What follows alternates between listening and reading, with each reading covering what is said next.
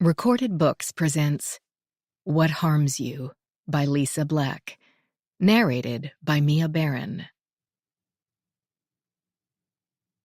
Chapter 1. Wednesday. Ellie Carr waved her brand-new keycard at the mounted sensor a second time. Still, nothing. The updated metal door remained flush in its frame and didn't give so much as a click to indicate an attempt to open for her. As far as the door was concerned, she did not exist. She tried not to take this personally. The door was only doing its job. But if it didn't open, she would be late for the very first day of her job. Hardly the impression she wanted to make on those in the antique stone building now looming, impenetrable before her. The prestigious Locard Institute would allow her to research new techniques, instruct groups of peers, and investigate unique crimes for private clients. She hadn't been this out of her mind jazzed since her first day at the Bureau. With that realization came a twinge of nostalgia. The FBI might have had her tracking mob payoffs instead of developing latent prints, but at least their keycards worked. The Hoover building had never locked her out on a concrete stoop as she held a cardboard box of pens and notepads and books and the course syllabus and silly personal tchotchkes to make her new place feel as if she belonged there. It never left her surrounded by oak trees that delighted in holding on to the morning's light rain until they could spill their leaves on unsuspecting passers-by.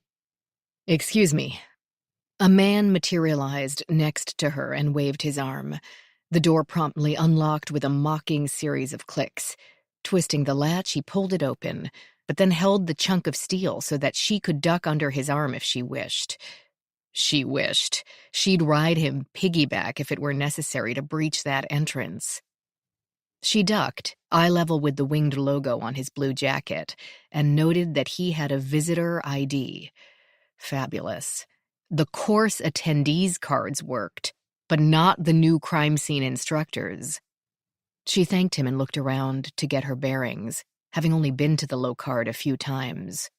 2 floors, plus basement, long hallways in a horseshoe shape around a central courtyard, classrooms and student labs in the far wing, staff offices down the corridor to her right. Second floor, research labs, meeting rooms, more offices, gym, locker rooms, and cafeteria on the basement level. The floors were gleaming terrazzo that bounced and amplified every sound. Her rescuer trotted off to his classroom, and 2 other occupants milled about, none she recognized. Rachel, who had offered her the job, would be somewhere in the building, teaching the crime scene documentation course. Ellie would take over collecting evidential DNA at crime scenes. Number 11, her assigned office, turned out to be the last in the hallway on the courtyard side, a nice-sized room with wide windows, plenty of filing cabinets, and a large wooden desk clearly visible through a door that had 3 panes of glass in the upper half. The door was, of course, locked. The same kind of proximity pad gave her card the same non-reaction as the outer entrance. She shifted the cardboard box to her hip. Bad enough she'd already been held up that morning at the closing on a house she'd barely seen before purchasing. Rachel had said she didn't need to take over the class until after lunch. But, "Not working?" A portly guy in a grunge band t-shirt under his open lab coat paused in the hallway, then shook his head with a sympathetic smile. "You must be Ellie. Rachel told me you'd be starting today." "That's me." "I'm Hector Azores, crime analysis. I'm not surprised Barbara locked you out. She flunked sharing in preschool and never looked back. You can set your stuff down in my office if you want." He gestured toward number 10 across the hall. That door wasn't even closed. "Thanks." Nearly every surface in Hector's room already sagged under the weight of assorted folders, books, periodicals, laptops, and the odd bottle of an unidentified colored liquid. But she found a free, if scarred, straight chair on which to deposit her items. "I appreciate the help. Who's Barbara?" "Barbara Wright. That's her office, at least for another 2 days. Then she can brush us all off for the big time and present her crime analysis breakthrough to the American Academy. She can't wait, and the rest of us are pretty happy about it too, not for the same reasons." Ellie smiled, catching the drift. "Where do you need to go next?" "I'm supposed to take over a class." She pulled her USB and some notes out of the box, all she would need to get through the next 2.5 days of instruction. She hoped. "Collecting evidential DNA or crime scene documentation?" "DNA. "Ah, inheriting Barbara's class as well as her office. I can show you where the room is." She thanked him, but he had already swept into the hall, and she trotted to keep up. "The course is run for 2 weeks, so there's 3 days to go. It's a light month, only 2 courses going, 20, 25 people in each one. Rachel's mostly handling the documentation one, Barbara the other, with me and Sam doing guest spots. Students are from all over, like usual. They stay at the Marriott on 261. Lunch here, you know where the cafeteria is? That's one advantage of having classes in session. We actually have cooks serving up hot lunches. When there's no classes, it's sort of an automat, pre-wrapped stuff delivered daily, that sort of thing. But hey, it comes with the job, and any free food is good food." "I completely agree. This is quite the facility." They rounded the corner into the back hallway, dodging a young woman with a metal cart and hair the color of green apples. Her test tubes clinked out a discordant tune, and she focused mightily on guiding the undersized wheels to the elevator. "Yes and no. The building started out as a private boys' school around the turn of the 20th century, so yeah, it looks like Oxford and has nice touches like large bathrooms and the gymnasium downstairs. Locker rooms, since subdivided when they let those icky girls in. The cafeteria is nice, since we are kind of in the middle of nowhere. There's Chesapeake Bay on our back step, and you have to drive for about 15 minutes in any of the other 3 directions to find something approaching civilization." "I'm figuring that out." The rural setting and copious trees made quite a change from Georgetown. A welcome change. The disadvantage is, it still looks like a school, so if you have any past Mean Girls PTSD, it might bubble up. At least they took out the lockers lining the hallway, so I stopped having nightmares about forgetting the combination. Here it is. He gestured at the closed door to a large classroom. Through the glass, she saw that individual desks had been replaced by long tables and the padded industrial chairs more suited to adult frames. Their occupants listened to a cool blonde with tortoise-shell glasses and every hair in place, standing at the front of the room. Ellie put her hand on the knob, feeling the jazz in her head turn to unexpected needles in her stomach. She shot Hector Azores a look. "Oh no, sorry, new girl, but you'll have to brave the fisheye of death on your own." Ellie squared her shoulders and went inside. Chapter 2. Clearly, Dr. Barbara Wright did not appreciate even a near-silent, tiptoeing interruption. She spared Ellie one icy and not unexpected glare, then pointedly waited for her to take the first available seat. Ellie's life had required walking into a great deal of new classrooms, new jobs, new friends, new families. After her mother died, and her father hadn't let the door hit him on the way out, Ellie had lived with a variety of extended family members since the age of 4. Loving homes, homes she knew and people she loved, but still new. By now, she'd become versed and knew what to do. She planted herself in a chair, folded her hands in her lap, and sat absolutely still. In 1 second flat, the people around her gave up hope that she would do anything interesting and returned their attention elsewhere. Perfect. "We're a nation of pharmaceuticals," Barbara Wright said, pacing in front of the smartboard with a swish of her dark green lab coat. We have access to extensive medical care and 24/7 television full of commercials, telling us exactly what meds we need to take for common and not-so-common conditions, like irritable bowel or tardive dyskinesia. Many conditions treated with meds are genetic. Take retinoblastoma, eye cancer. It can be crippling. It can also be readily treated if caught early and afterward controlled by taking anti-cancer drugs, like cyclophosphamide. Tetrabenazine can be used to reduce some of the involuntary movements of Huntington disease. Hydroxyurea is prescribed to prevent the more painful crises of sickle cell anemia. She projected a map of the eastern United States on the board, the colors streaking her form as she pointed to the amorphous circles hovering above different cities.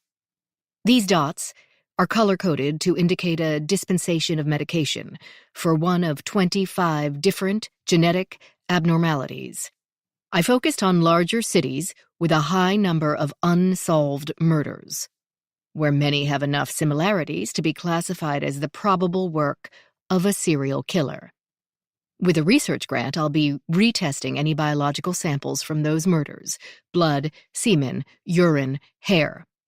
If the drugs are detected, say, for example, we find tetrabenazine in foreign hairs on a murdered corpse in Austin, then we can search for people in the area that have Huntington's.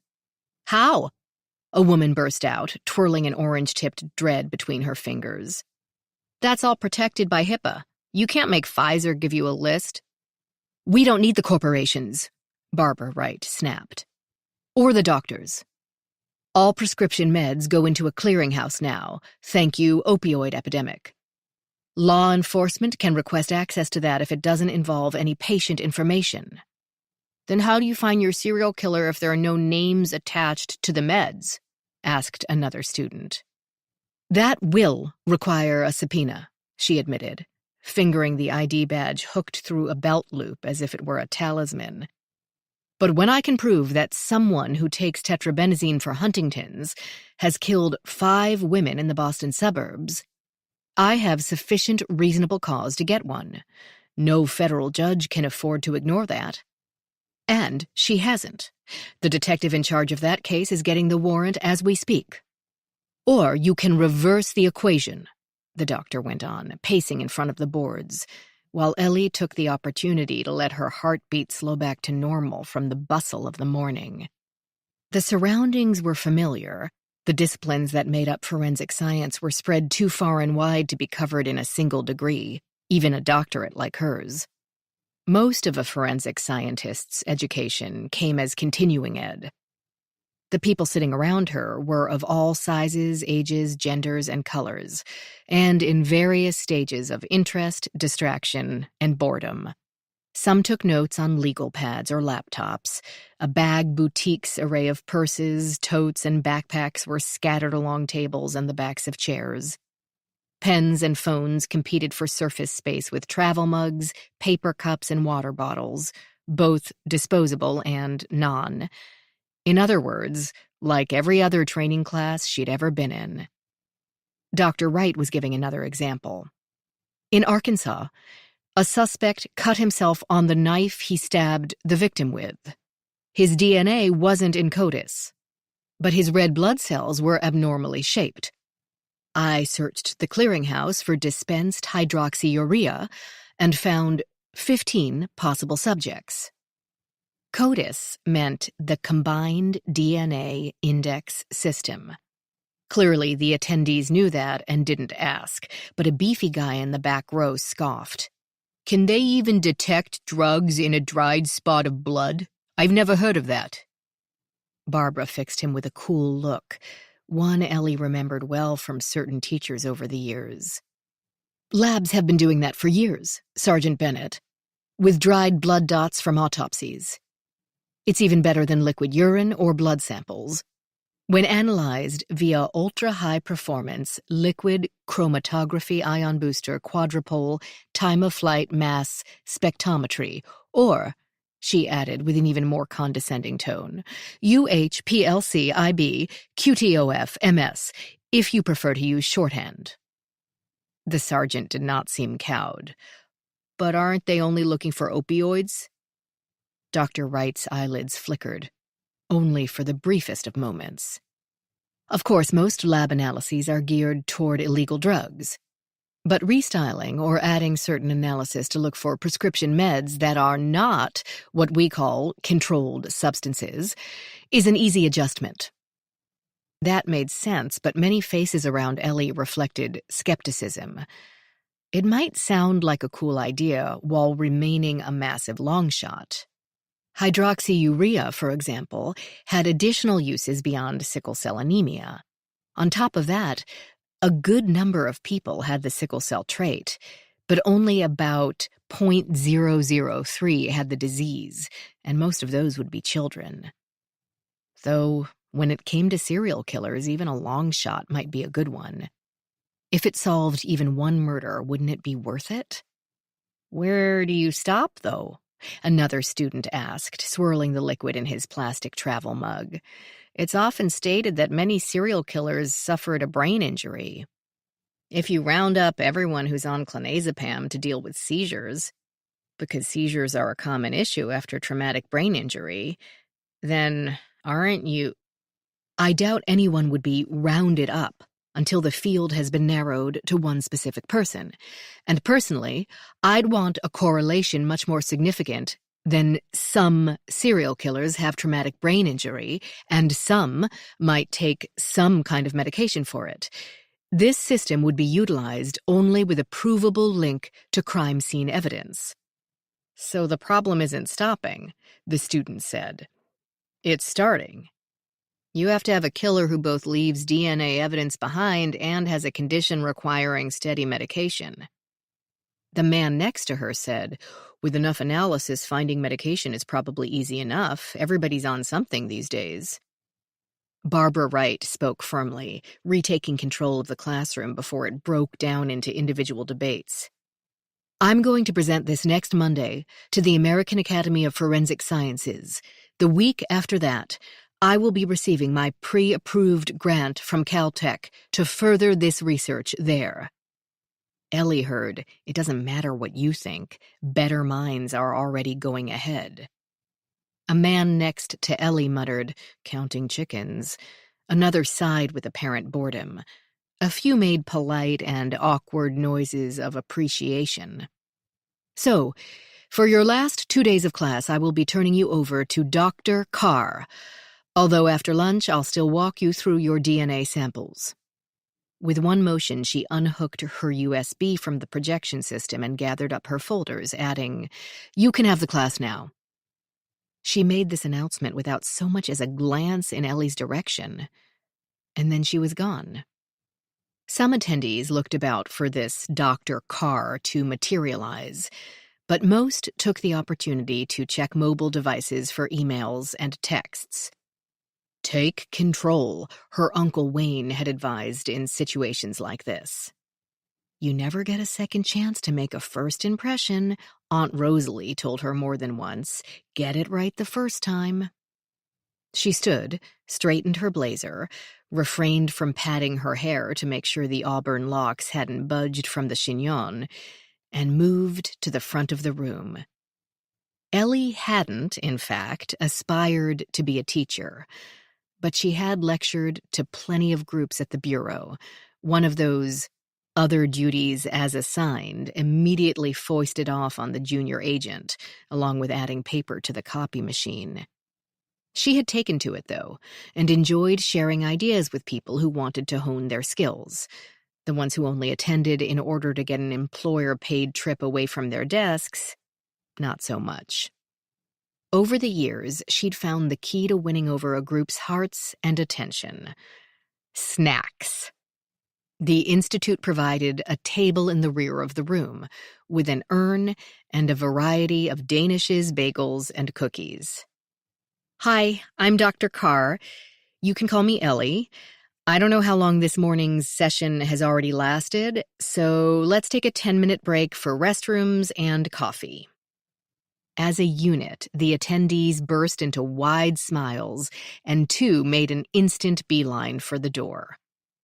There, she thought. not so hard. Chapter 3.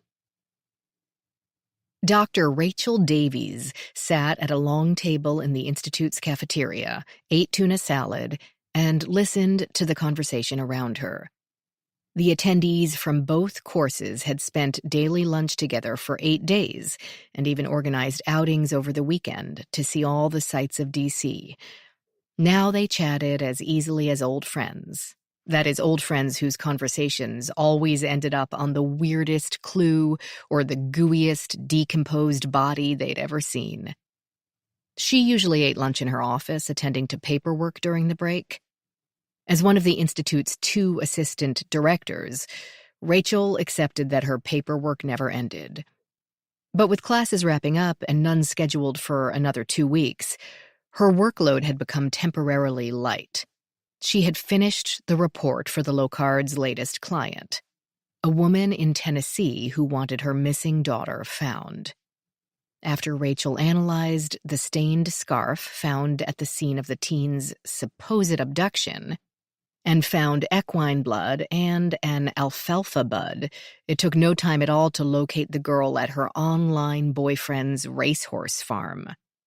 So, Rachel could take one non-multitasked lunch. The basement of the Locard stretched only along the back leg of the building, built partly into the hill. Its wide windows along the rear wall looked out into the deep woods. The view of the trees sufficed for decor. Purely practical terrazzo floors, laminate-topped tables, and metal chairs made up the rest of the environment. Today, the air smelled like two-done toast, overlaid with tomato sauce. "She killed him with a claw hammer," Stephanie Parsons was saying over an avocado toast. Steph was a Border Patrol agent from California who seemed to exist on cigarettes, coffee, and air. "Not the head part, the claw part. It left really distinct marks." "What was the cause of death?" Rachel, the former pathologist, asked. "Blunt force trauma or exsanguination?" "Heart attack, I guess. Waking up in the wee hours to find the ex-girlfriend you forgot existed, doing her best to crush your skull, would make anyone's heart skip a few beats, or all of them." She coughed. Rachel could imagine her alveolar septum thickening with every class break, when Steph and 1 or 2 others would return on a cloud of tobacco fumes. In 30 years, the oxygen would have such a tough time getting through. The CO2 would build up to respiratory failure. "What is a hammer?" Farida asked. Farida al-Talal was from Saudi Arabia, all dark eyes and deeply black hair under a loose headscarf. Her English skills were excellent, but now and then a word still confounded her. "You pound nails with it," Tony Altamonte, the New Mexico homicide detective, said, making a weak pantomime with one hand. Oliver Suarez from Montana sat next to Farida, tall and slender to the point that Rachel thought he could use more protein in his diet. The crime scene tech sketched a small doodle on the back of his notebook and showed it to her. "Oh, shakush." The 2 men on the other side of Farida looked up at the Arabic word, didn't hear more, and promptly lost interest. Bashar was Farida's cousin, and she described Irfan as a more distant cousin. They were at the Locard only as guardians for their female relative, and spoke very little English. Farida's wealthy father, from a branch of the Saudi royal family, only allowed her to make the trip if the 2 men came as well. He'd paid all the expenses for his daughter and the 2 men, even including tuition for the male chaperones, who could not understand a single word of the classes that they were attending. They were no trouble, politely quiet during class and bursting into low conversation with each other only around food. Farida fascinated Rachel. The girl provided a crash course in life in Saudi Arabia today. It surprised Rachel that a country that didn't let its women drive cars until quite recently would let one travel halfway around the world to go to a co-ed school with an uncovered face. It turned out that cases were not as rare as Rachel would have thought. She had done some research before Farida's arrival. Women could receive a thorough education in Saudi Arabia, at gender-segregated schools, and work at nearly any job, provided their father or husband agreed. To be so free and yet not free, Rachel couldn't wrap her head around it. But every day with Farida provided more insights. "We had a guy beat his partner to death with a Rossi 22. The New York City homicide sergeant Craig Bennett spoke around a mouthful of rib slider. He was in Barbara's DNA class. Rachel didn't know much about him except that he wanted to attend because he would shortly be promoted to lieutenant in charge of the forensic unit. Thing was loaded, he could have simply pulled the trigger, but no. I don't know why it didn't go off and shoot at least one of them. He told us later, I only wanted him to stop running the Christmas advertisements a week earlier. I didn't want to kill him. I said, then maybe you shouldn't have cracked his skull, you think?" Everyone, except the two guardians, chuckled. Gallows humor, it was called. Industry banter that happened to involve someone's life or death. Normally quiet Alyssa Cole from the DNA class described a New Year's Eve block party where two men got into an argument. The one went home to get a knife, returned, and stabbed the other. And he went to trial. He couldn't figure out that when you walk a block away, get a knife, and come back, it's pretty hard to claim self-defense. "Are we going to visit Chester today?" Oliver asked. Rachel swallowed and said, "Of course. Temperatures dropped last night, and that can affect the insect activity. His maggots might be a bit stunned." The crime scene documentation course needed a crime scene to document, and the Locard provided one in the form of a half-buried goat in the wooded area between the parking lot and the bay. His name really had been Chester, according to the farm donating his body. He had been more of a pet than a commodity, until he'd broken through a fence to feast on a pretty vine with bright flowers called yellow jessamine. Its neurotoxic alkaloid had doomed the aging goat. Steph made a face. "They won't be the only ones. Maybe we should have dealt with the maggots before lunch." "Weak stomach?" Oliver teased. "Always. 10 years on the job and I still get queasy at the sight of blood. Vomit will make me vomit. I don't even like spit on the sidewalk." "Who does?" Craig asked rhetorically. "It's just your lot. I know detectives who get to their retirement and still have to go outside and lay down if they catch a stabbing." Rachel said, "Besides, we couldn't go out before lunch unless you wanted to take notes in the rain. Again." "Does it always rain so much here?" Farida asked. Rachel said no, but October did tend to be one of Maryland's rainiest months. The others joined in a chorus of comparing precipitation at their home locations. And Rachel noticed a new arrival. Ellie Carr crossed the gleaming floor with one of the attendees from the other class in tow. Rachel beamed to see her. Ellie had been thrilled to come to the Locard, and Rachel had been thrilled to get her. She'd be a great addition to the Locard's panel of experts, and Rachel already had a line on a private client who could use Ellie's skills.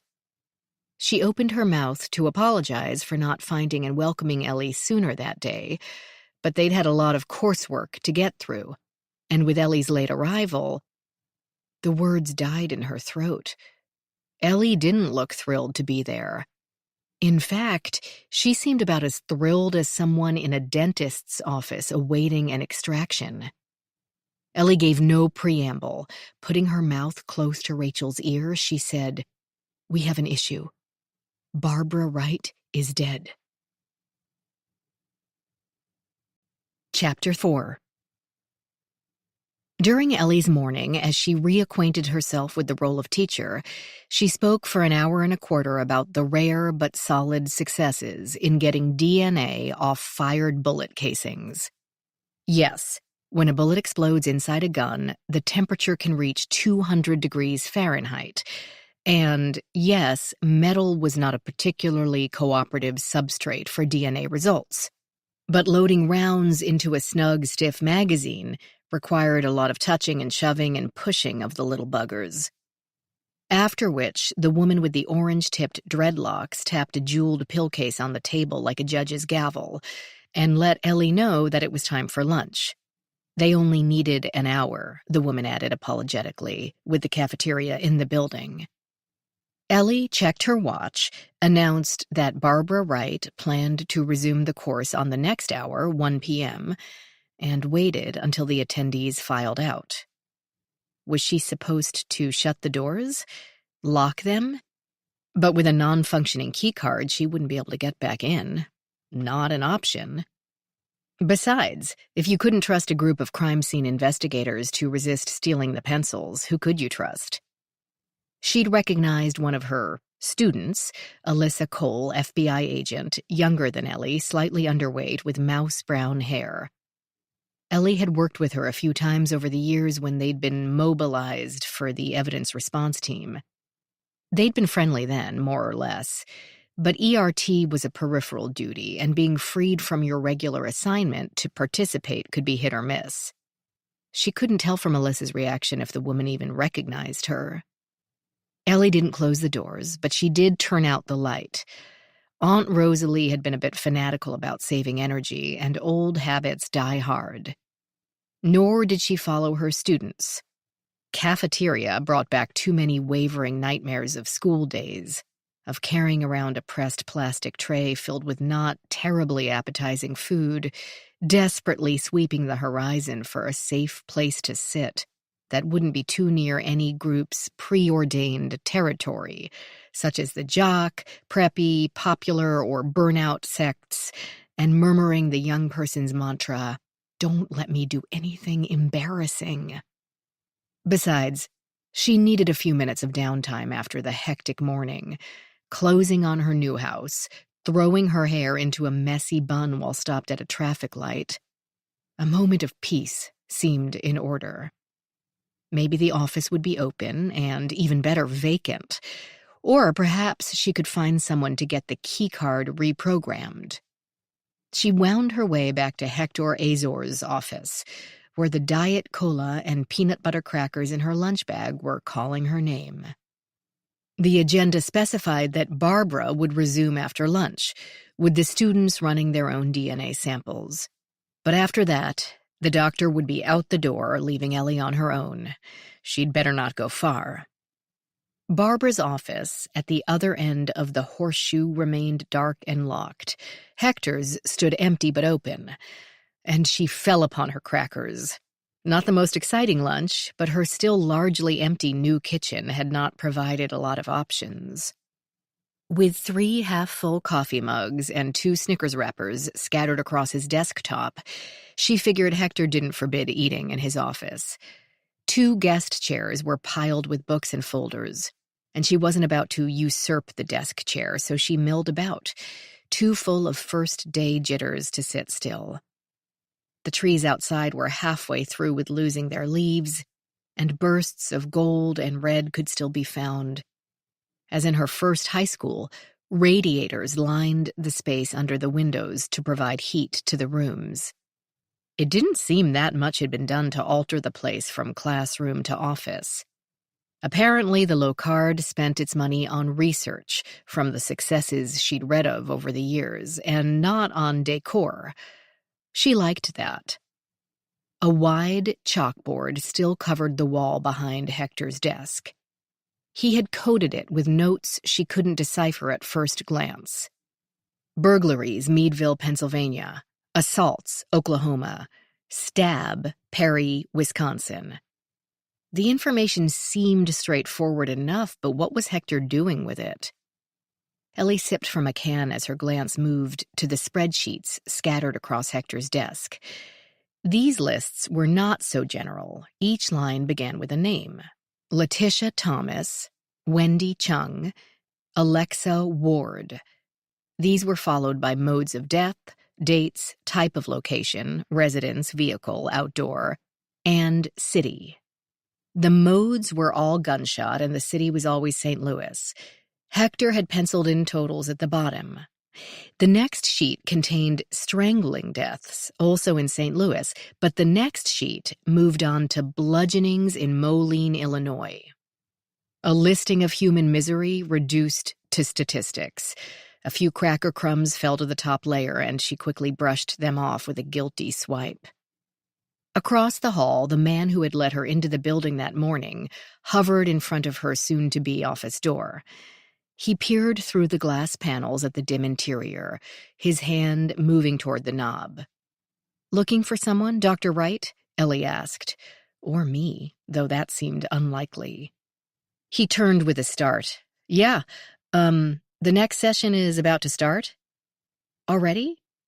"She said we'd need a lot of prep time. I guess we're going to run our own rapid DNA."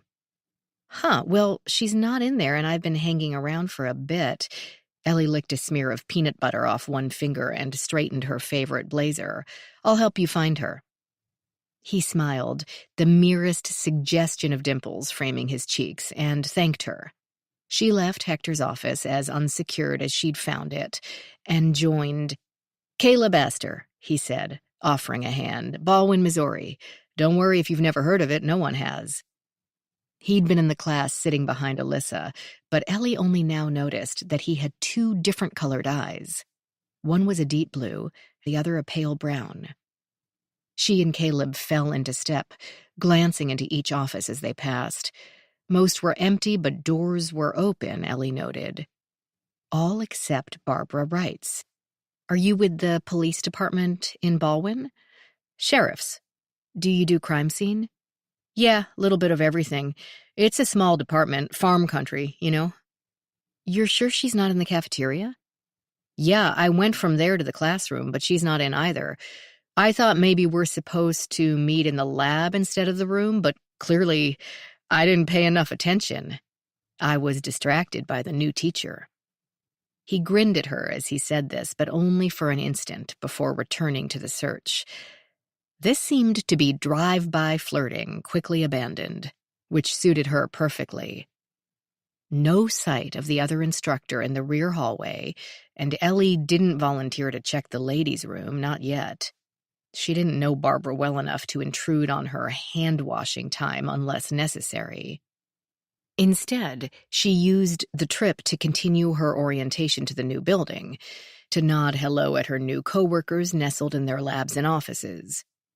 The Locard, according to its website, provided services in nearly every major forensic discipline: firearms, toxicology, fraud, latent prints, and so on. A windowed anteroom held doors to the director's and assistant director's offices, gleaming in polished walnut. A muted bang echoed down the hall, a gunshot to which no one paid any attention. Ellie assumed some examiner had test-fired into a water tank to determine the ballistic markings. She recognized the document examination lab from her visit the previous month. "What made you decide to attend this course?" she asked Caleb as they walked. "Work paid for it," he said, and she laughed. Attendees had trickled back into the classroom they'd been in earlier that morning, once again settling in with their notebooks and tote bags and industrial-size water bottles.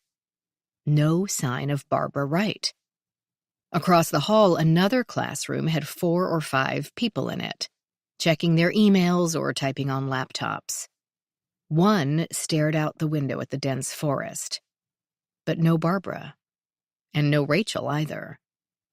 Ellie noticed a light in the next room and moved to its door. The laboratory had been prepped for something. The counters were covered in clean butcher paper from a 2-foot-wide roll mounted on the wall. At least 10 workstations had been identically stocked with a box of sterile swabs on the right, latex gloves in 3 different sizes on the left, and a clear plastic stand full of sampling cartridges in the middle. Ellie recognized the cartridges as similar to those used for rapid DNA analysis. The room smelled like chemicals, hardly surprising.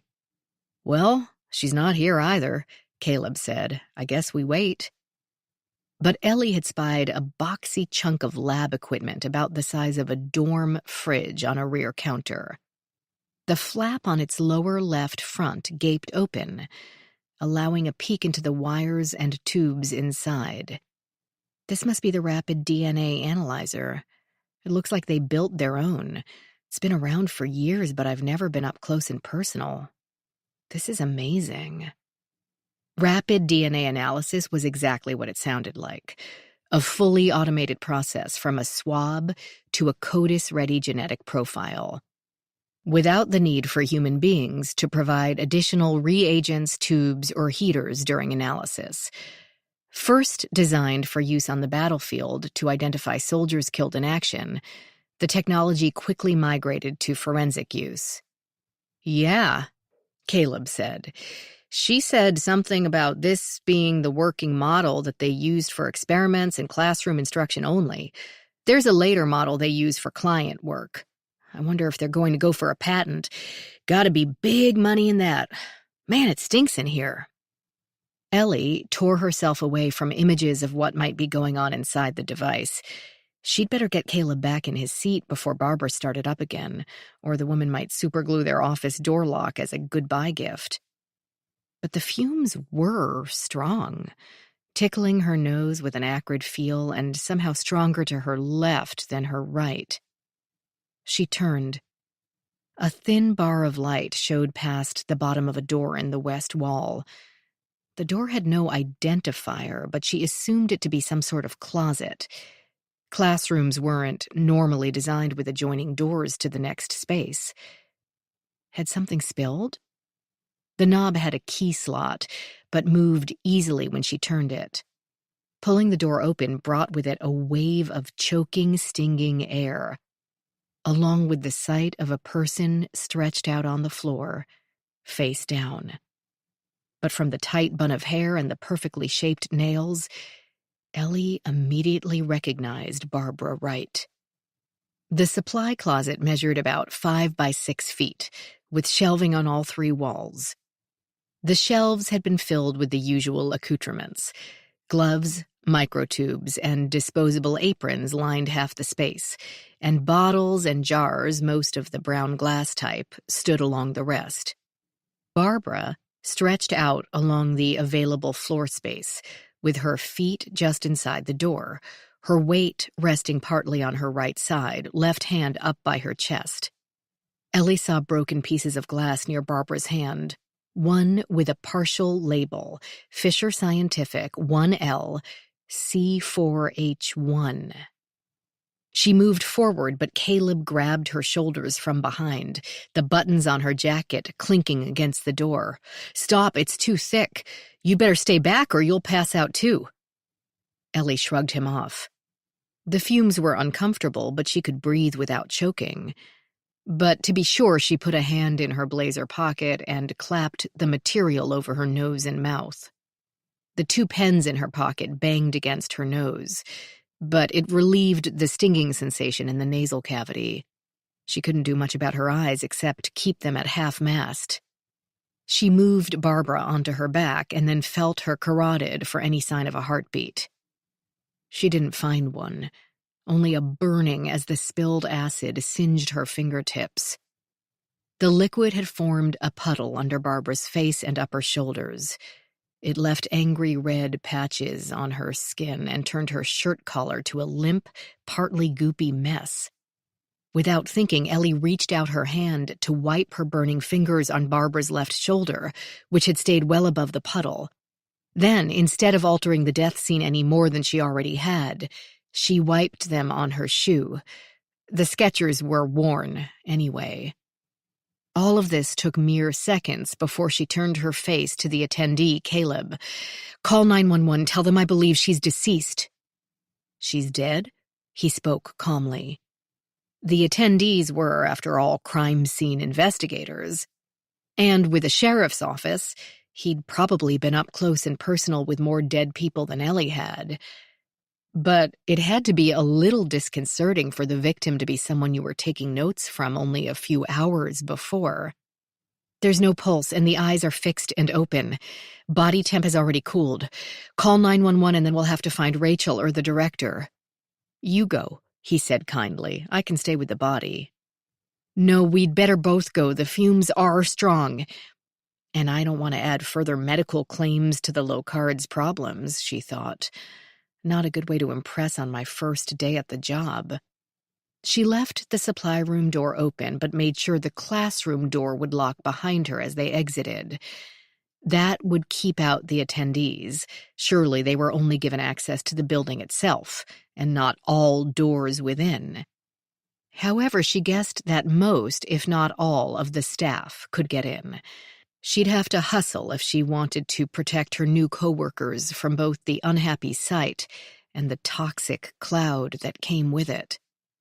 She headed for the south corner stairwell, which led down to the cafeteria, breaking into a trot. The guy from Missouri kept pace beside her. Chapter 5. Rachel stood up before the words fully penetrated, leaving the lunch table without a word to the attendees, and committing the sin of not bussing her tray as her mind whirled. She and Ellie strode away in silence until she realized that the student with Ellie, what was his name, Carter? Kelvin? Remained behind, an uncertain expression on his face. Come with us, she told him in a tone that did not allow for argument, and he didn't make any. She didn't need him gossiping with the other attendees until they could get a handle on the narrative. Narrative, she thought. OMG, I've been in Washington too long. The woman might be dead, and she could think only of the Institute's image. The three of them remained silent until they were well out of earshot inside the stairwell before Rachel said, "Dead?" Ellie spoke in a gentle tone. "Unfortunately, yes. It seems she broke a jar of hydrochloric in the supply room in the DNA lab. I locked the door to the lab so no one else could wander in there." "Are you sure?" Meaning, of course, the dead part and not the locking part. Ellie was brilliant and experienced, but not a medical doctor. "Pretty sure. Yes, we already called 911. And indeed, Rachel became sure as well with one glance at the body. Her colleague now, the body. After she told Carter/Kelvin to wait in the hall, the fumes hit her as soon as she unlocked the door, and Barbara Wright's blank, staring eyes told Rachel that Barbara had, indeed, gone far away. Only the body remained. Rachel had been a pathologist for over a dozen years, had seen more corpses than she could count. There would be nothing for EMS to do. She checked for a pulse anyway, using a wrist after Ellie had warned her of the acid on the neck and face. The woman's extremities were already cooling. When had she last seen Barbara? Aloud, she said, "I passed her in the hall on the way to the morning sessions. About 8:30. Ellie stood 2 feet away. The air still stunk with the acrid smell of HCl, but had dispersed too much to interfere with breathing. "I went into her class, and she turned it over to me at about 10:30. She was face down?" The red burns on the left cheek made that clear. "Yes, I moved her to see if CPR would help." Regret tinged Ellie's voice. Moving anything, especially a body, without photographing first, was anathema to any crime scene tech and any pathologist. The supply closet had no window. The door could be locked, but never was. Rachel didn't even know who might have a key. Barbara Wright's feet rested at the entrance, left arm up, right one down. I don't get it. Even if the door was closed, she must have been standing close enough to reach out and open it. It's hard to picture, Ellie agreed. She knocks the jar off, or it slips out of her hand. Hard enough to picture Barbara Wright dropping anything. Then maybe she gasps, or automatically tries to get a deep breath before running for it, the fumes seize up her lungs, and she collapses before she can even get out of the room. I guess, Rachel muttered.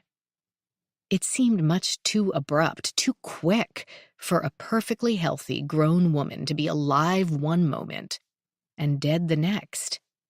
But unexpected deaths were their stock in trade. Rachel would not waste time dwelling on the unfairness of fates or the vagaries of existence. She said, "Okay, I've got to inform the director, and EMS should be here in 5 or 10. Would you stay here, keep everyone out?" "Of course, and I'm sorry, Rachel," she added as Rachel turned to leave. "She was your coworker. You must have known her for a while." "Thank you, but honestly, I don't think anyone knew Barbara Wright." She closed the lab door behind her and briefly considered Calvin or Carter or Caleb, that was it. Leave him here as the attendees trickled back from lunch, or, "Thank you for your help. Please come with me again. We have to tell the director, and then I might need you to guide the EMS techs when they get here." After a glance back at Ellie, he fell into step beside Rachel without a word. Her low heels clacked against the hard floor as she set a brisk pace to the admin anteroom. Keep calm and flesh out the to-do list. So many details had to be worked out all at once. The attendees for the collecting evidential DNA class were supposed to be in that lab all afternoon, but she could get Ellie to move up tomorrow's lecture to keep them in the classroom. The classes had to go on. The attendees and their agencies had paid big bucks to send them, and the loss of an instructor wouldn't be a good enough reason to lop off the last bit of the course.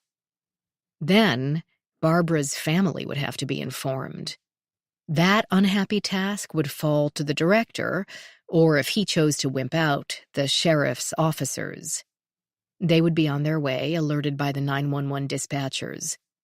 The small cities around them were not large enough to have their own police forces. So the Anne Arundel County Sheriff's Department handled all law enforcement needs. Rachel had met a few deputies over the years and had no complaints. The Institute's secretary, Carrie, would have to find Barbara's next of kin in her records. Rachel couldn't recall the woman ever mentioning a family. And Rachel would have to call a friend at the American Academy of Forensic Sciences to tell them Barbara wouldn't be presenting her theories, as well as Caltech to tell them Barbara wouldn't be taking that new job she'd been so looking forward to. Back to the attendees. They'd be informed, of course. As trained investigators, they knew something was up the moment Rachel walked away from lunch. But they were only visitors, not likely to get too upset about an instructor they'd only known since last week. Low-card staff would be allowed to go home if they felt the need. Research could wait a day, and Ellie, who didn't know Barbara, and Rachel were the only ones needed for the afternoon sessions. Rachel doubted anyone would feel the need. If Barbara Wright had formed a close friendship during her 4 years at the Low-Card, Rachel had never heard of it. Ellie stood guard at the door to the hallway. As attendees from both courses became bored enough to wander out into the open or head to the restroom, she told them that there had been a delay and they should just stay on break until she and Rachel could start again. Few asked a single question. A delay could be anything from running out of latex gloves to Barbara binge-watching TikTok videos. Their workday came stuffed with others' issues. They didn't go looking for it when off duty. She used the sink to rinse off her fingers, though most of the burning sensation had already faded. A first aid kit had been mounted to the wall, but she didn't bother to raid it. The skin hadn't broken, and trying to bandage each one would only call attention to them. Besides, the first time she washed her hands, they'd get all wet and she'd have to start over, right? What a way to start her low-card career. She hoped it wasn't a bad omen, then reminded herself that she didn't believe in omens. Whatever else the Beck family might be, they weren't superstitious. Emergency medical services came, saw, and found nothing they could do. They pronounced Barbara Wright deceased and took all their equipment away again. The sheriff himself, a lanky man named Tom Medina, responded to the scene and now stood surveying the body and its surroundings with a thoughtful air. "And the hydrochloric acid?" he asked. "That's what I'm smelling?" Rachel told him yes. "I thought that stuff just burned you." The fumes, if thick enough, burn the inside of the nose and mouth and lungs, just as it burns skin. The person chokes, the larynx constricts, and they suffocate. He crouched down to take a look at the inside doorknob. There were no visible signs that Barbara had tried desperately to open it. No scratches or dents. Ellie knew because she'd done the same thing while waiting for him to arrive.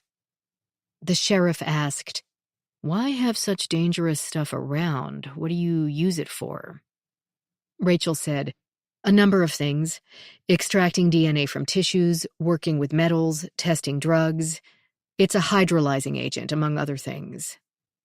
He looked up at them with light blue eyes under a mane of dark brown hair, atop a thick but not ridiculous mustache. It gave the 40-ish man a boyish air, and he had a grin to match. "I'm going to pretend I know what that means. After all, I'm just a simple country boy." "I don't believe that for a minute," Ellie said. This only made him grin wider, and he straightened up. "Oh, it's true. We may be less than an hour from D.C., but we're a world apart. I don't know much about chemistry. I certainly didn't know you could die just from breaking a jar. I'll have to be more careful with my uncle's moonshine. Is this a common accident in labs?" "Not that I know of," Rachel answered, her voice uncertain. "Anyone can have a chemical spill, I suppose. But dying of HCl fumes." Ellie asked, "But if her face is right in it?" Tom said, "Her face is right in it." Rachel said, "Yes, but she shouldn't have been unconscious that quickly. Anyone can go without air for a few seconds, long enough to get out the door." Ellie had guessed the same, but she wasn't a pathologist. She truly didn't know how easy it might be for someone to die of toxic inhalation. "Does the area figure into it?" Tom asked. At their blank stares, he clarified. "The airspace would affect the concentration, right? So it would make a difference if this little door was open or closed?" "Yes," Rachel said, "definitely." "Why would she close it?" "Don't know," Ellie said. Sheriff Medina stood back, held the door at a 90-degree angle to the wall, and let go. At first it didn't move, but then it swung silently, smoothly, until its inner edge rested against the jamb. "Huh. But you found it completely closed?" he asked Ellie. "Yes." "Huh," he said again. "She have any medical conditions?" "Not that I know of," Rachel said again. "I see two possibilities," Tom theorized. "The fumes made her choke first, then that brought on a heart attack, and she collapsed and either died outright or breathed this stuff in until she suffocated. Or she slipped in the liquid and knocked the side of her head on the floor, passed out, and breathed this stuff in until she suffocated. This'll have to go to autopsy, you realize." "Yes, of course," Rachel agreed. "There's no sign of acid on her shoes," Ellie said. She knew because she'd also looked at that while waiting for him to arrive. Tom considered this. Maybe she tripped first. That's how the jar got broken in the first place. Ellie thought, then nodded, and noticed Rachel doing the same. That would explain how the very precise doctor allowed such a messy accident. Perhaps even a sudden aneurysm, so that Barbara had been dead before she even hit the floor. But what did she trip on? Ellie wondered. A small metal bar marked the threshold. From that area, the floor continued straight and even uncracked. "You ever see anything like this?" she asked Rachel, knowing her experience as the DC medical examiner. "Yes," the woman admitted. "Not many, but some industrial accidents from spills and leaks. Sewer workers, a grain elevator operator. People don't realize how dangerous certain fumes can be." "What's this?" Tom pulled a latex glove from a box mounted on the wall and picked up a white plastic card from the floor near Barbara's ankle.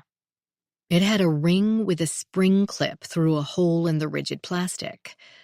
"Her key card?" Ellie said. "She wore it clipped to her belt loop.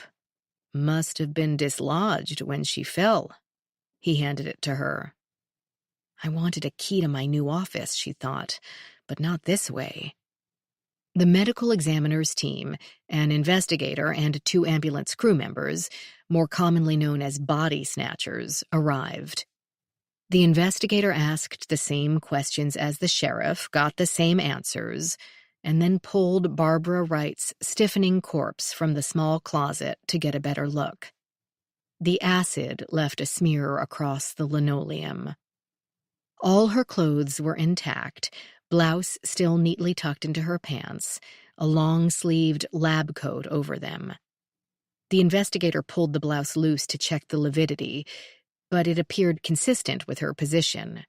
Cherry red on the front of her torso, where the blood had pooled and begun to coagulate, and, when turned, white across her back. The skin damage from the acid formed angry red blotches across Barbara's chin and cheek, though one circle on her right cheek had been pressed too firmly to the tile to let the acid penetrate. The acid had also shriveled sections of her hair and stained the collar of the lab coat. "There's no glass," Ellie said. "True," Rachel said with a thoughtful tone. A few shards stuck to the woman's cheek and hair, but no tiny chips of brown glass could be seen on the white coat. "It's all over there," Tom pointed to the closet's interior, and Ellie saw what he meant. The jar had not shattered into a million pieces, instead separating into a few large chunks with wickedly sharp edges. There were smaller grains here and there, but for the most part the glass could be accounted for in a foot-wide diameter next to where the head had been. Ellie still didn't like it. It seemed too quick, too neat, and too abrupt an end for a vital, active person. But that could be Ellie's own defense mechanism. She, too, now worked in a forensic lab, in the same surroundings that had just killed Barbara Wright. Maybe she didn't want to admit how tenuous life could be. Besides, what was the alternative explanation? Suicide? Murder? Who would try to kill themselves or someone else with such an uncertain, unlikely method? That seemed even more far-fetched than popping into a closet to grab something and never making it back out. The body snatchers loaded Rachel's colleague onto a gurney, and Tom Medina finished up his notes. Rachel called the maintenance staff to handle the chemical spill. With an uncertain expression on her face, Rachel watched the gurney and its attendants round the end of the hallway. Ellie already knew that her new boss rarely looked uncertain. Rachel said, "I feel like I should go with her, attend the autopsy. I at least owe her that. But we'd have to get Gary to take over your class, and you'd have to do the body farm part with mine." "I can." "No, that's all right. I know the ME here, and she's great. She doesn't need me looking over her shoulder. You have something you can present this afternoon? We need to keep them out of the lab until the spill is cleaned." "Yes, of course, I can do the section on genealogical tracing." "All right. We'd better get back to work then, before we lose any more of the afternoon." Rachel sucked in such a deep breath that Ellie patted her arm in sympathy. On with the show. Chapter 6. Rachel led her group of attendees up the paved path from the building toward the parking lot. letting the chattering of the birds in the trees reassure her. The world went on. The day's work continued despite the accident. It seemed cruel to think of a colleague's death as simply a disruption in the workday. But that workday happened to be Rachel's responsibility. So, on with it.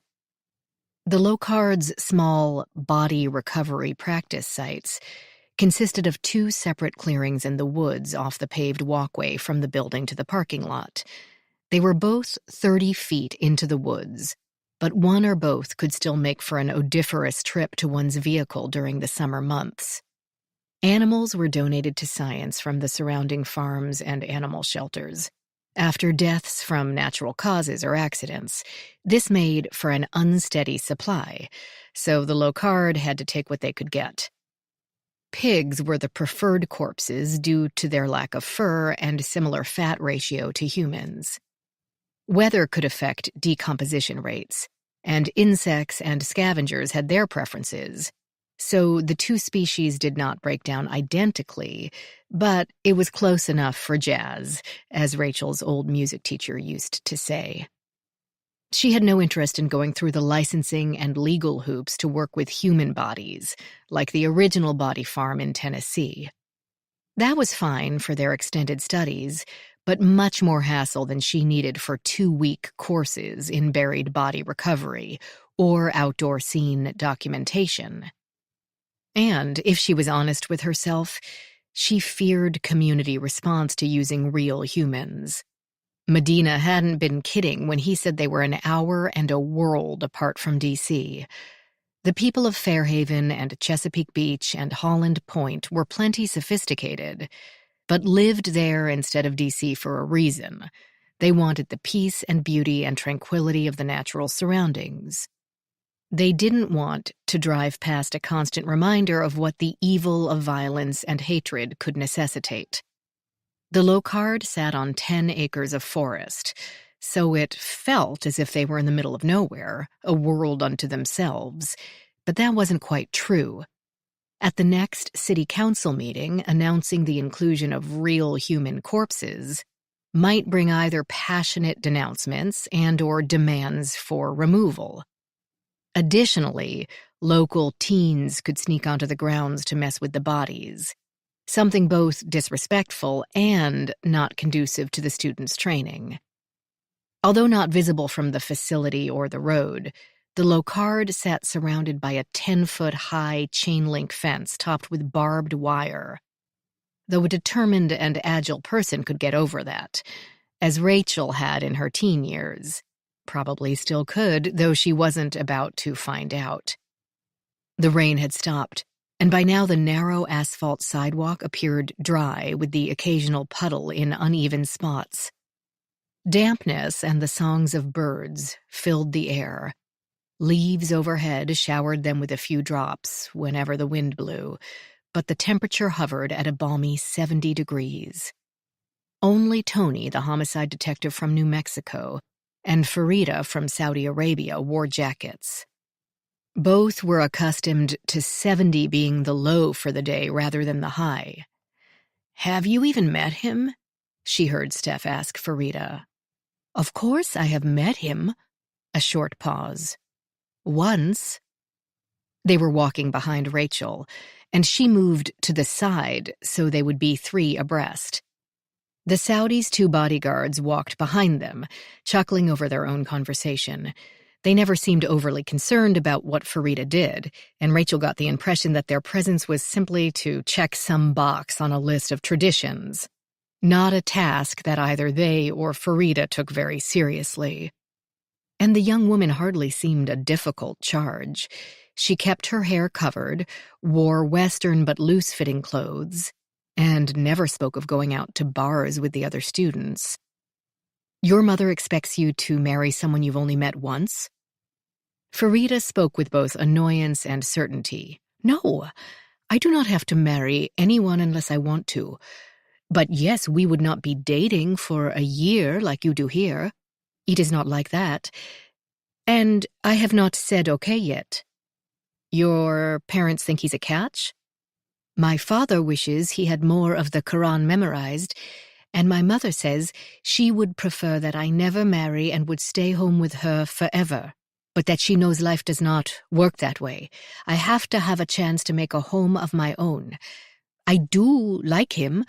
I asked him what he wants to do with his life, and he said he wants to work in renewable energy.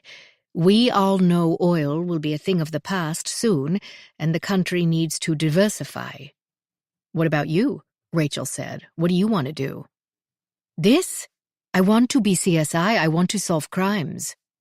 Steph asked, what does the fiancé think of that? I've had 2 different guys dump me after I described some gunshot wounds. He said, I can keep working after we get married. He thinks women should have a career. It might be hard to manage once I have babies, but it can be done. I have plenty of little cousins who can help with daycare. A short silence ensued. Rachel could hear the birds in the trees and a rustle in the brush, probably a raccoon. Then Steph asked the tough question, because Steph always asked the tough question. What if he changes his mind? Farida's smile faded. Then, I do not know. The truth is, that is how we pick husbands, not by what they look like or how much money they have or what job they do. She didn't finish the thought. Steph did, albeit gently, but by how much freedom they'll allow you. We have to think of these things. Unlike you, Rachel finished in her mind. Farida murmured something in Arabic, ending in something that sounded like Anamuva Muvavatsi. What's that? Something my father says. Be wary around your enemy once and your friend 1,000 times. A double-crossing friend knows more about what harms you. I get it, Steph said. It's the people close to you who know what buttons to push. Rachel said, they're the most dangerous. The young Saudi was so bright and bubbly and bursting with enthusiasm for the world ahead, and sometimes listening to her, Rachel wanted to weep. They reached the placard in the weeds reading Body Site 1 and turned up the narrow path. The fallen leaves formed a carpet over the wet earth. Steph asked, is he cute, at least? This brought a smile back to Farida's face. I think so. He has a nice smile. I have a good feeling about it. I wish you the best, Steph said with solemn sincerity. I just can't wrap my head around an arranged marriage. Rachel said, I don't know. The first coroner I worked under was from India, and she didn't even get to meet her husband first, but she was crazy about him. And they were happy as little clams. Clams? Farida frowned. The mollusk? Rachel laughed. It's a saying here, happy as a clam, which doesn't make any sense if you think about it, because I have no idea how we'd be able to tell when a clam was happy. Okay, people, here lies our dear Chester. They gathered around, a series of strings and stakes designating the walkways. The goat had been half buried, though falling leaves occasionally covered up the rest of him. He had been there for 3 weeks, past the bloating stage, well into the active decay stage in which the cadaver would lose the most mass. The skin under the fur had darkened irregularly. The internal organs and muscle had liquefied and begun to purge through the body's orifices, soaking into the ground around it. On top of that, maggots had been steadily working away at the flesh and tissues. In another week, the body would begin to lose its identity as a body per se, its edges literally melting into its surroundings. It did smell. The sickly odor of really bad garbage wafted up in a constant layer, mixing with the damp earth scent of the usual decay of leaves and wood, the moisture in the sky and ocean salt, yet nothing the participants couldn't handle. Working in open air instead of, say, a living room made an intense difference. I would think the temperature is too cool for maggots, Tony said. The homicide detective used a ruler to estimate the height of the body, making a note in the class log about how much it had changed since their first day. Rachel said, "No, they can tolerate cold much better than you'd think. You can freeze them for about a day and thaw them out again, and they'll still be active. They get dormant at around 50 degrees, but if you really want to kill them, you'll want to keep them below freezing temps for more than 48 hours. Oliver, from Montana, held one end of Farida's tape measure as they noted how far the decomposition fluids had caked the dirt. "So they pass out every night when it gets cold, and then wake up in the morning?" "Maybe. Or they work on the inside tissues. The decomposition process generates its own heat." "Yuck," Steph said, "and yuck." Though they preferred pigs for this exercise, Rachel had been on the lookout for something else for this particular class. She'd had no idea how Farida and her bodyguards might react if presented with a pig, given Muslim edicts against pork. Technically, as long as it was not regarded as food, a pig could be viewed as simply an animal like any other. In practice, however, there were no guarantees. Farida might have a virulent mindset against even seeing the animal, or not care a whit. Rachel had no way to know, didn't want to ask, and didn't want to make any student uncomfortable. A goat neatly avoided all those issues. She'd told no one of these machinations. Seeing Farida's delight in all this new knowledge, Rachel felt glad she'd taken the trouble. We're all familiar with maggots and flies and their predictable life and migration cycles. But there are many other insects and arthropods that can give us a post-mortem interval, PMI, timeline. Rachel continued. You'll need an entomologist to examine them, but the information can be well worth the trouble. We don't have an entomologist, someone said. Your state lab system will have someone or know someone. Try the nearest natural history museum if nothing else. You'll need them because estimating age of some insects is not easy. In ametabolous insects like silverfish, the young ones look just the same as mature ones, only smaller. With hemimetabolous, like cockroaches and grasshoppers, they go from egg to nymph to adult, so they look a little different, but have no pupal stage. And, of course, for some insects, the pupal stage forms a black box in the middle of our timeline, since it can last days to years. It can also vary within the type of insect, depending on weather. It might last longer if the season hasn't changed. Sorry if I'm being a bit general. Normally, our entomologist would be covering this with you, but she's in Scotland helping out her mother this month. A heavy-set woman from Florida poked at a stick with one toe. She had a deep tan and 3 white patches on one arm where melanomas had been removed. Rachel absently hoped she'd become a convert to sunscreen. How do we know what bugs are here because of the body and what bugs just live here? The young man next to her giggled. Sorry, I suddenly pictured this beetle out for a stroll and getting caught up in our jars. I don't know anything about that body. It's got nothing to do with me. Rachel laughed, too. To answer your question, we don't. So we have to collect every single one? The woman asked, profound distaste on her face.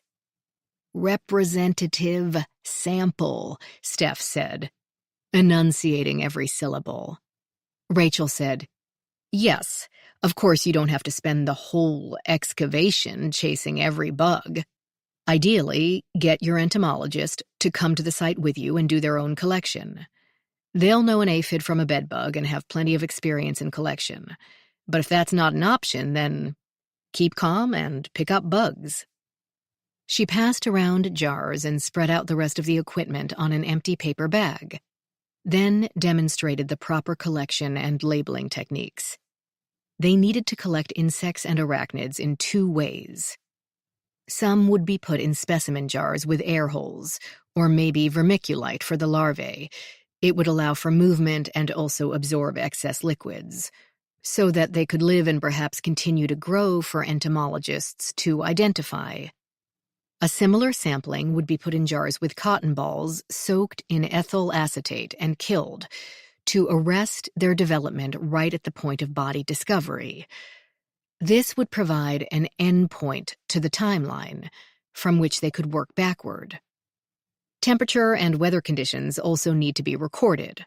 Rachel handed a clipboard to the particularly squeamish woman, adding, "You can use this thermometer to record the ground temperature.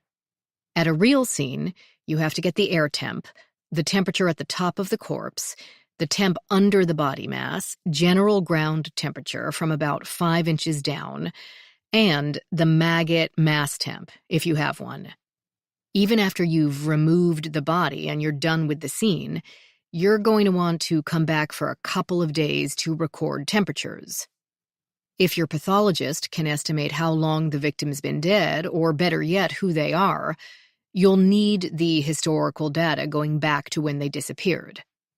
If your experts are local, they might have the information, but if not, you'll have to get with your closest weather station. This will be almost as important to the timeline as what bugs are present." An attendee in charge of photography used his cell phone to take pictures of their crime scene, being sure to get the body from all angles and close-ups of anything interesting, such as a series of gashes on the goat's back. He asked what kind of animal had done that. "A raccoon?" Steph suggested.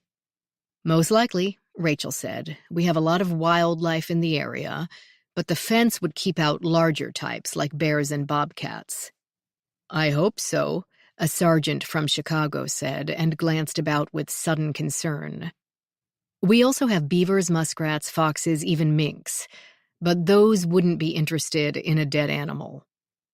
A rustling behind them made several students jump, waiting for a crazed muskrat to attack. But a much more adorable face appeared from around a sugar maple tree, then stopped short when it saw them. "How did you get in here?" Rachel asked the dog. "You haven't been disturbing our crime scene, have you?" "Looks like a German shepherd," someone said. Another disagreed. "Coloring's too light." "Why is that here?" Farida asked, her eyes sparkling at the bundle of fur. She craned her neck to get a better look and adjusted her headscarf. Usually a solid color, this one had deep blues and greens subtly melted together. She crouched with the other dog lovers, all of them trying to entice the puppy over to their fingers. The non-dog people remained upright. This prompted another cultural question from Steph. "You're not allowed to have dogs in your country, are you?" "Of course, we can have pets." Farida's tone grew defensive under Steph's constant scrutiny. But then she added, "Not many do." Rachel also lowered into a squat, patting the soggy leaves in front of her. "Come here, we're going to have to find you a home that's not on a body farm." But the puppy wasn't ready to make a friend. It skittered away from her, circled the tree, and shot from the other side of the trunk to make a beeline for the two Saudi men, waiting along the trail back to the paved walkway. They separated quickly to let the dog fly up the leaf-strewn path between them, moving with such haste it made Rachel laugh. The puppy might as well have been a mouse in an old cartoon. All the same, she would have to speak to the maintenance crew about checking the perimeter fence. It must have wriggled under the chain link, or they had a gap somewhere. He's a good example of the hazards of outdoor scenes, and probably not the only animal active out here since yesterday. If you noticed, some of the maggots have migrated to a piece of skin over here. I doubt the maggots carried it. "These are smaller than the ones on the body," Farida noted. Rachel said, "We'll have to collect some from each site and compare them to our reference charts in the lab. Who volunteers?" No one did. Chapter 7. Ellie lectured half the afternoon about ways to extract DNA from paper, then started in on new ways to extract nuclear DNA from hair. By 5 o'clock, the attendees were showing signs of fatigue, and she wrapped it up. They had, of course, been informed of Barbara Wright's death. Ellie said that she had passed away, but made no mention of an accident. Audible guesses were made, suggesting heart attack or aneurysm. Ellie said she didn't know anything more, which was true-ish enough, and this initial buzz of conversation faded into acceptance. People died every day, and no one knew that better than this group.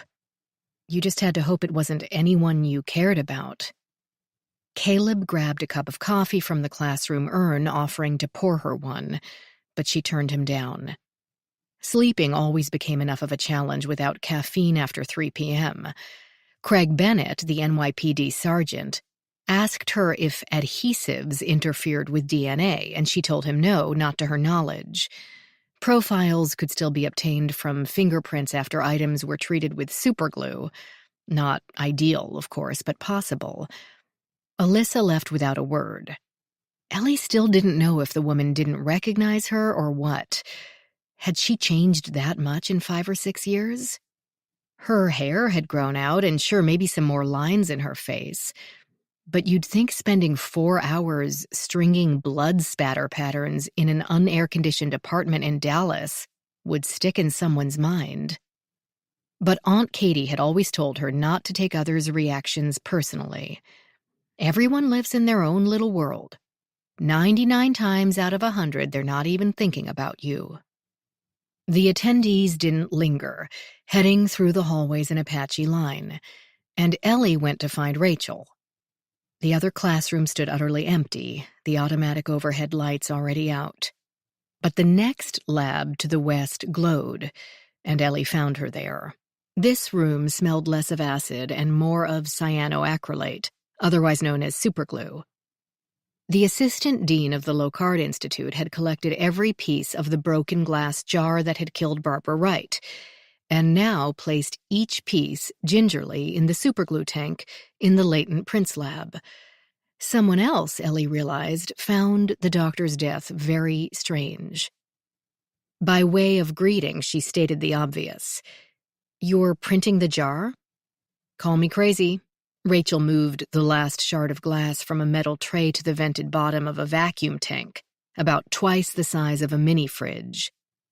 "But the medical examiner's office called. A friend of mine did the post. She said Barbara had some pulmonary edema, petechia more or less consistent with inhaling caustics, but none of the lesions to the nasal cavities that she would have expected." "So she didn't suffocate?" "She did, but from HCl fumes?" Rachel used an undersized plastic spoon to scoop powdered superglue into a flat foil dish. The dish rested on a digital scale, with powder added until the numbers satisfied her. She also had a decent hematoma on her right temple about here, which probably occurred when she hit the floor, I suppose. Clearly the good doctor had her reservations. She latched the door of the vacuum chamber. "I described the scene, and Betsy's thinking that Barbara had a heart attack. Her coronary arteries showed blockages, Barbara didn't have the best eating habits, and some atherosclerotic lesion." "Coronary occlusion?" "Very good," Rachel said with approval and flipped a switch at the top of the chamber. It would run a preset program, sucking the air from the space so that the cyanoacrylate fumes would spread evenly over and through the target items. A water-filled humidifier added the necessary humidity, while the hot plate heated the powdered superglue to 235 degrees, so that the solid changed to gas with only a brief stop at the liquid phase. Occlusion would indicate a heart attack, could indicate. And she could have hit her head on a shelf as she pitched forward, or the floor. Ellie said, "The part of her right cheek with no burns. I assume that would be the spot of skin pressed most tightly to the floor." It made me think that the acid pooled around her face after she hit the ground. She didn't land in the puddle. The fume chamber began to hum. Rachel would have to wait for 15 or 20 minutes, then turn it off. Ellie continued. "Which could make sense if she and the jar fell at the same time. Say, for example, her heart seizes up. She starts to collapse, drops the jar, hits the right side of her head on the shelf, lands on the floor, as does the jar, which breaks, and the acid spreads. She's already dead, so she's not breathing in the caustic fumes. I'm sorry, by the way, I hope I don't sound callous. How long had you worked together? Rachel pulled off her remaining glove. About 4 years. We weren't close. I wouldn't even say we were friends. We never conflicted exactly, other than her shuffling classes off on other instructors so she could prepare her presentation. Frankly, her theory was fairly simple. The actual work, presuming it ever gets off the ground, would be time-consuming. But to describe the process cannot be that difficult. I didn't see why she needed so many man-hours to get it ready. Other than that, I had no complaints about her work. Why would she have needed the hydrochloric acid in the first place? Making up lysis buffers? Oh, of course. She was planning to do rapid DNA of all the students' samples. I would have expected her to have those reagents ready, not making them up during the lunch break. But, like I said, she had short-timers pretty bad. She mentally checked out of this job months ago. Ellie pulled the dead woman's keycard out of her pocket. Thanks for letting me keep this, but I haven't even used it yet. I should go get my box out of Hector's office and put it in Barbara's before he locks up my car keys for the night. Hang on to it then, but I wouldn't worry. Hardly anyone locks their offices, other than Barbara. I have to admit that security, she went on with a more pensive air, is not very tight. Beyond locked outside doors with cameras over them, there's not much. The keycards are access only. They don't record entries or exits. We have no interior cameras, though the outside ones do cover the entire perimeter of the building. I mean, we're a school for adults on a gated compound in the middle of nowhere. There's nothing to steal, unless you're a rogue scientist who covets our homemade amino acid rapid imager, and that would be a hell of a thing to tuck under your arm as you duck out a window. Ellie laughed at the image of a thief carting off the chunky machine, which used alternate light beams to locate and scan fingerprints without powders or dyes. Then she stifled the grin. A woman had died. We're not Microsoft or Chase Manhattan, not a target for corporate espionage or identity thieves. No treasures to break in for and no prisoners to break out. Maybe we've been operating too long like we're some startup, a bunch of kids renting space in a basement. It always felt like that here, feels like that here. I just never worried about it. Rachel leaned back against the counter, weariness clouding her face. Maybe I should have worried about it. Maybe not, Ellie said. It could be just a heart attack. The only thing for which we do have a measure of security is the client files. Once a case is completed, we take everything related to it off the server and write it to a disk or a drive. Our IT guy is a bit paranoid about hackers. All of it is labeled with a system that makes Dewey Decimal look like an ABC primer and is stored in the vault. You have a vault? Sounds fancier than it is. It's a huge safe in a closet in the basement, up a short hallway from the cafeteria. Lord knows what the school used it for. Security on that is OD, bells and whistles and cameras and weight sensors. Anyone who tried to dig up dirt on one of our high-profile clients would find themselves entombed until Tom came to slap the cuffs on. That leaves me little to worry about other than local teenagers cutting the fence to visit our body farms. The CSI craze is still going strong in this country. Has that ever happened? Not so far. Had a dog hanging around today, but that's okay. I want to give our attendees every example of real-life hazards to the crime scene. Maybe a satanic cult dismembered your body, and maybe it was just the landlady's poodle. Ellie didn't stifle her chuckle this time, then nodded at the pieces of broken glass in the superglue chamber. Are you going to dye stain those? I'll use Ray if I need it. Superglue turned fingerprint ridges to a plastic white structure. The stain consisted of 3 dyes, rhodamine, Ardrox, and basic yellow 40, and would change those white ridges to a fluorescent yellow, helpful to distinguish them from patterned or busy backgrounds. But if the white superglued ridges were well formed, they might be easily seen against a dark brown glass substrate, making the dye stain unnecessary. In either event, the prints needed to sit overnight for the polymer chains to harden. "What are you hoping to find?" Ellie asked. "I don't know, Barbara's prints and only hers, I guess. But we don't know that she even held the jar. She might have only knocked it over when she fell. And prints wouldn't mean much anyway, since everyone in the building uses that chemical storage closet. Even the attendees. They've been here for a week and a half and mixed up reagents last week to collect DNA from guns. Or someone might have picked up the HCl to move it to get to something else. Those shelves are pretty packed." Rachel rubbed one temple. "I guess I just want to know how a coworker, even one I didn't particularly like, is here one minute and gone the next." "That's understandable," Ellie said. The chamber beeped. Rachel flicked the switch and cracked the door. The faint odor of hot superglue wafted out. "But not very professional." "It is in our line of work." She must have found that either comforting or amusing, because the crease in Rachel's brow flattened out. She left the chamber as it was, flicking out the light and closing the door to the lab. The women wound their way back around to the exit closest to the parking lot walkway, dodging other staff wrapping up their days. Attendees who hadn't rented cars and needed the shuttle to the hotel loitered around the door. No one wanted to wait outside where it had begun to rain once more in violent, heavy drops.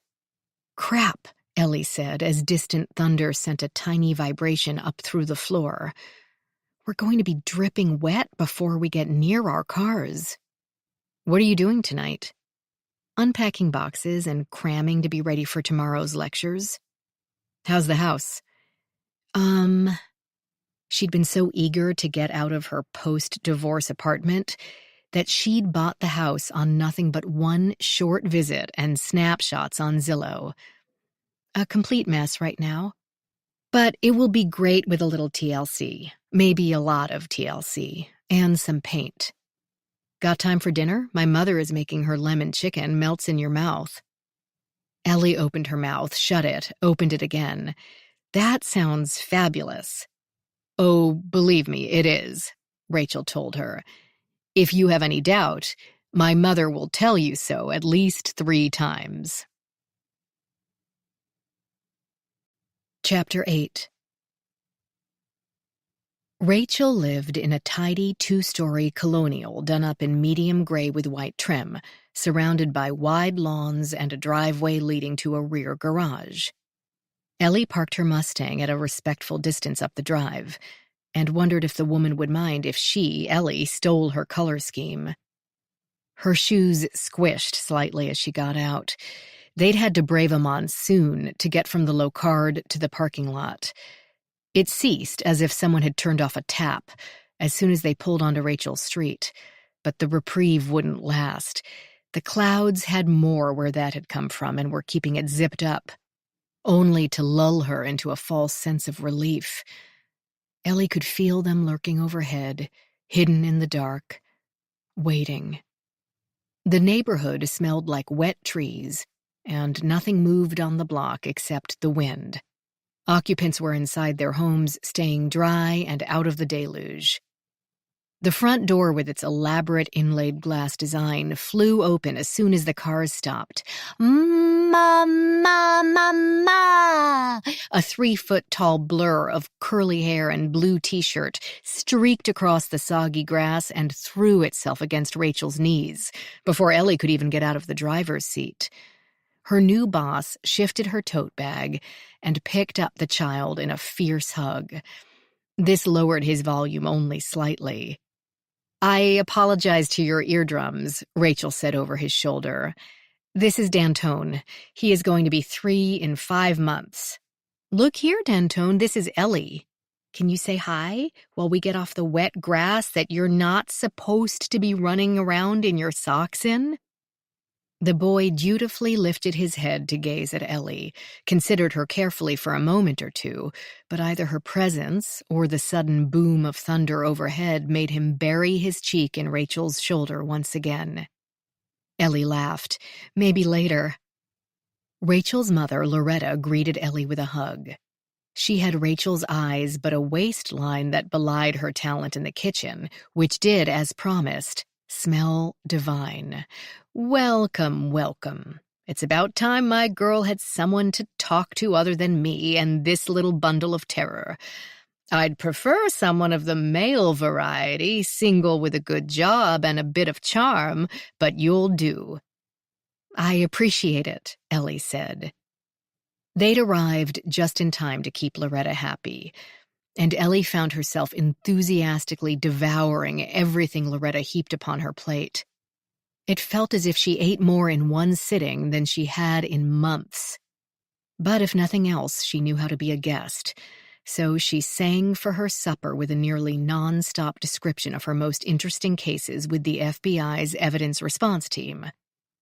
At first, she hesitated, not knowing what might be appropriate dinner conversation. Then Rachel assured her, "My mother has heard so many descriptions of decomposed bodies, she could paint one." "Got better things to paint," her mother commented. "And has been sworn to secrecy so often it's become second nature. I think most of her friends believe I don't have a job, since they never hear about it."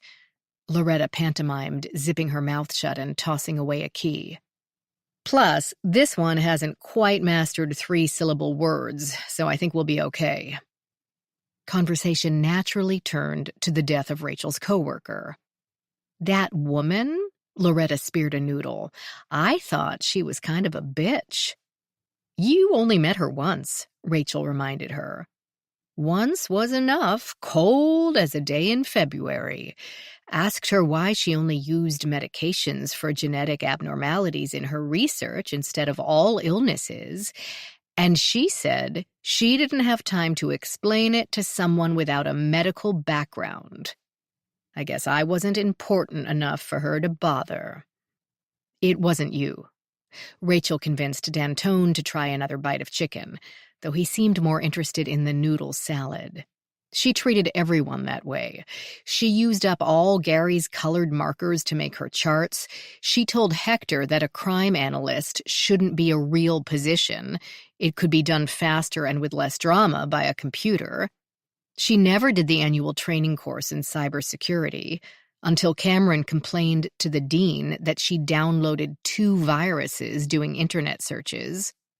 "Get with Cameron tomorrow to get your keycard fixed, by the way." "Will do," Ellie said. He was convinced that she was a spy for Access Hollywood. We did some work for that actress, the one in the latest superhero movie. Lily Martin, her mother supplied. She had a stalker, and the tabloids found out that we proved her hairstylist had sent the letters.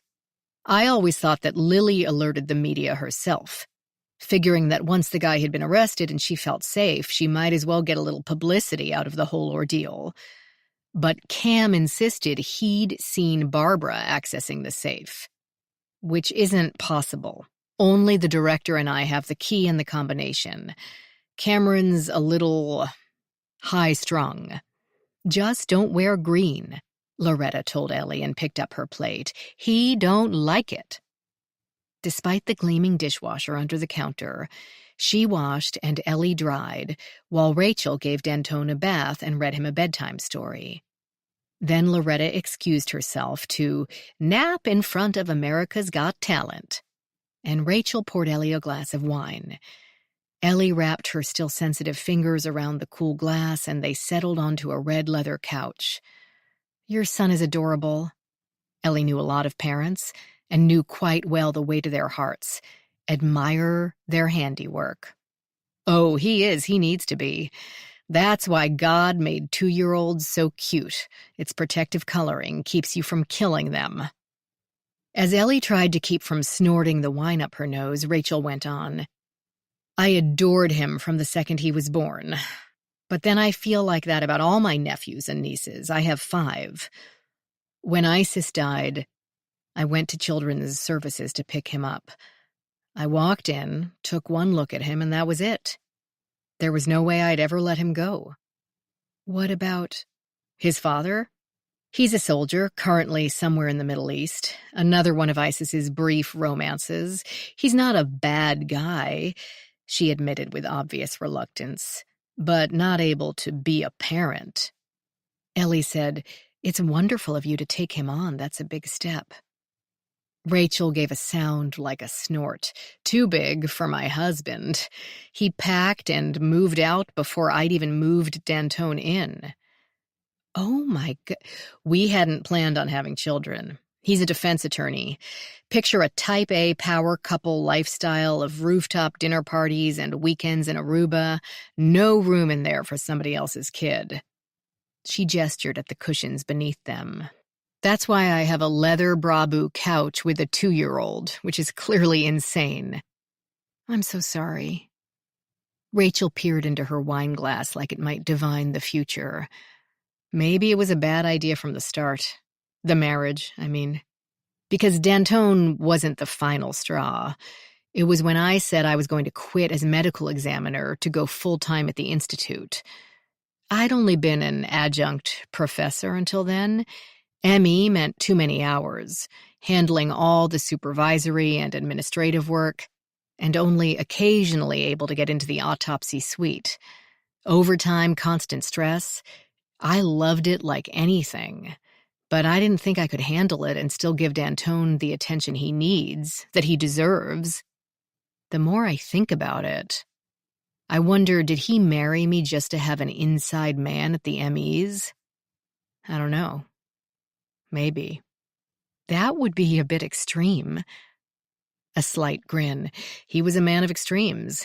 That's why he was fun. Until he wasn't. What's that look? Sorry, I didn't mean to drop the Davies family drama on you. No, it's just funny, in a way. Your husband left you because you have a child. Mine left me because I wasn't ready to have one. Rachel took a turn with the look of shock. For real? If I'm honest, that's probably only part of the reason. She summarized quickly, meeting Adam while in college at Georgetown, marrying him, and getting into the bureau. Adam hankering for a more traditional lifestyle, and just maybe not caring for the esteem Ellie garnered at the bureau. He had an idea of what he wanted his life to be and went for it, whether I fit in or not. Like you, maybe it was for the best. To find out early on. Rachel held out her glass. Ellie clinked hers against it. 2 X's. May their souls rot forever in limbo.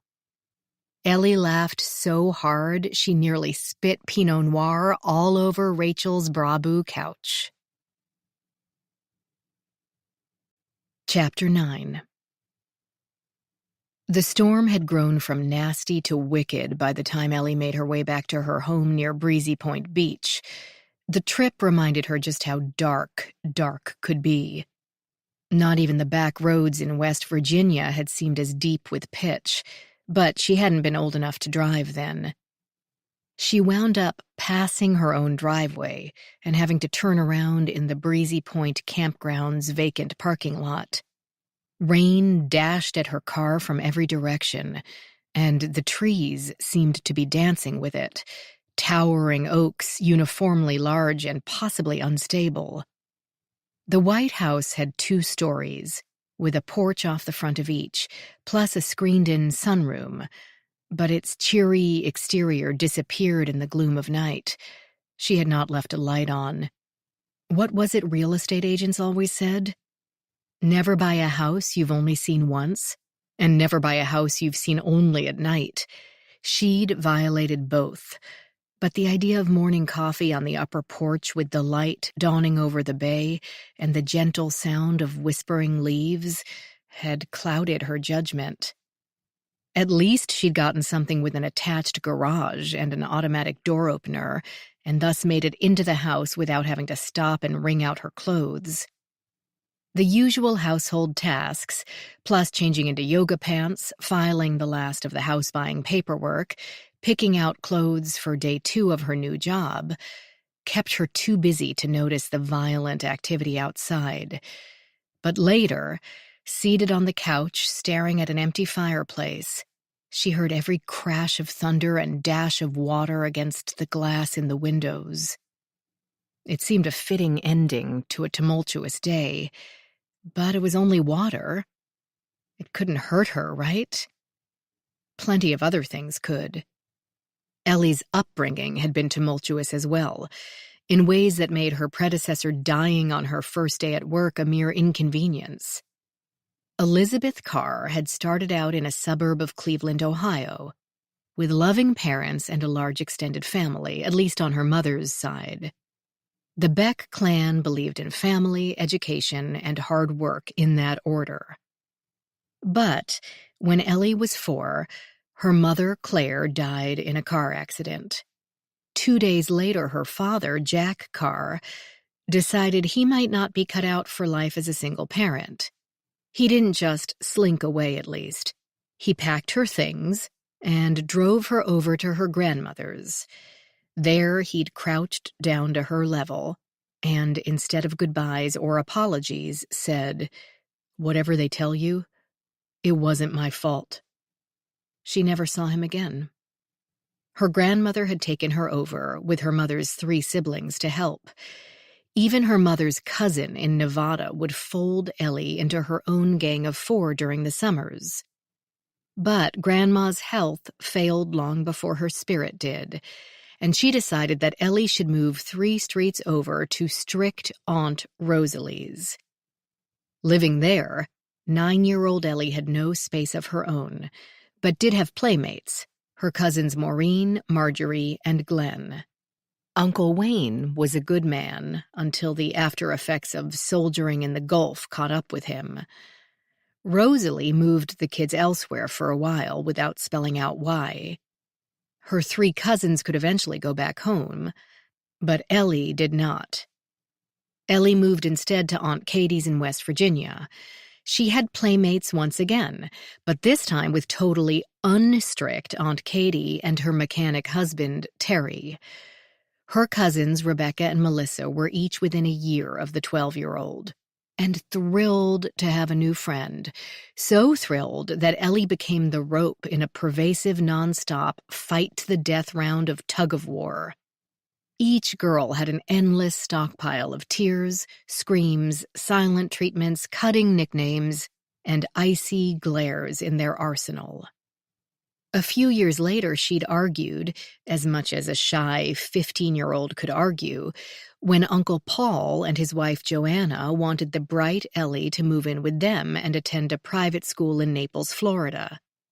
But the space and peace quickly soothed any qualms. The 2 doctors still had a house there, though they spent most of their time overseas with Doctors Without Borders.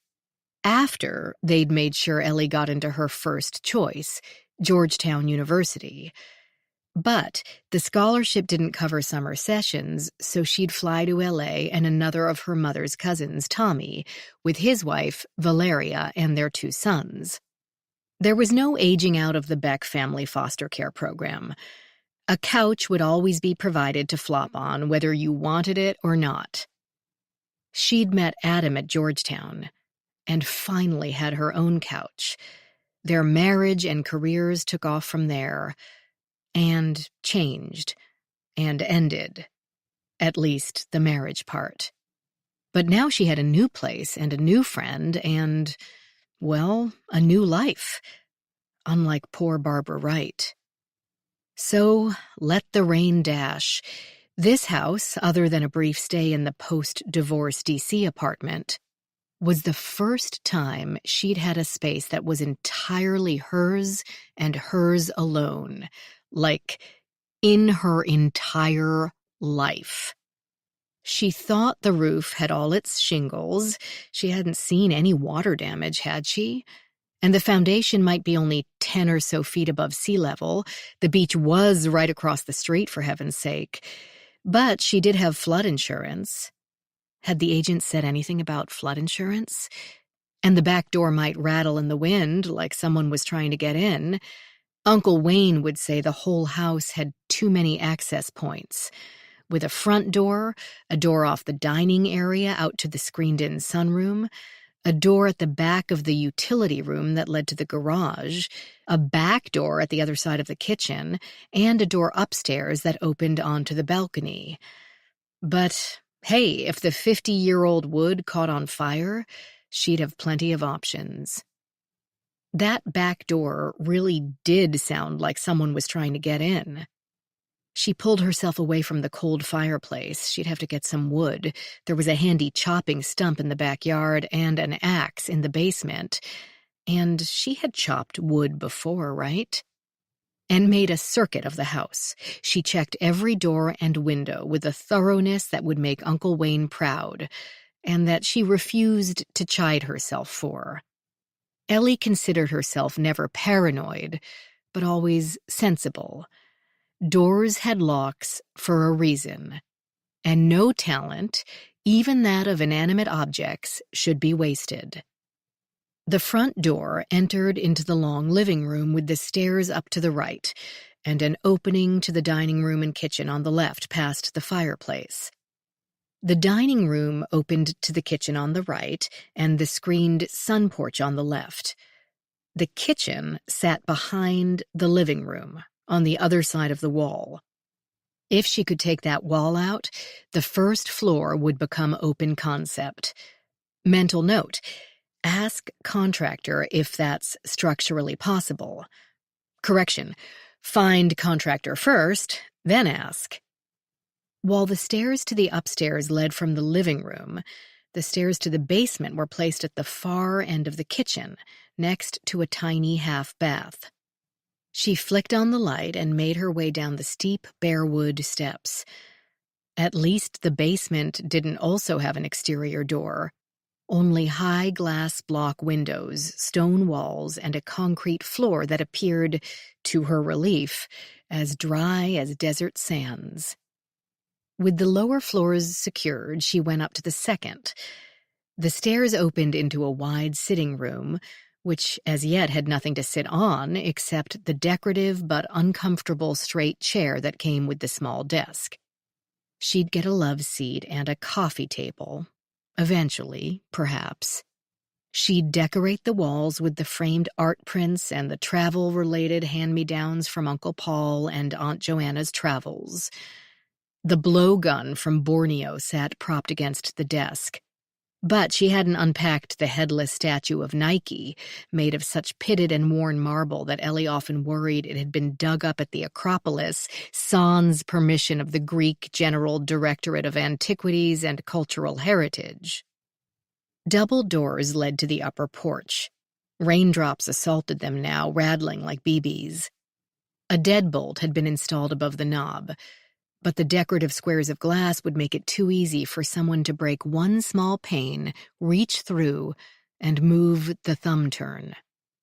Mental note: switch this out with a keyed deadbolt. That concluded the doors. She continued the survey with the upstairs windows, quaking as well against the wet wind off the bay, and found the 3 bedrooms and 2 baths were as she'd left them, the sparse furniture awry and stuffed with boxes, from which only the necessities like toothpaste and bras had been excavated so far. A crack of thunder split directly over the house, so loudly that she yelped. And even though damp foundations and damage from falling branches worried her far more at the moment than ghosts and serial killers, she decided one more necessity might be in order. In one of the many cardboard cartons labeled books, there were indeed many books, but she'd also packed her best jewelry, a stash of 300-odd bills, and a .32 caliber Colt Detective Special, because no one would ever look in a box labeled books. It took several tries and many a distracted stroll through literature past before she found the right carton. The revolver and its sack of ammunition were sandwiched between a biology textbook and an Anne Rule paperback. She'd often wondered if her grandfather had bought it because it was cheap at the time, or because he thought the name was cool. He hadn't had much interest in guns per se, since this had been the only one he owned, and he didn't even have a holster for it, stowing it carelessly enough to accumulate scratches on the barrel and grip. But he'd died shortly after her 5th birthday. Perhaps her grandmother had made him get rid of firearms when a toddler came to live in the house. And he kept this last one purely as a tool for home defense. With a 2-inch barrel, it wasn't much good for anything else beyond close combat. When Ellie had been 9, as her grandmother used her last bits of energy to pack up Ellie's things before moving to a hospice center, Ellie had snuck into the bottom drawer of her grandfather's toolbox in the basement. The box rusted away on a lower shelf among the jars of old screws and extra plastic tubing, where Ellie had been looking one day for wire to make a bracelet for her doll. She had never told her grandmother about finding the gun. Maybe her grandmother never knew it was there, and maybe, then, she'd never miss it. Ellie pulled it out, and with trembling thin fingers tried to aim it at the furnace. She knew better than to even put her finger through the trigger guard. A flange over the cylinder chambers covered them from the back, so she twisted her wrist to take a cautious, sidelong glance at the barrel. The chambers were empty. She even took the flashlight off the shelf over the stationary tub to make sure, but its dim, battery-failing light showed nothing in the round holes. The 9-year-old felt relatively certain that the gun was not loaded. She also took the canvas sack with the jingling cute little bullets. She didn't know how to load the gun and didn't plan to try. As long as she had it, she could figure the rest out if and when she really needed to. Perhaps this was stealing, but she didn't think so. Grandma had told her to take whatever she needed. The house would be sold. Indeed, she would be back there many times helping to clean and paint toward that end. And her grandmother certainly wouldn't need the gun where she was going. Aunt Rosalie would find it and throw it away or do whatever she had to do to destroy such an awful object. No one would want it except Ellie, and no one needed it except Ellie. That little girl was going to be on her own now. She'd heard the visiting nurse say to her aide. Clearly, Ellie would need all the defense she could muster. She'd wrapped the gun in an old t-shirt and put the bullets in a bag with some bangle bracelets, where the soft jingling would not be noticed. At Aunt Rosalie's, it had never been a problem, buried under her bed where Maureen and Marjorie were too sweet to invade someone's privacy.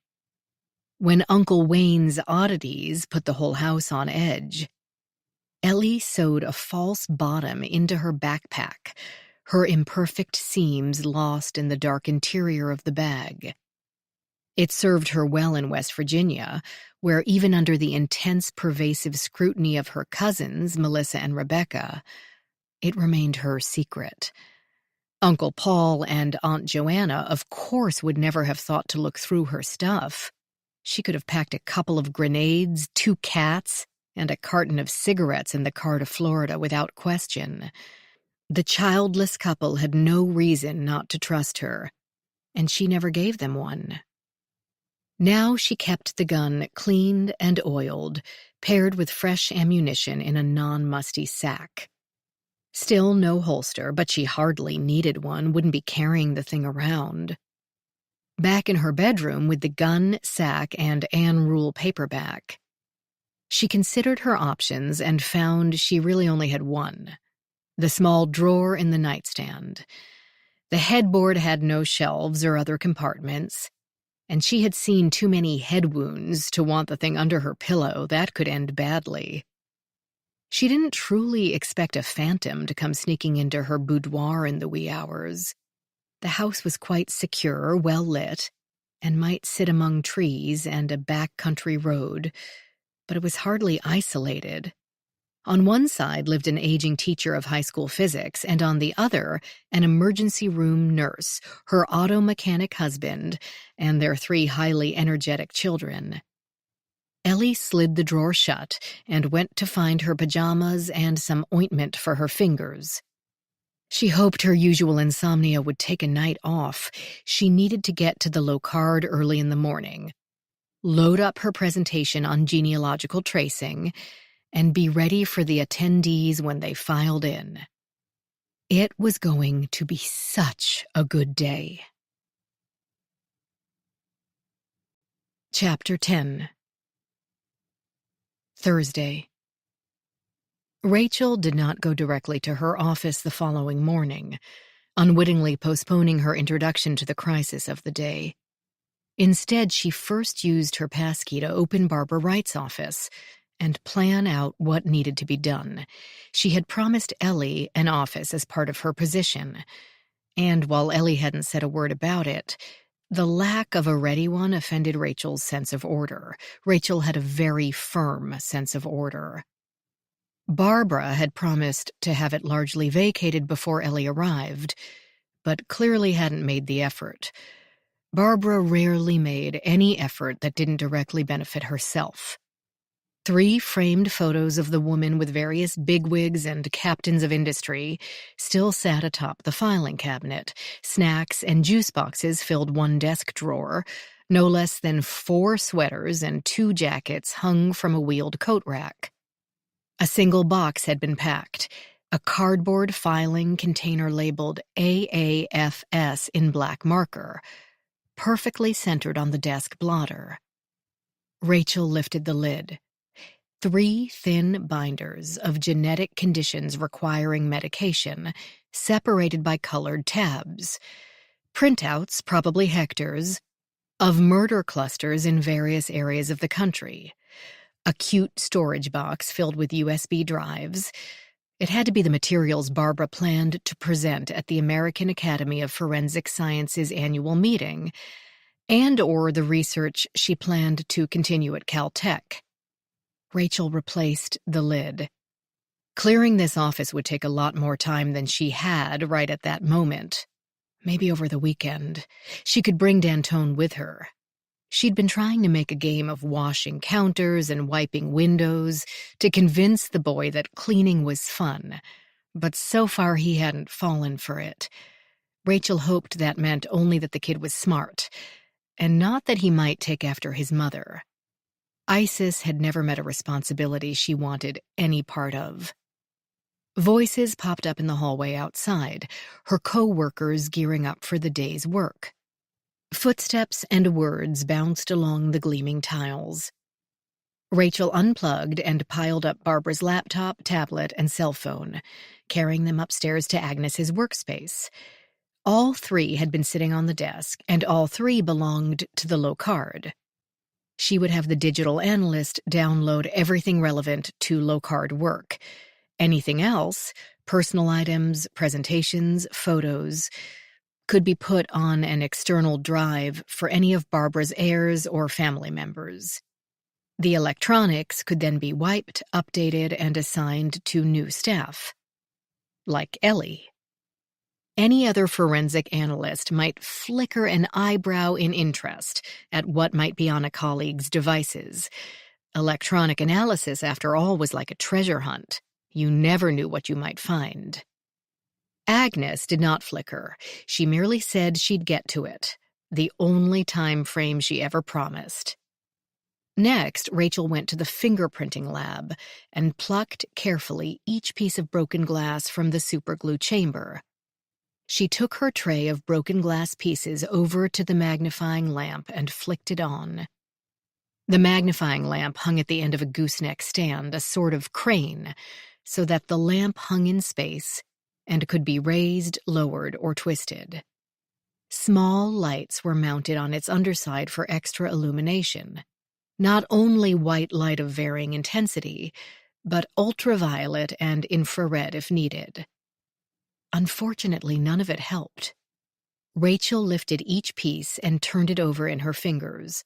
searching for useful fingerprints while unsure of what she expected them to tell her. Barbara Wright had had a heart attack and fell in the supply closet. Maybe she'd picked up the jar and dropped it, and the annoyance, the final straw when she had so much on her mind, had agitated her heart into seizure. Maybe she picked it up, then her heart began seizing and she dropped it. Maybe her heart began seizing and she pitched forward, knocking the jar from the shelf. Her fingerprints would or would not be deposited on the jar depending on which had occurred.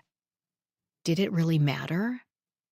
But why, she thought as she rotated each chunk of brown glass under the bright magnifying light, are no one's prints on the jar? It hadn't been brand new since she hadn't found a cellophane seal clinging to the lid. Even if it had been new, whoever had stocked it in the closet would have touched it, unless they were cautious enough around acids to wear gloves even for that simple action. Rachel groaned inwardly.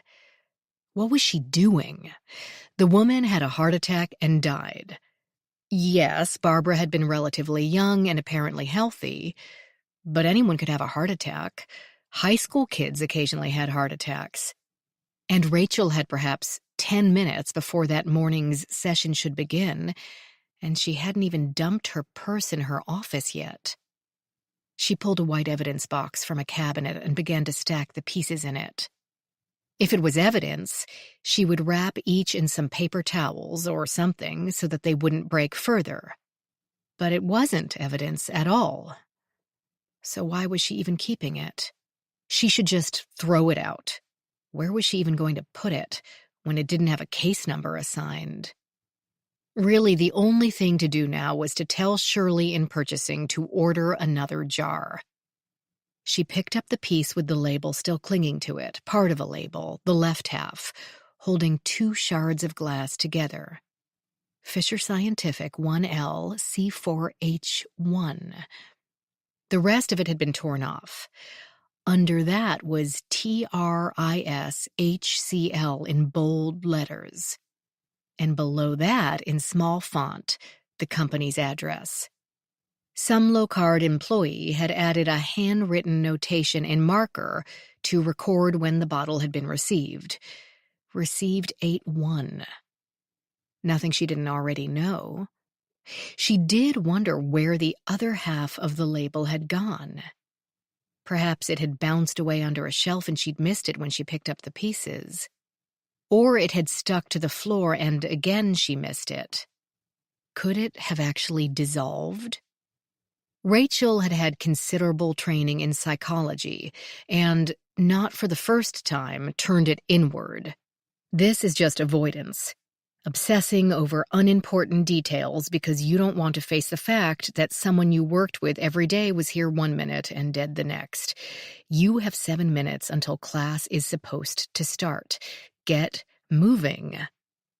She scribbled, "Rachel, don't touch," on the box, and left it on an empty counter.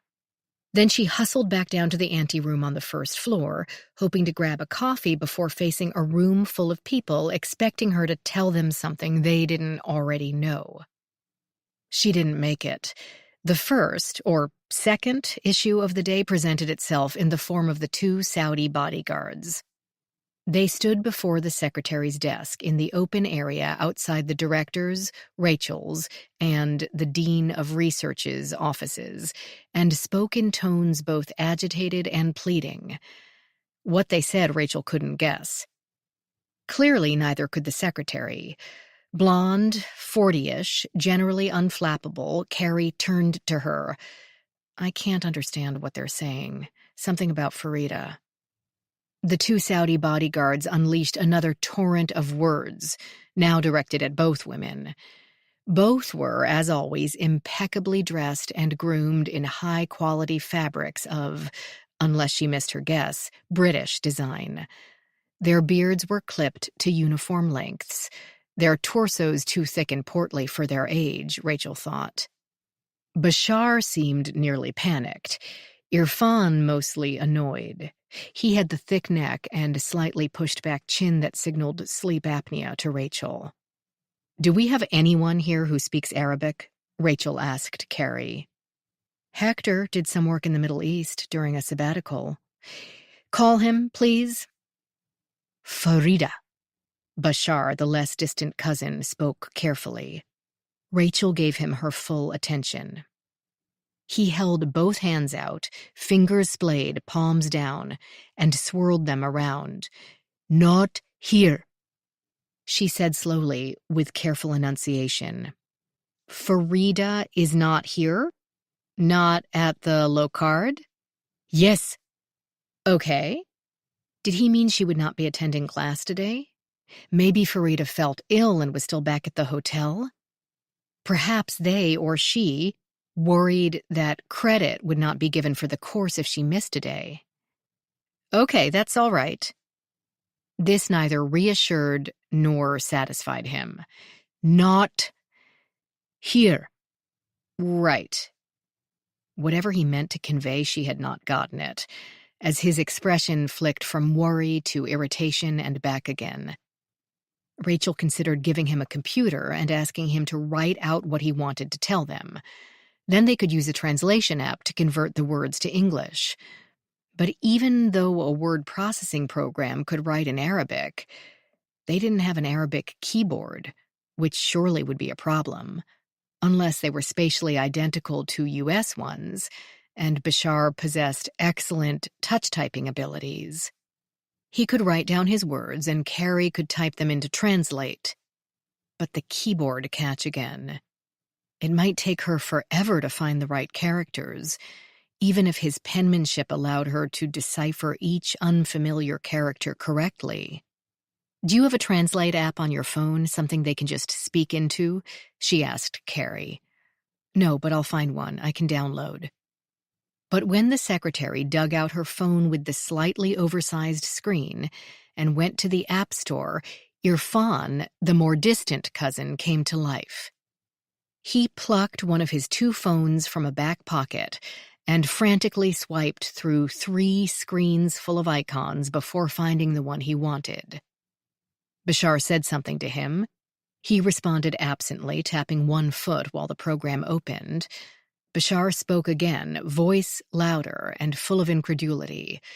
Rachel didn't have to know Arabic to know that he had just demanded, "Did you have that this whole time?" He almost couldn't stifle his agitation in order to use the app, clearly forcing himself to speak slow and clear Arabic words into the rectangular electronic device that Irfan now held out to him. Then, nothing. Irfan looked at the screen in alarm, muttered, and tapped one spot one time. A disembodied voice, tinny but pleasant, said, "Farida is not here, and not at hotel." Rachel frowned. "She didn't come." Irfan snatched the phone back, tapped some settings, and held it out again, toward her this time. Rachel took a second to form her question. It needed to be simple. "She did not get on the shuttle this morning?" The 2 men waited for the translation, then answered, "No." "Is she in her room?" "Hotel says no." Rachel wondered if they had knocked, if the desk had called, if someone had actually gone in. She asked if they meant Farida had disappeared overnight. Had the girl run away? Defected like a visiting Soviet in the 1970s? Had the lure of American-type freedoms proved too strong? It didn't seem likely. Farida might be young, but not impulsive teenager young, and she had not expressed any desire to stay in the U.S. She clearly loved her land, her family, and maybe even this fiancé. Rachel needed more information. "When did you see her last?" They needed a minute to work through that syntax, most likely different in Arabic. "Last night.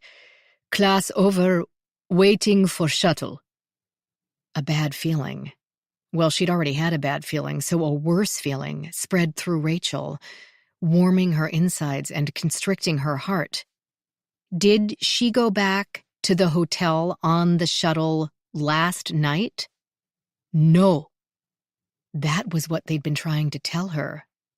Do you know if she got another ride to the hotel? No. Was that no, she didn't, or no, we don't know? What happened last night? Slowly, awkwardly, the story emerged. Hector arrived. Though not fluent, he still managed to speed up the process. The two men and Farida had been waiting with the other attendees in the ground floor hallway for word that the shuttle had arrived. No one wanted to wait in the open parking lot in the pounding rain. Farida announced that she had to use the ladies' room, so all three of them moved downstairs to the cafeteria. Rachel pictured the layout.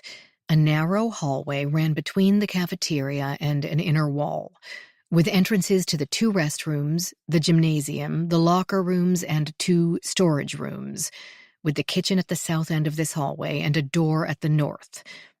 The door opened onto a brick pathway that eventually curved up the hill and merged with the path to the parking lot. Farida had dumped her tote bag on one of the long tables and entered this hallway to go to the restroom. The men had remained in the cafeteria and attempted to get cups of cola from the drinks station on the south wall of the room, but the machines had been turned off for the night. "Pfft," described the hissing sound the uncooperative soda dispenser made, according to Irfan. His tongue seemed a little too fat for his mouth, definitely sleep apnea. They then returned to the lunch tables, since there was no place to sit in the hallway, and they waited and waited for perhaps 10 minutes, which did seem a long time. But they knew girls spent a lot of time primping, and they could hardly go in there to find out what kept her. A look of terror passed over Bashar's face at the mere thought. They finally approached the ladies' room and called to Farida, asking what kept her, and complaining that they would miss the shuttle and have to call an Uber. They heard nothing in return. The ladies' restroom, Rachel knew, had no door per se, only a privacy wall to block the view of its interior. Just then, a lone woman had come along, and they had tried hard to explain their plight. She did not understand them. Irfan sucked in his cheeks and used his thumbs and index fingers to make circles over his eyes. And Bashar drew himself up and looked down on them with a somewhat cold air. "Agnes," Rachel and Hector said in unison. With hand gestures and pleading looks, they let her know that they needed her to do something regarding the restroom. She went in and quickly came out again with raised eyebrows and upturned palms. Clearly, there had been no one and nothing of interest in the restroom. They thought perhaps Farida hadn't seen them over by the drinks machine and had gone back upstairs via the north staircase, which led from the hallway to the first and second floors.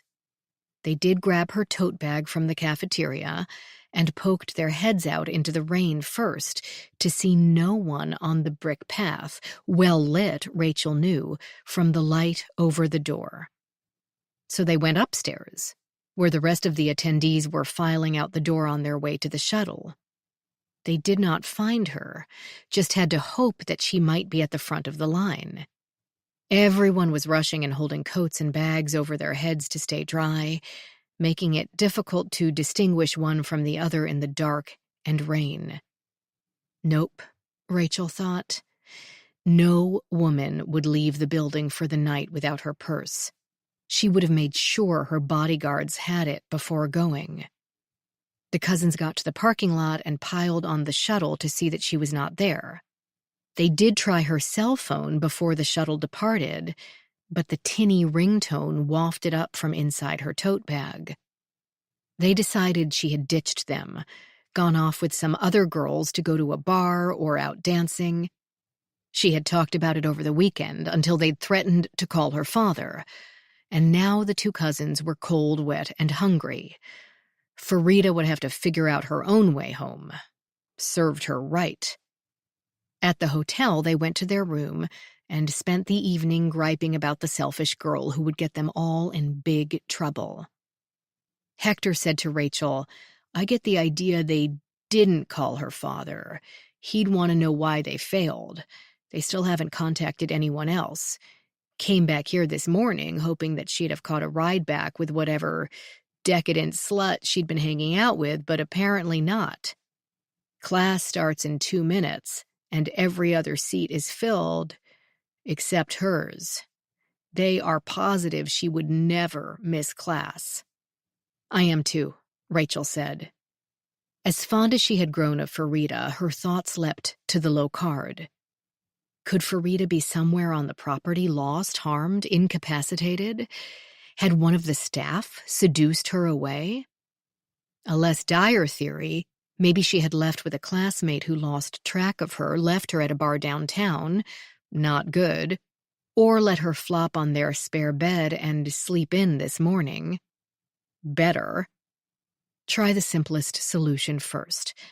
Okay, let me ask if any of the other attendees knows where she might be. If that doesn't get us anywhere, we'll have to grab all the staff we can and do a search. Can you stay here with them and see if there's anything more they can tell us? I'll be back ASAP. As Hector and Carrie got the men settled, Rachel hustled over to the classrooms. Her crime scene documentation students were ready to go, mostly in their seats with notebooks ready.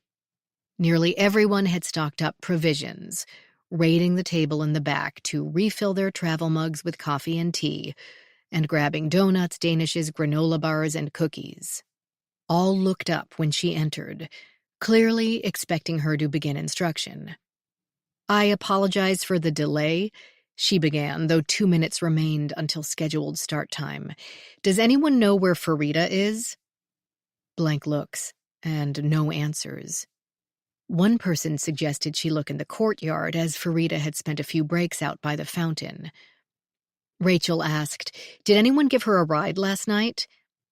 "She takes the shuttle to the hotel," Oliver said. "Was she on it?" Rachel asked, though she knew the answer. "Don't know, I rented a car." "She wasn't," someone else said, and 2 others agreed. "And no one's seen her this morning, no? Or at the hotel last night?" "What's the matter?" Steph asked with concern. "What happened to her?" "Nothing."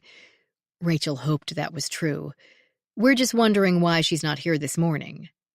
She ducked out to avoid more questions that she couldn't answer, and went into the next room.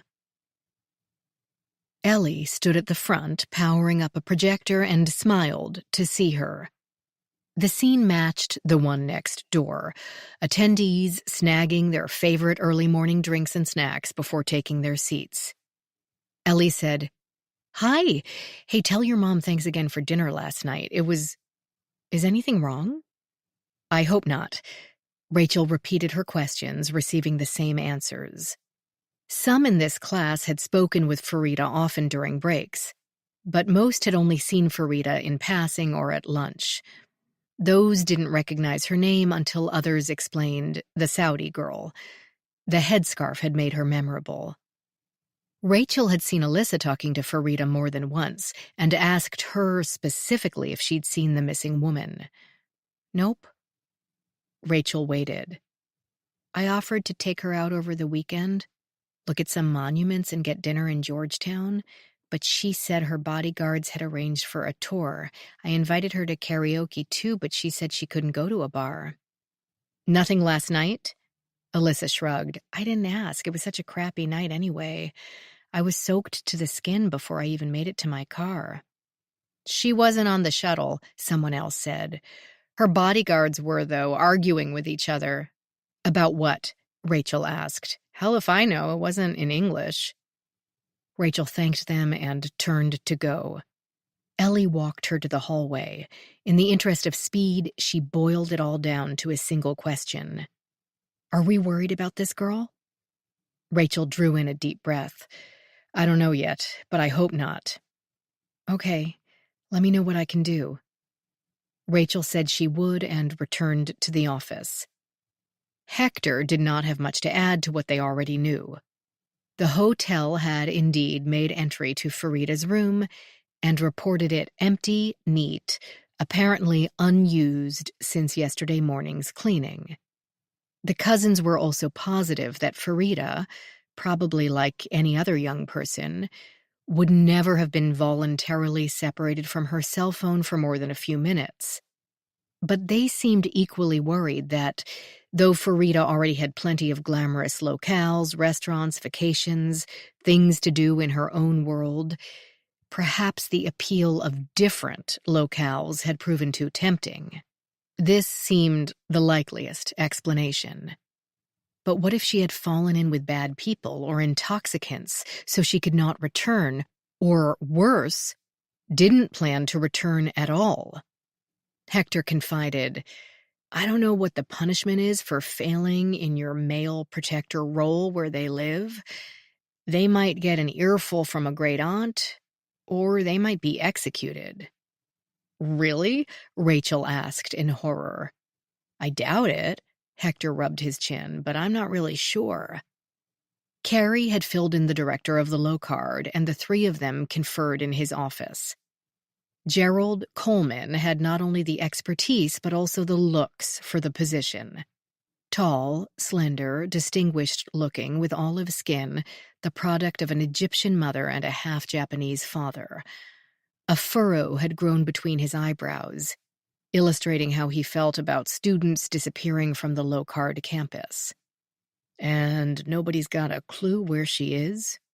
"Not so far. We're going to have to search the place," Rachel said. "Obviously," he said with some annoyance. "Building first, stem to stern, and if there's no love there, then the grounds." Carrie said, "She probably ran away. Who would want to go back to wearing a burqa?" Rachel said, "She didn't wear a burqa, and she never mentioned wanting to stay in the U.S., never even hinted." She held up a hand as Carrie opened a mouth to protest. "And why leave from here last night? We're in the middle of nowhere, and she's going to go hiking up these back roads in the pouring rain?" Gerald said, "So she did get a ride from someone, and they're lying about it." "Because they're helping her escape," Carrie said. "Maybe," Rachel said. "Okay, maybe someone we don't even know about picked her up at the gate. We need to get every available person, housekeeping, kitchen crew, maintenance, to check every inch of all 3 floors. Every inch."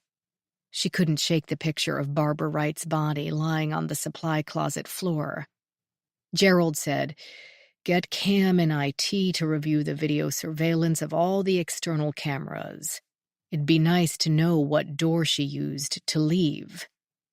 If she left, Rachel thought, but didn't say. She knew Gerald had his fingers crossed, hoping that whatever had happened to Farida, abducted, defected, or just lost on her very first bender, had happened off the Locard campus. And through her worry about the young woman, Rachel hoped so too.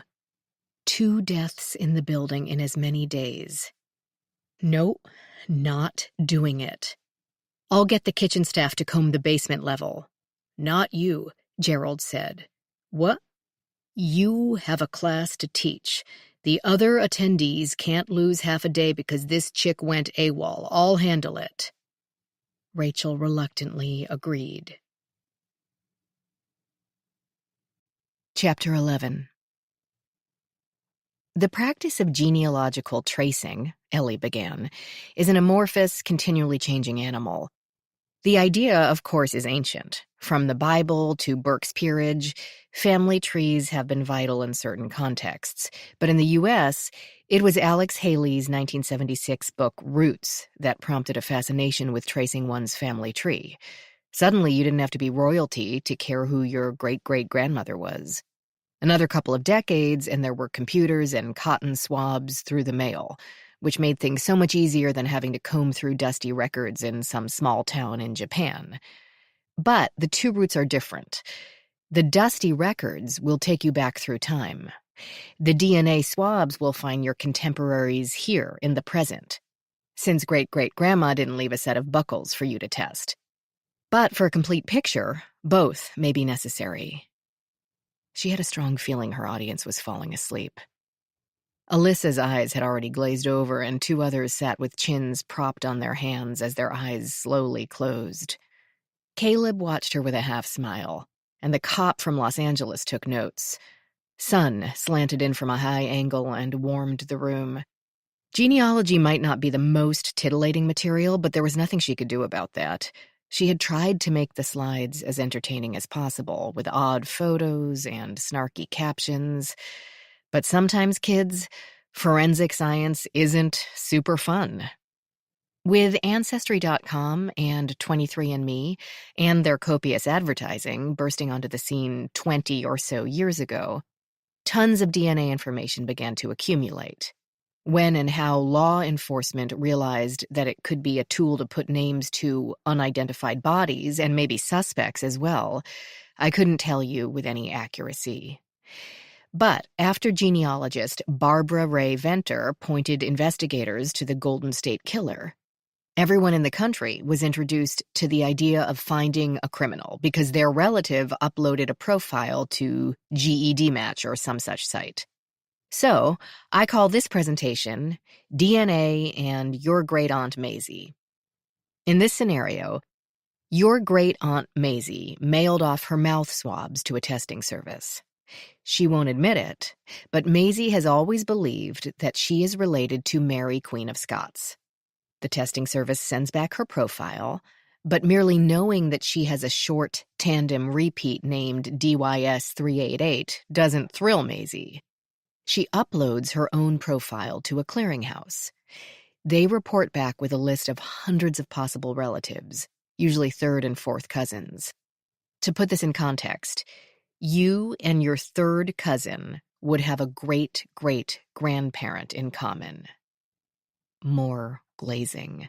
Even the photo of the very old-fashioned woman grumpily churning butter failed to get a smile. Genealogists look for close relationships. The more DNA shared, the higher the number of segments shared, the more likely that the two people are related.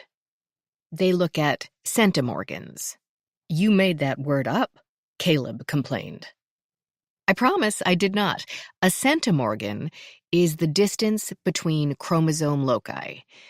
Every person has about 6,800 of these. So if you have 3,400 or 50% in common with someone else, you're probably their child or their parent. The forensic tech from Greensville perked up. She had 3 children, Ellie had learned over coffee that morning.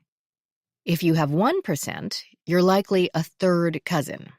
Now, also in this general database with Maisie, there is a sample from a stabbing 3 years earlier in Des Moines. Now most others in the class raised an eyebrow or straightened a spine. Finally, some relevance to their daily work. Blood was found at a distance from the body, didn't match the victim, and is presumed to be the suspect's. It has enough DNA in common with Maisie to be a third cousin, and the detectives want to know more. Clearly, it isn't Maisie, and no one would suspect the 70-year-old of stabbing a co-ed and then climbing down a drain pipe outside her window 3 states away. The last head nodder now seemed to be listening. Ellie switched the projector remote to her other hand. Her acid-singed fingers had returned to nearly normal overnight, but a trace amount of sensitivity remained. Now, we need more than test tubes and a thermocycler.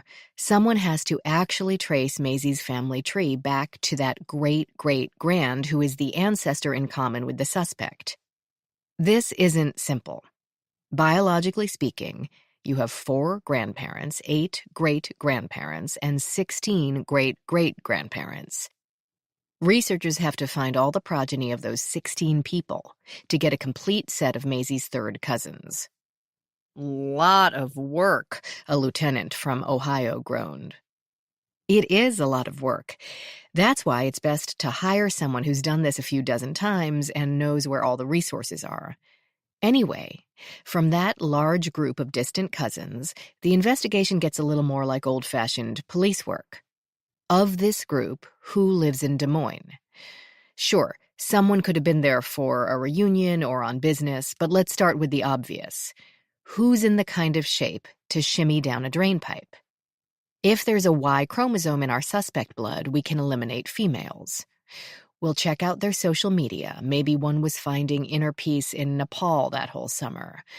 Wring any last drop of information out of their genetic profile.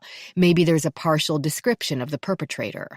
So who's got the genes for a certain hair color, eye color?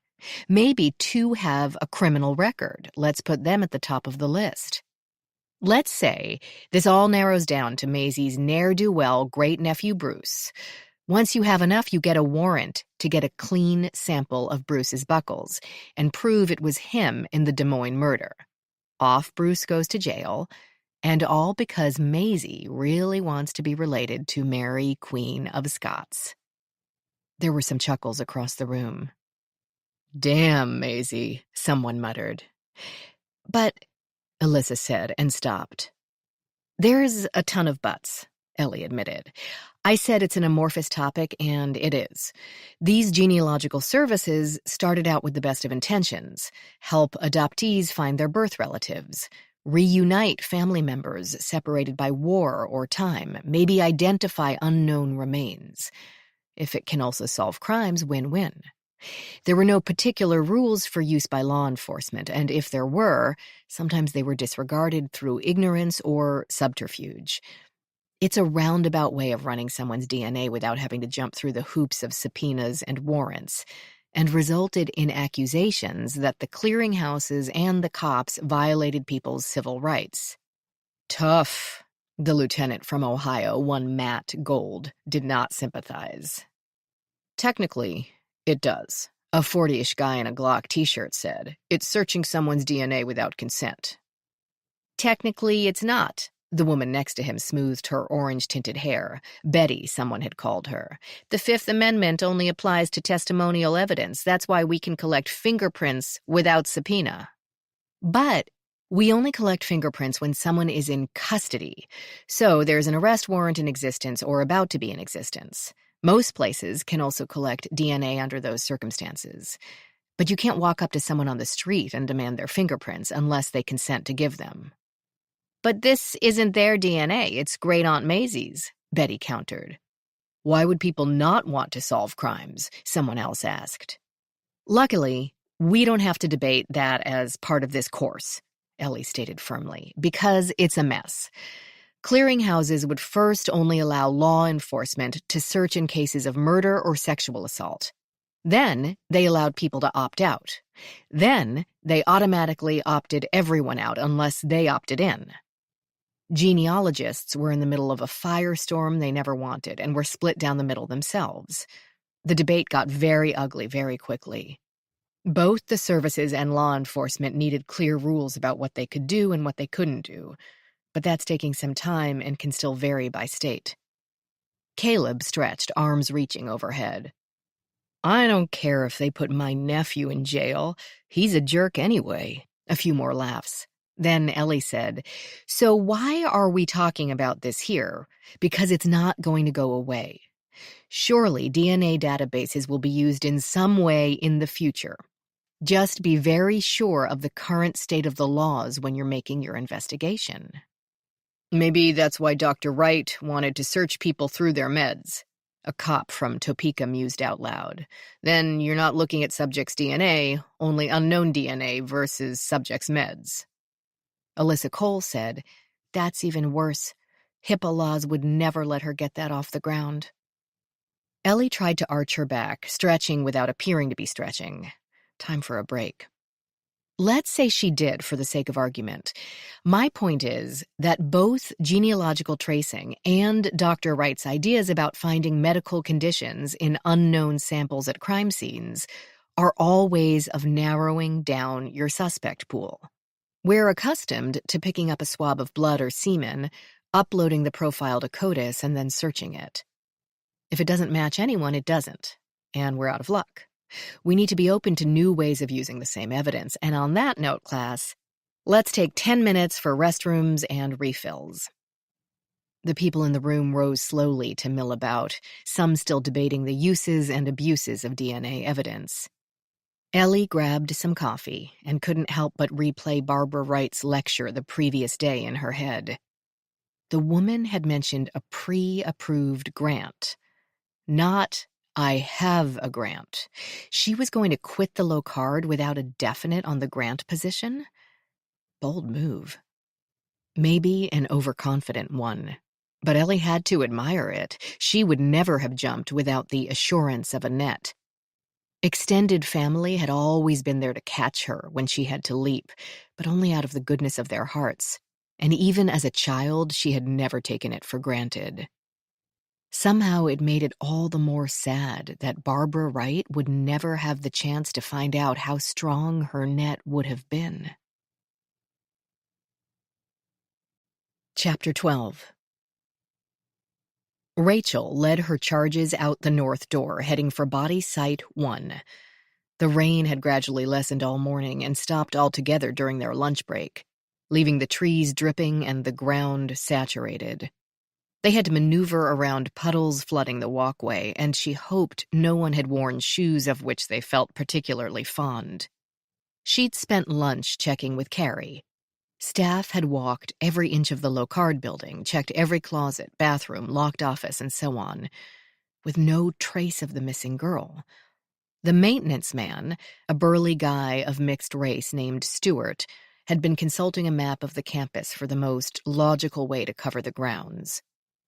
While looking for Farida obviously took priority, Rachel had also asked him to keep an eye out for a small German Shepherd-type puppy, or a means of egress for same.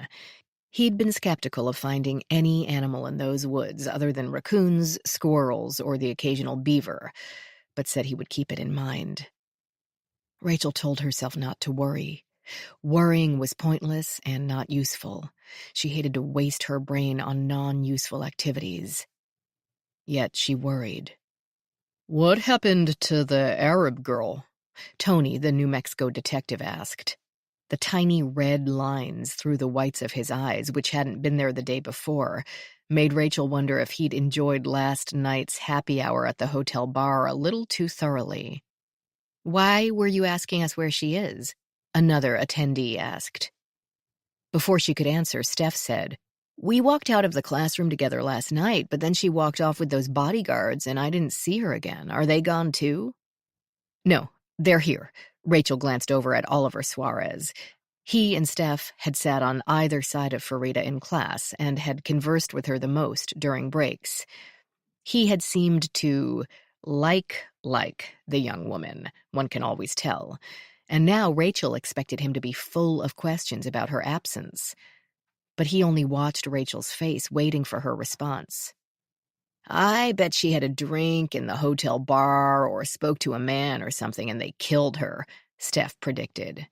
She clearly meant the cousins, not the unknown man at the bar. "I doubt that. They came to us to find her."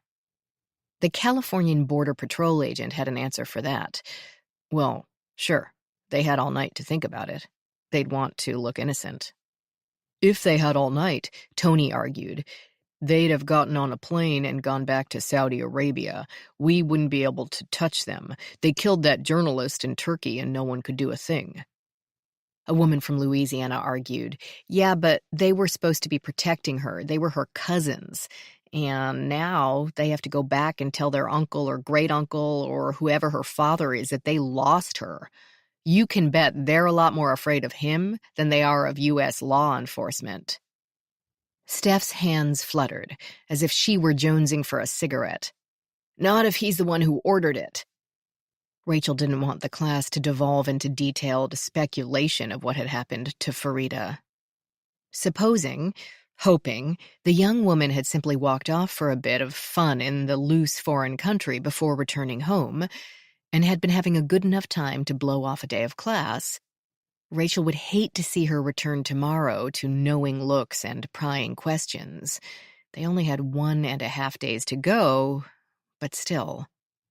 On the other hand, Farida had spent over a week chatting daily with this same group of people, so if anyone knew where she might have gone, they would. Even if they didn't know they knew. Rachel couldn't cut off such a font of possibly helpful information. She wiped a fallen droplet of water off her cheek, shrugged more comfortably into her windbreaker, and took a deep breath of the rain-scented air. Then she asked Oliver, "Did she say anything about wanting to go somewhere in the D.C. area, in the U.S.?" "No." He kept his eyes on the path, but to be fair, the puddles made that necessary. "Any D.C. site she particularly wanted to see?" "No." But then he added, "The Lincoln Memorial." Steph said, "Of course, the guy who freed the slaves. That would have had a lot of meaning for someone who wasn't free." "She was free enough to come here," Tony pointed out. Oliver said, "She said they'd gone there over the weekend anyway." Rachel said to him, "You have her number. You've been texting, right?" "Yes." He didn't ask how she knew that, how she'd overheard them in class. "She text anything about wanting to leave, to go out?" "To go walkabout?" Steph added. "To defect?" "Defect," Tony said with a laugh. "I haven't heard that word since the 1970s. Oliver said they'd only talked about class information, reading suggestions, that sort of thing. "Anything last night?" Rachel asked. He said no, which made sense. Farida's phone had been in her tote bag with her bodyguards. They reached the turnoff for Body Site 1, and a chorus of groans went up as heels and soles sunk into the softened earth or slid on layers of sodden leaves. Brush and weeds and branches grabbed at arms and legs as they passed, wetting the business casual attire. "It's all good," Rachel told herself. "Real-world conditions. Everyone here has seen worse." "This sucks," Steph grumbled. Yes, it does," Rachel agreed. "Okay. We are once again at the side of dear, departed Chester, learning all about the joys of taking notes in a wet environment. If you're not accustomed to dictating your observations, using the Notes app or the equivalent on your cell phones, this might be the scene to start with. So what do we see?" Because the goat had not been completely buried to begin with, even more of the covering dirt had been washed away since the day before. Nearly the whole body could be seen, the fur easily standing out between fallen leaves. "The water washed away all the maggots," someone said, a distinct note of relief in their voice. "To some extent, yes. Insects generally like a little moisture, but not too much. This entire lot slopes from the road down to the bay, and with all the clay in our soil, the water doesn't drain too quickly. A lot of our maggots have been washed down the hill toward the Chesapeake." "Could the entire body have shifted?" one attendee asked. "It looks different than yesterday." "Like he rotated. He was lying almost directly north-south before," another said. Rachel didn't think it had rained that hard, and in all the years she'd been doing this, often in rainy weather, she'd never had a body move. It did look a little different, but that had to be due to the mini-flood washing away a great deal of leaf covering. Since the course purported to teach documentation practices that met standards for accreditation, they weren't really there to observe changes in a buried body over time. It would be the job of next week's class to actually exhume poor Chester. "It's not likely, but since we're out here to document our observations, you could always measure his position again and compare to your previous notes. In the meantime, let's talk about plants." Most didn't seem any more enthusiastic about plant life as they had been about insect life, but they listened. Rachel crouched down and picked wet leaves off the fur one by one, placing them in piles to her side, separating by size and shape. Again, since the course meant to teach documentation and not actual outdoor scene analysis, they weren't going to identify the various botanical samples or research their origins. She only wanted to discuss the basic reasons and practices for doing so, for those occasions when botany could be relevant. You very rarely hear about botany being used in investigations anymore. When 80 or 100 years ago, every lab would have a microscopist who could identify pollen spores from every local plant. But it is still vital knowledge under certain circumstances. Plants are living things, and as living things, what is their primary function? To live, someone said. After that, to procreate, Oliver said. Rachel nodded up at them. The name of the game in the ecological universe is to get as many of your genes as possible into the next generation. Plants want to disperse. They want to send their seeds over distances by outfitting them with hooks, hairs, breakaway parts, and sticky secretions. So, you just killed somebody, and you decide to dump them out in the woods where, unless you are truly unlucky and some hiker stumbles on them, they'll just decompose and or get ripped apart by coyotes or bobcats or ants. Your goal is, news of your crime never makes it back to the human world. A few chuckled at her description. A few others saw where she headed. So you're dragging that body through the plants, Steph theorized, while all those seeds and pollen and bits of leaves stick to it. The body and you, exactly, even if you carry the body. Even if you wrapped it in a tarp or a duffel bag that you take away with you, you still have to unwrap it and get it into the ground. Even if you made it easy on yourself and forced your victim to walk in under their own power, then they're going to have items from low-lying weeds and brush on their shoes and lower pants, and not along their whole body. Everything can tell us something if we listen. Tony said, "But those leaves are lying on the body because they fell from the trees overhead. With the way the wind whipped yesterday, probably all the leaves here right now are a mile from where they started and have nothing to do with the body." Rachel said, "Are they from the trees overhead? What trees are immediately around the body? Those are the details you don't want to forget to document. Maybe you find a bunch of maple leaves caught in the clothing. But there's only oak around the gravesite. And what stage are they in? If it's April, but you find a great deal of fully grown, dead leaves buried with the body, then maybe they've been there since fall." "Still," someone said, uncertain, "they're leaves and it's a forest." "Very true," Rachel said. "Like most forensic evidence, it can mean a lot or nothing at all, depending on the circumstances. Finding the victim's blood on the suspect's shirt doesn't mean anything if your suspect says she found the man with stab wounds and attempted CPR. Finding the suspect's prints on the vase means nothing if it's his house. So finding oak pollen on our Chester would not tell us much. But if we found sand spurs in his fur, that would indicate that he and or our killer entered the woods from the beach and not the road." Still, many appeared skeptical. "Would that really convict someone in court?" one asked. "Once again, it all depends. If your suspect lives on the beach, then it's another nail in his coffin. It might be circumstantial evidence, but many cases are built on circumstantial." Tony, surely accustomed to the open land of the desert, argued, "But there could be sand spurs all over this forest. Raccoons, woodchucks would carry them around on their fur." True also. That's why documentation is key.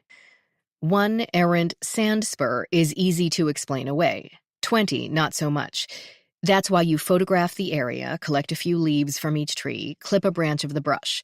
If you really are out in the middle of a woods like this with no fixed reference points, you might need to pound in a piece of rebar, somewhere away from the body, and use GPS to geolocate your exact points. Use a compass to determine true north and south. "Outdoor scenes are a pain," someone grumbled. "But they smell better," Tony pointed out. Rachel said, "Yes, there's a huge amount of detail added when you're working a remote location crime scene, 99% of which we're not going to go into here. But I can't stop myself from mentioning some. Anyway, during excavation, your job is to collect all the plant life you find with the body, so that a botanist can determine how likely or unlikely it should be to find creeping beggarweed in the victim's cuffs. Maybe it grows around the entire perimeter of the forest. Maybe it only grows in one meadow at the south entrance, the most direct route from your suspect's house. Or maybe it grows at your suspect's house," a woman from Iowa suggested, warming to the idea. "That would be ideal," Rachel agreed. "If it's something that shouldn't be found in the entire forest, it's much more compelling. But the documentation has to hold up in court. That's why..." Something nudged her foot, softer than a waving branch, and she looked down into a pair of huge brown eyes. "Puppy's back!" Steph crowed. At least 3 people said in unison, "He's so cute!" 2 dropped down to pet him despite the mud sticking to his ears and legs. "What are we going to do with you?" Rachel muttered. She really didn't want him poking around the body sites. Real-world conditions be damned. But it seemed silly to fuss about a dog when a veritable army of raccoons inhabited the trees. Depositing him outside the campus fence would be pointless when the gate stood open all day, and the fence clearly hadn't been an obstacle so far. If she picked him up to keep him from disturbing the class, what would she do then, other than trash her windbreaker? They had no place inside the building to keep him, nothing that could function as a kennel outside, and then what? Home? Yes, Dantone would go out of his mind. But her mother's asthma would rebel. Take him to the Humane Society? Could she rat out that face? Condemn him to a stint in doggy jail? Surely he'd be adopted, something so adorable. Right now she had to get him out of her class. Concentration had been completely shot. A medical examiner's investigator from Utah had pulled half a donut from his pocket and was letting the dog chow down on it, while a crime scene tech from Idaho complained how that wasn't good for him.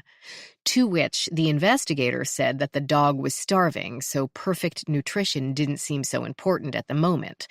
And a detective from Nebraska nearly stepped on their buried body to pat the puppy's head, who, after downing the piece of donut, began to dig in the wet dirt. "All right," Rachel said, "let's get back to work. And unless you all want decomposed goat sticking to your shoes, I suggest you watch where you step. I'll take our stray back to the Locard.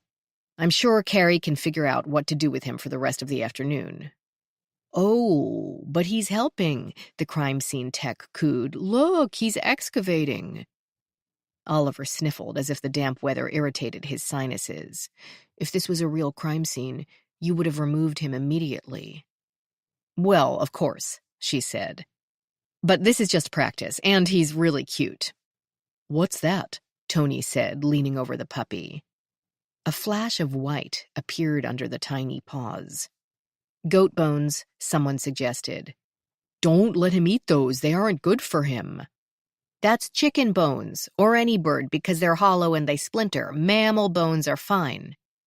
"They can still chip and tear up his intestines," the non-chicken bones attendee argued. "What do you think they eat in the wild?" Tony cut them off. "I don't think it's goat." The homicide detective moved in a smooth motion for a large man. He crouched, gently held the puppy back with one hand, and with the other brushed dirt from the hole the dog had been widening. Conversation ceased. The woods grew silent, with no sound save the random drips of water from overburdened leaves. Foreboding gripped Rachel's throat, and she waited. Tony wiped another clump of sodden earth away, and everyone present saw the fingers at the same time. White skin, with perfectly manicured, unpolished nails. She must be cold, Rachel thought ridiculously. Some of the attendees stepped back without thinking. Others remained frozen in place. Some kind of gasp or moan or wordless question hissed from each and every mouth. The tech, so fascinated with the puppy, brushed at some leaves on the opposite side of the grave. Rachel recognized the green and blue pattern of Farida's headscarf, even as dirt mottled the colors. Oliver let out a low groan, a cry of amorphous pain. Rachel felt as if someone had pounded on her chest, hard enough to crack the breastbone, knocking the air out of her lungs with grief. But she also knew what to do next. "Everyone step back, now. Leave the equipment. Take back only what is in your hands right now. Touch nothing else." "Is that Farida?" Steph asked. "Watch where you step. Try to stay in a single or double file. Try not to create any new tracks. Go." The group obeyed her instructions without question, but not, she knew, because she made a good drill sergeant. They didn't bother to ask, because they already knew what would happen next. Their mock crime was now a real crime scene, with all non-essential personnel removed. Whoever conducted the investigation, it would not be them, even though their training and expertise made them ideal for it. Local police would take over the scene, and the attendees would be shut out. A murder on her own doorstep, and Rachel would not be able to do a thing about it. She took up the rear, even doing a quick, silent head count to make sure that every student who had entered the woods with her now left with her, that none could have hidden in the brush to circle back and alter the crime scene before authorities could arrive. It killed her to walk away and leave her scene unguarded, but she had no choice. Accounting for her charges had to take priority. They were not only witnesses, but from this point on they were also suspects. As was she. Her mind whirled. Go in the lower door and put the class in the cafeteria. They could use the restrooms, get some coffee to warm up, keep the mud on their shoes confined to one area. Tell Carrie to get in touch with maintenance man Stewart and his team searching the woods, and call them back to the Locard immediately, and not by way of Body Site 1. Call Sheriff Tom Medina for the second time in as many days. Did she need to inform the FBI, the U.S. Diplomatic Service, the Saudi Embassy? Gerald would know. He had done more international work than she had. How had this happened? Farida. That poor girl. Rachel had autopsied well over 1,000 victims and examined hundreds of crime scenes. But those deceased had been strangers, not someone she'd spoken to every day for 8 of the past 11. She'd gotten really fond of the girl in that time. Farida had been bursting with youth, health, optimism, modest ambition, life. Clearly, the killer had moved the corpse of Chester, buried Farida, and put the goat back. The storm had made such a mess of the scene that it covered any tracks, made the disruption less obvious. But why the body site? The killer had 10 acres to choose from. They could have dragged or carried her another 20 feet out, and she'd have remained unfound indefinitely. Odors wafting through the woods would be blamed on the body sites. It would start snowing soon, things would freeze. Farida might not have been stumbled upon until spring, if ever. And when had she been killed? It had to be in the sliver of time between the end of class and her trip to the cafeteria and the boarding of the shuttle back to the hotel, when her bodyguards had not been able to find her. Maybe during the boarding? Could she have walked off with someone?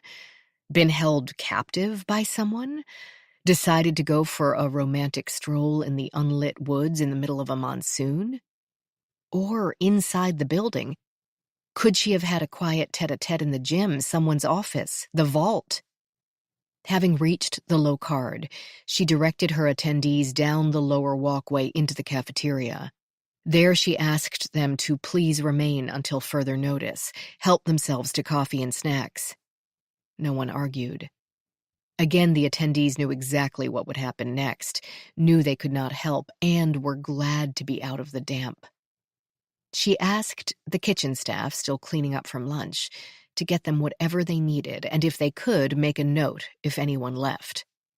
The 2 older lunch ladies and the temperamental chef stared at her as if she'd lost her mind. They were even less pleased when she plucked the mud-covered puppy from Tony Altamonte's hands. She'd have to offer to pay the cleaning bill for his peacoat, and asked them to please rig up some sort of pen for him with water and some leftover lunch scraps.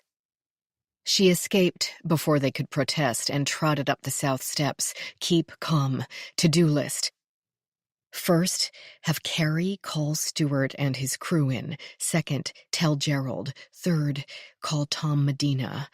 Fourth, Rachel had no idea what to do fourth. Chapter 13. A number of things then happened with what seemed like breathtaking speed, but relatively calm logic. The 2 Saudi men didn't need an interpreter to know the look on Rachel's face did not bode well. but perhaps they chose to believe it only meant that Farida had not yet been found. Carrie stifled her own questions until she and Rachel had ensconced the men in the conference room, with plenty of hot tea and prepackaged snacks. Rachel then led the secretary into Gerald's office on the other side of the unit and closed the door, this very action prompting him to cut short his conversation with a natural gas magnate in the Midwest, amid reassurances and apologies. He waited with clear reluctance as Rachel delivered the 4 words no one in charge ever wants to hear. "We have a situation."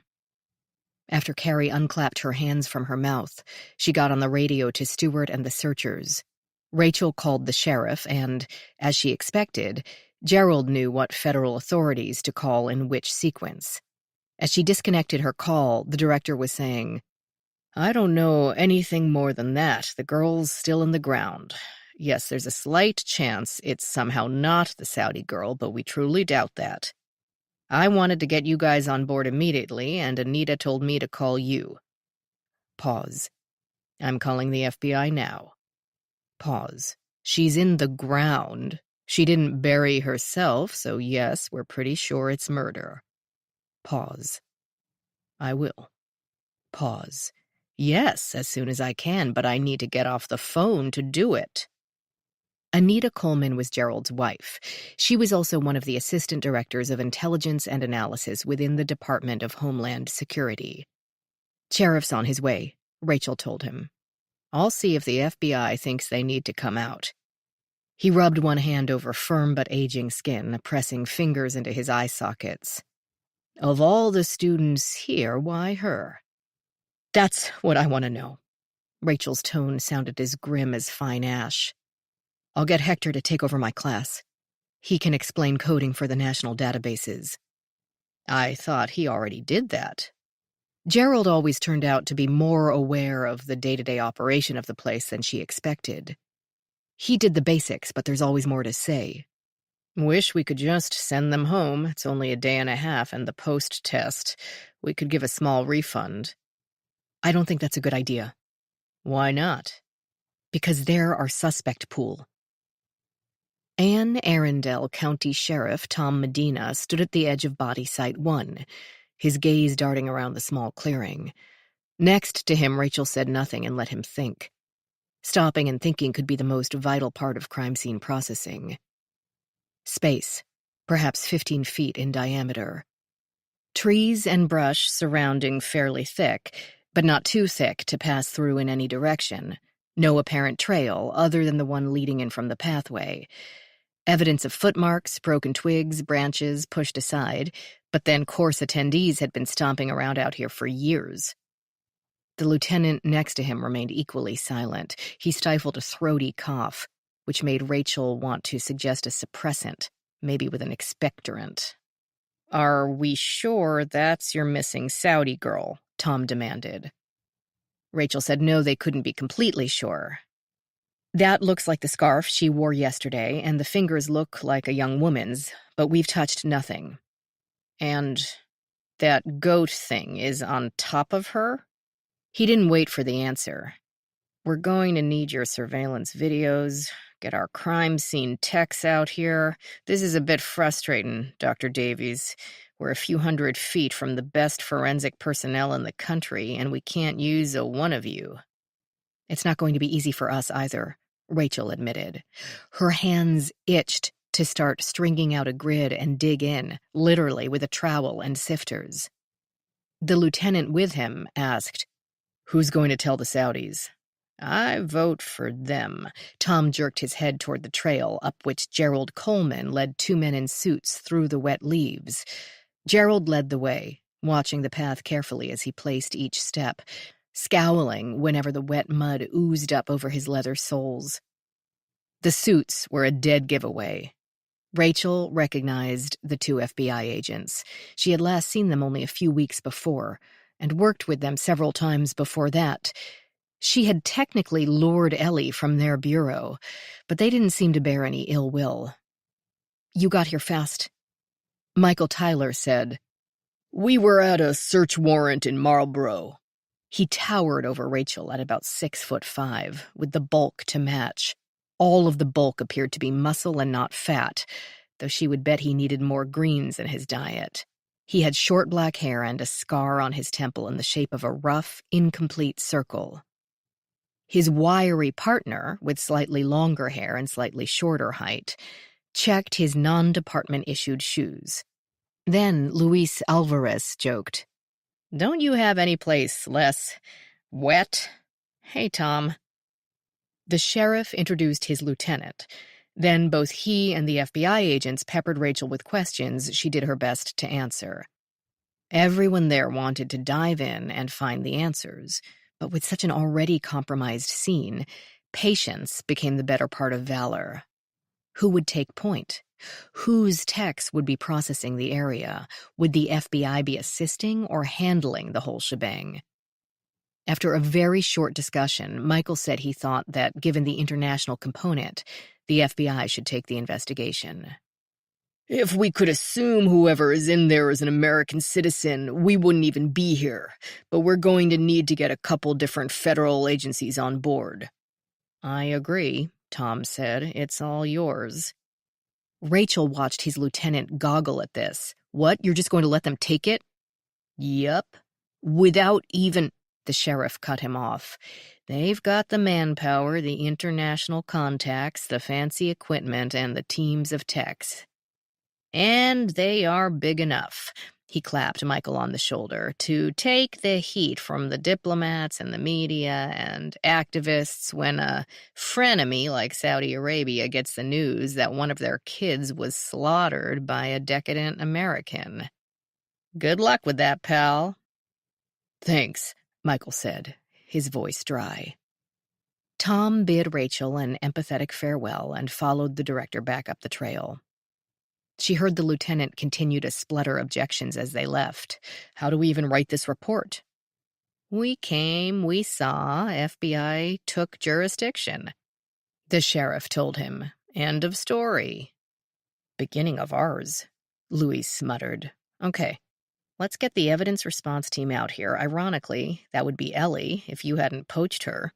"Sorry," Rachel said, smiling for the first time all morning. "Not sorry."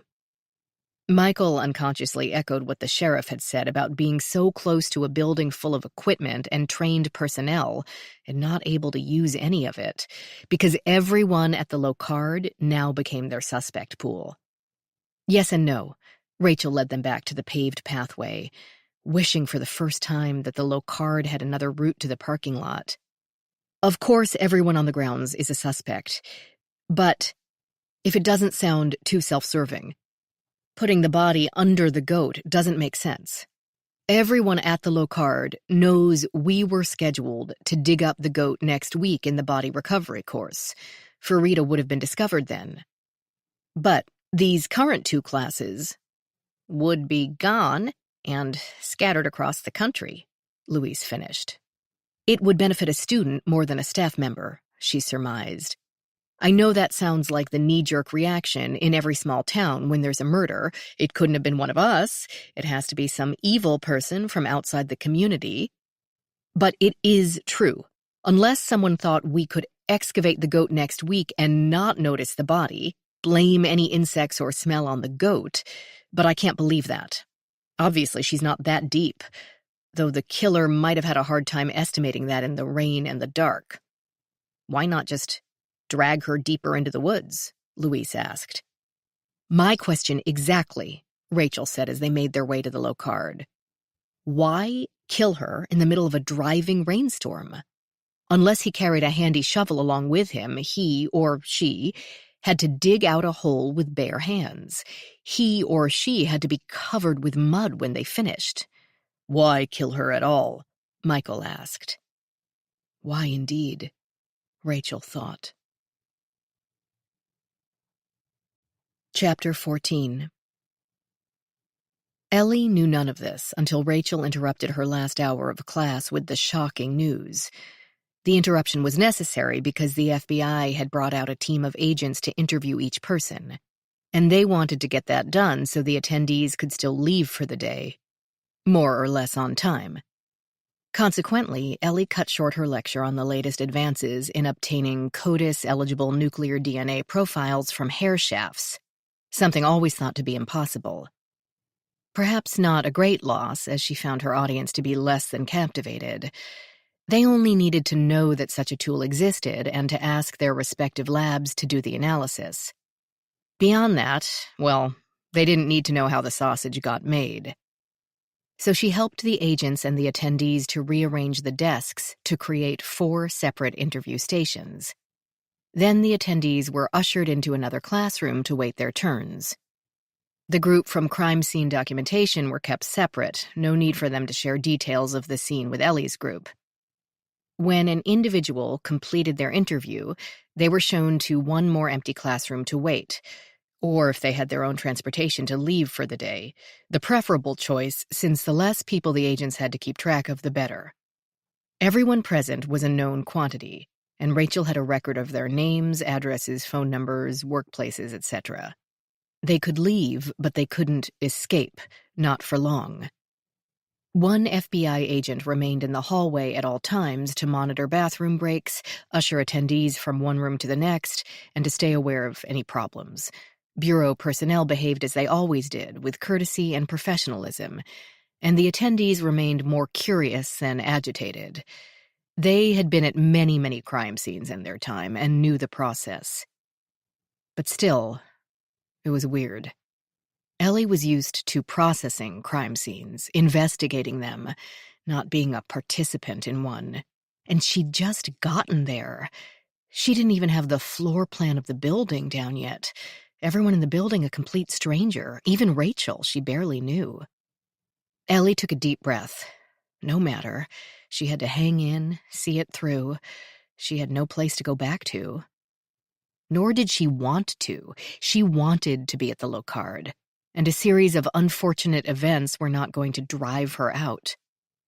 Glancing through the panes in the classroom door, Ellie could see a much more animated conversation among Rachel's group. They had actually known the victim and would have more detailed theories of what had happened. To Ellie's group, though they had spent lunch hours with Farida, the crime seemed more of an intellectual exercise mixed with a potentially serious inconvenience. Would they be delayed going home? Would they miss the last day of class? Would they still be issued the all-important Certificate of Continuing Education credits? With the interviewing system established, a fresh-faced young agent with a perfectly centered tie took Ellie first. Ellie couldn't help much since she had never met or even seen Farida, though Rachel had mentioned her during dinner the night before. No problems had been mentioned from either Rachel or her own students. No, she did not recall anyone in her class discussing the Saudi student, though she'd only been there since the previous morning. I was only supposed to guest lecture a few hours each day, but then Dr. Wright died yesterday. Wait, the young man said. What? She explained about the instructor's untimely apparent accident, and the medical examiner's tentative verdict of sudden heart failure. But this Farida al-Talal was not in her class? No. He made a note, then moved on. Back out in the hallway, she headed for her new office and ran into Rachel. Is there anything I can do? Rachel rubbed one eye. Oh my brain's running in a million different directions at once. I'm going to IT to see what the surveillance video shows. After the slightest of hesitations, she added, "Come with me." As they hustled along the shiny floors, she brought Ellie up to date on their current status. The FBI had brought an interpreter, someone much more fluent in Arabic than Hector, to interview the 2 bodyguards. As the 2 people closest to Farida, they were the best source of information, but also the most logical suspects. Rachel claimed not to see it. She'd never seen any hint of real conflict among the 3, but they had been out to the body site every day, right along with Farida, and would know that the goat would not be excavated until they had left the country. I never saw them argue with Farida. All 3 seemed to be truly comfortable with each other, exactly like what they were, kids who had grown up together. But on the other hand, Who else could possibly have a motive? The information technology unit consisted of one Cameron, a skinny guy with light brown skin and honey-colored eyes, small tattoos on his neck and both arms. The worn quality of his obscurely worded t-shirt contrasted somehow with his meticulously trimmed haircut. And he had either had too much coffee or having 4 extra people crammed into his workspace messed with his comfort zone. His gaze jerked around toward them as much as it did toward his screens. The IT department, as Rachel had explained to her, served the needs of the Locard Institute, maintaining the somewhat minimal surveillance cameras, keycards, servers, individual laptops, voicemail system, and the other accoutrements of a large office. Cameron's job was to keep the researchers and their research and the instructors and their coursework functioning and accessible. He did not conduct crime analysis or research himself. Behind him stood Agent Michael Tyler and a young woman he introduced as another FBI special agent. Ellie didn't catch her name because she was too busy reliving the last time she'd seen Michael, when he'd fished her out of the Potomac, just as she'd been on the verge of drowning. She'd rescued the person she'd jumped in to save, but other than that, it had not been a very auspicious occasion, and she felt awkward. Now he simply nodded at her, said, "Dr. Carr," in that gravel pit voice, and left it at that. She gave him a half-smile back and then focused on the screens. Cameron had 3 large monitors on his desk, all curved toward him in a gentle scallop. There seemed to be only 5 surveillance cameras, one over each of the 4 outside doors, and one covering the parking lot. The door cameras covered the stoops and walkways immediately outside the upper and lower north doors, the south door, and the front entryway, which opened onto the courtyard. The north upper door opened from the first-floor hallway, and the north lower door from the basement hallway next to the cafeteria. The south door opened from the south end of the first-floor hallway onto a sidewalk that circled the building. The wide, grassy area where the gym classes used to play sports had long since overgrown. The parking lot camera appeared to be on a pole at the southeast corner of the lot, aimed toward the gate in the northwest corner. "We have no interior cameras," Rachel warned. "Why not?" the female agent asked. She seemed about Ellie's age, with a perfectly light touch of makeup and blonde hair in an equally perfect updo. She wore a dark green suit with a skirt, as well tailored as those of her male counterparts. "It's come up a few times, but we never saw the need. We do have alarms on all the windows and doors. The windows will alarm if they're opened between 7 p.m. and 7 a.m. The doors will alarm at any time if they're opened without a key card. But cameras weren't a thing 100 years ago when this was a boys' school, and drilling through the plaster to install them seemed more trouble than it's worth. We only put up external ones in case teenage CSI fanatics decide to explore, which has never happened. We've never had a break-in." The agent didn't ask any more follow-up questions, but Ellie caught the slightest eye roll before she turned her attention back to the screens.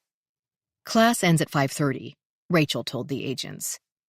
"The hotel shuttle usually picks them up at 5:45, but the driver had called Carrie, the secretary, to say he was stuck in a small jam on Fairhaven Road, where some large branches had fallen across the road." "What time did you let yours out?" she asked Ellie. "Slightly early, maybe 5:20. I ran out of things to say about getting nuclear DNA from hairs without roots." "You can do that?" Michael asked. "So, where do your students go then?" The female agent had clearly shelved talk of hairs for another time. Ellie wondered where Michael's partner Luis was. She liked Luis. "The ones who are local or who rented cars can leave. Since we're so close to D.C., a lot of attendees get their own wheels so they can see the sights in their spare time. Those who need the hotel shuttle usually hang out around the first-floor door or in the parking lot in good weather." "Which it wasn't last night," Ellie put in. "It was pouring," Cameron intoned, scowling at the monitor. He had queued up the videos to 5:15 the previous evening, and his words were instantly verified. Every camera showed a solid, twinkling gray curtain across the landscape, largely blotting out trees and pavement. Only by peering for a while, assisted by shifts in the wind, could Ellie determine which camera was which. The first screen showed the south door and the front entry. The second screen showed the upper and lower north doors, and the third, the parking lot. The lot, truly larger than the Locard really needed, contained only a smattering of 15 cars or so. The kitchen and maintenance staff would most likely be gone by that time, Ellie figured, along with any staff member who wanted to beat the storm. The room became silent as everyone watched. Only the slightest sounds of cloth brushing cloth as someone shifted their weight and a commercially masculine scent wafting up in nervous puffs, Ellie bet on Cameron for the excess of Axe body spray, broke the stillness. No one moved at the south or front doors. The occasional brave soul dashed out into the rain from the upper north door, pummeling up the sidewalk to the parking lot in a futile attempt to stay at least partly dry. Ellie knew that would not work. When she had arrived at Rachel's house, her pants had still dripped from the knees down. She'd left her shoes stuffed with paper towels by the radiator. The runners showed up several moments later on the parking lot cam, frantically opening car doors and collapsing inside. Then headlights would flicker as the lot slowly emptied. The vehicles became dark, shapeless blobs in the dim light and the heavy rain, making it impossible to tell a Mini from an SUV. At least Ellie couldn't. Michael said to the other agent, "Once we have all the statements from the attendees, we can cross-reference with this video, pinpoint who was where when." Of course. Of course, Ellie mimicked in her head. Just say, "Yes, sweetie, we all know you're terribly smart." Whoa. Instantly, she heard someone else's voice in her head. Aunt Rosalie's, saying, "Cattiness is beneath you, young lady." "There she is," Rachel said, and everyone focused on the middle screen. The lower north door had opened. They could just see the sharp corner of it at the very bottom of the screen. And two people hustled out. Both wore long coats with hoods, but whether those coats were made of light plastic or heavy wool, Ellie couldn't guess. One figure had their right arm around the shoulders of the other shorter figure. They walked straight ahead, briskly paced, but not at a run or even a trot. "You think that's her? Why?" Michael leaned over Cameron's shoulder, earning an annoyed glance. "It's about her height. And that flicker of material by her shoulders, that could be the ends of her headscarf." "Time?" the female agent asked. 5:39 and 38 seconds, Cameron said with another scowl. "That would fit with what the bodyguard said," she told Michael. She probably debriefed them herself, being fluent in Arabic as well as 5 other languages. Ellie's inner bitch griped. "Stop that." "Who is that with her?" Michael asked. He had to know that they didn't know, but hoped their subconscious would come up with something. Ellie's didn't, and neither did Rachel's. "I have no idea. It could be practically anyone in my class. Farida wasn't particularly tall, I'd guess 5'2", the second shortest in my class. That suspect could be anywhere over 5'5", since they're hunched against the rain." "Who has a coat like that?" the female agent asked. Rachel and Ellie stared at the screen where Cameron had helpfully frozen the clearest frame of the two people walking away from the lower north door. Farida, whom they presumed to be Farida, wore a knee-length raincoat with a hood. "She just bought that over the weekend," Rachel said. "I don't know what kind of climate she'd been expecting, but Chesapeake in October was not it." "The average temperature for yesterday is a high of 73 and a low of 55, Cameron said. He stared only at his screens, so didn't seem to speak to anyone in particular. "The record high was 92 and the record low was 39. Michael said, "And the man, or other person, is the coat familiar?" He or she wore a nearly full-length raincoat, also with a hood. The floodlight made it glimmer under the shifting rains, but without sunlight outside, shades turned to grayscale. The color of the coat could not be guessed, nor could Ellie guess at the material. But somehow from the way the light reflected from its surface, she thought it might be some kind of nylon or plastic. The school didn't have a coat room or coat racks in the hallway.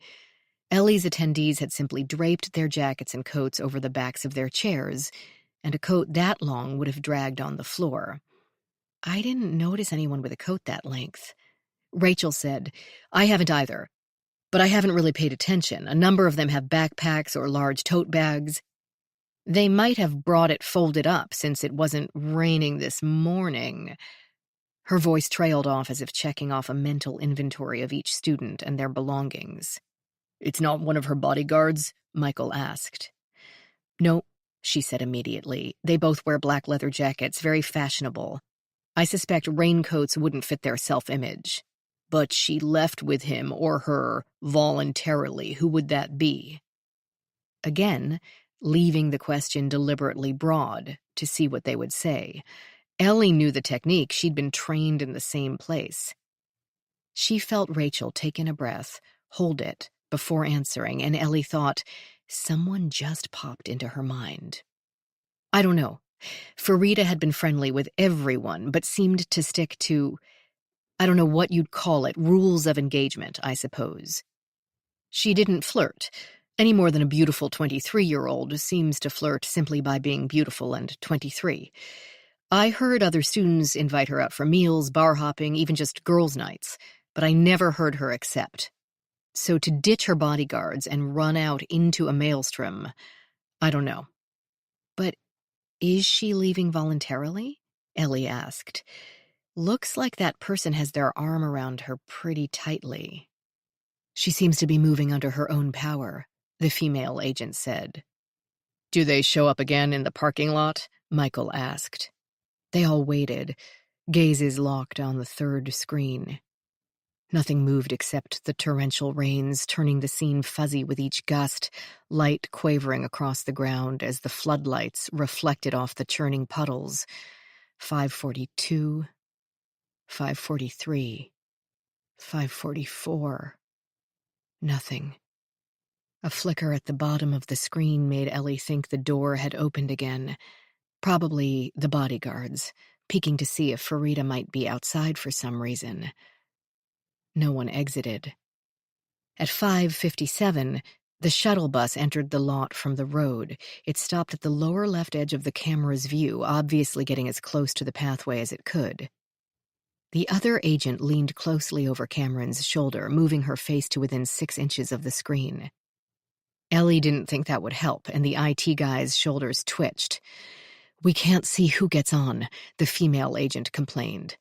Back up, Cam snapped. Back up, back up. She straightened, stepping back. We'd hardly be able to tell anyway, with people wrapped up in coats and umbrellas. Michael said they'd find out from the other attendees. They probably had a jolly ride back to the hotel, cold and soaking wet and exchanging bitter observations about rain, and would remember who else had been there. Besides, she walked out at 5:40. 5:39 and 38 seconds, Cameron corrected. A little before 5:40, yes. If the person with her killed her, then got on the shuttle, that means he dug up the goat, enlarged the hole enough to fit her in, put the goat back, then maybe jumped out at the end of the group going to the van so no one noticed. All in 17 or 18 minutes? I won't say it's impossible, but it hardly seems likely. Rachel agreed. Plus, they'd be digging through the dead leaves and dirt with their bare hands. I don't know how they would not be covered in mud when they finished. Everyone on the shuttle had to be wet, but surely they'd notice someone's pants or sleeves caked with slime. And the smell, Ellie said. And the smell. Also, with the dirt and dead leaves, would be dirt and dead leaves soaked in decomposed goat. You don't get that smell out easily. It clings to the clothes even when we try not to get too close to bodies. Sometimes I'd go home and take a shower and change and still be smelling it. Cameron spoke up. There are many compounds that produce different odors during decomposition, usually beginning with trimethylamine, then indole, and hydrogen sulfide. The other agent made a face as if suddenly queasy. Thank you, Cameron. The point is, other people on the shuttle would notice, Rachel finished. We don't know that they didn't, Michael said. We'll see what the interviewers come back with, but if he was still digging, would the people on the way to the shuttle see him, her? Rachel said she doubted it. There's still quite a few leaves on the trees between the site and the path. They'd be rushing past in hoods and umbrellas, trying to move fast while avoiding puddles. Dressed in that dark coat, all he had to do was stay low, turn off any light source, and the brush would cover him or her. Maybe not during the day, but at night, easily. But it wasn't night, the other agent pointed out. The sun hadn't gone down yet. 6:21, Cameron said, both legs jiggling, toes propped on the wheeled spokes of his chair's base. Sunset last night. 6:21. So it was still light out. Not last night, Rachel and Ellie said in unison. Between the cloud cover and the trees overhead, Ellie remembered only dark during the trek to the cars. Yes, it had been later than the rest had gone, but the darkness had seemed complete, no gentle twilight to be found. Okay, so it was dark. That indicates someone familiar with the grounds, the other agent went on. Would one of the attendees, even having been here for a week and a half, be able to find that place in the dark? Ellie had wondered the same thing. She hadn't been there and so could not picture how far the killer would have had to walk or drag Farida, or how much space he or she would have to work in once they got there. It somewhat cleared her students, frankly. The body site had not been part of their coursework, and they had no reason to go there. On the other hand, the teaching schedule allowed for plenty of breaks, and there were no restrictions on movement. Attendees could wander around the grounds at will, were even encouraged to take in the surroundings and enjoy the beauties of nature. Crime scene investigators could work crazy and hectic hours, and needed to learn to take breaks when they could get them. Most likely, the attendees in her class had also checked out the body sites at least once during the past 10 days. A body farm to a CSI equaled a sculpture garden to an art student. But would one become familiar enough with the location to both get there and bury a body in the dark? Or even partial dark? They continued to watch the parking lot video. Cameron tweaked the speed to 1.25, and the seconds passed a bit faster. Watching surveillance videos took a lot of patience. Watching it in real time made the minutes crawl, but a higher speed created the risk of missing something. 2 cars left at nearly the same time, 6:04, then a third at 6:10. All 3 had been parked at the far south end, nearest the pathway, and their occupants appeared as vague blurs moving near slivers of even vaguer blurs at the very bottom edge of the screen. Between 6:10 and 6:30, Cameron clicked the speed up to 1.5, and 4 more people, presumably staff, exited and drove away. These unlucky few had parked more toward the center, most likely in the morning when it had not been raining. At the end of the day, this created 20 or 30 more feet of downpour to pass through, as with 2 figures at 6:30. Rachel looked at Ellie. That's probably us. Ellie agreed, though between the rain shifting the light and the distance covered by the camera, she could barely recognize the outlines of her prized 1965 Mustang. There's still 3 cars left. Who would that be? Michael asked Rachel. Director Coleman? No, he'd left early for some dinner he had to attend with his wife and a couple of representatives. Formal thing. On a Wednesday? The female agent asked. Rachel stared at her. You're not from D.C. Originally, I mean. She asked this so diplomatically that the woman frowned. No, I'm from a little place. You won't have heard of it. Why? The senators and representatives almost always fly home to their districts on the weekends to do their campaigning and fundraising and photo ops with their constituents. They're not allowed to do that on federal time. So pretty much everything that happens in D.C. happens on a Tuesday, a Wednesday, or a Thursday. Oh. Cameron gave the monitor such a dark look that Ellie wondered why.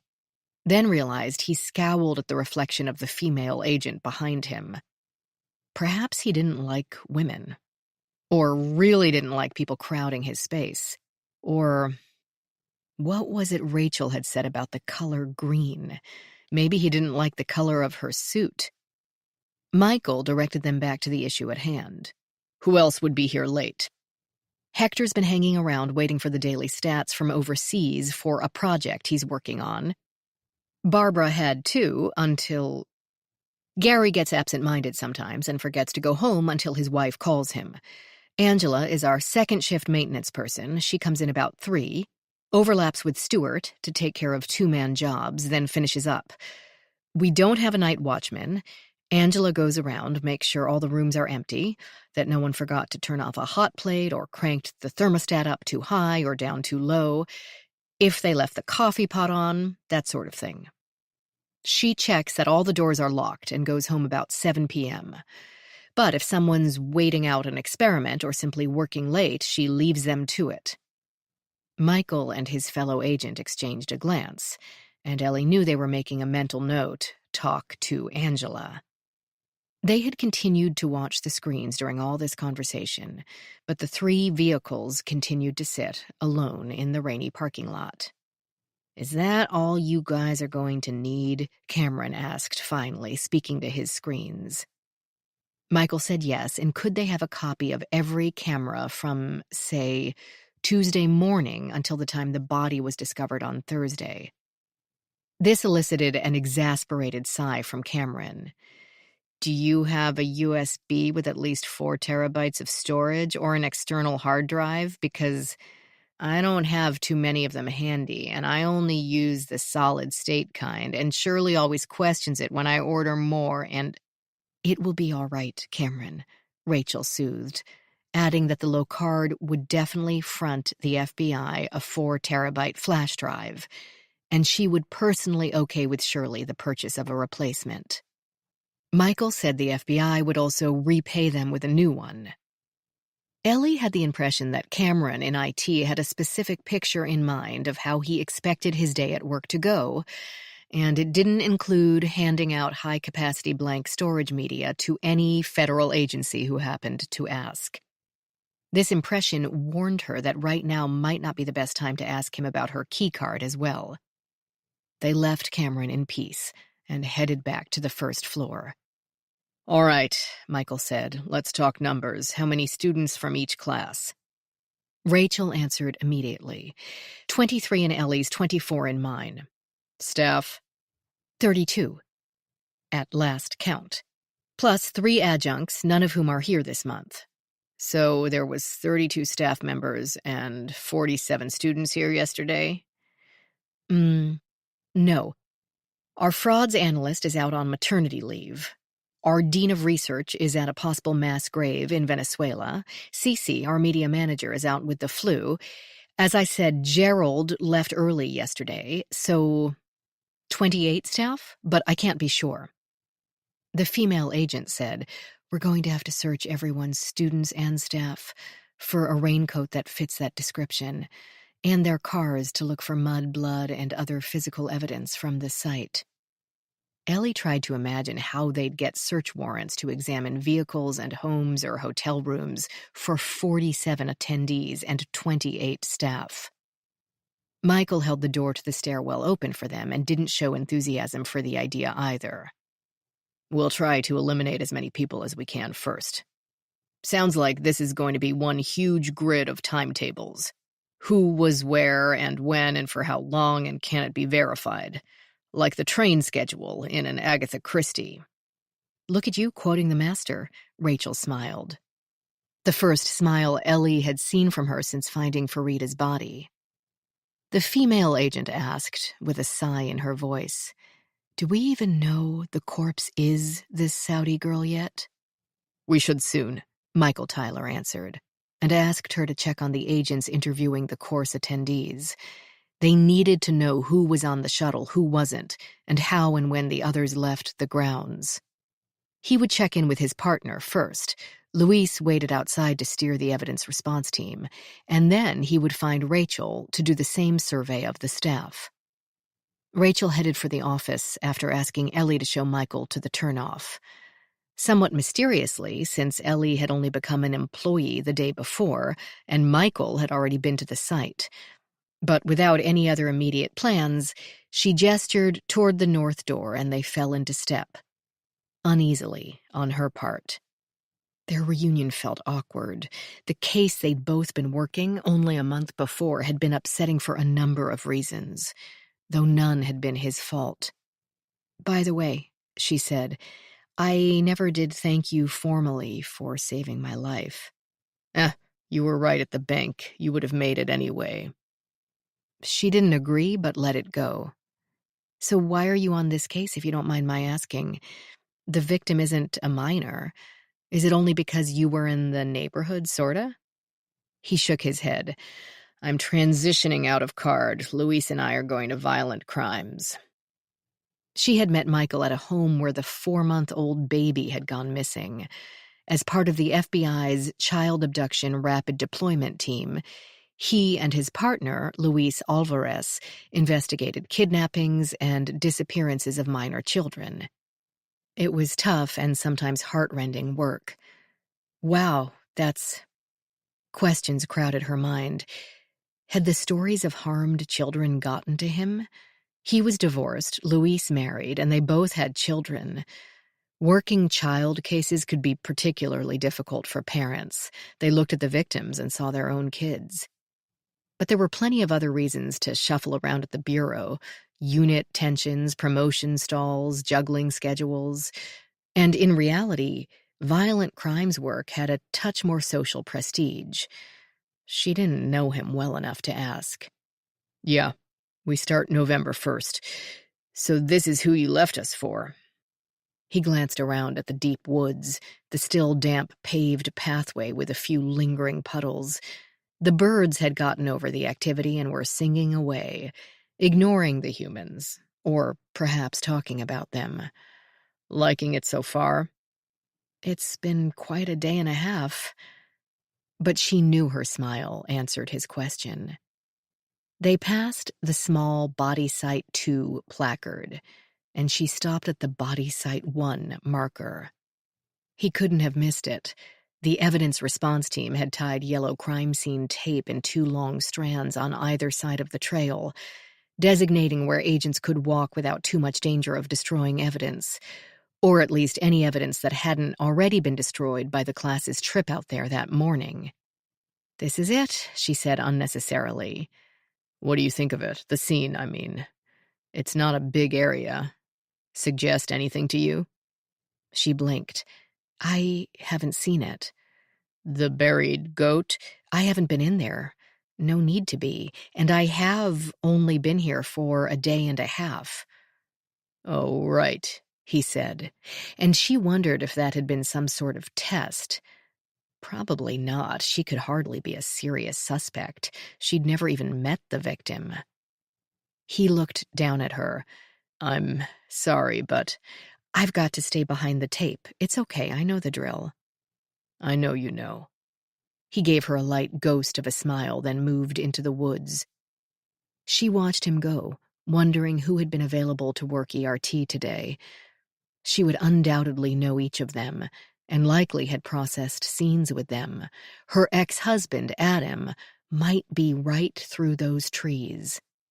Part of her longed to go see the body excavation, learn everything she could about this poor dead girl, get her hands in the dirt, and look through the insects. But another part didn't want to see any of her former co-workers. What was it Thomas Wolfe said? "You can't go home again?" She turned and headed back to the Locard. Chapter 15. Michael Tyler's socks were getting wet. The saturated ground and leaf cover had oozed up against his shoes just enough to creep through each tiny hole in the stitching. Days like this were why men used to wear rubbers. Rubber covers made to snap over your outside shoes and prevent exactly that oozing. When had they fallen out of style? The 60s? The 70s?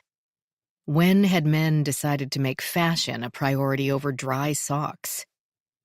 Only 4 ERT techs worked the crime scene, but that was all right. The space didn't allow for more.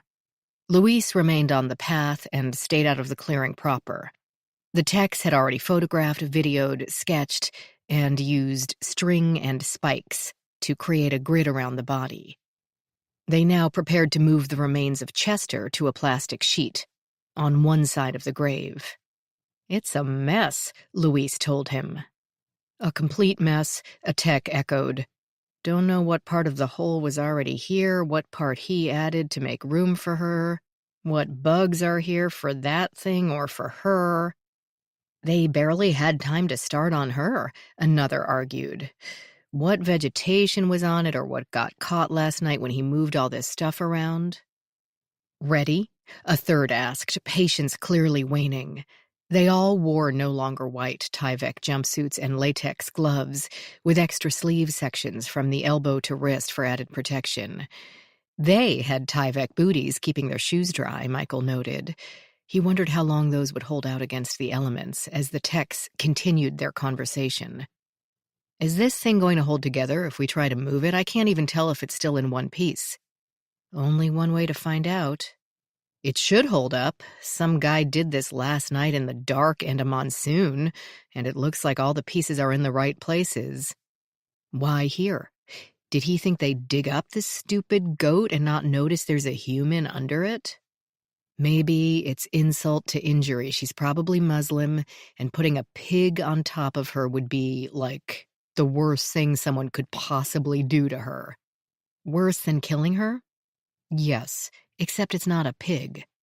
"But we usually bury pigs. Maybe he assumed it would be a pig." "The 2-inch-long fur didn't tip him off. 1, 2, 3.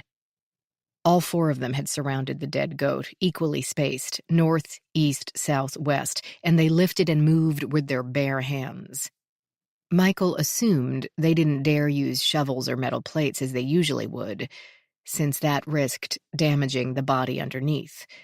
Chester resisted at first, but then came loose with a sucking sound, so they could swing his wet, mud and leaf-covered body onto the plastic sheet, with only a few tufts of fur left behind.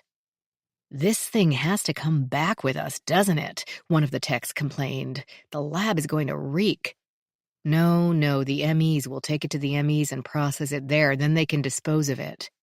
"Yeah, our facilities aren't meant for that." The evidence examination rooms at the FBI had plenty of hoods and airflow equipment to deal with clothing, weapons, even vehicles contaminated with decomposed matter. But an actual body, human or animal? Not so much. With that settled, the 4 techs gazed down into the partially cleared hole. Luis and Michael leaned forward, trying to find a safe place to put their feet, and craned their necks. "That's her," Luis said. "It's the scarf they described," Michael agreed. "I checked her Facebook page. That's her." The young woman lay on her left side, oddly just as Chester had. Her arms were folded up, hands by her face, knees pulled up. Her black hair still silky, even with twigs and dead leaves and clumps of mud tangled in the strands. She wore her new raincoat, pants, and shoes sticking out from its lower hem. Michael could tell her skin had been creamy, even given the distortion caused by the strangling. The blue and green scarf had been pulled around her neck and knotted. It nearly disappeared under her chin, where it had dug so deeply into her flesh. One of the techs squatted on their heels and pulled gingerly on the right flap of the raincoat. "I don't see any blood." "Strangled with her own scarf. So he didn't bring a weapon with him," Michael muttered. "In a manner of speaking," Luis said. "If he was at all familiar with her, he knew she'd be wearing one." True." Nails are broken, some of them, the tech continued, prompting more conversation. Please have gotten some of his skin, another tech said. Bet it's hers, scratches on her neck, she was trying to pull the scarf away. Maybe both. You're such a dreamer. With obvious reluctance, the four workers tore themselves away from the body, which would have to remain until the ME investigator arrived. And they had lots to do first. Luis and Michael backed out of the trail as the techs carried Chester and his tarp back to their van, then returned to work the grid, poking through the leaves and twigs and mud for anything that looked like a clue. A leaf that didn't seem to belong, a mass of insects gathered around a dropped piece of flesh or food. Something easy like the killer's driver's license, that sort of thing. Luis asked what he'd learned inside the Locard, and Michael summarized his past hour. Surveillance timestamps are accurate, so she walked out from the lower level at 5:40. My guess, she was dead by 6. Me? I'd say 5:44. I'd like to come back here at 5:40 tonight, see how much light there really is out there. Luis held up his watch, which read 2:35. Probably not going to be difficult, dude. I'd guess we'll still be here at 5:40 tomorrow night. She walked out under her own power? It looked voluntary. From the back, in the dark, in a pouring rain. He could have had a gun in her side. He could have had a hand over her mouth. He could have said, hey, the shuttle's here. Your bodyguards said they'd take your purse and you'd better hurry. Would she go? Why not? She's been hanging out with these people for a week and a half. Why would she even hesitate? Luis had a pensive look. Rachel described her as pretty traditional, so I'm thinking she's a little, well, sheltered. Those girls are so closely monitored over there that they're not warned about stranger danger? Yeah, kinda. There's very, very little run-of-the-mill street crime in Saudi Arabia. I mean, if you tick off the royal family, you might wind up in jail or stripped of your assets or dead and never mentioned again. But mugged in an alley doesn't happen. A bird sounded off in the tree above Michael, a sound so loud that he winced. Risky, though. How could he know she wouldn't scream bloody murder, or at least refuse to go anywhere with anyone who wasn't one of her cousins? He couldn't, but if she did, he could just shrug, say, suit yourself, and walk away, no harm, no foul. Michael stifled a smile. Luis always reconstructed crimes in his head as if he were seeing a movie, including not just dialogue, but gestures, facial expressions, and probably background music. Luis went on. Everything about this is risky. There's 2 classes, plus staff, going home, moving along this walkway. They couldn't know that Rachel or one of the instructors might decide to check on the goat. Maybe worried that the hard rain could wash too much dirt or body parts away. Though they'd have to be dedicated as hell to walk out here in that rain. I ran into Subway on the way home, 20 feet in, 20 feet back to my car, and my wife says my good shoes are probably ruined. Michael agreed. Not to mention they're committing a crime on the grounds of the best forensic institute in the country, occupied by not only the best experts, but 2 classrooms full of trained investigators. Had to be spur of the moment, Luis said. Overwhelmed by lust, he grabs her, or at least makes a pass at her, or maybe they're flirting, but he wants more than she's ready for. She turns him down, he goes nuts. The ground's already disturbed for the goat, so it might be easier to dig up than somewhere else in the forest. If he just drags her farther in, people are going to notice she's missing. Going to know the Locard is the last place she was seen. The grounds would be searched. If he puts her under the goat, maybe she won't be discovered until next week. The attendees would be gone. If it's a staff member, they've bought a few more days to pack a go bag, or at least think up a decent story. He may have thought the body was more concealed than she actually was in the dark. No one would have planned to murder someone while surrounded by the people who investigate when someone's murdered. Nah, Louise said. It couldn't possibly have been planned. Chapter 16. Inside, the interviews continued. By some weird form of psychic osmosis, the attendees, and certainly the staff, now had at least the basics of the plot. Farida had been found buried under Chester the goat. Clearly a murder, and a murder that had taken place the night before after class. Perhaps while most of them had still been on campus. Unless Farida had cooperated until after the majority had left, and only then had things turned sour. Everyone who had met the dead woman professed to like her. Indeed, the young agent with the perfectly centered tie thought to himself. She had been young, pretty, lively, both friendly and exotic at the same time. What's not to like? That said, it had been a short acquaintance, and these were people who investigated murders for a living. So along with pity for a too short life came a virulent wave of curiosity. A brutal murder in utterly unique circumstances was way more interesting than checklists of what your scene notes had to contain in order to meet accreditation standards. Every agent prefers cooperative witnesses or suspects, but these were a little too cooperative.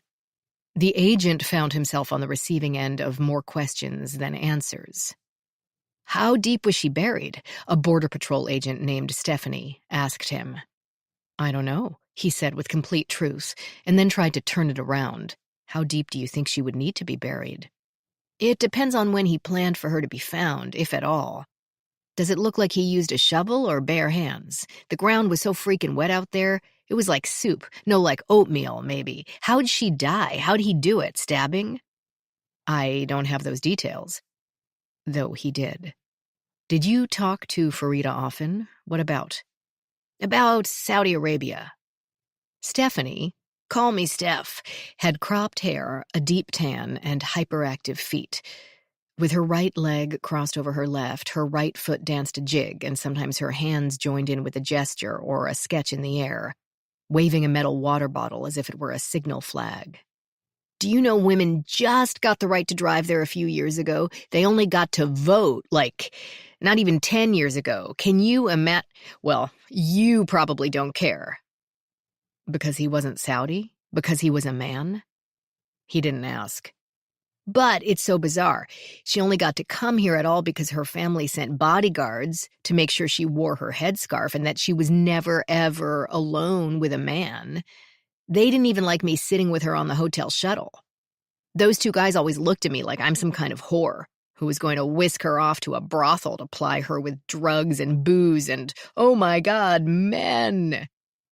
He jumped in quickly while she paused for breath. Did she say she was unhappy? Well, no, but she wouldn't have dared, would she? People go to jail over there for criticizing the government. It's like an actual law. It's on the books. And for sure, those two goons would have ratted her out as soon as she uttered a discouraging word. It had to be them. She probably talked back to one, or let her scarf slip, and they did an honor killing. And there's two of them, so they could cover for each other. Did she say she was afraid of them? No, she admitted, but they grew up together. She probably thought she was safe because they were family. They're really into family over there. Her parents are trying to marry her off to some guy she's met once, and she was going right along with it. So she had a fiancé? Maybe one of the bodyguards secretly loved her, didn't want her with another man. Not officially, not yet, at least according to her, but let's face it, it's not like she had any real rights. If Daddy says you marry this guy, you marry this guy. The agent didn't argue, both because he didn't know much about Saudi Arabia and because he suspected that most of what Stephanie Parsons knew had been assumed rather than learned. But he didn't dismiss a word of it. One or both of those two bodyguards could easily strangle a petite female, and close friends and family always make more likely candidates than a casual and recent acquaintance. Did you interact with her outside this campus? Sure, we're both staying at the hotel, so we met in the bar for drinks a couple times. Meaning I had drinks, she had cola. And the hotel bar is technically inside the restaurant, so she could tell her parents she hadn't been in a bar. And, of course, the bodyguards were there, but she could have snuck something into the glass if she wanted to. They weren't paying any attention. Those guys love sports. Any kind of game that was on the TV, baseball, golf, rugby, football, they were whooping it up. Any place outside the hotel? Nope. I asked her a bunch of times, even just McDonald's, but nope. She and the goons did rent a car over the weekend to go see the monuments and the other stuff. She wanted to see air and space. They wanted to go up into Washington, but that's it. That I know of. She could have gone out with someone else, I guess. But I can't see why she would if she wouldn't go with me. Maybe to give her ears a rest, the agent thought.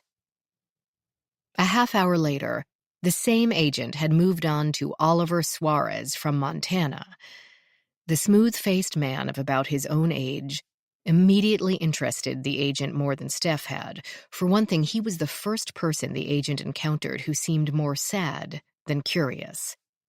Oliver Suarez from Montana didn't ask a single question, but he did repeat more than once, "I can't believe she's dead. I can't believe that could happen." What could happen? That she could be murdered or that she could be murdered here? Both, I guess. Why? The guy's mouth fell open slightly.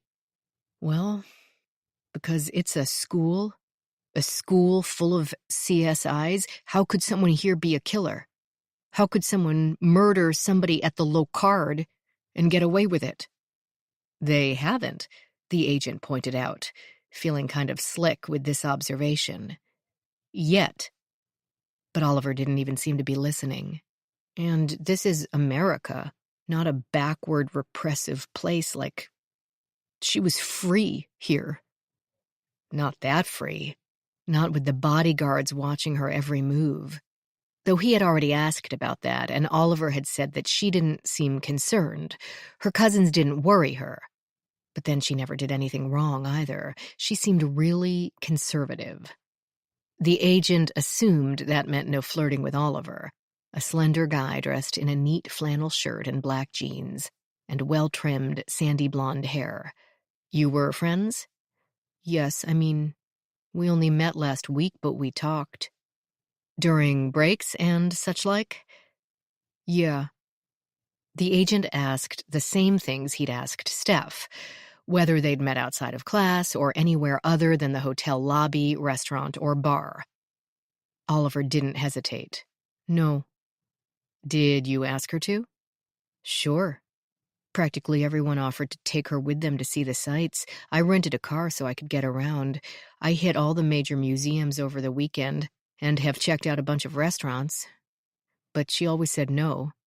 She had to go places only with those two guys. The agent sat back, rubbed one eye, affecting weariness with the long day, while his mind probed Oliver's wall for weak spots.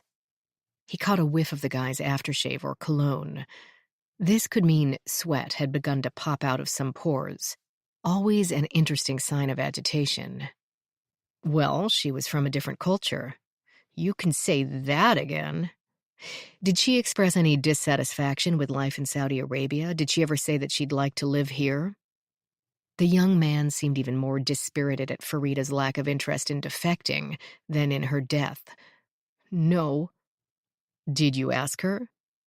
If she liked Saudi Arabia, not in so many words. The agent's patience waned. Time for a more direct approach. Look, dude, I get it. This fresh, gorgeous, exotic creature comes into your orbit and you're hooked. Maybe you even felt sorry for her, thought to yourself, let the poor, regimented kid live a little, taste life on the wild side, before her parents hand her over to stay barefoot and pregnant for the rest of her days. You're only here for a couple of weeks, then you'll part ways, never to be seen again. Your wife will never know. Oliver had been looking away, refusing to agree, but not refusing to listen. But this last remark snapped his attention back to the razor's edge. He couldn't help looking down at his left hand, where the faintest tan line around the ring finger gave him away. No, Farida had standards, she had morals. You respected that, you didn't want to hurt her. No! Oliver's voice ticked a few decibels upward, enough that people at other interview stations turned to look. He noticed them noticing, lowered it again. I know what you're doing, okay? You think I don't know? I wouldn't hurt her. She was a good person. Her religion and her customs and her family meant something to her, and I liked her. But that was it. She didn't flirt with me, and I didn't flirt with her. She didn't flirt with anybody. Okay, got it. But she got on somebody's nerves. Do you have any idea who that might have been? No, he said, his words crisp and firm. Not at all. The agent had interviewed enough people to know when the interview had ended. This one had. Next. Across the hall sat a different agent, this one drawing close to the mandatory retirement age of 57, thinking how now that he didn't have to care about promotions and jots on his resume and racking up the overtime, he could appreciate this particular murder for just how bizarre it was. First, you had someone buried under a goat. Next, that goat was part of a forensic institute's practice body farm. On top of that, the victim hailed from one of the most repressive, unabashedly gender-segregated societies in the world, maybe the most, though doubtless their king, they still had a king for crying out loud, and he wasn't some kind of sentimental figurehead like the rulers in England. He was an honest-to-God, my word is law, and I'll cut off your head if you even think of bitching about it, king. This king would be deeply insulted to hear the agent's thoughts after the king changed all sorts of things, like letting women drive and allowing young men to listen to rock music and all that. The agent had spent a few years trying to infiltrate terrorist groups in the Middle East and considered himself an expert on their culture. At least more so than this guy in front of him, one Caleb Astor, a crime scene tech from Missouri. Why do you think this particular victim? I have no idea, the guy answered reasonably enough, but then tried to answer the question anyway. She was young and pretty, she was female, she was available. How'd she die anyway? I don't have all the details yet. Information here was to flow in one direction and one direction only. Though he did have that particular piece of information, the mode of death, and it made him check out everybody's hands. As the ligature tightened around the girl's neck, she might have reached back and dug nails into the killer's arms or hands. He saw nothing on Caleb Astor's hands or arms. The man wore a short-sleeved t-shirt, slightly underdressed for the weather, but clearly had no scabs to hide. Does seem kind of weird, Caleb said. What does? Other than everything. She's the only one walking around with personal bodyguards, and she gets killed. 2 bodyguards. And they're not tiny dudes, they're kind of scary. Maybe the killer saw it as a challenge. Sounds nuts. Don't know, the agent thought. It would be one heck of a challenge. Do you think there's a political angle? How would I know? Caleb Astor said, but again went on regardless. Gotta be. Why? There's other pretty girls in this building. There's easier girls in this building. I mean, ones who aren't terrified to be alone with a man and who don't have hired muscle following them everywhere. Why do you assume it's a man? The guy all but rolled his eyes. Because it's a pretty young girl. But, okay, maybe they don't care about that, but then there definitely has to be a political angle. Why the one person who's a Saudi national? It's a big middle finger to the terrorists. Or a big middle finger to the Locard. Caleb Astor considered this. Like someone's using their training against them? Kind of like that BTK guy? Who? The BTK killer? He got a degree in criminal justice. learning all about how cops investigate crimes, forensics, everything, so he could get away with murder. Possible, the agent said, trying for a grave tone but inwardly giggling. The idea of a serial killer going to CSI school made him chuckle for no really good reason. But why right now? Why this victim? Did anybody here talk about politics? Seem aggressive toward her or her cousins? No, Caleb said without hesitation, as if the notion surprised him a little. Not that I know of. But I only saw her at lunch. She was such a cute kid. Everybody liked her. Okay, so when did you see her last? Don't know. Lunch, yesterday probably. Anything happen at lunch? The dead girl argue with anyone or seem buddy-buddy with anyone in particular? No. What about at the end of the day, after class? I don't know if I saw her. I don't remember it. It was chaos.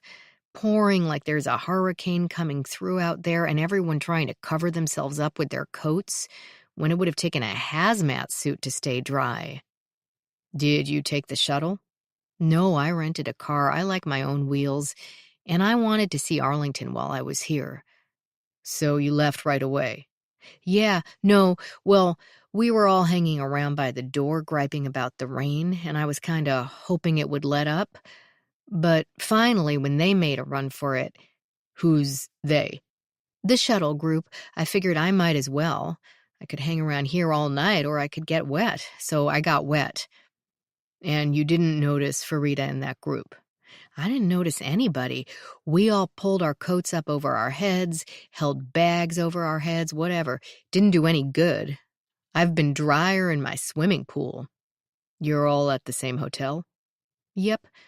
Did you hang out with anyone that night? See the bodyguards? Anyone mention Farida? Nope. By the time I got there, I just wanted a shower and delivery pizza. I did go down to the lobby to get a beer from their mini-mart. The chick from here, I think she works for you, Alyssa. She was there getting a wine. Some round-headed kid from the other class, Ollie, I think his name is. They were talking. About Farida? No, about that teacher who died yesterday. Doctor. The agent consulted his notebook.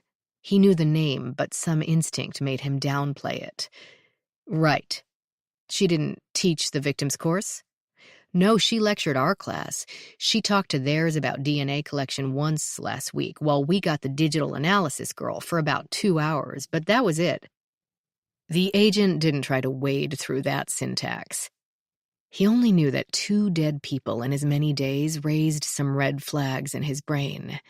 But what connection could there be? Any interaction between the doctor and the Saudi? The guy shrugged. How would I know? Again, fair enough. What did this teacher die of again? Acid. I guess she broke a bottle. Choked to death on acid fumes. Ouch, said the agent. Chapter 17. Their chick. Alyssa sat across from the agent next. She seemed vaguely familiar to him. He had probably seen her haunting the halls of Quantico or the Hoover Building. She rattled off her title, GS level, and current assignment with the Narcotics Task Force, and added that she also worked ERT. So you should be out there right now, he joked, in the woods with your friends. Yes. It did not seem like a joke to her at all. You probably know every one of them, he added more thoughtfully. If you were going to kill someone, it couldn't hurt to have your buddies working the crime scene. What did you think of this dead girl? He asked. She talked a good game, she told him after taking a moment to consider. What does that mean? She was all bouncy and happy all the time. Like that would make us forget that 15 of the 19 9/11 bombers came from Saudi Arabia. Uh-huh. So you didn't like her, then? No, I mean, she tucked a few brown strands of hair behind one ear. I didn't dislike her. I felt sorry for her. He said nothing. Waited. Always a good interrogation ploy. I mean, what else could she do? She's from a place where she's not allowed to go to the store unless Dad sends a brother along to make sure she's not flashing her boobs at crowds of guys. Sure, she can go to college and get a job and maybe even work with people of the opposite sex, but only as long as her dad or husband says it's okay. Her parents are making her marry some guy she's never met. Of course, we all look at her like she's some kind of pathetic little brainwashed flat earther. What else could she do but pretend it's all great, that her country is making such great strides because she can go to a mall, take off the burqa, and for your information, this whole marriage thing is just fine with her? Alyssa sat back, crossed her arms. No one wants to be pitied. The agent had listened to a lot of people rant over the years and recognized the permanently scowled face of the permanently dissatisfied. But he didn't want to dismiss it. No matter how you stretched logistics and time, it still made more sense that the two cousins had killed the girl when she got out of line. That was their job, if taken to an extreme.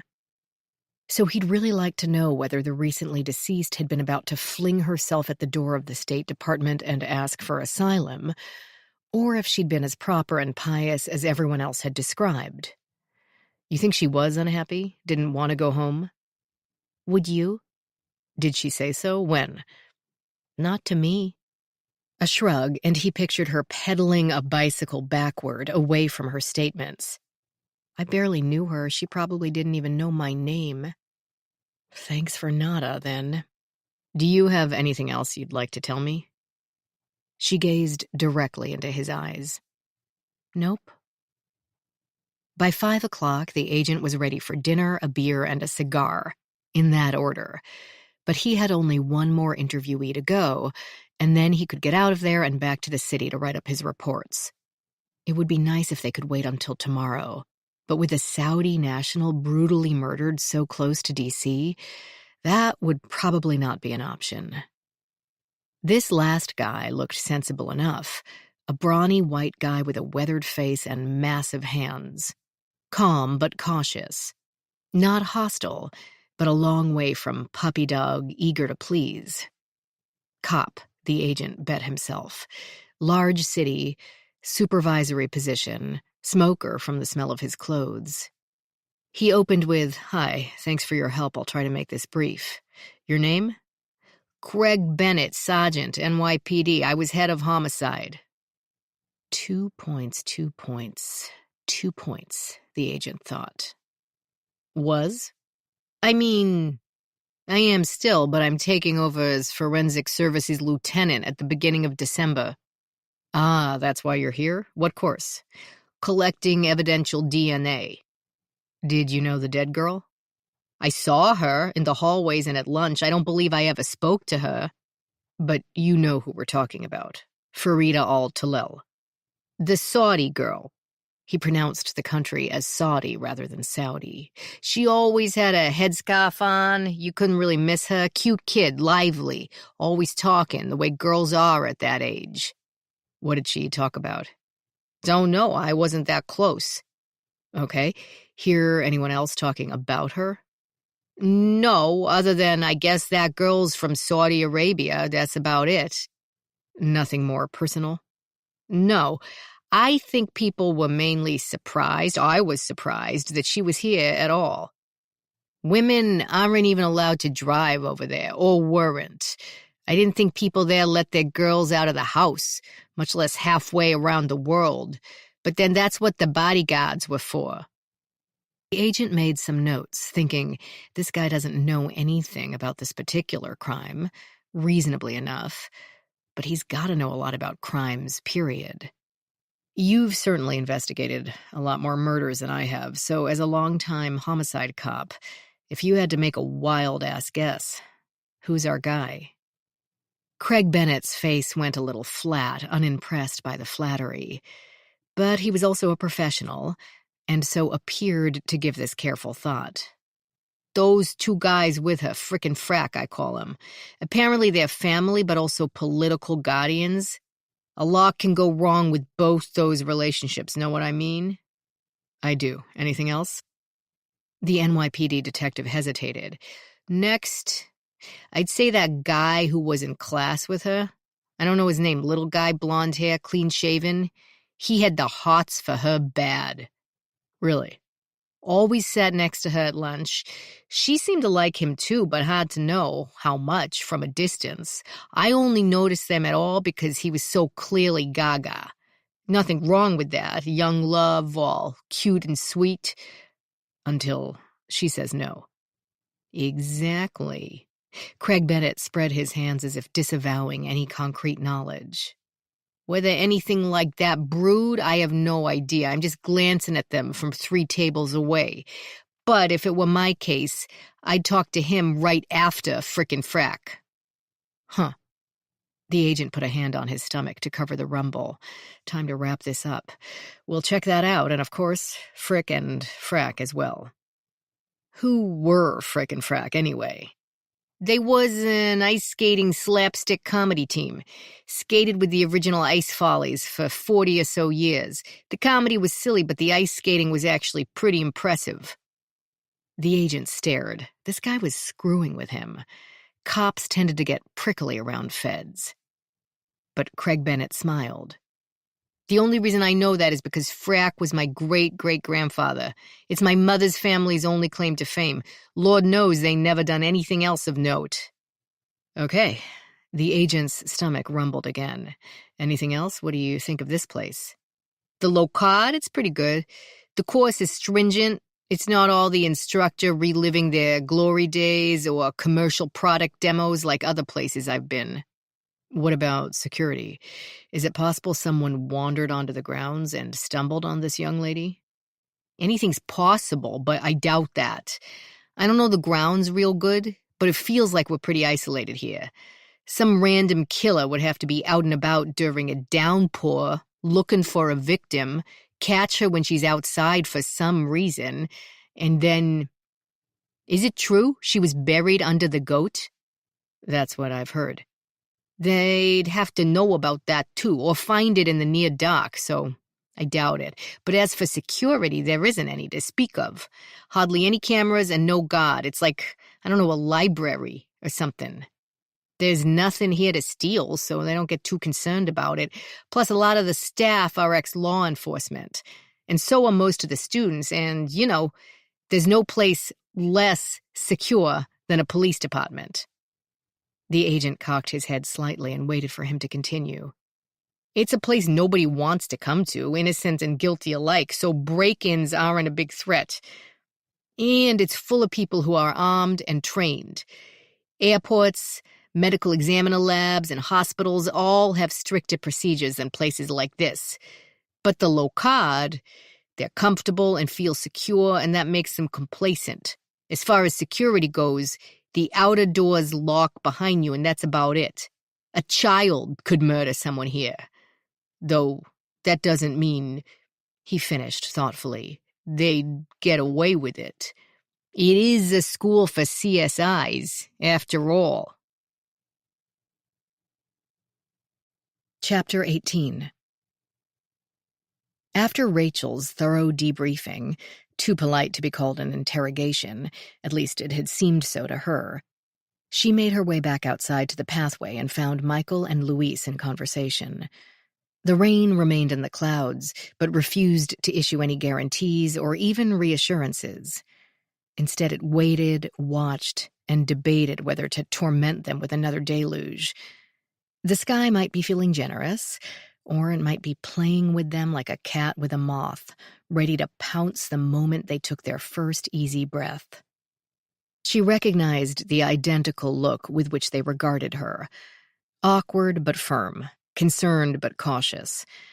As a technical suspect/witness/involved party, she should not be there, should not be near the crime scene, should not be given any information whatsoever. Except that the path formed the only egress between the school and the street. Their indoor headquarters, pool of suspects, and affected areas were all under the locard's control.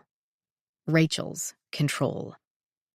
Of course, she would make it as easy for them as possible. I know I shouldn't be here, she began. "It's all right," Louise couldn't help saying, though it wasn't. She could hear voices behind the trees out of sight as the evidence response team worked the scene. Otherwise, the woods were as calm and peaceful as always. At least the moisture in the air kept the odors tamped down. She could smell only damp wood and someone's aftershave. "But I thought of something that can't wait. Is the ME here?"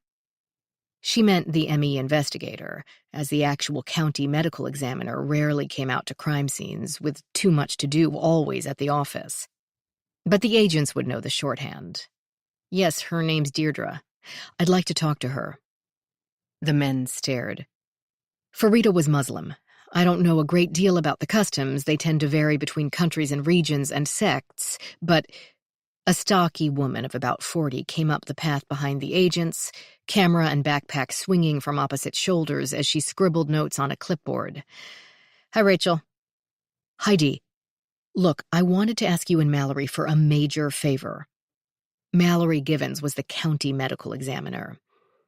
"The victim is Muslim, and seemed pretty strict about it. Can Mallory or maybe Betsy do the autopsy? It needs to be a woman." Now, Deirdre stared. "And there needs to be only women in the room from beginning to end." "But, I can't guarantee that. It depends on coverage, and victims don't get to pick their pathologists." I know, but I knew this girl for a short time, and I'm sure this would be really important to her and her family. They're going to be devastated enough without adding more pain. I know it's inconvenient, but surely you've made accommodations for religions before. If Farida had a dying request, I know this would be it." Deirdre smirked. "I think it would be, 'Don't kill me.' But you realize she's dead, right? She's not going to know who's cutting her open." Rachel had performed over 1,000 autopsies herself, but for the first time she winced at the thought. "I know that too. It's stupid." "It seems so," she said diplomatically. "But just because I don't understand someone else's beliefs doesn't mean I want to disregard them. It's a favor to her and to me. But please, I don't know what else to say. But please." Michael spoke up. "Actually, we'd appreciate it too. This already has the potential to become an international incident. We'd rather not throw any more gasoline on that particular fire if we can help it." Deirdre ignored him and spoke to Rachel. Okay, if you're going to give me the puppy dog eyes, I'll tell Mallory and we'll lock Doug out of the autopsy suite. But you owe us a box of Krispy Kremes." "Guaranteed. A big box. I promise." The investigator turned away and began to shuffle back up the narrow trail. Then she stopped and added to Rachel, "Hey, we moved your dead goat. I assume you were using that to show the changes during the process of decomposition?" "That was mostly the week before last. This current course is all about documentation, but yeah, changes were part of it." "Did you do anything, like to speed up the decomp?" The question stumped her. "No. Like, no. No acid or anything? I know it sounds weird, I just ask because—" "Acid?" The two FBI agents appeared as confused as she felt, and Deirdre gave an impatient wave. "There was a scrap of label between the goat and the girl.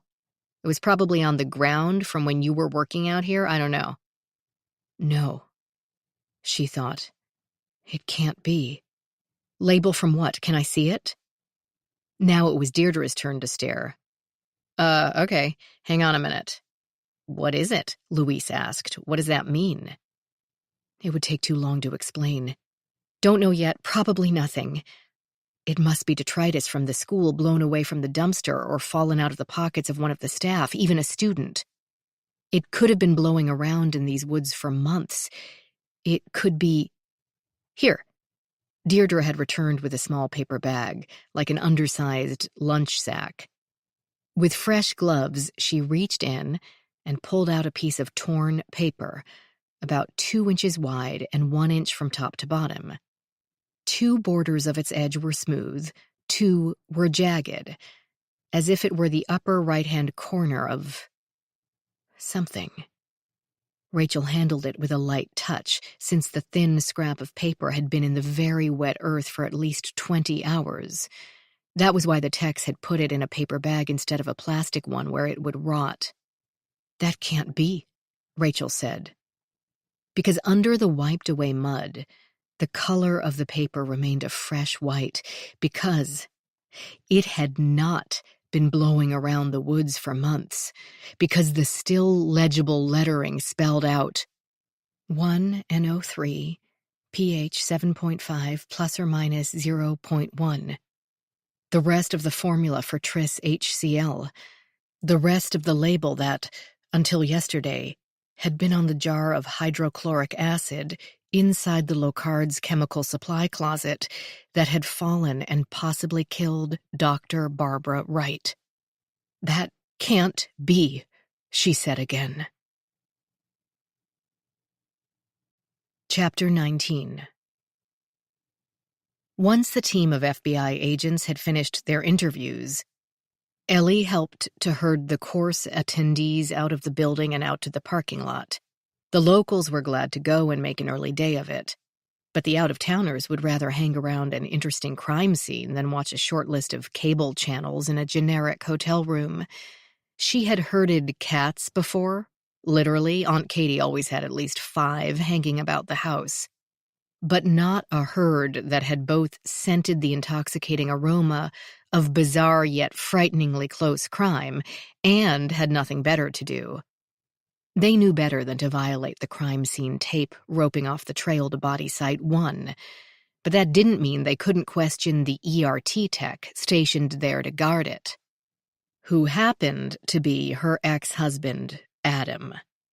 "How'd they do it?" asked a beefy guy. "Those feds wouldn't tell us how she was killed." "You can't blame us for asking," commented the NYPD sergeant from her course, Craig Bennett. "The poor kid." "Was she raped?" This from a skinny, fidgety woman wearing a too-thin windbreaker. "That's cold, Steph," someone told her. "Reality is cold," she shot back. Adam held up 2 hands, his amiable self on view. Ellie knew better than to trust it. "Come on, guys. You know I can't tell you anything." Caleb had fallen into step beside her as they walked.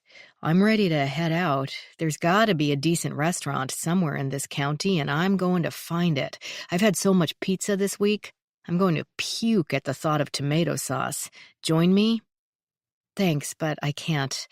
I can't even recommend a place. I've only been here 3 days myself." He didn't seem particularly appreciative of this, but didn't press the point. Ellie watched as he and the rest of the group meandered toward the parking lot. She waited until they were out of sight, then spoke to her ex. "So, how did she die?" Then she laughed as his mouth fell open. "Kidding, kidding. It's just been a long day and I couldn't resist." "That guy hitting on you?" She didn't bother reacting to this in any way. She didn't care whether Caleb had been or hadn't been, or what Adam might think about it. He had forfeited any right to know. "I doubt it." He dropped it instantly, which told her that he didn't truly care either. "Let me get this straight. You start working here and 2 people die." "It sounds bad when you say it like that." She tried to keep the grin on her face and knew she failed. It did disturb her.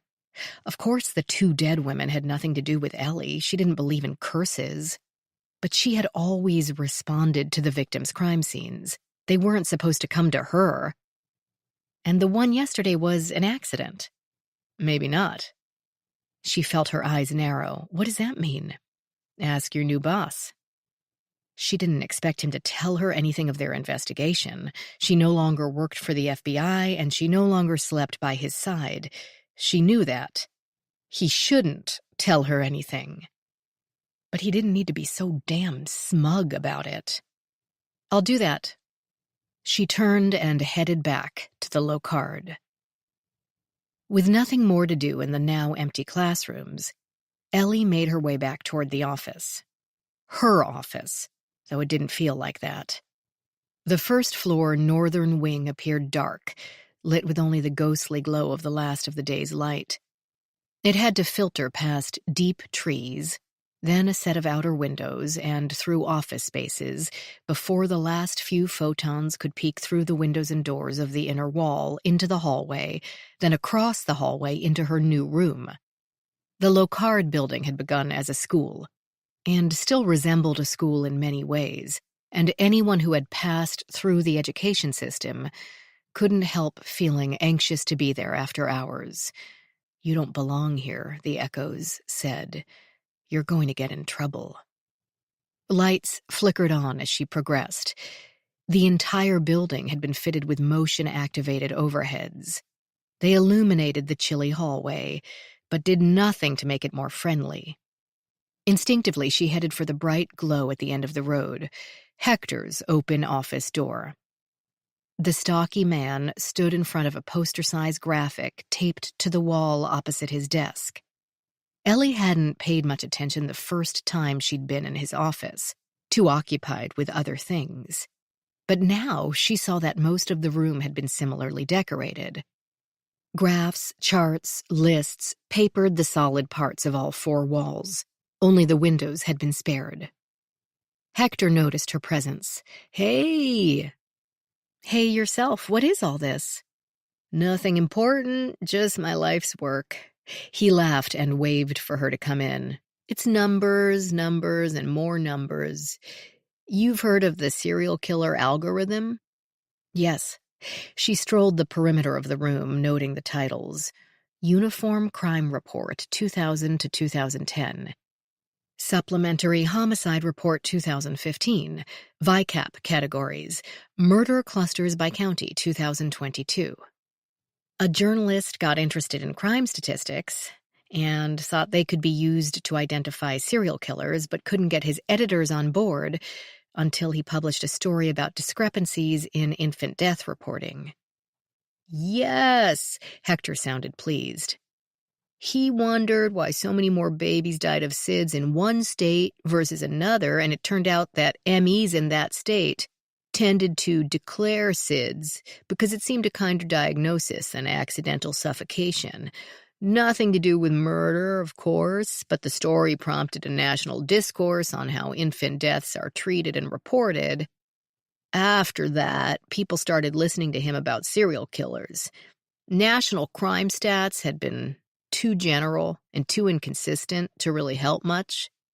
He had to figure out, after a lot of trial and error, how to categorize the facts about unsolved murders into an algorithm to alert cities that they have an active serial killer in their midst. I read about that. He, Thomas Hargrove, used the Green River Killer as an example. He put in all the information about murders in the Seattle area, and the algorithm pegged the Ridgeway victims as the probable work of a serial killer. She refixed a loose piece of tape holding up a list of victim characteristics in Cleveland. The very, very single-spaced page listed victims' gender, age, date of death, and manner of death, whether they were married, single, cohabitating, and if they had children. The data went back decades. Many were crossed out, a perfectly straight pencil line drawn through them. What are the crossed-out ones? They don't have any obvious similarities to other deaths. So likely not the work of a serial killer, then. Right. So you're applying Hargrove's mathematics to the cases with similarities? I'm expanding on his work. The algorithm can find serial killers' patterns to point out where they're operating. I think it should be able to predict those killers' future victims. Pivot from detection to prevention. Speaking of which, how's it going out there with our own murder? She tore herself from the victims in Cleveland page to come back to the present. Not sure I know. The whole day's been pretty chaotic, and of course the agents can't tell us much. Yeah, well, cops are really good at not telling people stuff. Ellie couldn't help a defensive reaction to this. I doubt there's much they really know yet. The investigation is only a few hours old, even if it seems like we've been here for days already. True, he murmured as if he'd already lost interest in the conversation. She joined him in staring at a two-color bar graph with years across the bottom x-axis and homicides up the y. Hector explained, "The total bar is the number of homicides each year, with the red bottom the solved ones. The top gray part is the leftover homicides that weren't solved." Ellie saw it immediately. Though the overall murder rate had steadily declined since a peak in 1990, the amount of murders solved as a percent of the total had also declined. Hector said, "Law enforcement is reporting more and more homicides in which they have not even made an arrest, much less a conviction. Technology is getting better. We're getting the DNA analysis backlog dealt with. Video cameras are mounted everywhere. Yet over 90% of homicides were solved 50 years ago, and we're getting down to only 50 or 60% today. Do you think—" Ellie began, then stopped. "I think lots of things. What are you thinking?" "That there's probably a lot of factors at play here. There's twice as many homicides today as there were in 1960, but we probably don't have twice as many cops relative to population." "And for population, read caseload." "Yes. So many departments are overworked and under-equipped. Also, maybe criminals are getting smarter, watching the ID channel a little too often." "Maybe," Hector smirked. "Overall, criminals are still pretty dumb. Even serial killers are rarely as smart as everyone thinks. They're supposed to all be geniuses like Hannibal Lecter, yet in reality their IQs trend slightly lower than average." "But—" Still, she hesitated. "Go ahead, you don't have to be PC in my office." "I'm wondering if the cleared by arrest rate has gone down due to changes in homicide investigation and prosecution, rather than changes in homicides per se. At least partly. Back in 1960, police officers were perhaps a little—" "Cavalier?" "Good word. Maybe I'm stereotyping a period, but we could make the guess that cops, prosecutors, and judges were maybe not as strict about search warrants or probable cause arrests. Round up the usual suspects, so maybe they made more arrests because they arrested the wrong people?" "It could be. Or they had more freedom to arrest the right people. Let's hope that's the explanation. Then there's prosecution today. Sometimes I feel like they're—" Ellie hesitated again. "I said you didn't have to be politically correct." "Gutless wonders," she confessed, "like they won't prosecute anything unless a conviction is served to them on a solid silver platter with a side of parsley. Now, don't you feel better?" She laughed. "It's probably unfair. I'm not a lawyer, so I don't know what they're dealing with. I know they're as overworked as anyone else. But refusing to prosecute anything that's not a 100% slam dunk cannot be the answer." "You'll get no argument from me. That might be one more grain weighting a downward spiral. The more homicides are not solved in a city, the more homicides you have. That's something that's been confirmed by this kind of work, by paying attention to the statistics.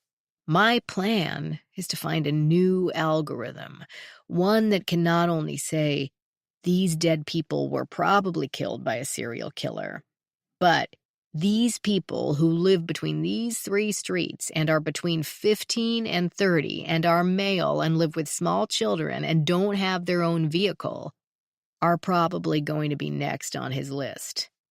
"That would be pretty cool. Will be pretty cool." "It's largely geolocation. Location and opportunity are much more important to a serial killer than the phase of the moon and whether the victim had her hair in a ponytail. But everyone is different. Their list of must-haves will vary." "True. Again, like Gary Ridgway. He grabbed women and girls who were available. He wasn't particularly picky about what they looked like or what day of the week it was. They're never going to be 100% predictable. So me predicting future victims is considered a long shot. But Barbara is invited to Caltech with her crazy idea about cross-referencing prescription drugs with genetic conditions in suspect samples. And using whose research? Mine. She swooped right across the hall to snatch it off my desk, like I should consider it an honor to help her out. Which research did she want? Mostly the murder cluster info. Her theory is to take a set of murders with bodily fluids left behind, find residue of some sort of drug in the fluids, and then figure out who in the area took that drug and might be a likely suspect. Talk about reversing the scientific method. Instead of going from hypothesis to conclusion, take a conclusion, your suspect, and then work backward to find your hypothesis, your drug. If it doesn't work, start with a different conclusion. I can't believe she even found enough examples that the American Academy okayed her presentation. You didn't think much of it? Barbara was great at making much ado about nothing, and not giving anyone else credit for that ado. You'll see notations on all my posters where I cribbed numbers from the Murder Accountability Project and the Uniform Crime Reports. I footnote where appropriate, but hers? Your name didn't appear on the presentation, I'm gathering. You gather correctly. Not a mention of my original data. It became her original data. I would never have known if I hadn't volunteered to pick up orders at Cap'n Taco one day, and she was still in class when I got back, so I went in to leave it on her desk. There were her charts. She'd managed to find 5 examples of apparent serial murders in 5 different places in which the killer is on some sort of med. My data, except for the med part, and her name. After that, she started locking her office. Wow, Ellie said. That's awful. It's really not important, he said, though his tone told her it was very much so. But it's annoying. It is important. I may not have spent much time yet in the research world, but I'm pretty sure neglecting to credit your sources is a fairly serious crime. His face relaxed in the light of her concern. I could have made a stink, complained to the director to the American Academy. I could have sunk her new job at Caltech. But that sounded like a lot of work, so I figured I'd handle it my own way. She turned from the data posters to face him fully, a tiny catch in her breathing. What did you do? One corner of his mouth turned up in a mocking grin. Nothing. A frisson of abrupt worry tingled along her spine. Hector, what did you do? Nothing. The grin widened. I figured it was a small price to pay to help her out the door. She wasn't a very nice person. The type that takes the last cup of coffee and never makes another pot. The one that jams the copy machine, then walks away and pretends it wasn't her. I wanted her to go be a star at the Academy meeting and then waltz into Caltech because I just wanted her to go. He laughed merrily. Ellie forced a smile she didn't feel until a sudden blaze from the hallway caught her attention. The overhead lights had timed out, but someone had reactivated them. She stuck her head out of Hector's door to see Caleb Astor cocking an eyebrow at her. Hey, Teach. Carry your books? What? She couldn't even sort those words out. I thought you left. Circled back. I just wanted to lose that nosy Fed. He rocked on his heels almost like the schoolboy days his words echoed, skirting business casual in a pair of jeans, bright white sneakers, and a sweatshirt with a picture of the St. Louis Gateway Arch. So, class ended early, got nothing to do tonight. You said you're new in town, too. Maybe we could explore the vast dining options of Chesapeake Beach together.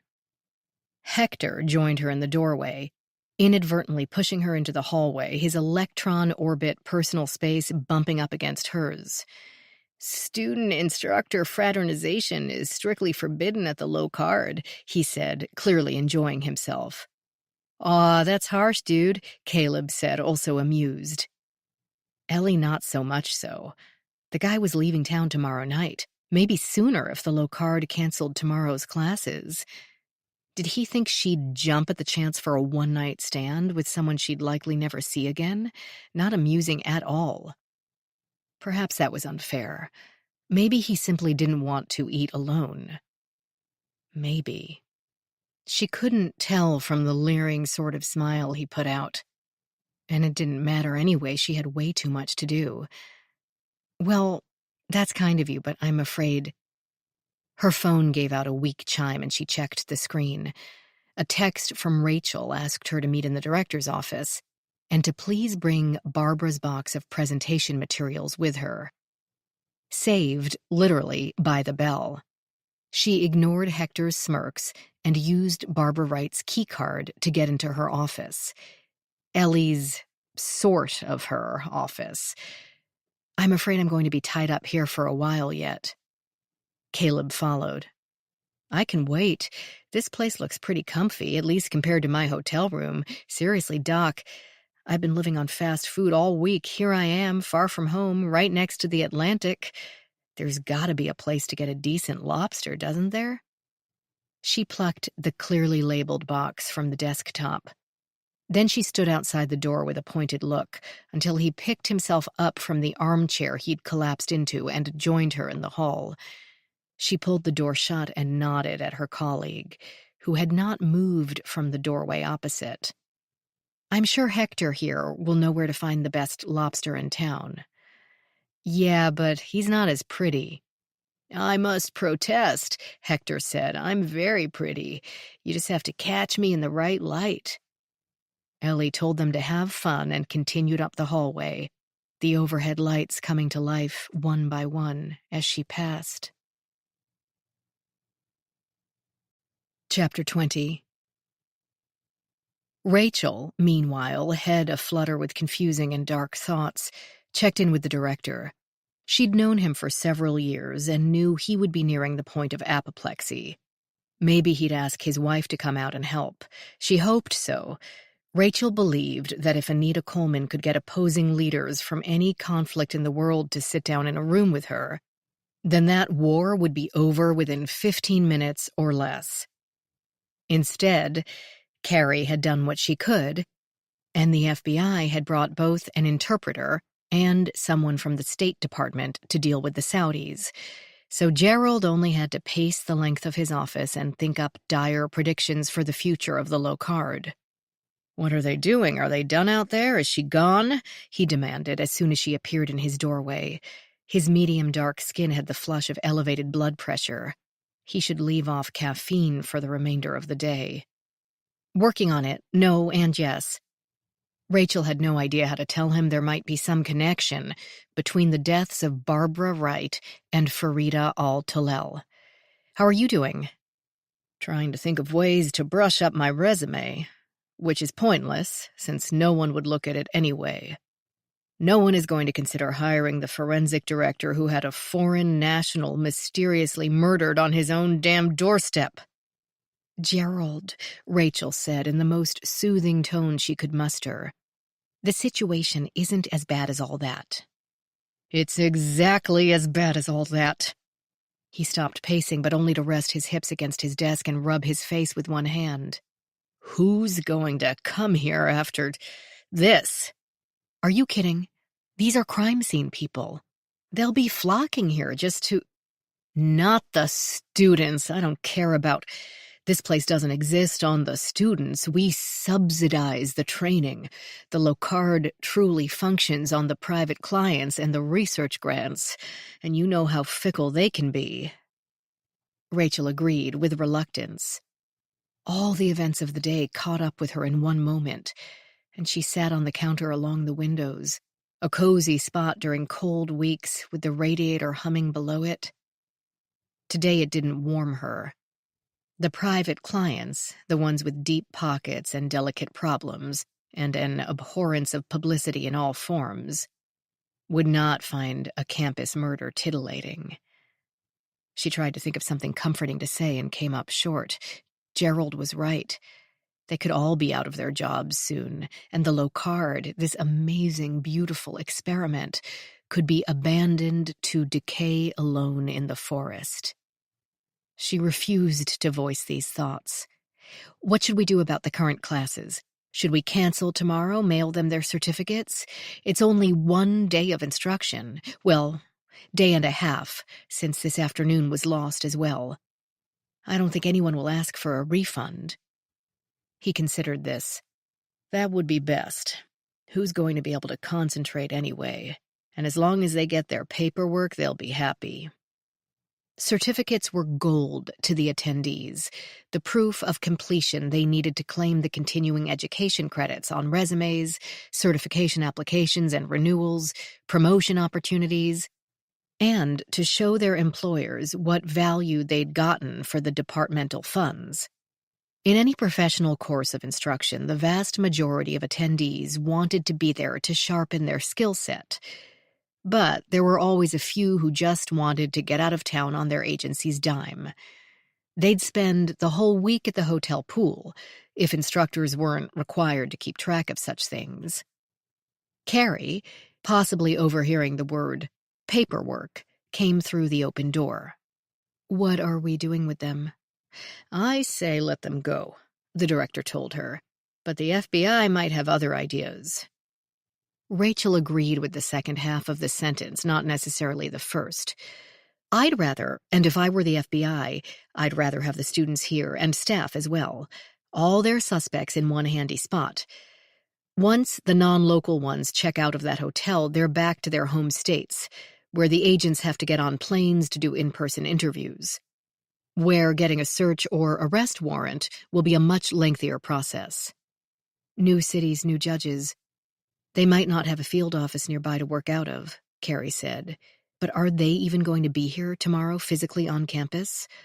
What if the feds wrap it all up tonight?" "That'd be sweet," Gerald said, "but I doubt that's going to happen. But if we have class tomorrow, aren't we liable? What if someone else turns up dead?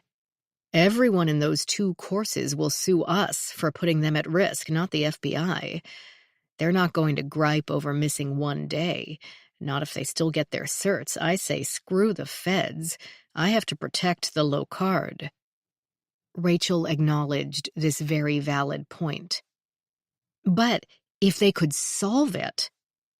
The thought cleared his brow of a few lines. "True, that's the best we could hope for at this point. Quick deduction, quick arrest, over and done with, and out of the media by Monday. And yeah, keeping all their suspects in one place could help with that. Speaking of," he said to Carrie, "what's happening with the cousins over there? Still lots of weeping and moaning and gnashing of teeth?" "You could be a little more sympathetic. They've lost their relative."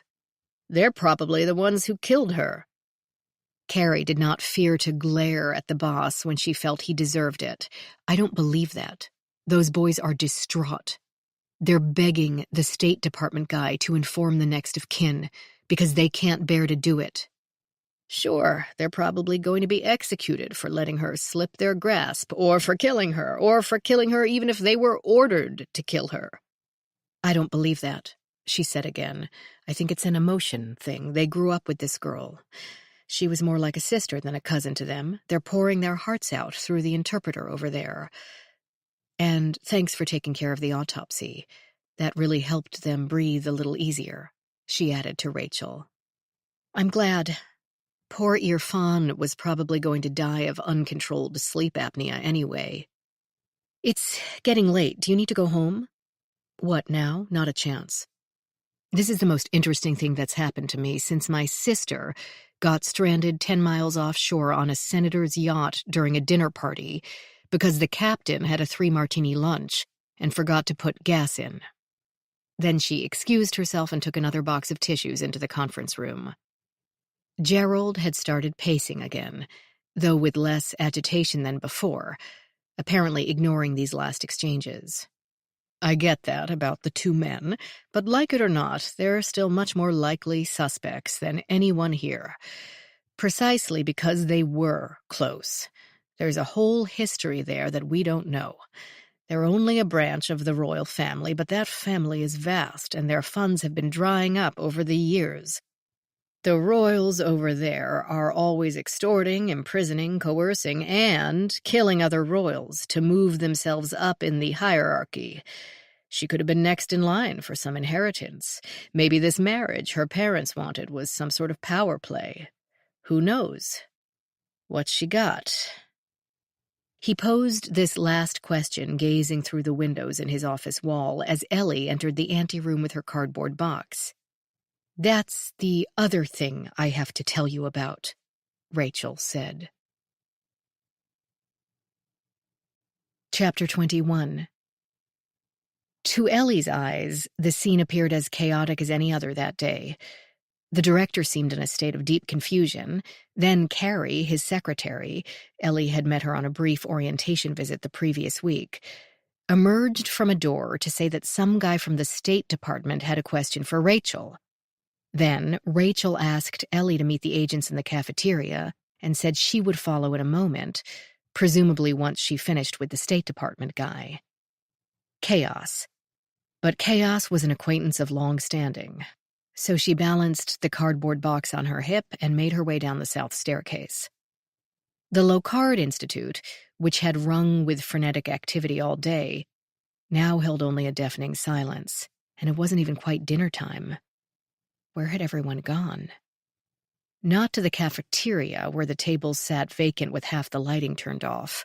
She dropped her box on one of the long tables and went into the inside hallway, with the doorways leading to the restrooms, the gym, the storage room, and the lower north walkway.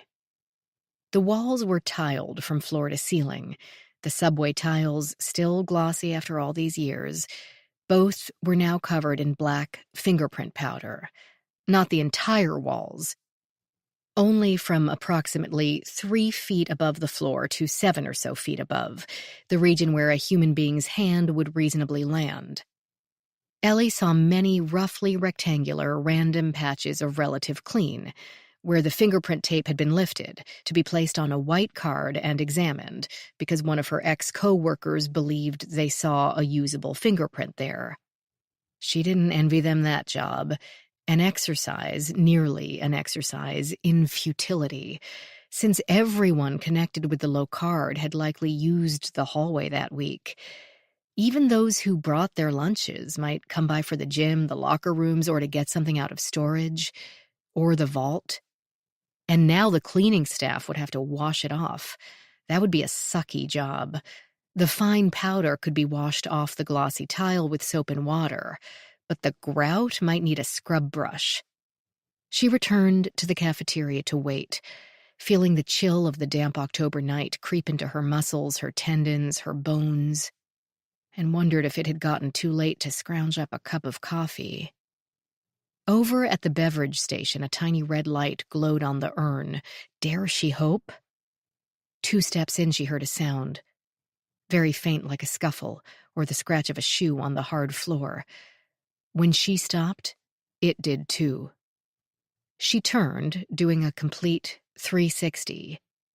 No one. Not a shadow flickered. It could be someone in the gym, working off their stress by shooting a few baskets. Even though she could see across the hallway to the gym doors and no light shone through the porthole-type windows. But then, shooting baskets in the dark could really improve your other 4 senses. It might be someone in one of the restrooms. Those lights were definitely on. It could be a machine. The room was full of them. She hoped the noise belonged to a coffee-making one. 3 more steps toward the beverage station, and she heard it again. A click, a swipe, a brushing sort of vibration, like stiff bristles against a softer surface. She spoke firmly. "Hello?" No answer. Ellie straightened her shoulders, feeling ridiculous. This institute existed to solve crimes, and was currently populated by not only a team of trained investigators, but one of armed agents. Yes, there had been a murder, but that didn't mean she needed to fear another. First of all, she might not be currently armed, but she was still an agent. Second of all, she hadn't even met Farida. It seemed highly unlikely that anyone who had a motive to kill the young Saudi woman would also have a motive to kill Ellie. Another sound, a scrape and sort of shuffle. Unless it was someone who simply enjoyed killing people. And wasn't that exactly the kind of person the Locard existed to study? Yes, study, not hire. But where better for them to be?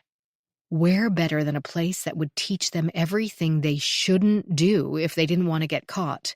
"Hello," she said aloud, more firmly. "I am not afraid of you." But she had never liked the dark.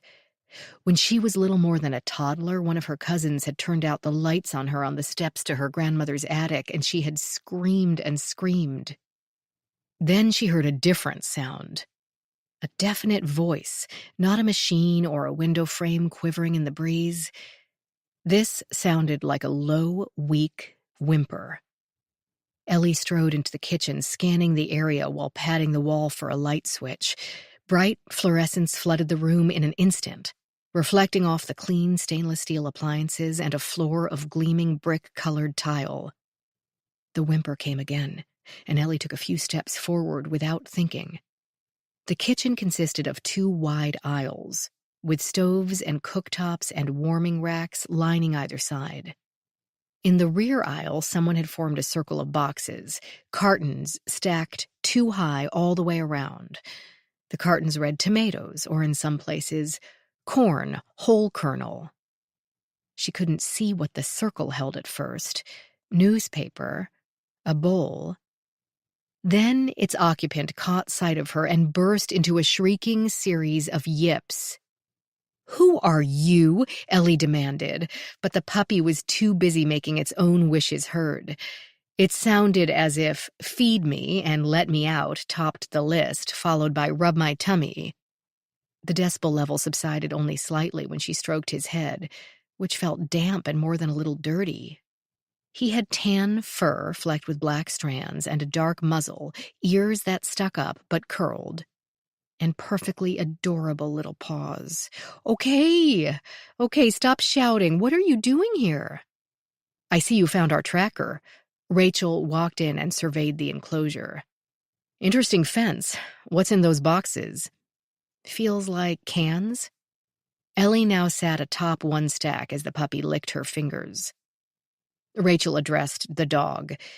"You better not have peed on those, sealed or not. I'll be eating out of those cans one day." To Ellie, she explained, "I asked the kitchen staff to take care of him. I can't believe they left him here. I'll give them the benefit of the doubt and assume they trusted I'd be back." "What's this?" Michael Tyler came in and leaned over the cartons. His fingers smelled interesting enough to steal the dog's attention from Ellie. "This is the guy who found your body this morning," Rachel told him. "Why is he in your kitchen?" "Because if we let him out, guess where he's going to go?" "Not good," Michael admitted.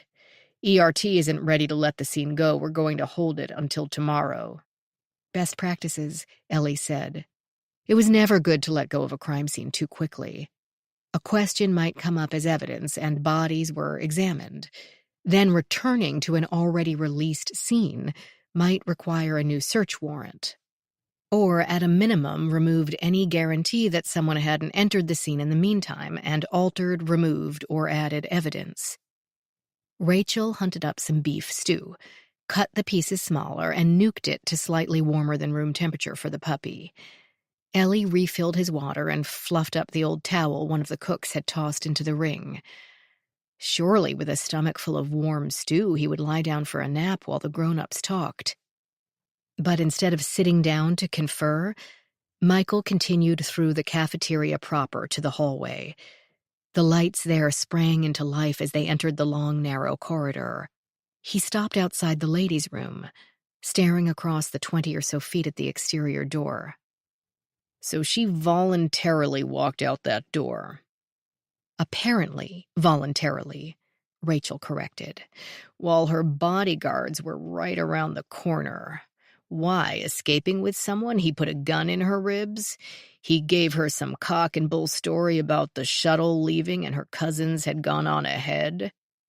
"I doubt she'd believe that," Ellie said without thinking. Dark eyes focused on her face. "Why?" "Well, maybe she would. Who knows what anyone will do when an unexpected situation is thrown up? And she'd been here for a week and a half." "She was comfortable and trusted those around her," Rachel translated. "Yes, but her upbringing had been strict enough that her family sent not one but 2 male relatives to accompany her. I would think she'd balk at walking anywhere with anyone without them. But then again, who knows? It was the end of the day, she was tired, the storm was pounding, and she's probably accustomed to taking what people say at face value. Yes and no, Rachel mused. She lived in a country where there are official rules and unofficial ones, and a great many of her gender, with whom she spent most of her time, walk around with their faces covered.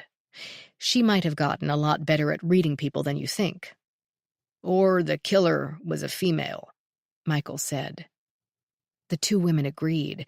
That would have made Farida more likely to leave with the person, though she still might have doubted that her cousins would bail on her. They stood outside the ladies' restroom. Michael said, "I'd like to see inside there." Rachel said, "Uh-huh." Ellie merely waited. "So would you make sure there's no one in there?" he added with a lack of patience. Ellie and Rachel looked at each other, then, in unison, they burst out laughing.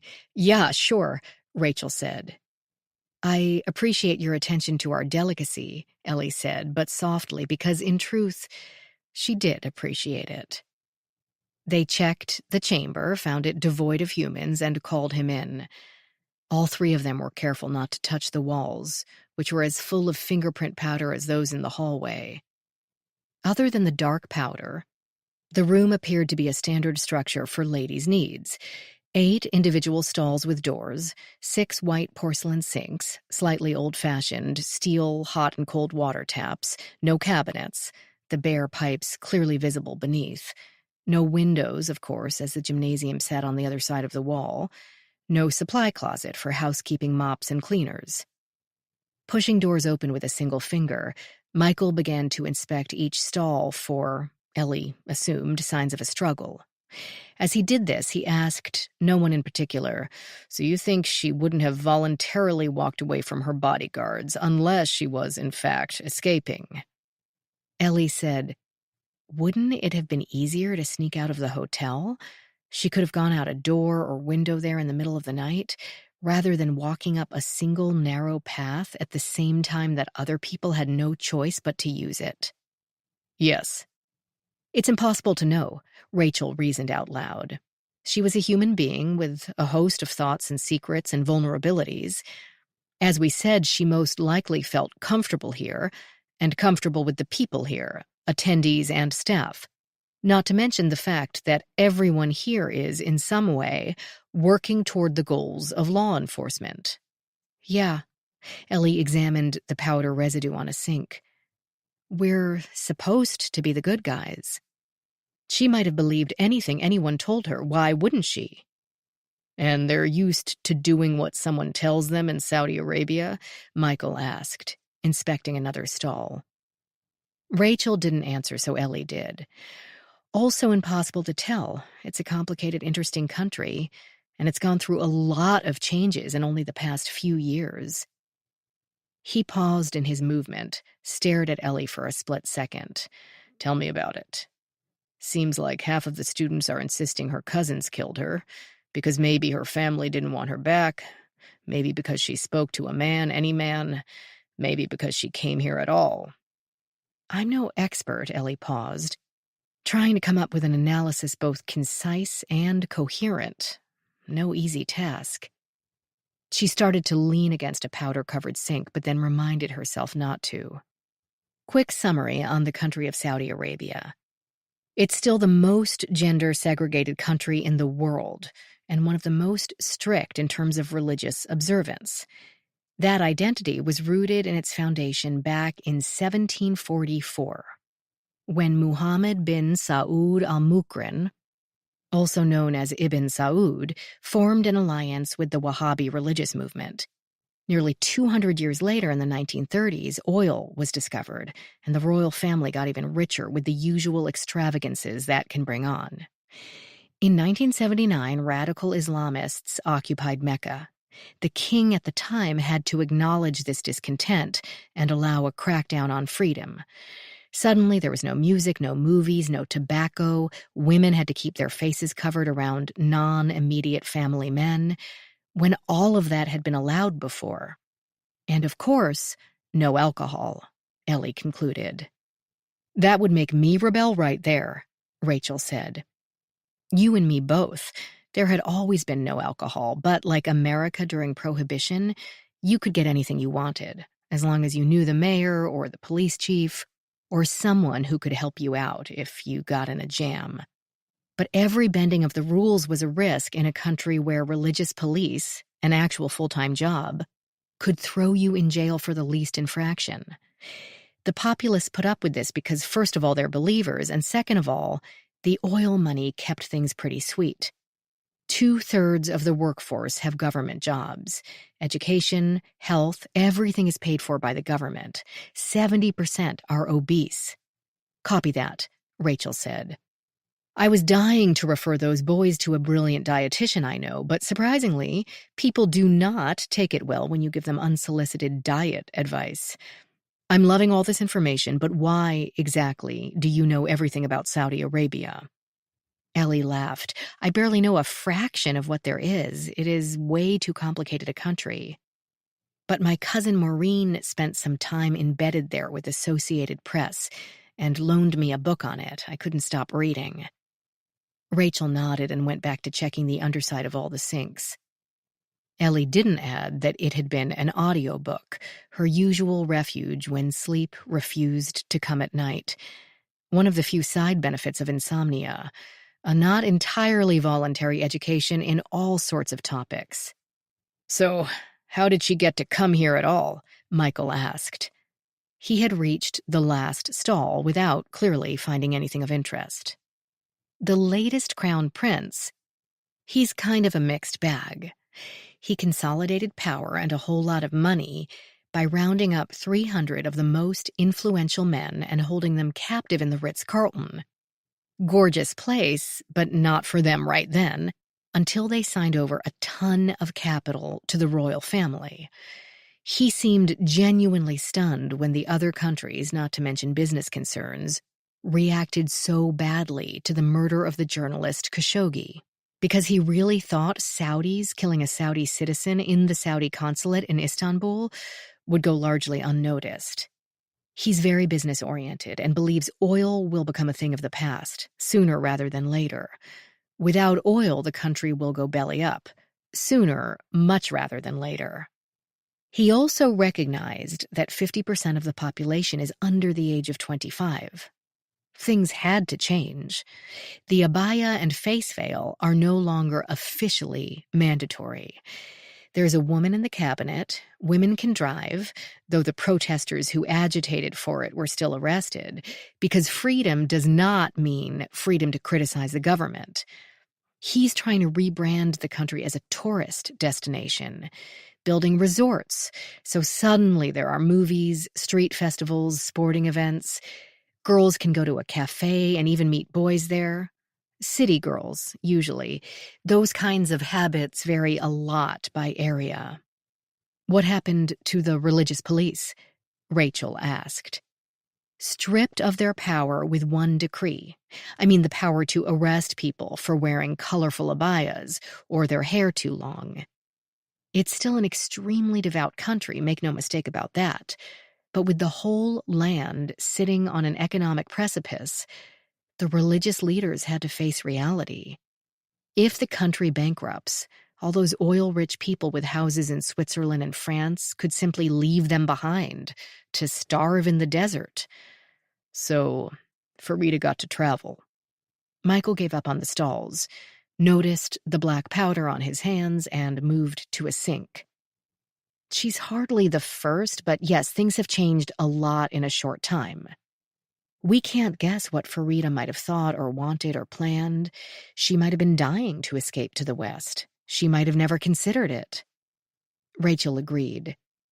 Farida seemed so excited about working crime scenes in her own country, how they needed female workers so that crimes against women would be investigated thoroughly. And she adored her family. She mentioned them constantly. Michael said, "You are right. Our techs didn't find anything suspicious on her phone. She sent her parents and siblings photos of practically everything, up to and including the coffee maker at the hotel and the sunset over the Chesapeake." Rachel said, but at the same time, living in a place where what goes and what doesn't is still up in the air. She might be very good at keeping secrets. Exactly my thought. Ellie again began to lean one hip against a sink, and again thought better of it. That's why we can't guess what she'd do or not do. And if her cousins or anyone back in Saudi knows, they're probably not going to tell us. Michael dried his hands. It's equally impossible to tell if she was attacked, approached, or abducted in here or in the hallway. Ellie saw what he meant. Everything in the room was bolted to the wall. There was nothing to knock over or break open if two people were struggling. And ERT would have already found it if there had been. But she understood why Michael wanted to see the space. When trying to reconstruct a crime, you needed to be able to picture every step of it in your head. They adjourned to the cafeteria and sat at one of the tables as Luis came in, carrying a steaming cup. The other three people demanded with some vehemence to know where he got it. The cafeteria urn had been drained. That lady outside the director's office, Carrie? Nice woman, not bad coffee either. He gave them a smug look that made Ellie laugh, even as she calculated the time it would take to run upstairs to see if there might be more. She felt chilled through to the bone marrow and pulled her blazer more tightly around her torso. Rachel asked what the Bureau wanted as far as the Locard's courses went. Would they prefer the Locard end the course, lop off the last day, call all the students tonight, and tell them not to arrive tomorrow? Or have them return to the scene of the crime?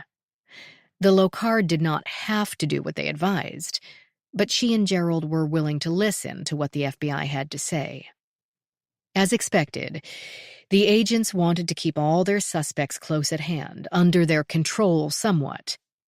If they wanted more information from a particular person, they could pull them from the class, and that person would know that a refusal to cooperate would make them look suspicious. Psychological coercion without actual psychological coercion. Once the attendees were back in their daily lives, it would be so much easier to find an excuse not to talk to the FBI. They were busy. Their union wouldn't like it. Their kid was sick. They were working undercover and couldn't surface right now. Rachel told Michael that keeping the students for the last day did not seem to be in the Locard's best interests, possibly putting the students at risk, for which the Locard could be considered liable. However, they wanted the case closed ASAP, and of course, keeping the suspects together would help with that. So, the director had a deal for them. They would let the students attend for their last day, provided the FBI maintained its presence on the campus and took responsibility for their safety. We want armed agents here, looking out not only for the attendees but the staff as well. To be blunt, if someone else dies, Gerald's going to blame you, loudly and publicly. He's not being mean, he's just really scared. I am too. An odd word in a professional setting, and it dug into Ellie's brain. Scared. In many ways, this situation had seemed like an unusually interesting crime scene, but now the reality of it stepped up and shouted in her face. This was her new life. She had given up her old dream job, her apartment, her city for this. A place like the Locard existed on its reputation. If that died, the whole place might follow it into the grave. She would feel terrible for Rachel, who had given years of her life to the Institute. But selfishly, she'd feel worse for herself. Where would she be? Out in the middle of nowhere, with a new mortgage and no job to pay it with, and a resume with only one reference. An ex-employer unhappy with her for bailing on them so abruptly. She had closed her eyes and jumped off a plank into this job. Now she could only pray that someone hadn't drained the pool. Chapter 22. Ellie listened as Rachel told the agents that it would be understandable if attendees did not want to return, in order to safeguard both their physical and emotional well-being. The Locard would never refuse to grant credit for the courses under those circumstances.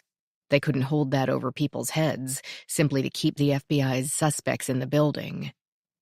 Michael nodded with a rueful expression. Understood. We'll take the deal. This left the FBI open to the same liabilities as the low card, Ellie could see. If an attendee suffered additional trauma by being obligated to return, or if they fell to a similar fate, Michael and Luis would be held responsible. Meanwhile, the killer had another chance to hide, remove, or destroy any evidence he might have left behind today. It would not be an easy Friday for anyone. Michael began. Tell me about this Barbara Wright. When Ellie blinked in surprise, Rachel explained to her, You remember when I picked up the pieces of broken glass from that HCl jar yesterday? The label was torn. Yeah, did you? No prints, I checked this morning. Didn't even bother with the dye stain. There were no prints to stain. Not even smudges. I mean, nothing. Like someone wiped it off, Louise said. Maybe, Rachel said. Not necessarily. Barbara might have only bumped it, knocked it off the shelf, rather than picked it up and dropped it. And whoever in the building unpacked it upon receipt, or used some of the acid since then, might have worn gloves to handle it, not unreasonable with a caustic substance. But half of the label from the jar was found in the gravesite, on top of Farida, under the goat. What? Ellie asked. A piece of moon rock would not have been any more surprising. Yep, doesn't make any sense whatsoever. Did her body? No. Was there other? No. Did anybody who? Pretty sure not. Would you guys speak English? Michael demanded. For the rest of us? Rachel apologized and clarified. No. Her body showed no signs of having been in contact with acid. Neither did the goats. No, there was no other use of acid at the scene while my class was there, and no one who would normally be using that acid in the building, like Barbara with the DNA buffers, or Gary with his inks, or Mickey in ballistics, would have been helping to bury the goat originally. Ellie said, Are you sure? Yeah. At Michael's dark look, Rachel amended, I'm reasonably sure it's the same label. I took a photo of the piece from the scene and just eyeballed it, but it looks to me like a jigsaw match. Louise said, But this Dr. Wright died of a heart attack? Supposedly, Rachel said. Apparently, Ellie said. What does that mean? Rachel related what the pathologist had told her after the autopsy, that Barbara's heart showed some signs of arteriosclerosis and her lungs did not show damage from the caustic substance. But did show edema, Ellie remembered. Yes, most likely related to the attack. Pulmonary and vascular functions are a complicated balance. Respiratory irregularities can trigger a heart attack, as in cor pulmonale.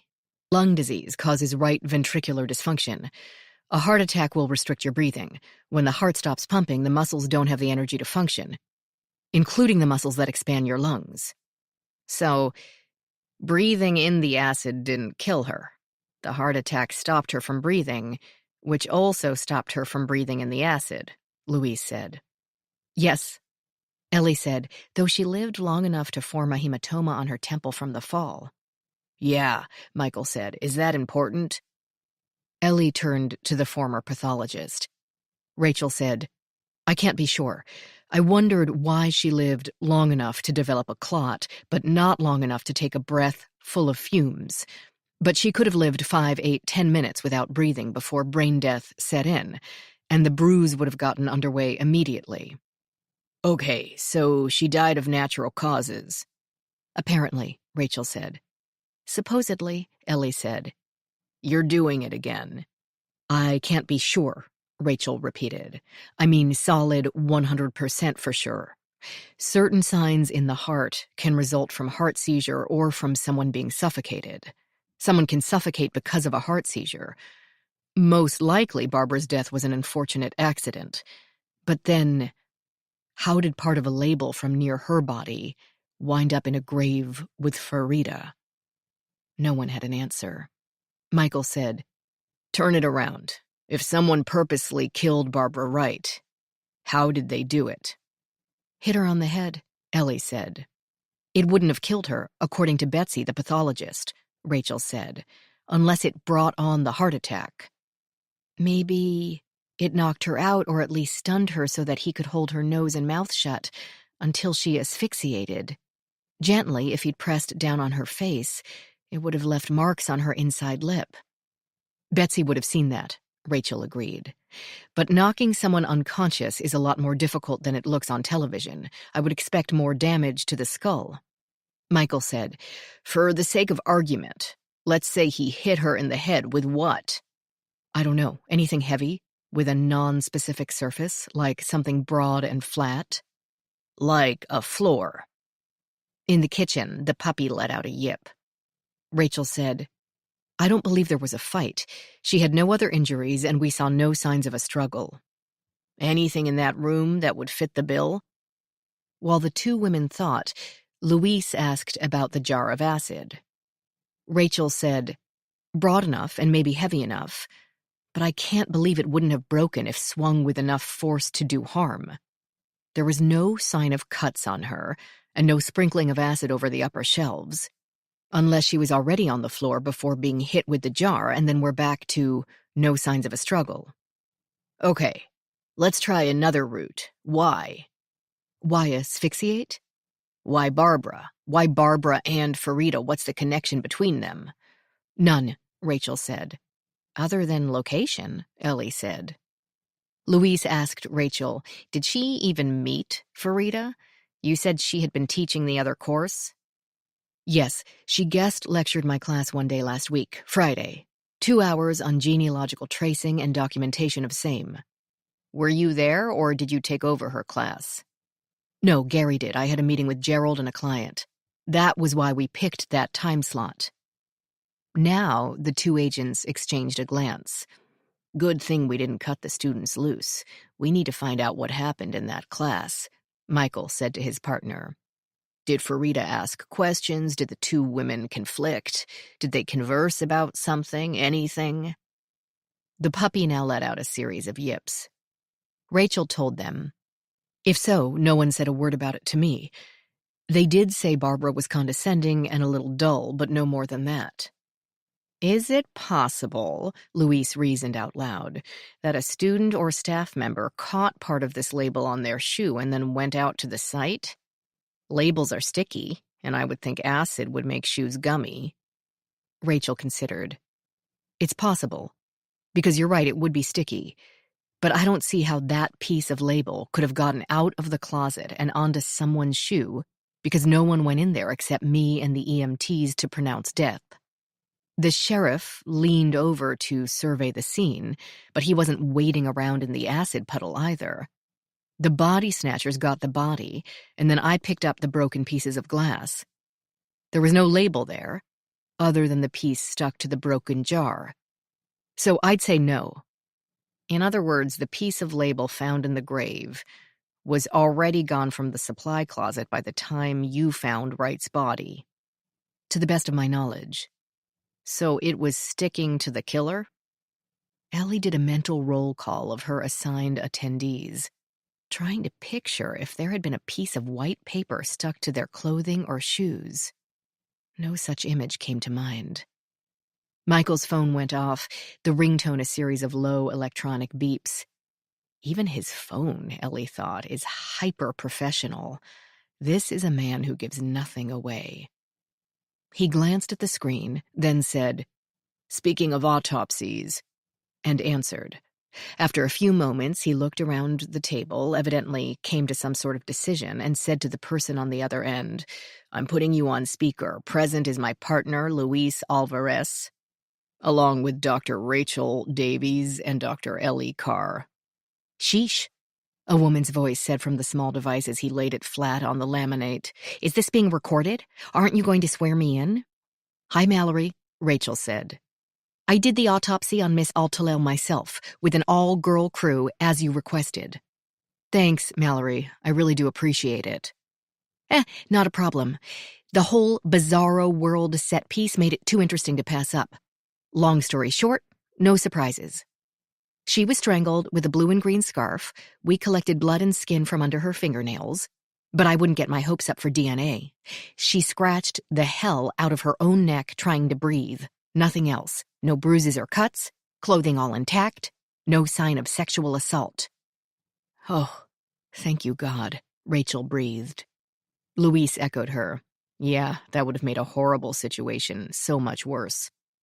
Wasn't pregnant, and unless she had a super flexible hymen, almost certainly never had intercourse. Other than her sex life, or lack thereof, let's see. Nothing. Completely healthy young woman, heart good, lungs clear. Apparently broke a rib a long time ago. I'd say a couple of years at a minimum. That was it. Toxicology? Michael asked. Takes weeks. What do you think we are, McDonald's? I know, sorry. But I knew you'd all be dying to know with an international victim like this, so I begged for some unofficial preliminaries. Also clear, no sign of intoxicants, narcotics, anything illegal, nothing, nada, zip. That is also not a surprise, Rachel said. Nothing weird in her layers of clothing, underwear, shirt, pants, socks, shoes, sweater, raincoat. No tattoos, talismans, class rings on a chain round her neck, love notes held next to her heart, a tissue in the raincoat pocket, and a tub of lip balm in the pants pocket. Ellie asked, "What are the shoes like? Muddy?" "Coated. All the outwear is covered in mud. Duh, she'd been buried. But her new Timberland boots had the stuff crammed into every tread." Rachel spoke to no one in particular. Not surprising, from our visits to the site during class. And she had tufts of fur sticking to the coat as well, which I assume is from the goat you also kindly sent along. Speaking of the goat, am I correct in assuming you did not also need me to do a necropsy on it? Correct, Rachel said. I know what killed the goat. She broke off to glance at the two FBI agents. Though I assume the FBI hoped that your trace evidence techs could examine its fur, its exterior, for any item or substance the killer might have left. Yes, Louise said. He's taking a look at it, but I poked my head in there a few minutes ago, and he didn't seem especially titillated by anything he'd found so far. A pause ensued, in which the four people at the table tried to think of something else to ask, and failed. That concludes my remarks, the medical examiner said. Thank you for coming. Transcripts will be available in the lobby. Wow, really? Rachel teased. Pff, no, and don't nag me for a report by 9 a.m. tomorrow. Ain't gonna happen. Michael said, Got it. Thanks a lot, Doc. Rachel said, Yes, thanks so much, Mallory. I know this will make her parents feel at least an iota more at peace. Her parents will have other things on their minds, Mallory said, and hung up. The end of a life summed up, Ellie thought. Nothing unusual, except for some evil person knotting a scarf around her neck until she died. Michael said, The treads of her shoes. The crime scene crew looked like they'd been mud wrestling by the time they wrapped up for the day, and insisted that the killer had to be covered in it. Unless they were in head-to-toe rain gear, like a Gloucester fisherman, and the rain completely washed it off by the time they got to their car. It was coming down hard enough, Rachel muttered. Then their driver's seat and floorboard should be coated as well. It does seem to eliminate the people on the shuttle. We've got that list. He pushed a handwritten sheet toward them. But we examined every vehicle that's left the lot today. Did someone touch her baby? Ellie sputtered. Hey, no one asked me for my keys. That's original paint, you know. I hope someone didn't... Michael held up one hand, a slight grin appearing under this onslaught. I'm sure it remains unmolested. We couldn't possibly get search warrants for them all, so agents waited in the lot as owners came out and asked for permission to search. So far, no one has said no. Of course not. They'd be an instant suspect. It made sense. The least painful way to look inside a whole parking lot full of vehicles. Everyone had smudges of mud, dirt, leaves on their floorboards, but none seemed out of line, only the typical hazards of fall in the Northwest. Somehow, the killer murdered Farida, buried her, then walked away and drove home without leaving a trace. or came back inside. There are lockers and locker rooms with showers, Ellie said without thinking, then winced at Rachel's miserable expression. Only the staff would be familiar with the gym facilities. Michael said, "All were searched today, with nothing significant found. Of course, someone could have bundled up all the dirty stuff and worn their gym clothes home or something, but they did it without leaving a trail of mud across the sinks." "No sexual assault," Luis repeated. "The motive could still be sexual. Could be anger at a failed romantic pass, or could have nothing to do with love or sex at all." In other words, they were no further along than they'd been hours and hours ago, and now added in a possible connection to Barbara Wright to complicate matters. The dog's whines now increased in volume and intensity, as if he were trying to convince his audience that a wild jackal had entered the kitchen and he, the puppy, was in grave danger. "What is that thing?" Luis asked Rachel. "It's a dog. I can't get more specific than that. Dogs all kinda look alike to me." "Heretic," Luis said, and she laughed. Ellie had been studying the list of students who took the shuttle to and from the hotel. Some she recognized from her class, like Sergeant Craig Bennett, Betty Williams with the orange hair, and the lieutenant from Ohio, Matthew Gold. Some she didn't, most likely from Rachel's crime scene course. "Hey, why is Alyssa on here? She lives in D.C. "Who?" "Alyssa works for us, you. She does ERT sometimes, too. That's how I know her." "I mean, she could be staying at the hotel, but I'd assume she'd go home every night." Michael drew an asterisk next to Alyssa's name, but then went on.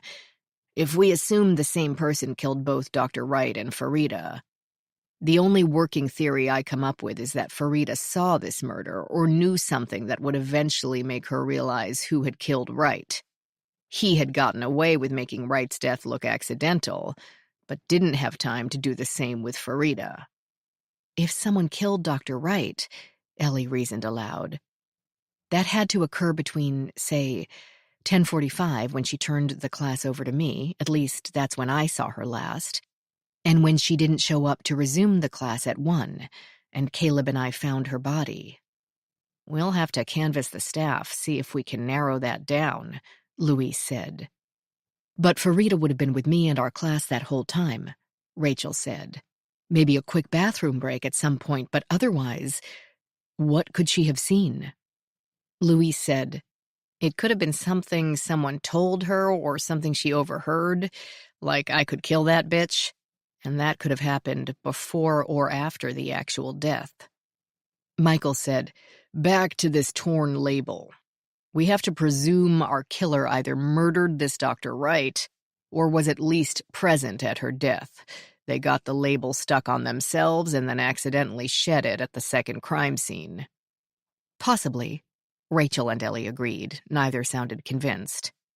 "Or he or she purposely took the label to leave at the second scene in order to—" "What?" The four people were silent. The puppy kept up his campaign to let them know that the jackal had now entered his enclosure with bared teeth. Then Ellie said, "Because he wanted us to know. Know that Wright was murdered, and that he killed both her and Farida." Michael Tyler sat with his chin on one hand, looking at her. "That makes absolutely no sense at all." This didn't sound like an argument. Rachel considered this. On the surface, no. If we'd accepted Barbara's death as accidental, why rock that boat? Why call attention to your own crime? "Because it's fun?" Ellie suggested. To accentuate his point, the puppy began to howl as if the jackal had already torn off one limb and had started to munch on a second. "Fun?" "To a killer, everything about murder is fun." "All right, I can't stand it." She went into the kitchen as Louise called out that she would spoil the animal.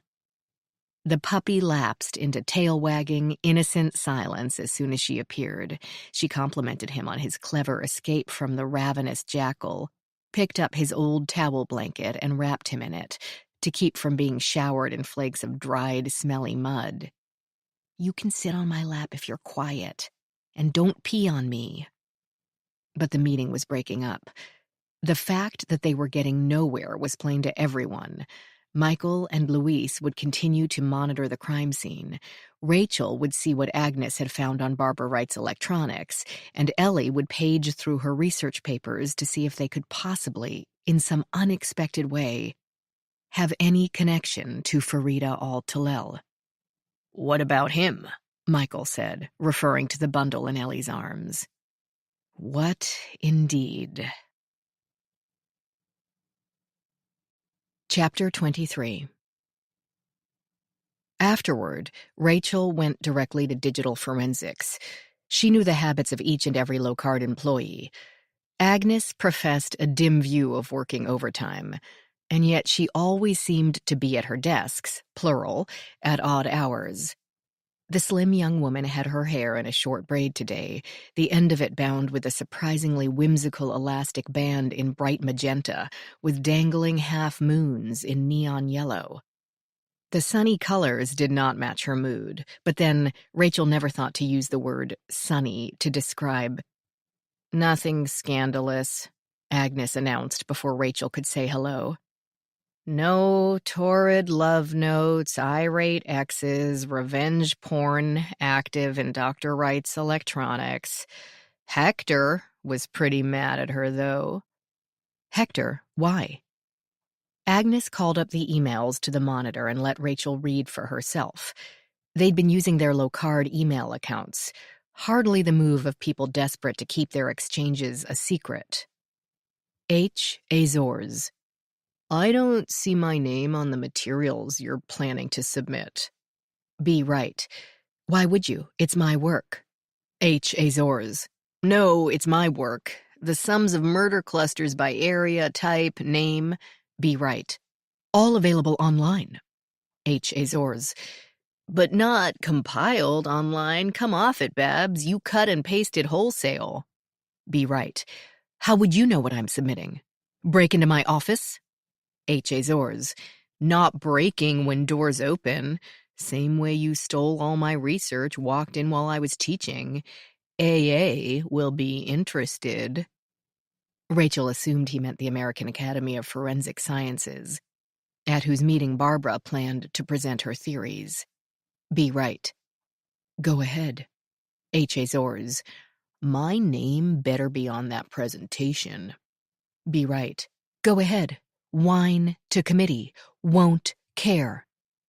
Rachel wondered if she meant the AA committee wouldn't care or she wouldn't care. Or both. Bit of bravado. Scientific communities take plagiarism charges very seriously. H. Azores. "Committee will be the least of your worries, bitch." "Timestamp," Agnes said. Rachel checked it. 11:25 a.m. the previous day. Roughly an hour and a half before Barbara Wright was found dead. Were they emailing each other from across the hall? Agnes giggled, a sound so unusual that Rachel started. "I can just picture that," Agnes admitted. "Two eggheads lobbing insults from their desks because they don't have the guts to walk 10 feet to face someone in person." Somebody faced her at some point. Agnes glanced at the monitor over Rachel's shoulder and clicked a few keys that brought up a hidden code Rachel couldn't decipher. No, Hector was at his desktop, Barbara on her phone. That makes more sense. Can you really see Hector clocking Barbara over the head with a jar of acid? We don't know that's what it was. Wait, how did you know? Everybody knows. True enough, Rachel figured. The staff had been informed of Barbara's death as a probable heart attack, brought on by exposure to acid fumes. But once even the idea of murder popped into her head, it managed to leap into the rumor mill and disperse in every direction. Maybe Hector came looking for Barbara, found her in the lab, saw his opportunity. Maybe. I can't see it. I've never known Hector to have any kind of temper, much less a violent one. And over an academic credit, he hadn't even complained to Gerald, that I know of. And he could have made a formal complaint to the American Academy and even Caltech. It might have caused her some real difficulties. She'd have to inform the FBI agents of these emails, but that could wait until tomorrow. She would frame it as the minor squabble it was, as Agnes thought, a spat among eggheads. Except this spat formed the only thing even close to a motive that she'd seen so far. Agnes said, as if on cue, "Then there's this, on her laptop only, not the low-card system." She angled Barbara Wright's laptop toward Rachel and clicked on a folder labeled Wright Gene Forensics. It contained 7 other folders, with labels such as Mission Statement, Board of Directors, Department of Finance, and Pricing. Rachel explored each one. Wright Gene Forensics Mission Statement declared that Wright Gene could pinpoint suspects through their bodily fluids left at crime scenes, even when CODIS could not, and existed solely to assist the law enforcement community in their efforts. The pricing schedule, however, detailed the hefty costs collected for such assistance. She was going to start her own company, Agnes said, and turn quite a profit doing so. Well, good for her, I guess. The board of directors so far consisted of one person, Barbara Wright, chair, though the chart graciously allowed 4 slots for future members. The finance report listed 4 venture capital firms, each providing different 6-figure amounts for startup costs. One, Baudelet Capital Investments, had a question mark next to it. I wonder if these firms actually committed money, or if she hoped they'd commit money, Rachel said. Agnes asked, "Either way, is this a motive for murder?" "I can't see why. Nothing illegal about it. Unless she had a business partner she planned to cut out, and it doesn't seem to be Hector, who only cared about the Academy presentation. Were there any references to Wright Gene in her emails or texts?" "Not her low-card account emails. Texts, kind of." Agnes woke up a third monitor and directed Rachel's attention to the downloaded texts. "It's this set here, but I'll summarize. She planned to meet someone called Dave in Seattle the day after she arrived for the American Academy. They could discuss his investiture. Not investment, investiture." That's strange. The word investiture had nothing to do with investments, and rather to do with formally establishing someone in their role as high-ranking official or perhaps king. Maybe Barbara planned to fill in her board's organizational chart, beginning with Seattle's Dave, and she considered it quite the honor to bestow. Maybe it's a spell check mistake, but hardly seems likely, does it? Anyway, Dave's phone number belongs to a David Brubeck, not the jazz musician, obviously. This Dave Brubeck is 43, married, 3 kids, and a quality control manager at Henderson Monitoring in Redmond, outside Seattle. How'd you find that out? Agnes blinked at Rachel as if both stunned and faintly disappointed. Google. Ran the phone number, then checked his Facebook and LinkedIn pages. Oh, and what does Henderson Monitoring actually do? Quality control, efficiency expert consultants. At least that's what their website implies. It's big on arty graphics and short on detail. I see. Well, unless this Dave flew across the country and snuck into and out of the low-card without anyone noticing, he hardly seems a likely suspect. But I'll turn all this over to the agents. They can contact Mr. Brubeck, not the musician, to let him know Barbara won't make their meeting, and maybe he can shed some light on whether this high finance was real or not. Thank you, Agnes. I hope you have a restful night. Oh, did you find any reference in her stuff to Farida? Your Saudi girl? No. Nothing? Not a mention. She didn't talk about young women, Saudis, Middle Easterners, Muslims, embassies, student exchange programs, or international matters. Other than internet searches for crime rates, stats, summaries, and use of prescription drugs by country. Okay then, did you see her cousins downstairs last night? They said they asked you to check the ladies' room. Agnes blinked. By the cafeteria? Yes. No. Rachel had not expected this answer. Are you sure? She blurted out, before remembering that Agnes was eternally sure of everything, and one would hardly forget being pressed into service by two men without aid of the English language. Why would I go 2 floors down just to use the restroom? A logical question. I thought maybe to go to the gym or get something out of your locker. Her voice trailed off in the wake of Agnes's blank gaze. Rachel didn't even know if Agnes had a locker, or if she had ever utilized the gym or its exercise equipment, or, for that matter, the cafeteria. Not me. But there is one thing maybe you should check. Agnes used the same monitor to go to Facebook, logging into her own profile. Rachel could only glimpse several posts of book covers and what looked like a girls' night out, with a round of shots of some amber-colored— was that a bottle of Jack Daniels? Rachel didn't dare ask, and Agnes quickly clicked on recent searches to bring up Oliver Suarez's profile. I went through the list of students and checked their social media, what I could. Some have theirs set to private, but not as many as you'd think. She frowned on this literally and shook her head. People never learn. Of those students without private profiles, a lot posted in the past week about being here, photos of the water, more than a few of happy hour at the hotel, the standard tourist stuff of D.C., monuments, Smithsonian's. A few included photos of Farida taken here at the Locard. It doesn't seem like she went out with anyone, not even a happy hour. Her profile is private, most unhelpful. Okay, Rachel studied Oliver's page. Fabulous photos of snow-capped mountains, a close-up of an eagle sitting on a rock in the middle of a stream for profile pics. But the 4 most recent posts were of Farida. The first, posted on the Wednesday of the previous week, had been taken from the front of the classroom during a break.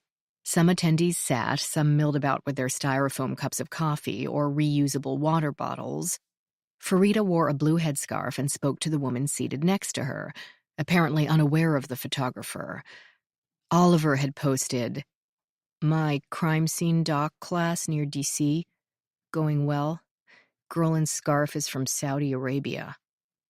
This had garnered a few comments, one recommending a D.C. restaurant, 2 advising him not to miss seeing the Lincoln Memorial, and someone named Chaz asking, is she learning how to be a better terrorist?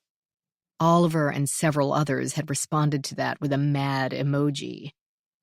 The second post showed the lunch bunch. He'd snapped a photo while Farida conversed with Steph, again unaware of the camera. Oliver's caption, "Farida trying a burger for the first time?" To which a poster named Maddie said, "They do have burgers in Saudi, bro." In the third photo, posted Monday, Farida smiled directly at the camera and stood alone. It had been taken in the courtyard next to the fountain, and Farida wore the same headscarf she would die in. Rachel wondered where the 2 bodyguards had been. Photos were another iffy thing in Saudi, she had read somewhere. They were allowed but frowned upon by stricter types. Though Taliban soldiers were now snapping selfies all over the place, women were not supposed to advertise themselves. Farida didn't seem nervous about it, however. Her warmth and vitality shone through the lens. Oliver wrote, "My new friend Farida." To which people had commented, "Beautiful, hot, bring her home to mama, looks like a sweet girl." And Chaz advised him to check her suitcase for bombs. Chaz, Rachel decided, is a jerk. The fourth post had gone up at 1:30 that afternoon, with the sad notation, "This beautiful woman died today. An amazing life cut short. I was so looking forward to showing her Montana." The photo showed Farida at what would become her own gravesite, kneeling in the leaves next to, Rachel knew, Chester's body, though that had been cropped out, as had the people on either side of her. With her face turned up, she seemed to be laughing at something someone said with all the joy and hope of the universe concentrated into one young woman. The image broke Rachel's heart. It also chilled it. "Is that the woods where she was found?" Agnes asked. "Yes. 1:30. When had the attendees been informed? It would have been right around then. Oliver had immediately posted his grief. Not strange. He used a photo taken at what became the crime scene, yet it made an appropriate memorial in and of itself. A great shot with colors so vibrant you could touch them. Farida's dark eyes, red lips, the deep browns of the damp earth. Moreover, it captured her doing what she loved, what she hoped for and looked forward to in her own personal future. It was gorgeous and clearly curated by someone who cared. He had it bad. But did she? Agnes asked. How would we ever know? I very much doubt she confided in her cousins, though she may have. She could have texted a blue streak to friends back home, but that will be up to the FBI to find on her phone. She may have kept it all inside. For all the recent changes in her country, the modernizations, the new freedoms, she still must have learned to keep her thoughts to herself. And she might have thought Oliver was a nice guy, and that was all. Subsequently breaking his heart. Perhaps. We need to figure out exactly where Oliver was when everyone left last night. Using a photo taken at the same place her body turned up. Insensitive, Agnes said. Weird, Rachel said. Anything else you think I should know? No. Pics of Farida show up in some other students' posts, but in group shots. No one singles her out in their comments.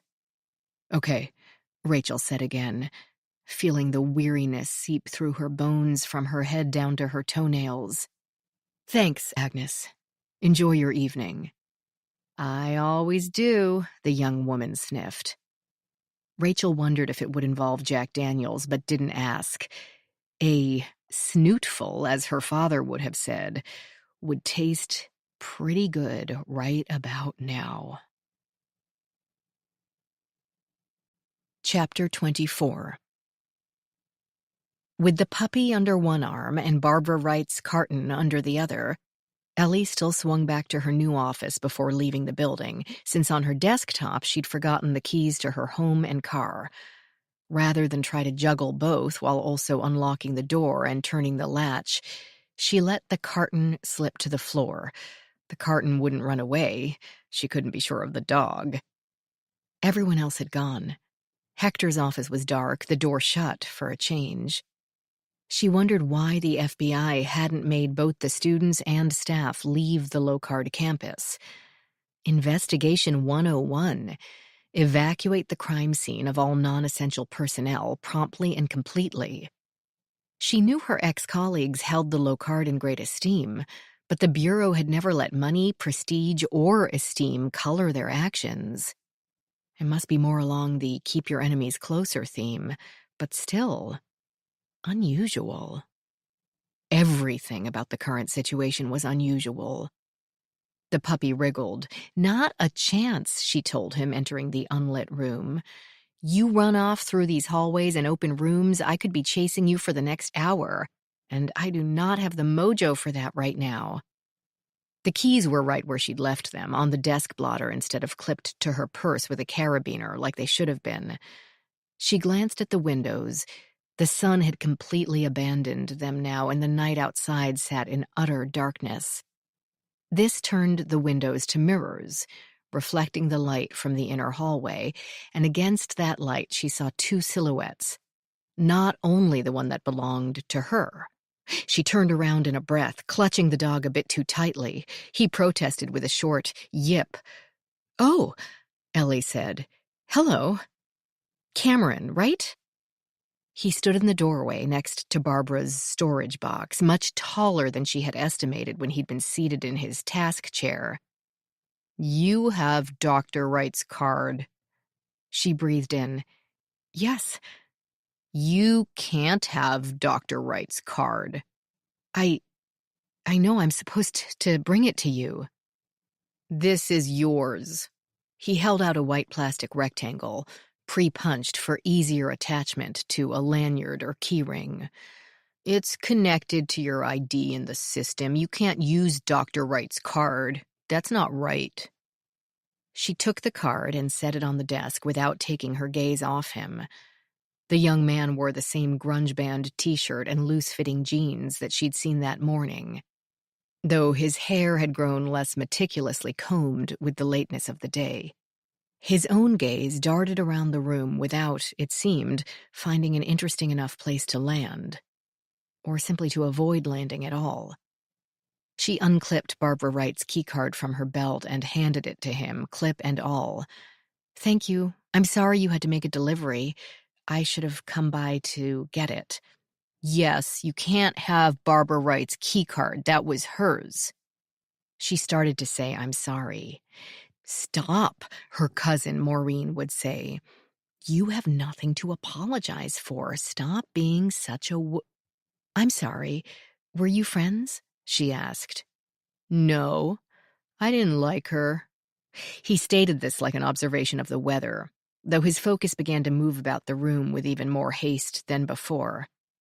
Oh, but since he didn't seem to mind brutal honesty, why not? "She wasn't nice. She made the director make me take the scan controls off her computer when I said that wasn't safe. It's my job to make sure the server is safe. Because of her, I did a bad job." "It wasn't your fault that it's my job to make sure the server is safe. It's my job." His left hand began to pluck at his pants leg, which she took as a sign of agitation. "I did a bad job, but it was her fault."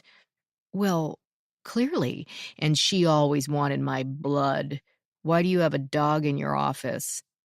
"He's a stray. Why did she want your blood?" "She wanted to test it. But why is he in your office? We don't have any other animals in this building. Dr. Simons had a container of beetles to clean off bones, and it broke, and they all got loose, and now we don't even have beetles here." "We couldn't have him running around outside at the crime scene. What did she want to test it for?" "To see why I am the way I am. I'm not like other people." But I told her, "No, I don't like having needles stuck in me." She said I was being a baby and needed to think about people other than myself. I thought that was mean because I do think about other people. I gave my mother a card for her birthday. "I agree," Ellie said firmly. She didn't specify what she agreed with, but it seemed to satisfy him. His fingers stopped pinching the denim seam. "But I like dogs," he added. Oh, no, he wasn't like other people, but she felt stupid for feeling nervous around him, simply because she didn't know him and it had gotten dark out. And yes, 2 murders. But still, any dog lover. She took a step forward. "Would you like to pet him?" "No. He's dirty and kind of smells. Goodbye." And with that, he turned and left. Ellie called, "Good night," but if he made any response, she couldn't hear it.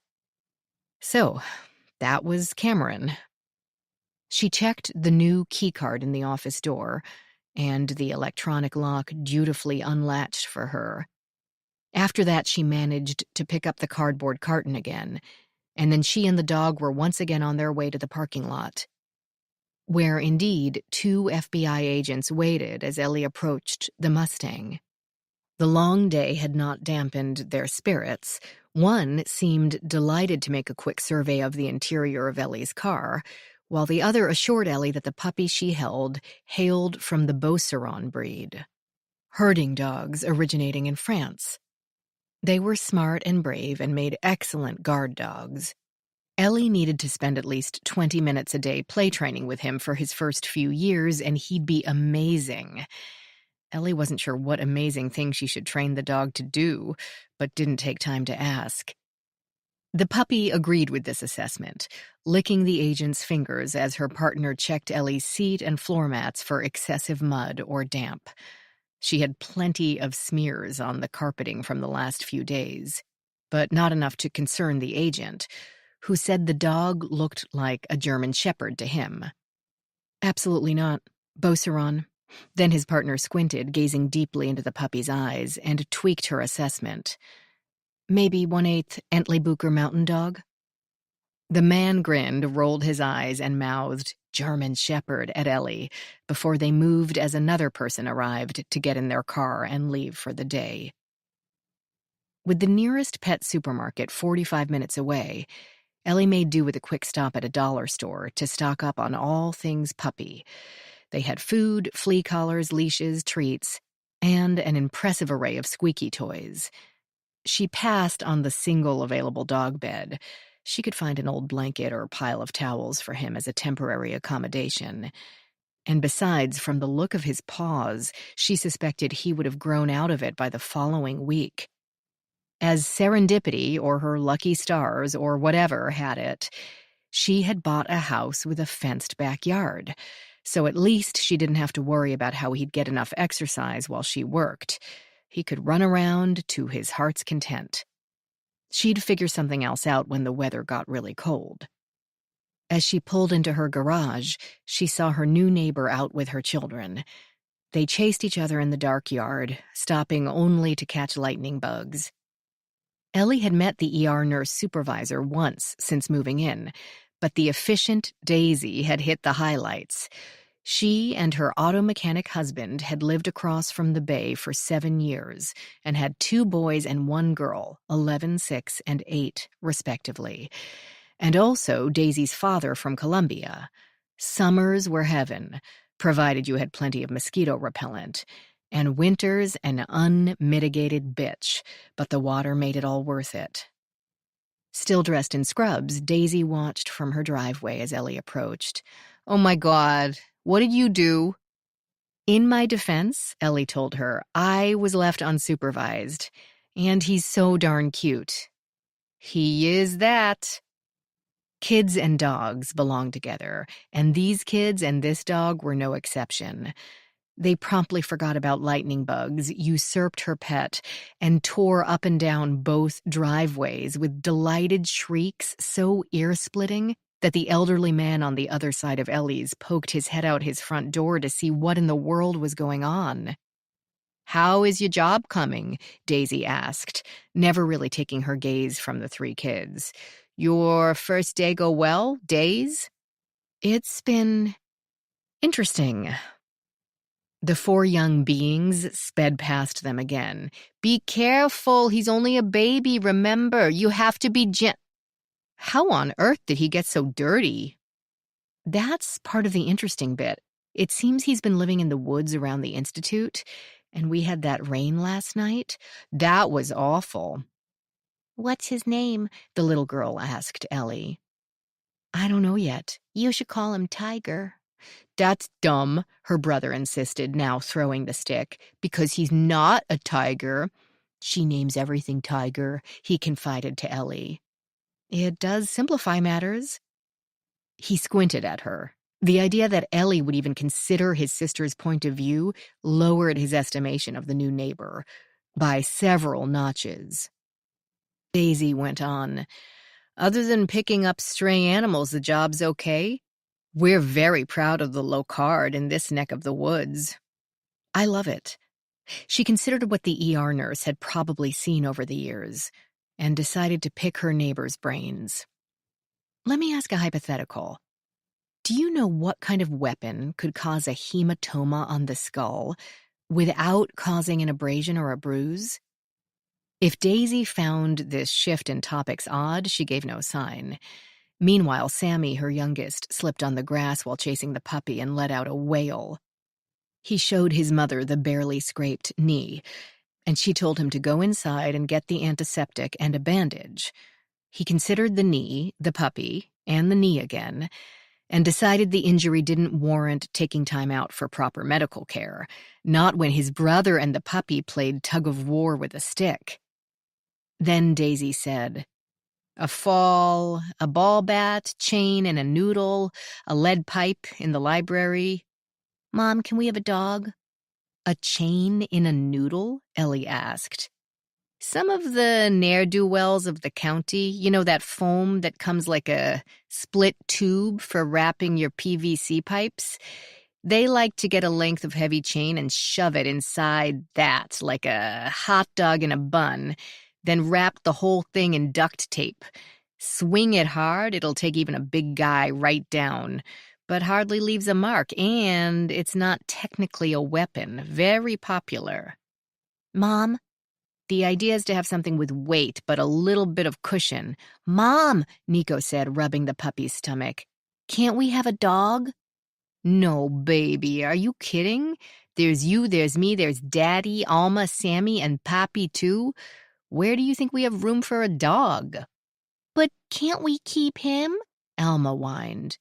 No, of course not. He's Ellie's. 3 sets of eyes swiveled in her direction. Absolutely not, she said to Daisy's visible relief. You can play with him every day, but he's living with me. I need a friend. And a roommate with teeth is probably a good idea, too. Chapter 25. The still unnamed puppy didn't care so much for the bath in the utility tub, but cheered up when rewarded with puppy chow and a chew toy. After that, he joined her upstairs at her desk in the sitting room. Ellie didn't know how else to refer to the extra space at the top of the stairs, outside her master bedroom and the guest bedrooms. Her desk faced a wide window overlooking the upper porch and the bay, a gorgeous view in the daytime, but in the dark she could only see her own reflection gazing back at her, a much less therapeutic sight. With a bowl of salad and a damp puppy sleeping on her feet, she spread out Barbara Wright's research. The data seemed to fall into 3 categories: lists of crimes, both solved and unsolved, by county, lists of prescription medications on auto-refill, indicating these meds were necessary to maintain health in the face of chronic conditions, and third, murders and violent crimes with suspect DNA and/or bodily fluids left at the scene, where searching the DNA through CODIS had not helped because the suspect wasn't in that database. A long listing, grouped by states in alphabetical order, put the 3 categories together. Alabama, 4 unsolved rapes, sickle cell disease found in semen samples.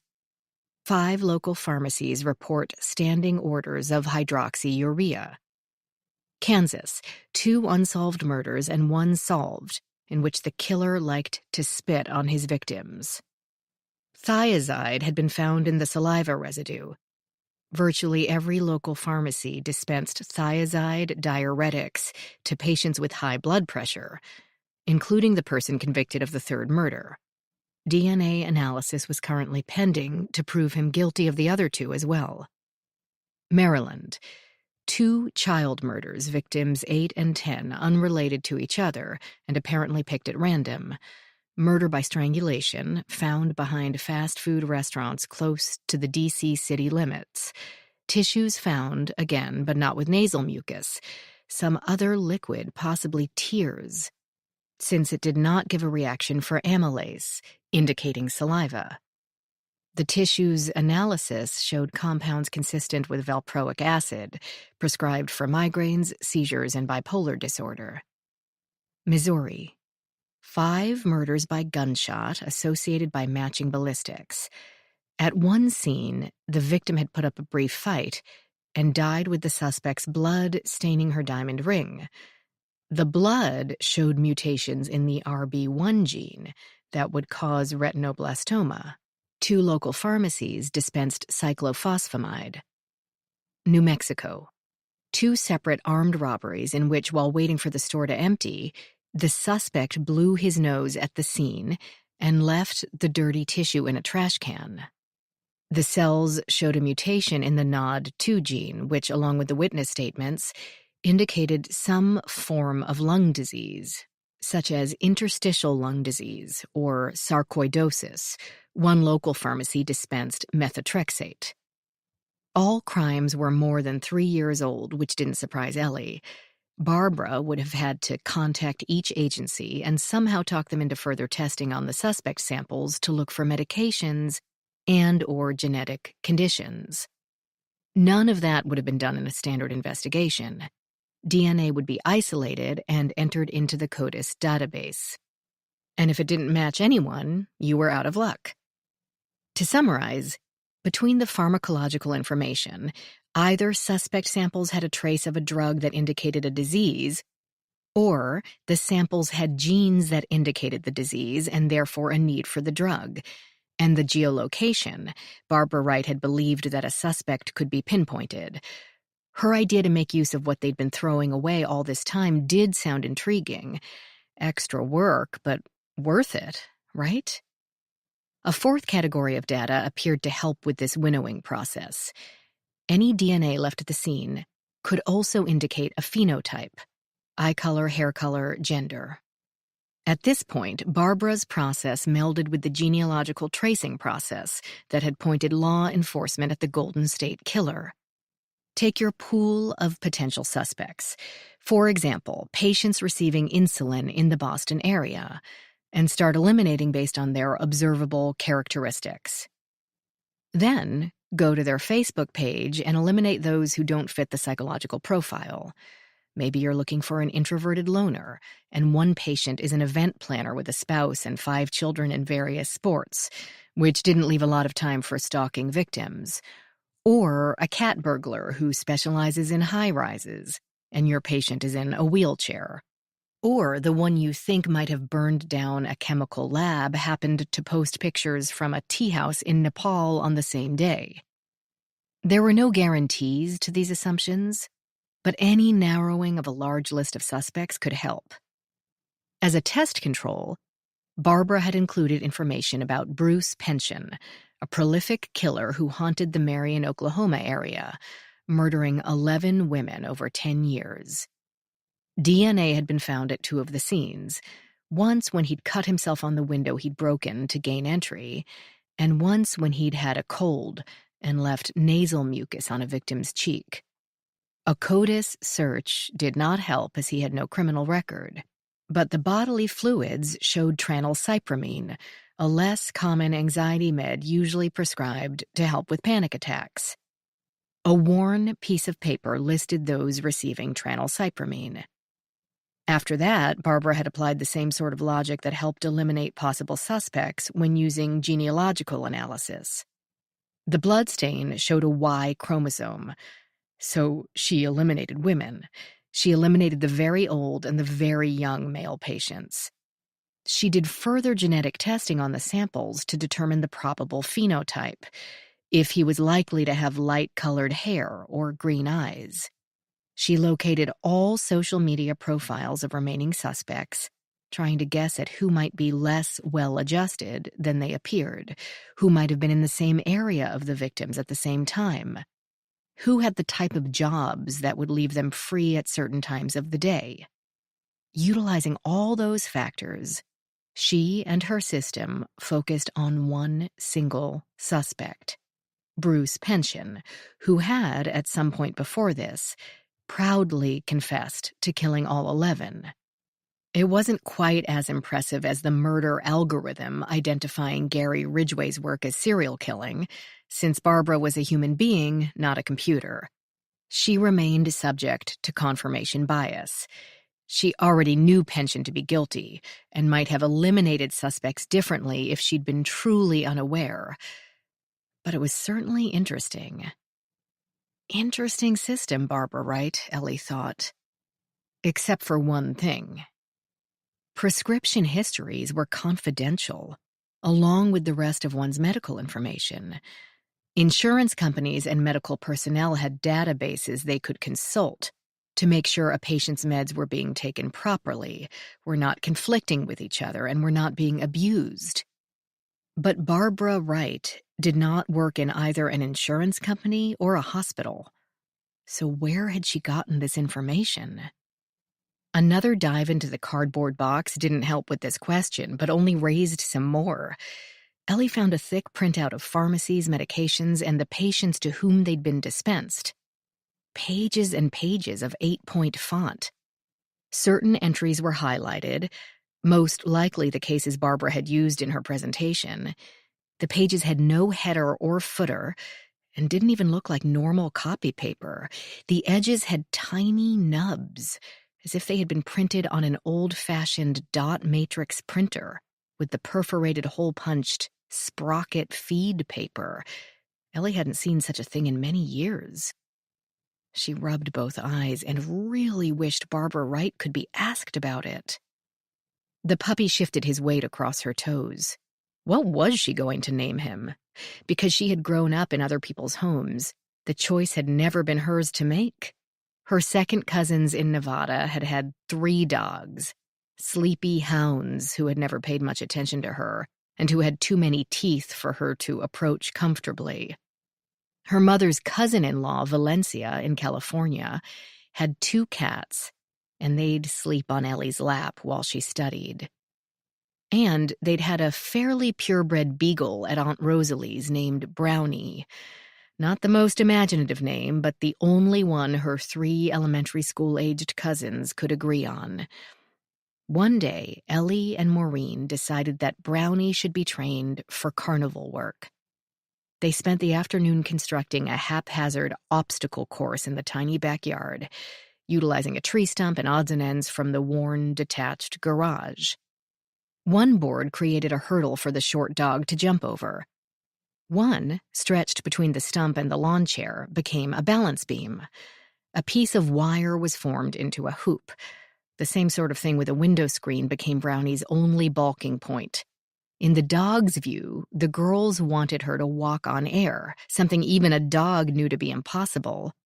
Brownie got around as best she could by sensibly keeping one set of paws on the frame and stepping on the screen only when absolutely necessary, not quite committing herself to that leap of faith.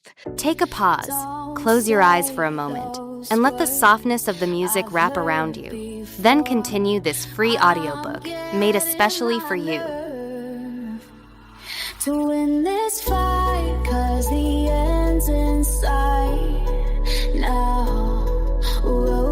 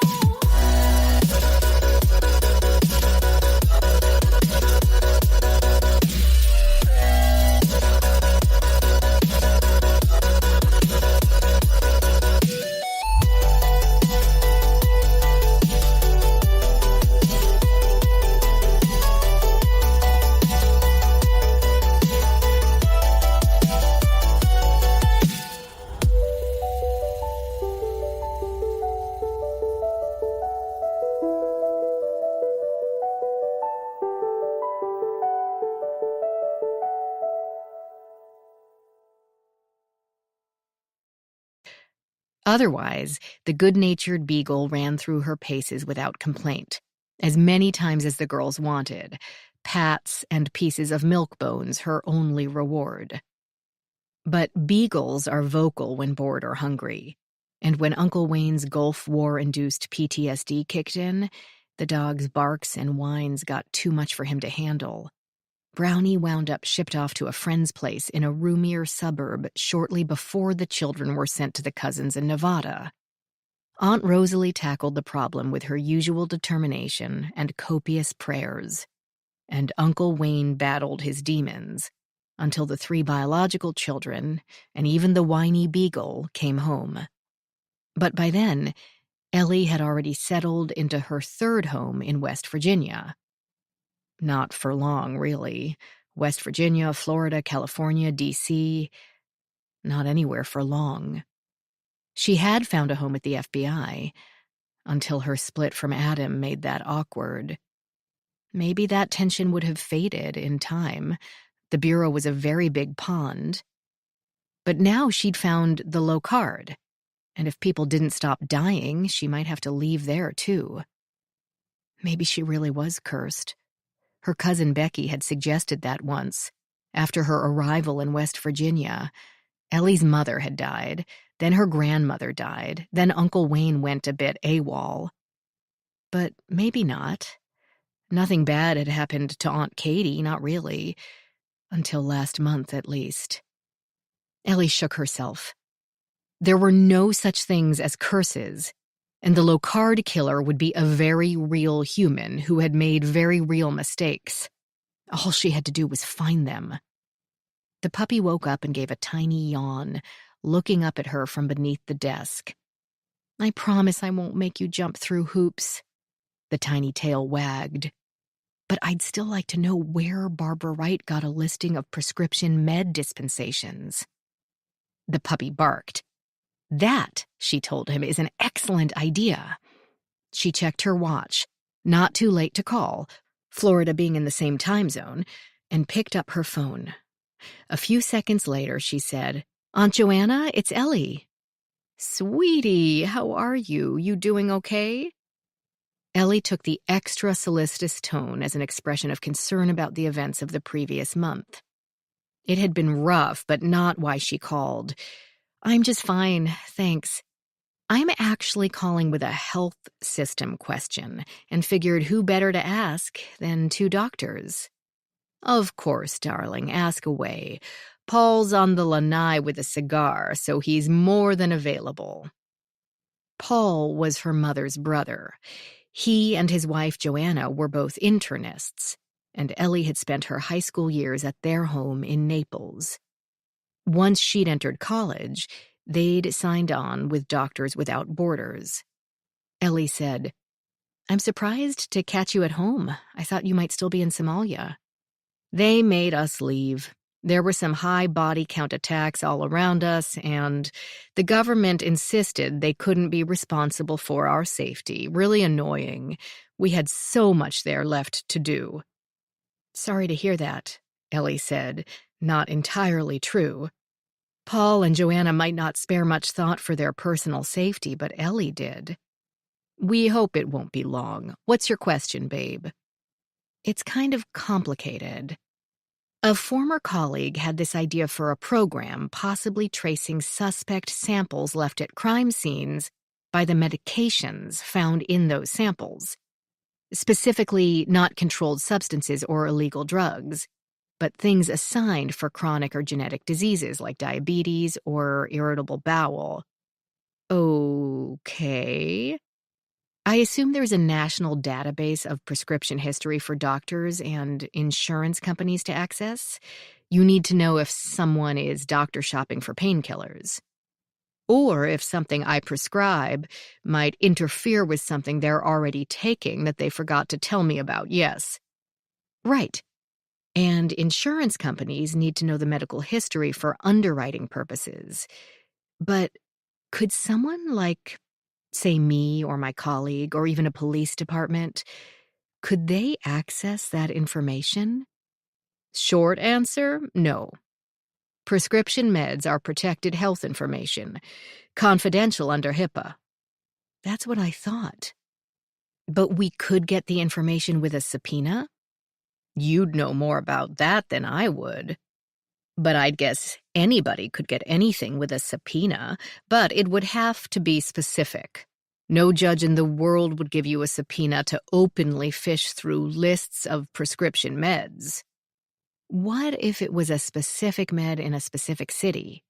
Well, maybe. As I said, you'd know more about that than I would. But there are such databases. Joanna paused, and Ellie heard a slight slurp, probably green tea. Her aunt drank gallons of the stuff. There are databases, and there are databases. There isn't a one-size-fits-all nationally accessible program, like what I think you're picturing. State lists will have the controlled substances, but if you're not talking necessarily controlled, still, the EMR... The what?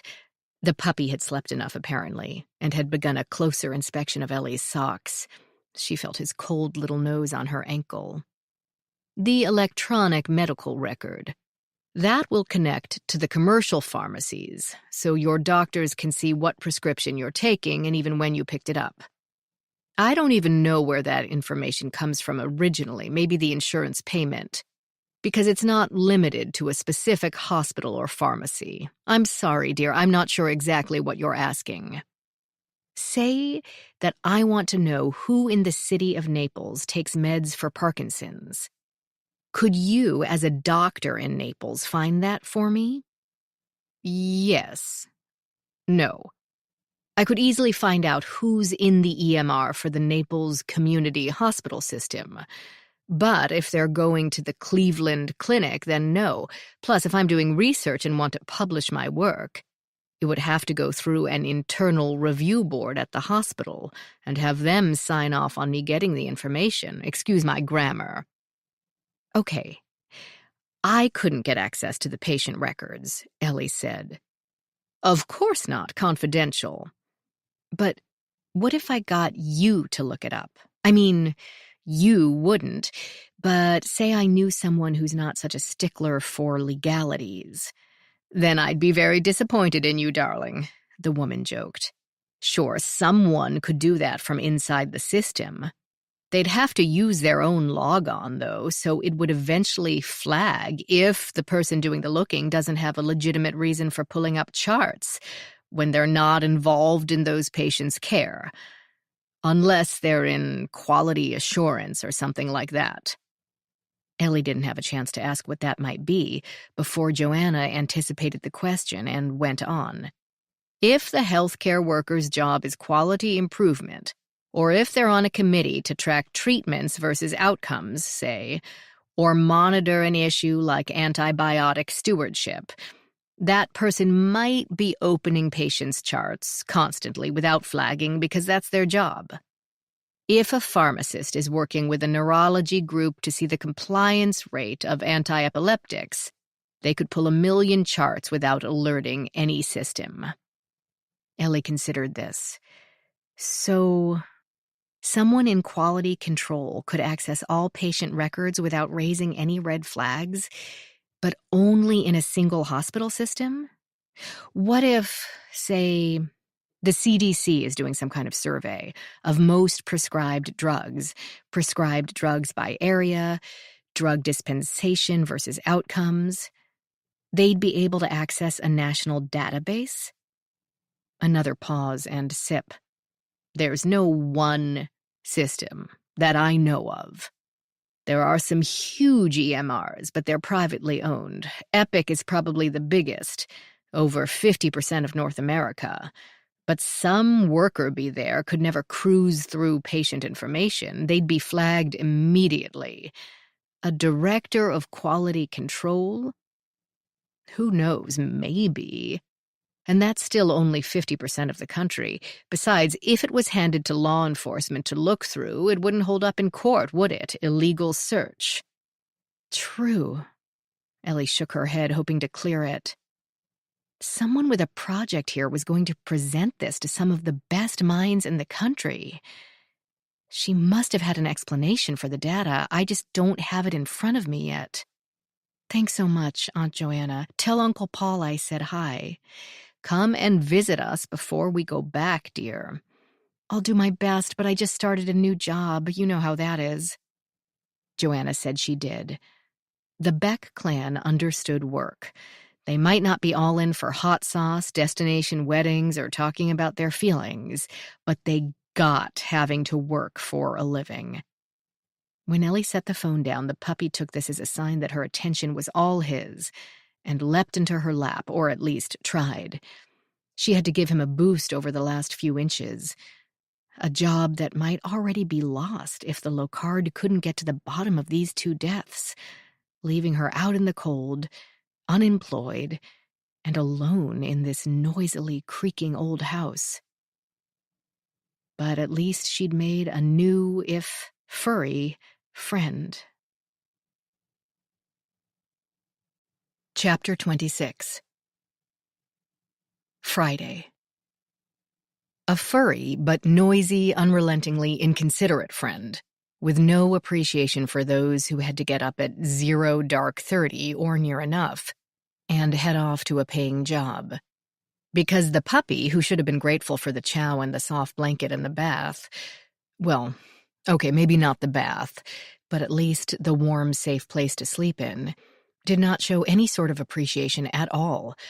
Instead, he demonstrated a complete lack of same for the roomy utility area between garage and kitchen, and kept up a barking, howling campaign to either convince her that unseen demons were shredding him limb from limb with a slow, torturous method learned from the most prestigious legions of hell, or that sleep could not be truly necessary, since he felt quite energetic after his nap under the desk, and he needed only a rousing game of tug-of-war to feel refreshed. But each household of the extended Beck family seemed to have the same rules for house pets. They were to be loved and cherished and cared for, licensed, vaccinated, and exercised regularly. But they were not to be allowed in or on beds or any eating surface, including tables, countertops, and any cabinets in which dishes were stored. There were individual tweaks about indoor furniture in general. Uncle Wayne would not allow Brownie on the couch, but Uncle Roland loved to watch television with an oversized hound on his lap for company. Valencia allowed the cats on anything upholstered, but they could not eat off people plates.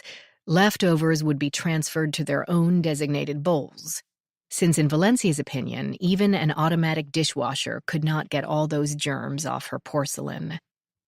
After 15 minutes, or 4 hours and 20, depending on whether she judged by the clock or her gut, just as she'd begun to weaken and think that perhaps dog hairs on her sheets wouldn't actually kill her, he finally abandoned all hope and either resigned himself to spending eternity in the utility room or at last fell into slumber. Then at least her eyes could close, which was not at all the same thing as sleeping.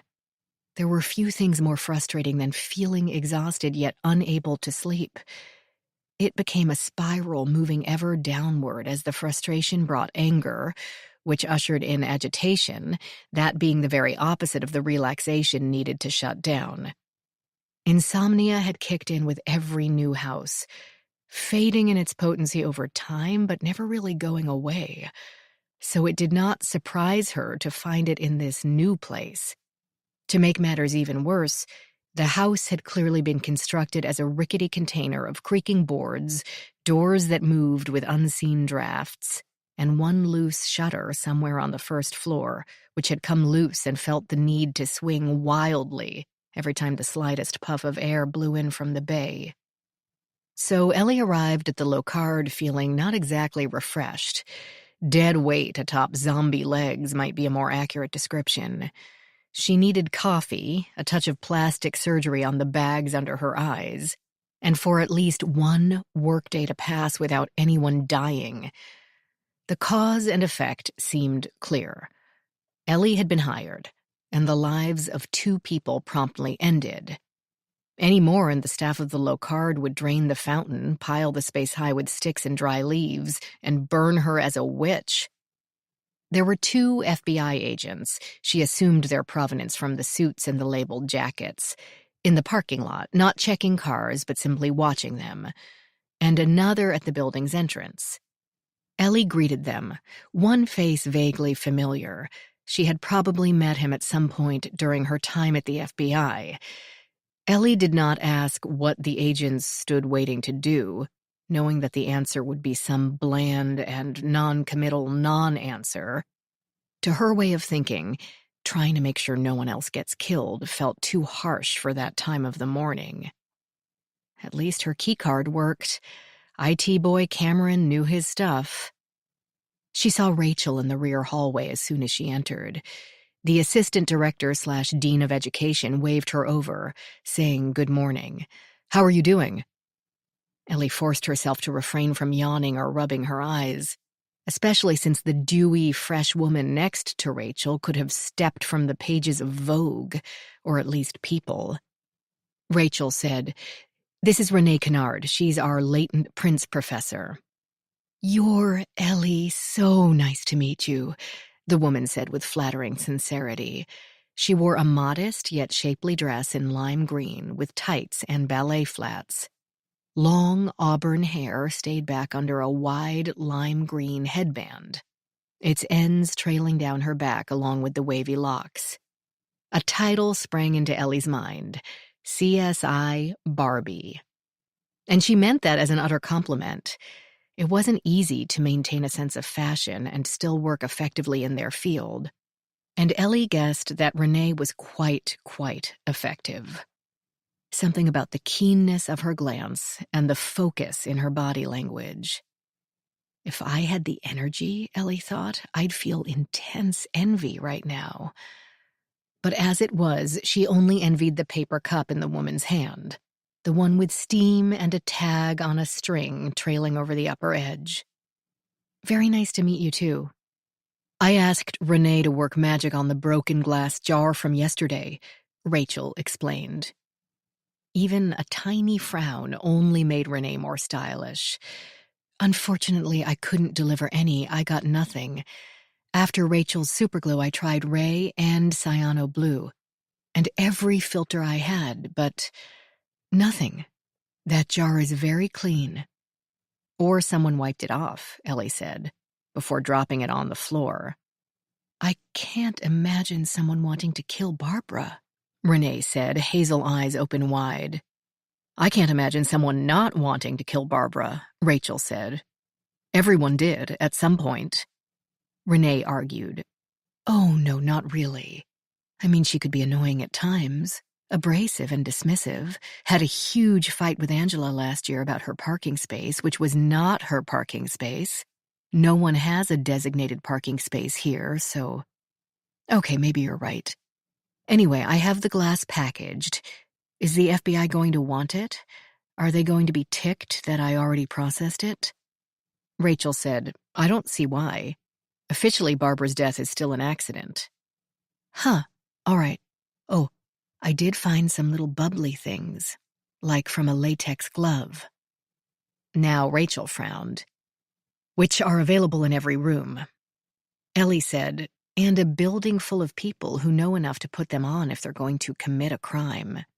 But it could be whoever stacked the supplies in the closet." Rachel didn't sound hopeful. Ellie said, "We could swab those spots. Maybe, just maybe, there will be a trace of DNA from when the person put the gloves on." The other 2 women considered this, then nodded. Rachel said, "Maybe we can use Barbara's theories and find prescription meds in the sample." "About that," Ellie began. "I have to go," Renee said. "I have a video conference in 5. This guy in LA sent the script for his new TV show over because he wants to know who's been leaking its details to the paparazzi. Got his whole staff to hand over their 10 prints for me to compare." "And?" Rachel asked. Renee grimaced. "It's his wife. Awkward." She sashayed away. "I saw her get a fingerprint off an ice cube once," Rachel told Ellie. "Is she always so fashionable?" "One Sunday, I happened to come in and caught her in jeans and a t-shirt, but other than that, Yeah. What were you going to say about Barbara's theory? Ellie lowered her voice as staff and students veered around them to summarize what she'd learned from the dead woman's papers. What she didn't leave is any sort of chain of custody for the data. Do you know how she got lists of patients on various prescription drugs? She had to know. It would be the first thing the AAFS would ask. She told me it was from a pharmaceutical survey ordered by the CDC. I meant to ask her more about it, but I guess I got busy with other things. This project of Barbara's, she didn't tell us, Gerald and me, anything about it. She sprang it on us only 2 weeks ago. I knew Barbara well enough to know that she wouldn't be throwing any credit Locard's way. I doubt we'd even be mentioned. So I guess I put it out of my mind. She might have discussed it with Harry, he's the research dean. But then he went to do the work on that mass grave in South America, and we can't get a hold of him without a 3-day process. Though knowing Barbara, I'll bet she kept it all to herself. Hector said she wasn't the sharing type. We should ask Hector. If anyone knows where certain stats and lists and surveys come from, it'll be him. Okay. 1 more day before our suspect pool is released back into the wild. What do you have on tap? Everyone is going to test their own DNA with your rapid system. It was in Barbara's lesson plan and mentioned in the course brochure, so I figured I'd better go through with it. Absolutely. The attendees have already lost most of a day. I don't want them to be disappointed further. What about you? Practice documentation with class critique, sort of a final exam. Sounds great. They hate it, but we never claimed a course on documentation was going to be exciting. Rachel watched the first attendees to arrive stream through the door. At least, it didn't used to be. Chapter 27. Ellie's students milled about in random but quiet chaos, not only unsure of the exact procedure, but also unsure of how to act. After 2 weeks of intense training, they should be shifting into home mode, thinking about doing laundry and spending some time with the kids before returning to work on Monday, or whenever their next shift began. They would be calculating how long it would take to get to the airport, whether they could find someone to share a cab or their rental car, whether they'd remembered to leave a tip on the pillow for the hotel's housekeeping staff. They would be torn, most likely, between leaving the city while Farida's death remained a mystery and wanting to get to their homes and back into their normal life, where they would be both paid for solving crimes and get to sleep in their own beds at night. So she understood why they listened with not 100% attention, as she explained how rapid DNA analysis had been developed for use in the battlefield. Short tandem repeats were nucleotide sequences, 2 to 7 base pairs in length, that occur within the DNA double helix strands. There were over 500,000 present in the average human genome. Their sequence and the number of the same sequence present varied by individual, making them a handy means of identifying one human from another. These most well-understood sequences of STRs were used in forensic identification. In traditional DNA analysis, after the DNA strands were isolated from the rest of the tissue or bodily fluid, primer sequences would be added to the isolated strands, so that the STRs could be amplified. The sample would be incubated with added primer sequences in order to reproduce copies of each STR piece. This made it possible for very minute stains or amounts of DNA to be accurately analyzed. After that, with either gel or capillary electrophoresis, the STRs would be separated to determine the number of duplicates of each STR segment. This set of numbers created the profile of the subject, which would, in turn, be compared to all available STR profiles.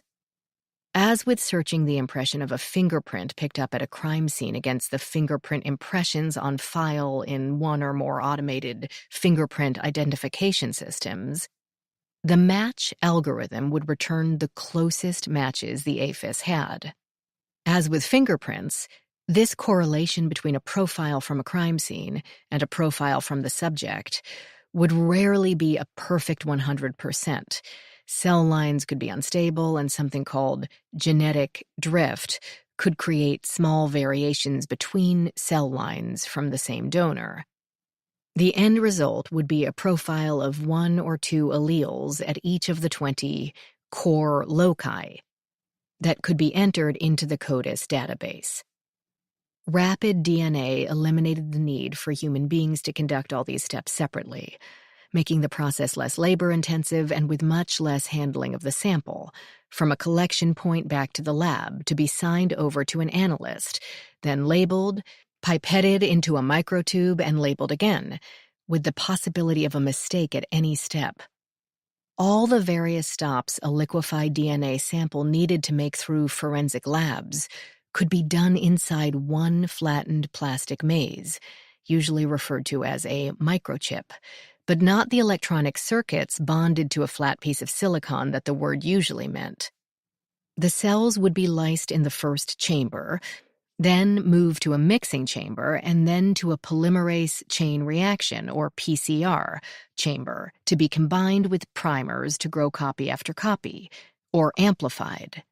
Then the analyzer could read the information off the DNA strands to produce the profile.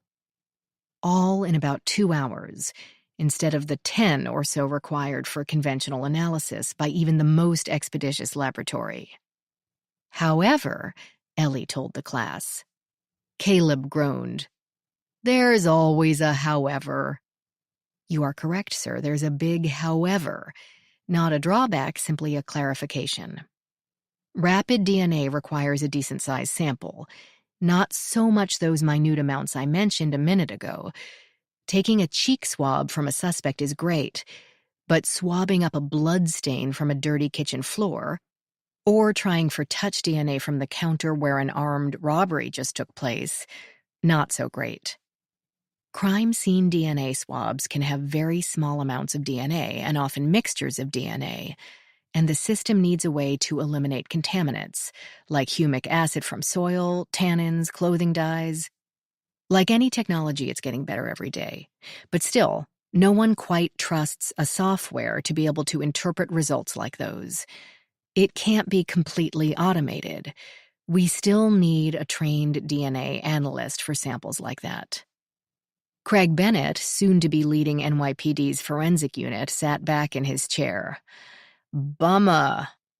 That's why it's used largely to identify people, soldiers on the battlefield, wildfire victims, unidentified bodies. Say you have a series of rapes in your town, and a DNA profile has been established. You catch someone near the scene of one of the crimes and arrest him. You can run his DNA in your booking room while he drinks coffee in an interrogation room. It doesn't match, he's exonerated and on his way. Or it does, and he's on his way to Rikers, Craig said. Alyssa said, I thought they closed Rikers. Working on it. It's a process. Betty twirled an orange-tipped dread and stayed on target. But the rapid DNA results are eligible for CODIS entry, right? Yes, absolutely. When and how and who you can get samples from, and under what circumstances they have to be expunged, can vary by state law. Whether or not you can ask or demand a sample from that detainee in the holding cell is something you'll want to check. Some states might require testing done only inside accredited laboratories. You'll want to make sure anything you get will be admissible. We've got one. Matt Gold from Ohio announced to no one in particular.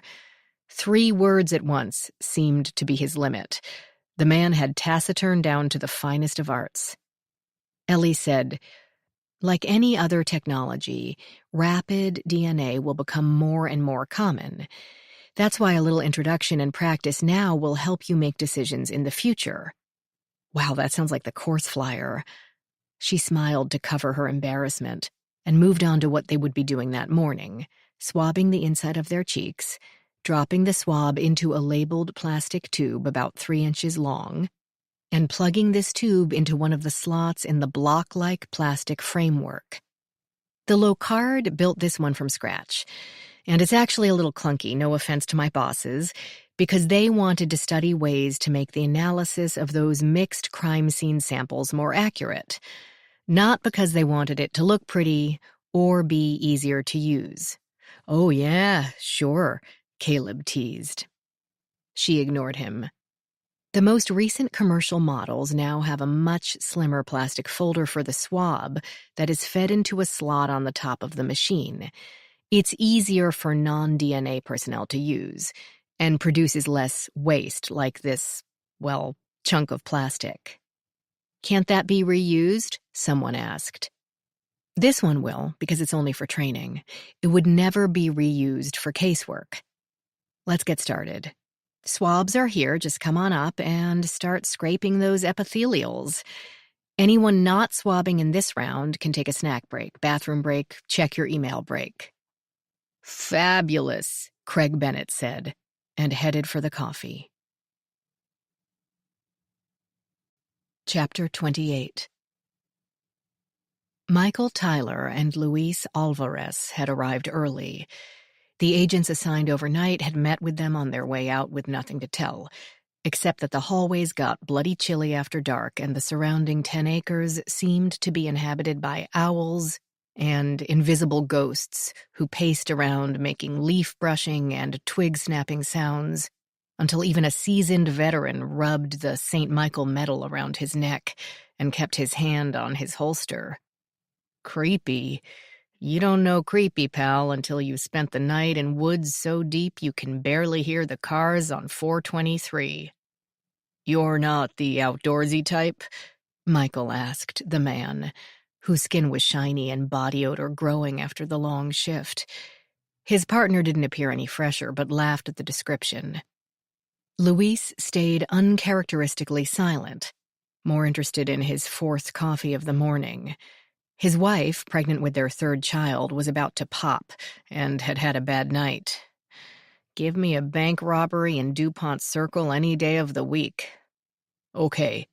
Hope we don't need you again tonight. The man shuddered at the thought, and he and his partner left. He doesn't know how much I mean that, Michael said to Luis as they continued up the walkway from the parking lot to the building. Sea breezes wound through the trees, creating a low whisper that, Michael had to admit, did sound kind of creepy. He turned up the trail to body site 1, still delineated with crime scene tape. In 8 hours, half our suspects are going to leave this area. If we want any follow-ups, we're going to have to get travel approved. Arrests will require extradition. Not like we haven't done that before, Luis said, choosing his steps carefully. It had not rained again, the ground firmer than it had been the day before, but there were still plenty of damp, rotting leaves, ready to either make him slip or to gum up his treads. Yeah, but our 2 most likelies will be in Saudi Arabia. Sure, we have agents there, but let's face it, even if we issued a warrant, we'd still never get them back, or our victim's body. So I hope that autopsy didn't miss a trick because there won't be any re-exams or exhumations. They reached the excavated grave, and he stared down at the hollow where Farida al-Talal had been. Why? Why that girl? Something against her, or something against Muslims, or something against Saudis, or something against women in general? Maybe she stumbled on the guy doing what he didn't want anyone to know about. But Michael didn't think so. If this had been a murder of necessity, merely a cleaning up of a loose end, he could have put her virtually anywhere else in the 10 acres of Locard grounds. She would have been concealed for a longer time if he'd stuffed her in a bathroom stall. Anywhere except the grave he had to know would be, no, not dug up, but at least closely examined by 25 well-trained forensic and police personnel. He wanted her to be found. Why? It's just dirt now, partner, Luis told him. Michael had been staring at it for several minutes. They continued on to the Locard. There they met briefly with Rachel Davies and Gerald Coleman, but no one had much to report. FBI techs had examined Farida's tote bag and phone, along with all her belongings retrieved from the hotel. Luis roused himself enough to report, "I can tell you she enjoyed your class, Rachel. She took pages and pages of notes. They're in Arabic, but our interpreters tell us they're strictly academic, with no personal information. Whereas her texts, and texts, and texts, and emails, and more texts are strictly personal. She loved the class, enjoyed seeing the sights with her cousins, loved Mummy and Daddy." Sorry, that sounds like I'm being sarcastic, but I'm not. She and her parents and siblings were close-knit. No mention of worry about anything except remembering everything she'd learned and sometimes missing her daily prayers. No one threatening her or worrying her in any way. So if there had been a danger to her, she didn't know it, Rachel summarized. Not until it was too late. Gerald said, "Her family's freaking out, aren't they? Anita keeps calling me because the embassy liaison at the State Department keeps calling her. Because there was really no reason for them to be involved at all. As long as you guys aren't preventing it, the cousins can just take her body and go. But the guy at State decided to get a jump on it and called the Saudi embassy to inform them, figuring the cousins would, but they hadn't even thought of it. So now a few ambassadors, State, and their diplomatic security service are all mobilized just to help these two guys get on a plane. Next time I might not be so quick to listen to Anita." He turned and added to Rachel, "Don't tell her I said that." "The family is upset, of course," Michael said, "and the major news outlets have picked up the story." "Don't I know it?" Gerald jerked his head toward his beleaguered secretary, whose phone had rung 4 times in only the few minutes they'd been standing by her desk. "But so far, it hasn't risen to the level of an international incident." "Yet." Gerald's tone stayed dark. "Yet," Michael admitted. Rachel told him about Agnes browsing through the attendees' public social media posts, and Oliver Suarez's apparent infatuation. "I doubt it means anything. I haven't seen anything in his behavior to alert me." Our digital forensics had actually done the same thing. Seems they can never resist checking the socials, and Farida had posted quite a bit herself. As you said, nothing actionable in any of it, but we do want to talk to him again. A little psychological pressure couldn't hurt. If guilty, he might make a mistake, and if innocent, he might remember something helpful. "Come with me," Rachel told them. She gave them an empty classroom to use and guided Oliver Suarez out of the group of attendees without his fellow students' notice. They still milled about the room, removing coats, selecting donuts, and mixing creamer into their caffeine of choice. Waiting in the hall, Michael noticed that Oliver Suarez didn't ask a single question. He left his notebook and electronics on the table and followed Rachel out the door. Michael and Luis introduced themselves, explaining that they needed to follow up with attendees who might be able to tell them more about Farida than less acquainted students. First, for their notes, they'd need some housekeeping details. The guy didn't show any alarm or annoyance at having to go through the information again. He was from Missoula. He worked for the Missoula County Sheriff's Department as a civilian employee in the forensic unit. He had rented a car for this trip, which the assigned agents had examined before he left the Locard last night. He was 28. "And you're married, aren't you?" Luis asked. A pause. "Separated." "Really? Because your wife, Sonia, still lives at the same address, right? Your address." A direct look, uninterpretable to Michael. Annoyance? Fear? Curiosity? "We're emotionally separated." "But living in the same house, yes? Is that because of the 2 kids?" "Children," Oliver stated with an utter lack of emotion, "need stability." And showing up with a 23-year-old Middle Eastern Muslim girl, how would that affect that stability? A blink sufficed as the only visible reaction. What are you talking about? We weren't making any plans.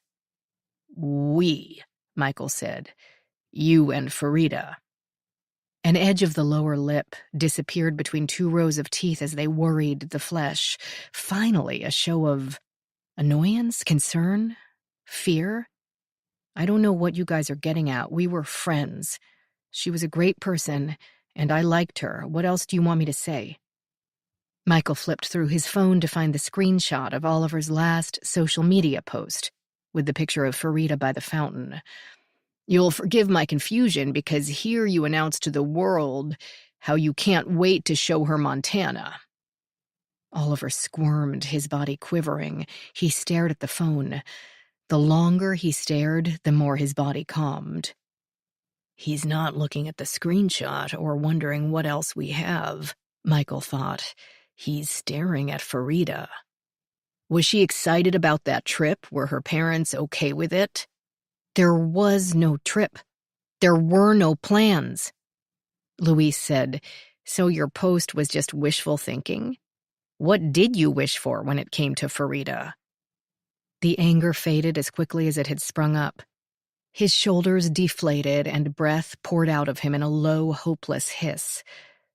I wished for her a good life, that she'd be able to realize all her dreams, that she wouldn't wind up boxed into a pretty cage, barely able to breathe. A frisson crept up the back of Michael's neck. That was exactly how Farida ended up, unable to breathe. The sadness of someone missing a friend, or a Freudian slip. Chapter 29. The Locard's rapid DNA device made for classroom use had been designed to run more samples at once than commercial machines. But it still couldn't analyze buccal swabs from all 23 students in one batch. Ellie would run half now and let it process, while she discussed the latest technology for rapid DNA of crime scene samples and what state and county facilities could do for them at present. Then they would test the other half of the students and let the machine run during all of lunch and part of the subsequent lecture on the basics of interpreting the results. This left half the attendees breaking open sets of sterile swabs, rubbing those against the inside of their cheeks, and placing those used swabs in the sample chambers. 12 chambers, roughly the size and shape of a small test tube, were lined up like bottles in a case of beer in one 6 by 6 by 6 clear brick of plastic. A log was kept to know which sample chamber had whose swabs. The other half could relax with mid-morning snacks until the lecture began again. What if my sample has donut crumbs in it? Caleb asked, cruller in one hand, swabs in the other. Would that screw up the profile?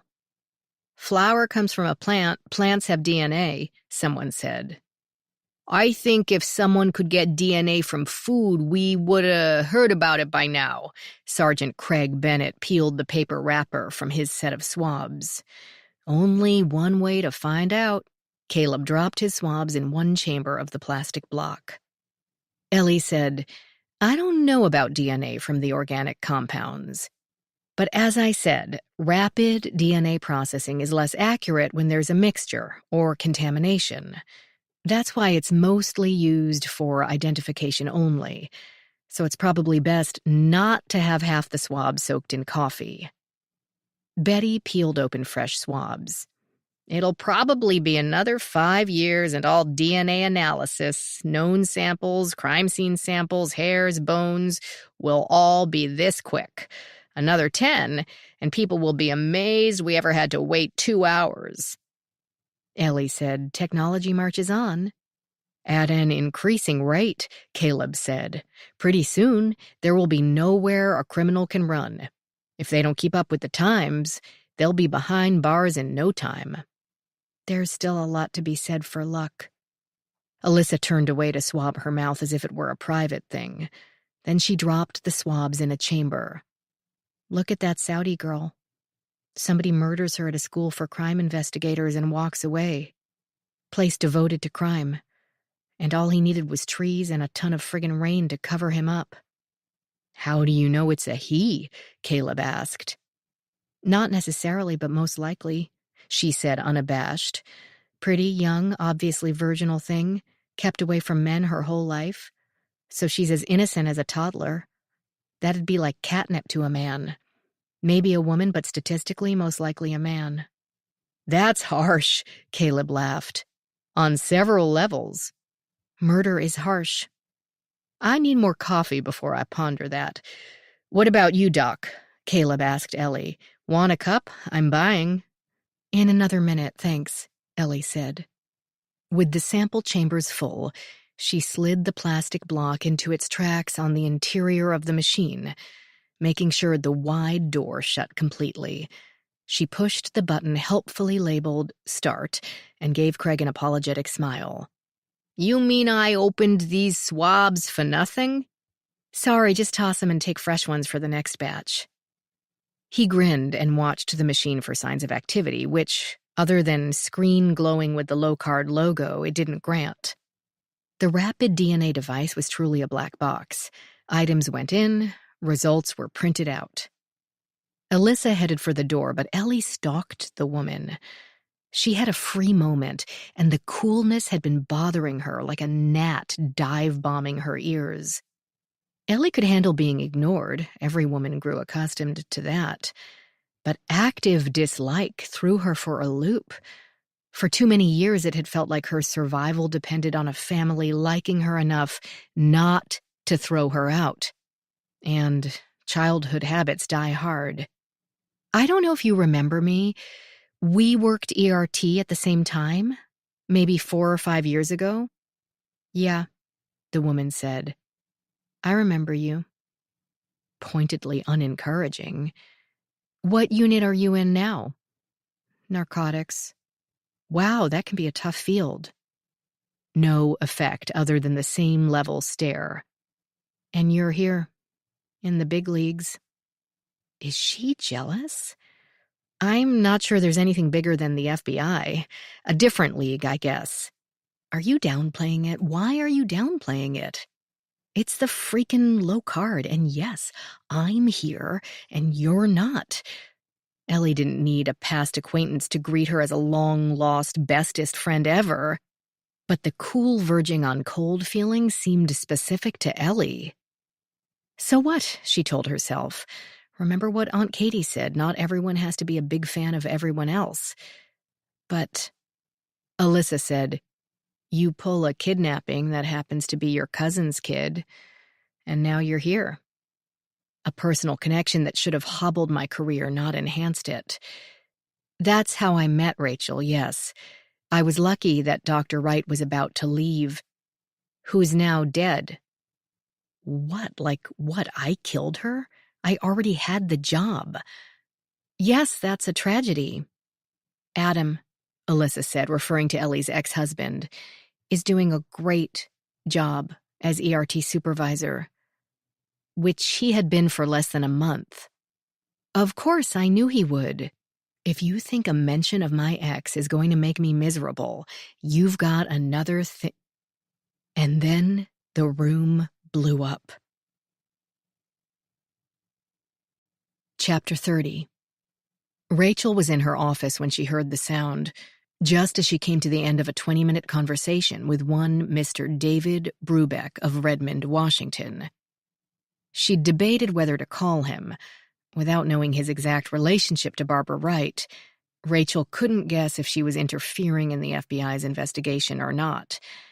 She might be tipping off a suspect, in the motive at least, if not in the murder itself, since he couldn't have been physically present. Supposed murder, and she didn't know he couldn't have been physically present. How did she know if any of the attendees were who they said they were? They listed their employing agency with its contact information, and payment came from corresponding business accounts, but really that wouldn't be all that difficult to fake. It wasn't as if the low card conducted a background check on every single person who arrived on the campus. Guests, like private clients, were escorted everywhere, but course attendees were accepted as peers. They were given a temporary key card to the outer doors only, but still, why not? Other than a tabloid reporter or a forensic wannabe hyped up on true crime podcasts, who would want to infiltrate a research institute? Okay, she thought, maybe some of our policies need an update. In the defense she had already mentally prepared, should the FBI agents complain of her phone call, she did need to inform the American Academy of Forensic Sciences that Barbara would not be able to make her scheduled presentation.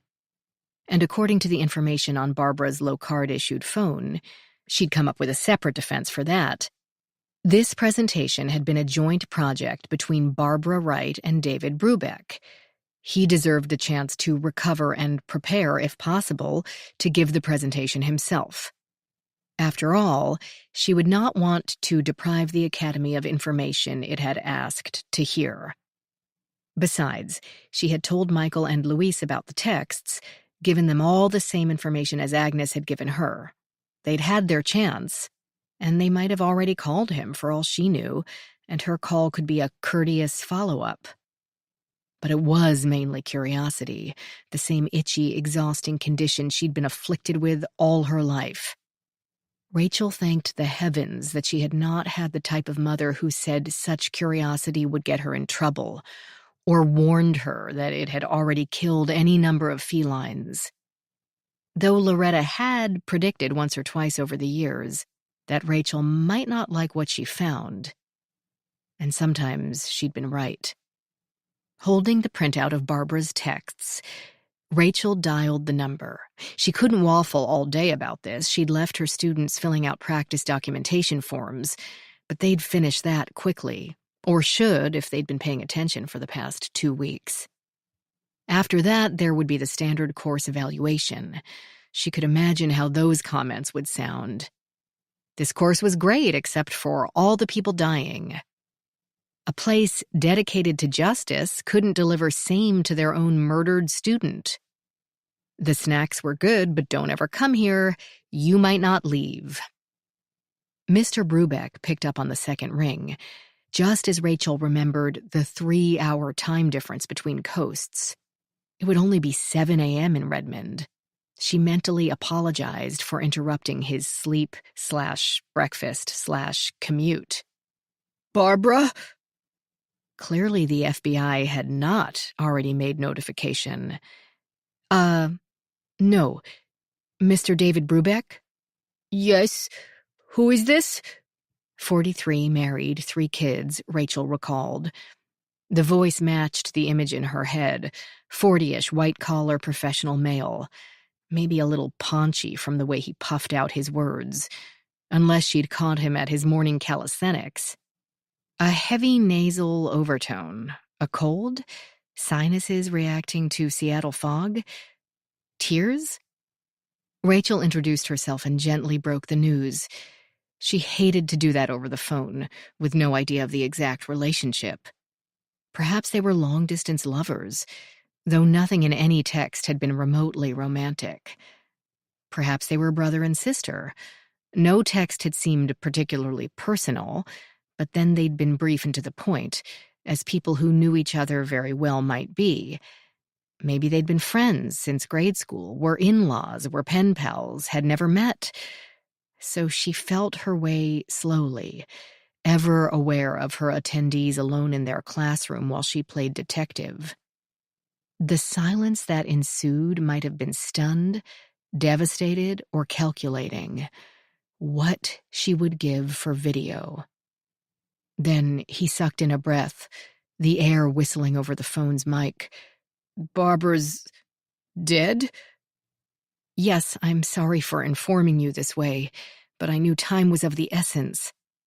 A slight lie, since she could have called him the previous evening. What with the Academy meeting coming up next week, you were going to co-present with Barbara? Me? No. He seemed to find the idea faintly horrible. I was just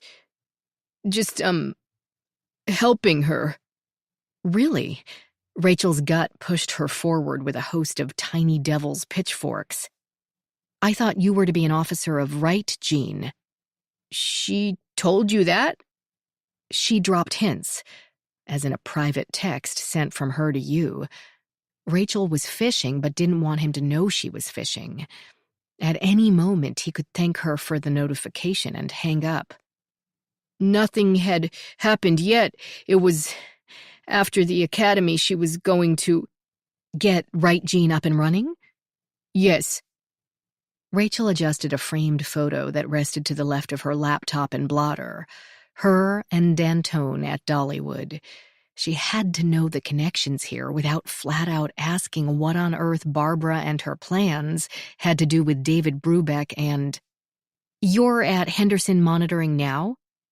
"Yes." Unhelpful. She wanted to know what Henderson Monitoring monitored, but would have to make a WAG, a wild-assed guess. "We found the data you provided her." "No." Immediately. "No, that wasn't from me." Aha. Hector had provided the unsolved murder clusters, so that left the other half of the equation. The pharmaceutical surveys. Another silence, calculating, panicked? Or simply occupied with altering arrangements to go solo in front of the Academy audience?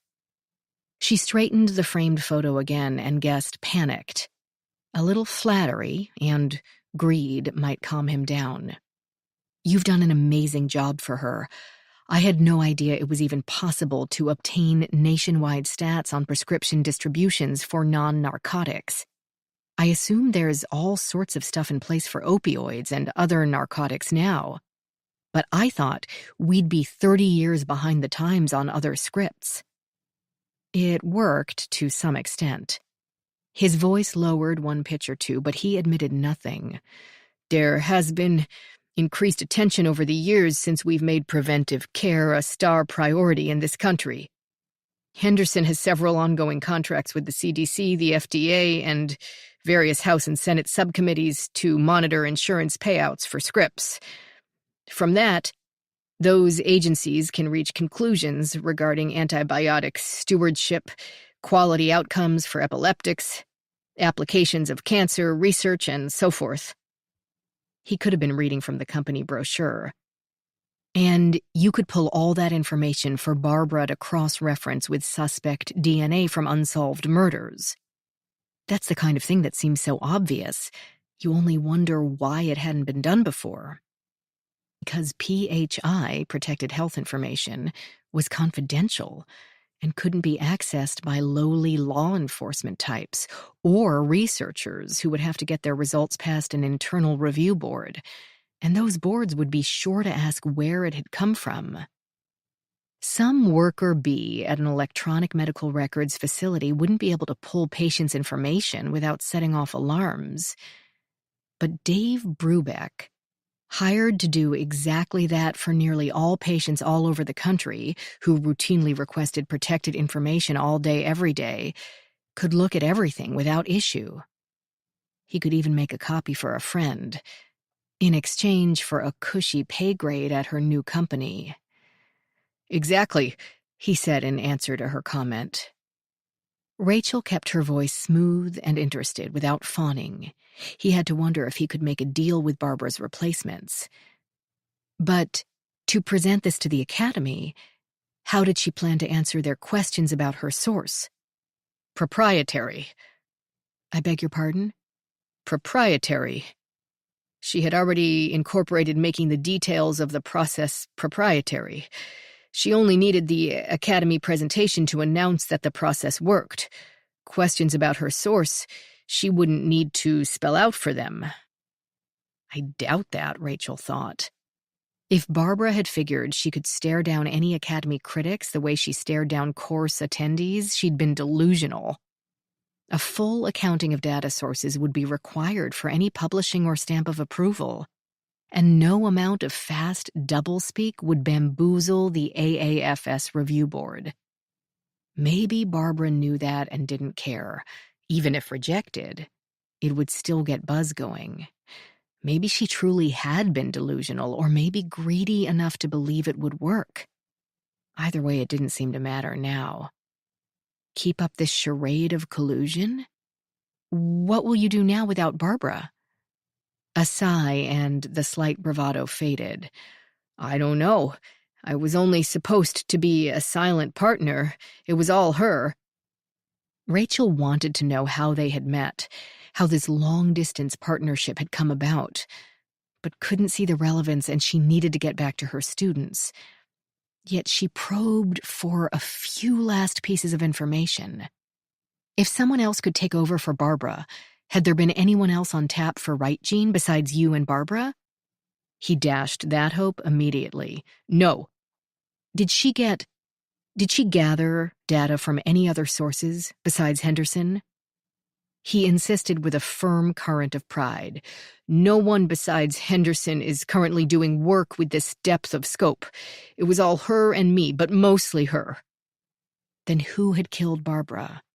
If not a rival for the information or the theory or the company, then who had a motive? Other than Hector. She pushed that out of her mind. No way Hector would murder someone over a publishing credit. But then who? A rumble sounded elsewhere in the building, not rolling like thunder, but erupting in a sudden clap, a thudding boom that seemed both muffled and distant and yet bizarrely close. The window panes shuttered and the items and photos pinned to her bulletin board. Dantone and Loretta, dentist appointment card, NCIC update, Dantone, new Blue Star order sheet, quivered slightly as if in a draft. Her first thought pictured journalists landing on the roof. They might have rappelled down from network news helicopters and miscalculated the last bit of distance, choosing to leap down to their target as if on a heroic air-sea rescue mission. Picturing the bizarre scenario, she expected each one to break an ankle and probably damage the classic slate shingles, and she didn't care if they slid off and landed 2 stories down in the courtyard. Served them right. The Locard's revenge. Rachel had heard many strange sounds at the Locard over the years. A visiting mathematician experimenting with music tones at high decibels, the weekly research versus education basketball games, thumping balls against the gym ceiling underneath her office, 2 experimental bomb squad robots racing each other through the hallways, and 2 scientists popping the corks from champagne bottles to determine which brand came with enough power to kill. That had been fun research, she recalled. But she'd never heard a sound quite like this one. I'm sorry, Mr. Brubeck, Rachel said into the phone. I have to go. Chapter 31. The moment of the explosion burned into Ellie's memory as cuts, and burned into her skin as bruises erupted on her flesh. She had been standing by the inner wall of the classroom, a few feet from one of the 2 doors to the hallway. She had been looking, glaring, to be honest, at Alyssa, wondering what was up with this junior high mean girls freeze-out. Caleb stood in the doorway. Betty, with her orange hair, and the lieutenant from Ohio were between 2 of the long tables, discussing Daubert versus Fry criteria for admission of scientific evidence in court. Betty doing most of the discussing as she sidled toward the door, the lieutenant managing to argue via 2- and 3-word phrases. Craig Bennett, NYPD sergeant, studied the rapid DNA machine, his back to the rest of the room. The cop from Los Angeles leaned against the whiteboard to check his phone and would probably walk away with smears of dry erase marker across the back of his shirt from Ellie's diagramming of the analysis process. The forensic tech from Greensville reapplied her lipstick, surreptitiously, by touch and without use of a mirror. Other attendees sat at their spaces along the tables, making notes or sending messages via various mobile devices. The part of Ellie's mind not involved with Alyssa and her attitude considered calling the class back to attention. She should go on to the admission requirements for CODIS profiles, now that the rapid DNA batch was running and nothing more could be done on that project for another 2 hours. And then, a loud noise rent the air. It seemed to come from everywhere and nowhere at once, blotting out all other sound, invading not only her ears but her mind. She might have screamed, a visceral and automatic reaction to the deafening sound, but couldn't be sure since she was already falling back against the wall. And the old-fashioned school did not have walls made of wooden studs and drywall. It had brick, painted smooth but still brick, and getting body slammed against it did not feel good. She did not collapse all the way to the linoleum. She remained on both feet, but it was touch and go. Her eyes shut in an instinctive defense against the flying debris she felt pelting her skin, some with pricks of pain, some as soft as a brush with a feather. A gasp turned into a choke when there seemed to be no air to suck in. The room disappeared into a fog of white. The sound faded as quickly as it had sprung up, and the air returned. But as Ellie breathed in the grimy fumes, she realized it was not smoke but dust, ground-up plaster, broken ceiling tiles, the gaping hole in the counter and cabinets, and the now vaporized boxes of gloves and swabs combined to fill the air as it rushed in from the shattered windows along the counter. The mini, fridge-sized rapid DNA machine had disappeared. Alyssa had also remained on her feet, her face bleeding from 2 small cuts. The cop from L.A. next to the smartboard appeared dazed. Betty Williams cried out, low but steady, one hand to her ear. Other attendees were on the ground. Ellie forced her legs to move, leaning on the long table. The blast had pushed anything it could find through the space, driving some items into people's bodies. Ellie passed 3 people who, with dazed, slow movements, were gingerly plucking shards of glass from arms and necks. Hands went to injured spots, bright spots of blood seeping through fingers, rubbing bruises sustained where chairs and tables and floors slammed into them. None were unscathed, but all seemed to be moving under their own power. All but one. Craig Bennett lay still, between an overturned chair and a table, with which his bulk had collided and shoved several feet out of place. He had obviously taken the brunt of the explosion, which caved in and shredded his chest at the same time. As she'd already seen in others, his body had been peppered with spears of glass, metal, and laminate, as well as coated with various dusts. A 3-inch shard of coated metal stuck out of one cheek. Glass pieces glimmered embedded in his clothing, all of it quickly staining with blood. Ellie knelt, feeling a twinge of pain in each knee as they ground into the sharp pieces of debris covering the floor. She had to shove away a torn box of pipettes resting against his shoulder and a chunk of laminate lying on his stomach. The windows and countertop had been broken open, but also the cabinets beneath the counter had flown open, the doors twisted on their hinges. The 3 or 4 sections closest to the epicenter had largely collapsed, shelves dislodged, supports broken. Contents were disgorged in a shredded mess, more like an eruption than an explosion. Forms, cable ties, a cylinder of disinfecting wipes, individual serving thimbles of half and half, napkins, stirring sticks, a tiny vial of phenolphthalein reagent, swab boxes, a stapler, and glass slides had been tossed up in a salad of debris. No fire, though. Light black streaks emerged here and there around the center of destruction, but no soot or blackening of any surface. That seemed weird to the absently observant part of her mind. It didn't look to her like an explosion had taken place. It looked like someone had taken the entire room and put it in a blender on pulse speed. The narrow backsplash between the counter and the windows had broken and peeled off the drywall, exposing patches of cottony insulation. Ellie glanced up. Some ceiling tiles had sheared off and fallen. while others showed a peppering of sharp objects. Those and the rest of the debris, the broken surfaces, the churned-up supplies, had been overlaid with a steady, modern art-like stippling of red. Craig Bennett's blood. She put a hand to his neck, feeling the pushback of years of training and universal precautions at the touch of her bare skin against someone else's blood, but refusing to care. A faint pulse rewarded her boldness. "Call 911, she shouted, as if that would not have already occurred to everyone in the room. First aid, she tried to focus, stop the bleeding, but it seemed to come from everywhere. At least 3 gashes deep enough to form rivers of blood, and one on his shoulder seemed to be spurting in weak gasps. An artery? Was he breathing? Lungs expanding?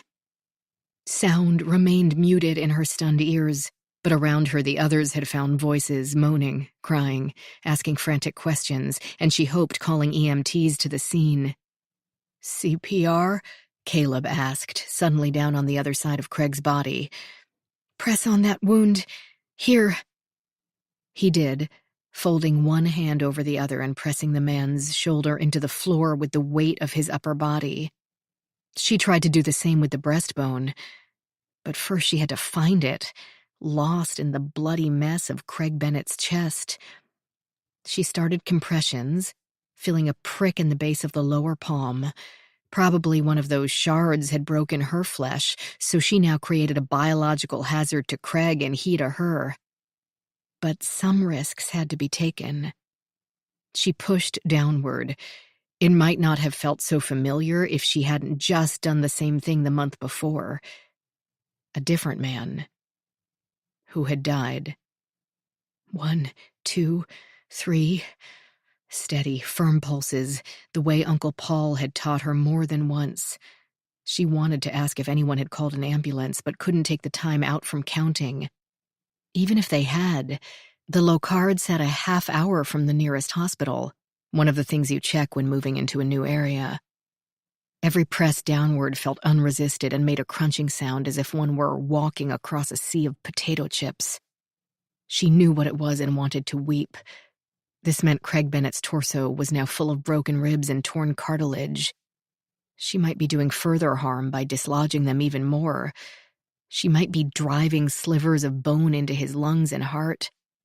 But she didn't know what else to do. He had to breathe, wouldn't survive without oxygen before help arrived. These same slivers might poke through the skin and stab her as well, a thought both selfish and nightmarish. She reached 30, checked for breathing, no signs, and put one hand under his neck to tilt his head back. Then she pressed her mouth to his limp, bloody lips and puffed into his airway. She tasted blood and tobacco and coffee and tried not to gag. Blowing the air in, she saw his chest rise almost imperceptibly. She'd blown hard. It should expand more than that. Were his airways blocked? Were the lungs as perforated as a pasta sieve and now leaked the air into the intercostal muscles? She let the lungs deflate that small amount, then tried again. No response. No cough or sudden intake of breath. A poignant resurgence in the last few seconds before a commercial break. Craig Bennett gave not the slightest indication of life. Was he already dead? He seemed dead. Most likely dead. Voices around her settled into actual words. "What happened? You okay? You're bleeding. I know that," said with a tone of great annoyance. "So are you. What happened?" Ellie shouted more loudly than needed, but it was hard to tell with her ears still feeling as if they had plugs in them. "Did someone call 911? At least 3 answered with a chorus of yeses. Behind her, new voices added to the cacophony, and she knew it had to be Rachel's students, crowding across the hall to find out what that noise had been. "What happened? You're bleeding. Is there fire? Did something catch on fire? Oh my let me help you with that. Did you call 911? Ellie heard someone say quite calmly, "We need the school nurse," and then burst into a short-lived manic laughter. "What happened?"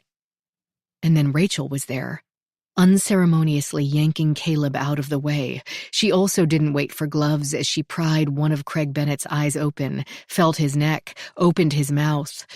Then she looked up and shouted to someone named Steph to run and fetch the director and to tell Carrie to coordinate responders. Ellie reached 30 again, stopped, and puffed 2 breaths into the limp man's mouth. The chest rose and fell, that same nearly imperceptible nanometer or two. The large cop from New York gave no sign of returning to consciousness. His skin had gone deathly pale beneath the light coating of smeared blood. 2 sets of pounding feet echoed in the hallway, and Michael Tyler's deep baritone rang over the cacophony. "What happened? Sit down here. Are you all right?" Rachel took over compressions, did a set, then stopped to check the pulse. With an increasing sense of despair, Ellie puffed in 2 more lungfuls. This couldn't be happening.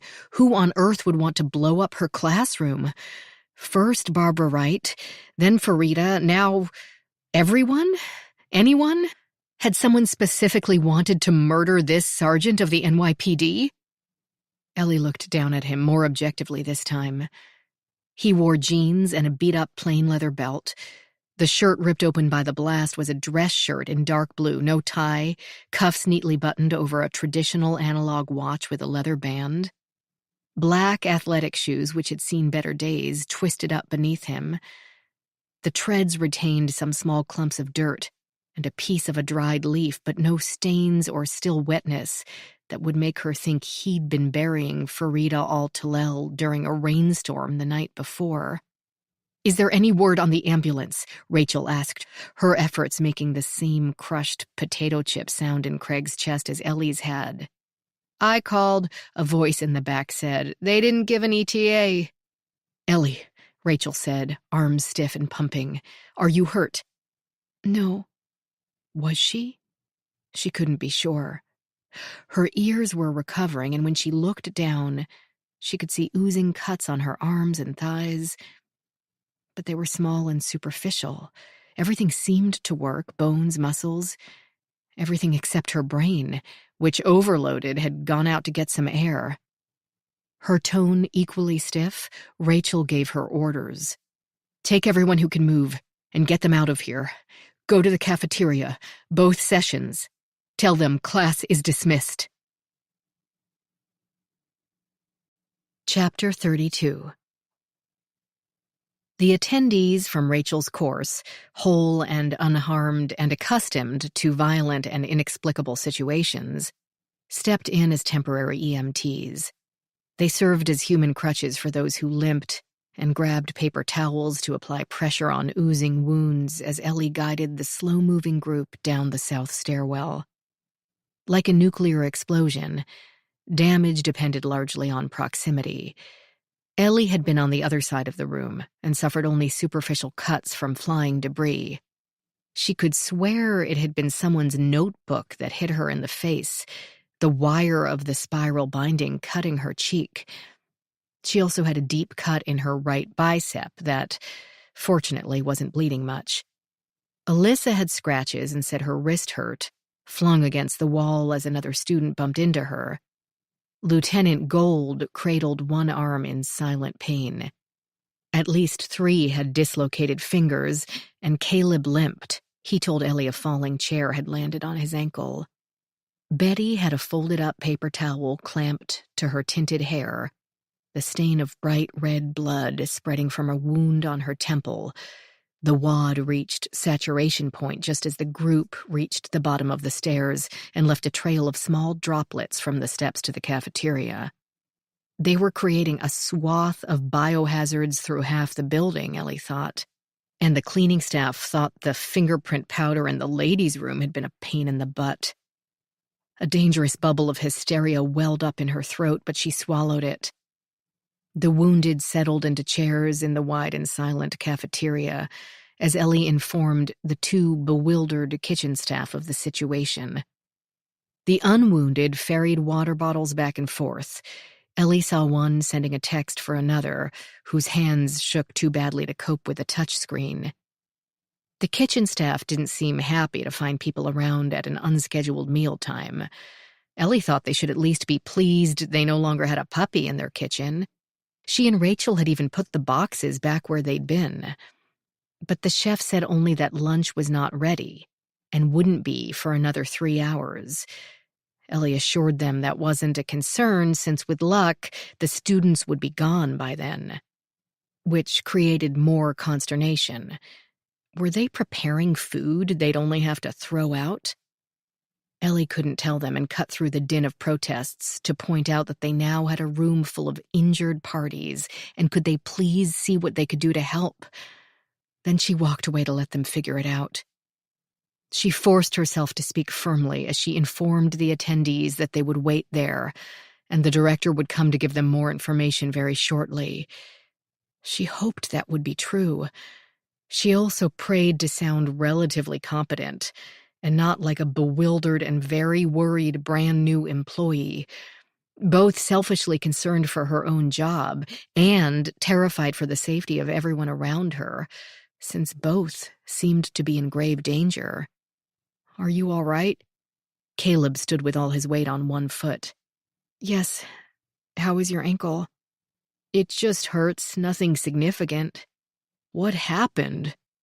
"Somehow the rapid DNA machine turned itself into an IED." She meant an improvised explosive device. Ellie had no doubt it had been the source. She hadn't had a lot of time to observe the room, but crisis had sharpened her observation. And even if it hadn't, the gaping hole in the counter and window where the machine had sat would have clued her in. Betty pressed a clean paper towel to her scalp. "So their homemade machine went kablooey?" "I imagine it went right," Ellie said, "in someone's estimation." The woman blinked. "But this is the Locard." That hits the nail square on the head, Ellie thought. How could someone be murdered in a room crowded with trained forensic personnel, with no prior acquaintance and presumably nothing to gain, at the nation's premier research institute? She didn't for a moment believe that some flaw in the design had led to such an exothermic reaction. Not after 2 other deaths in as many days. Someone wanted to kill people at the Locard, and weren't fussy about who. Barbara and Farida had been isolated, and any killer knew they had killed those 2 women and those alone. But the rapid DNA machine, anyone could have been standing next to it when it went off. Whether or not it had been his intention, Craig Bennett had done the same as a soldier throwing himself on a grenade. He'd absorbed the brunt of the explosion, possibly saving lives while losing his own. If Ellie hadn't been annoyed at Alyssa Cole, it would have been her in front of the machine. She'd likely have stayed by the counter to field more questions about the lysing buffers and the different designs of sample chambers. Instead, the blunt force and accompanying shrapnel had been absorbed by Craig Bennett's body. Caleb snorted. "Where the hell are those FBI guys when you need them?" She wondered that herself as she pondered what to do next. Emergency services had already been called. The woman named Steph arrived, reporting to her friends. She'd completed her mission, informed the director of the explosion, and advised the institute secretary to, once again, cope with and guide non-Locard staff on the property. It sounded as if the maintenance crew would have their hands full trying to get the right people through the gate, while holding back the tidal wave of reporters hoping for a word about Farida al-Talel. Wait until they heard about today's tragedy. The Locard would never recover, Ellie thought, and felt horrible that this thought filled her with more despair than had Craig Bennett's death. For death it had to be. She'd known that before starting compressions, but of course still had to try. What to do? Tape off the scene, photograph, measure the site of the blast, and note what piece of the room had wound up where. The work of the ERT, of which she was no longer a member. They would have to do all that, and she could not be part of it. Because she was technically, no, not technically, quite plainly, a suspect, as was everyone else in the room. Though she had not been trained for guard duty, it now became her job. She had to make sure that no one left, and if they did, know where they went. She had to listen for statements that implied more knowledge than an innocent party should have. She had to make sure no one else got killed. Chapter 33. Over the next hour, several things occurred. Ellie waited in the chilly cafeteria. Medical help arrived. The local stations must have coordinated resources to send everyone they could. Wheeled stretchers were brought in for the broken bones and 3 people with palpitations, while the cuts and bruises made do in straight chairs. The place where they'd all eaten lunch for 2 weeks now resembled a mass disaster exercise. She escaped to the ladies' room, still covered in fingerprint powder, long enough to wash Craig Bennett's blood off her hands and face. Smears of it clung to her clothing along with a thick layer of plaster dust. She needed an hour or 2 in the hottest shower, but clearly that would not be an option. She might have had supplies in a gym locker if she hadn't only been working there for 3 days, and it didn't matter because there were much more important things to do right now, weren't there? Rachel arrived and, of course, pitched in to treat the wounded, the Hippocratic instinct undiminished. FBI backup also arrived in record time, and a team set up interview stations right there. They'd even brought temporary desk dividers, so each very long table could have 2 or 3 semi-private spots for the agents to question each attendee. The cafeteria formed a somewhat ideal place for it, built to hold an entire school full of boys in one lunch period, and ringed on 3 sides with windows. No one felt claustrophobic and remained within sight of everyone else. Ellie saw the female agent who had been watching the surveillance videos with them the day before. Her expression seemed a bit flustered, but the rest of her remained in perfection, her non-green skirt suit slim and unwrinkled. Ellie felt sweaty and dirty and anything but perfect. But then there were more important things to think about just then, right? And there, the woman's pen had just run out of ink anyway. From her distance, Ellie watched the agents talk with Rachel's students whenever she wasn't ferrying bandages around the room.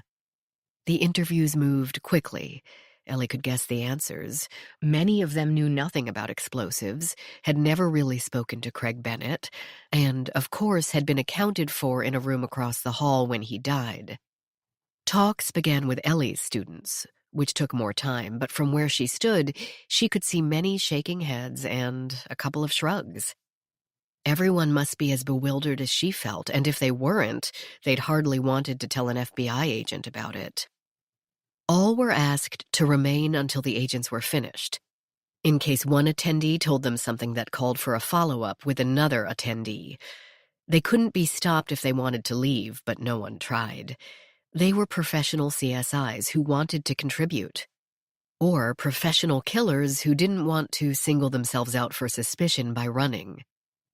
It meant that traumatized people were in for a long wait of sitting around and doing nothing, except checking social media on their phones and trading fruitless theories. They even kept that to a minimum in terse, hushed conversations. No one wanted to look like a slavering conspiracy theorist, like the looky-loos they criticized for hovering around crime scenes. But on the other hand, they didn't want to seem uncaring, and had a more than legitimate interest in the situation. Mostly they just waited, faces reflecting the gray sky as it, in turn, reflected off worn terrazzo. The staff would have to leave when done as well, Rachel told Ellie, for 2 equally uncomfortable reasons. In one way they were suspects, as anyone on campus had to be, so could hardly continue to kick around their own crime scene. And in another way they were potential victims. A bomb had been purposely set and had gone off. There could be many others lying in wait, anywhere in the building. I don't even want to think about that, Ellie winced as a nurse put 2 stitches in the cut on her bicep. She'd talked the woman out of putting bandages on her face. The scratches didn't warrant the discomfort of the adhesive. They're going to have the bomb squad sweep the building? Rachel told her yes.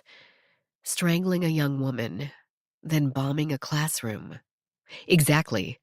What could one possibly have to do with the other? And where does Barbara fit in? Finally, Rachel could speak to the attendees. She kept it succinct. Due to obvious and recent events, the courses had ended, and the attendees thanked for their cooperation and emotional maintenance over 3 very trying days.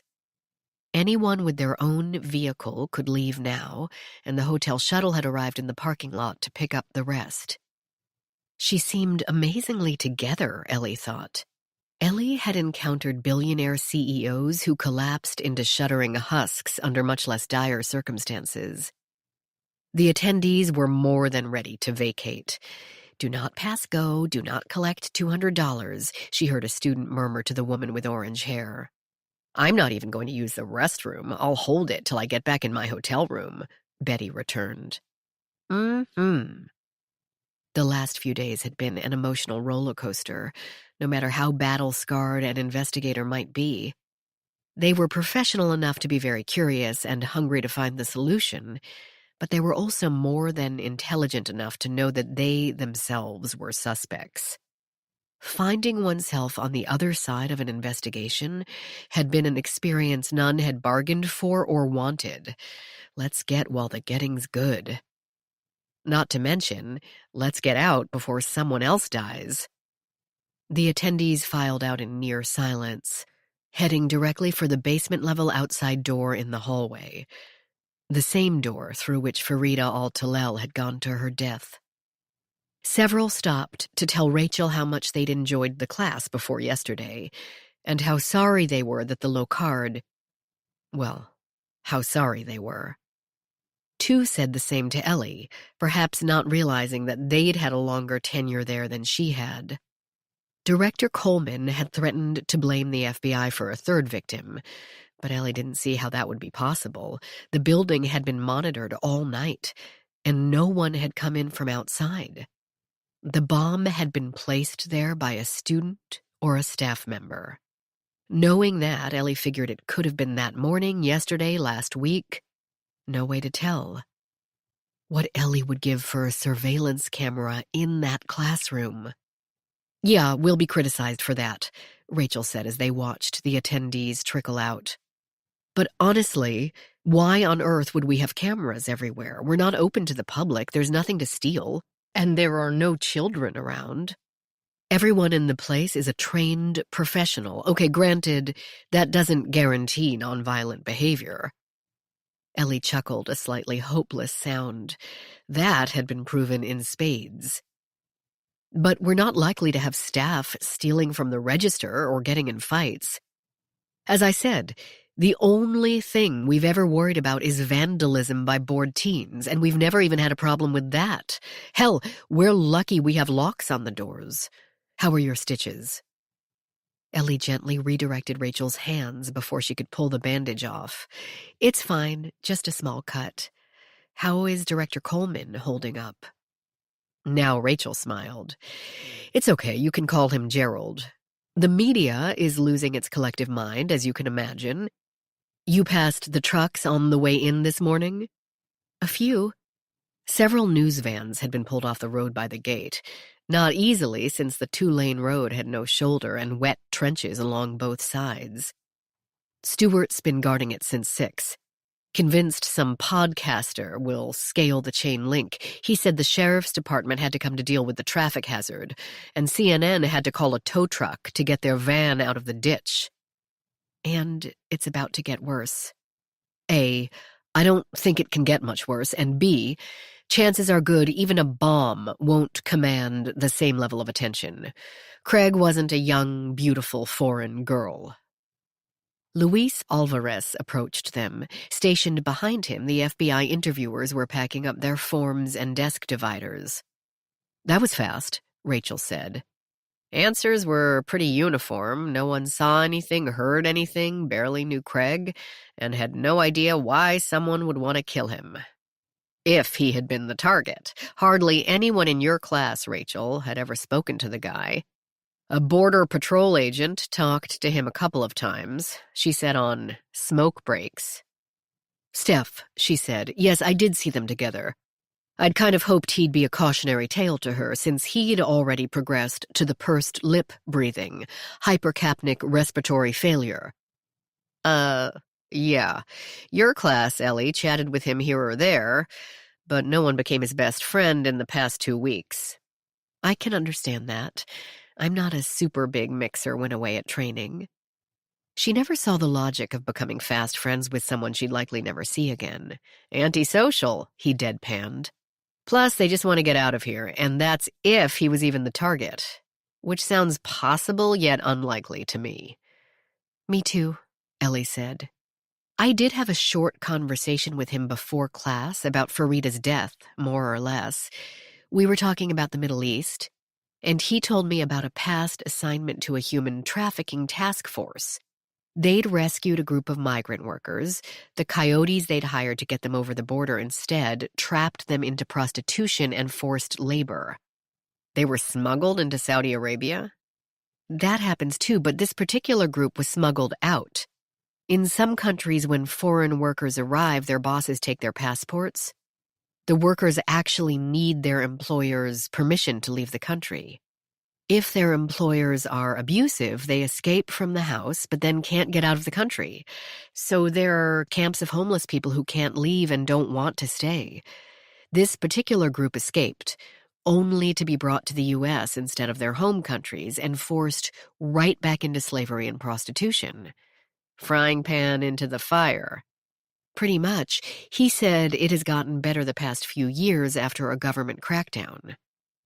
That was all he'd told her before she'd needed to get the class going on DNA profiles and how quickly they could be obtained. Michael Tyler arrived for the tail end of this conversation, tie perfectly centered, but with dark circles under his eyes. It reminded Ellie how tired she felt, and she didn't even want to think about what she looked like. "Were you hurt? Are you okay?" She wanted to chirp that she was never better, but couldn't. Just couldn't. She couldn't even add a note of conviction to her reply of, "Yeah." "I called his captain. He'll make notification to his family." Ellie felt the usual punch to the gut shiver at the thought of a family receiving news like that. He was married? 29 years, 3 kids. They are mostly grown now, he added. He spoke from the human tendency, Ellie thought, to mitigate pain as much as possible. People look for ways to tell themselves that it isn't that bad. It could be worse if the children were small. At least they're adults. Teens would be worse, and elementary school age even worse. Maybe better if they were babies and wouldn't even remember their father, though harder on his wife to be left alone. Humans always try to fit each event into a relative scale, slide it up or down so maybe they won't have to feel so awful, when of course it's exactly that bad. Ellie didn't often curse, but she wanted to just then. Michael went on. "Been with the department for 25, could retire but had no interest in that. Started out in Queens, moved to Manhattan, rose slowly through the ranks. No major reprimands in his record. Patrol, vice, organized crime, white-collar, trafficking, armed robbery, homicide. Did them all, at one point or another. Was about to take over supervision of the Forensic Services Unit." Ellie exchanged a look with Rachel, figuring their thoughts ran along the same lines. If the victim had somehow not been chosen at random, and Craig was killed because Craig was Craig, Ellie thought, was it because of something he'd done or encountered in his past NYPD work? Or something he might do or discover in the future? Or because of something that had happened at the Locard? Michael looked at them both, the dark eyes direct enough to startle. "What's going on here?" "I wish I knew," Rachel said. "What do you think?" "I think," Ellie said slowly, "someone really hates the Locard." Chapter 34.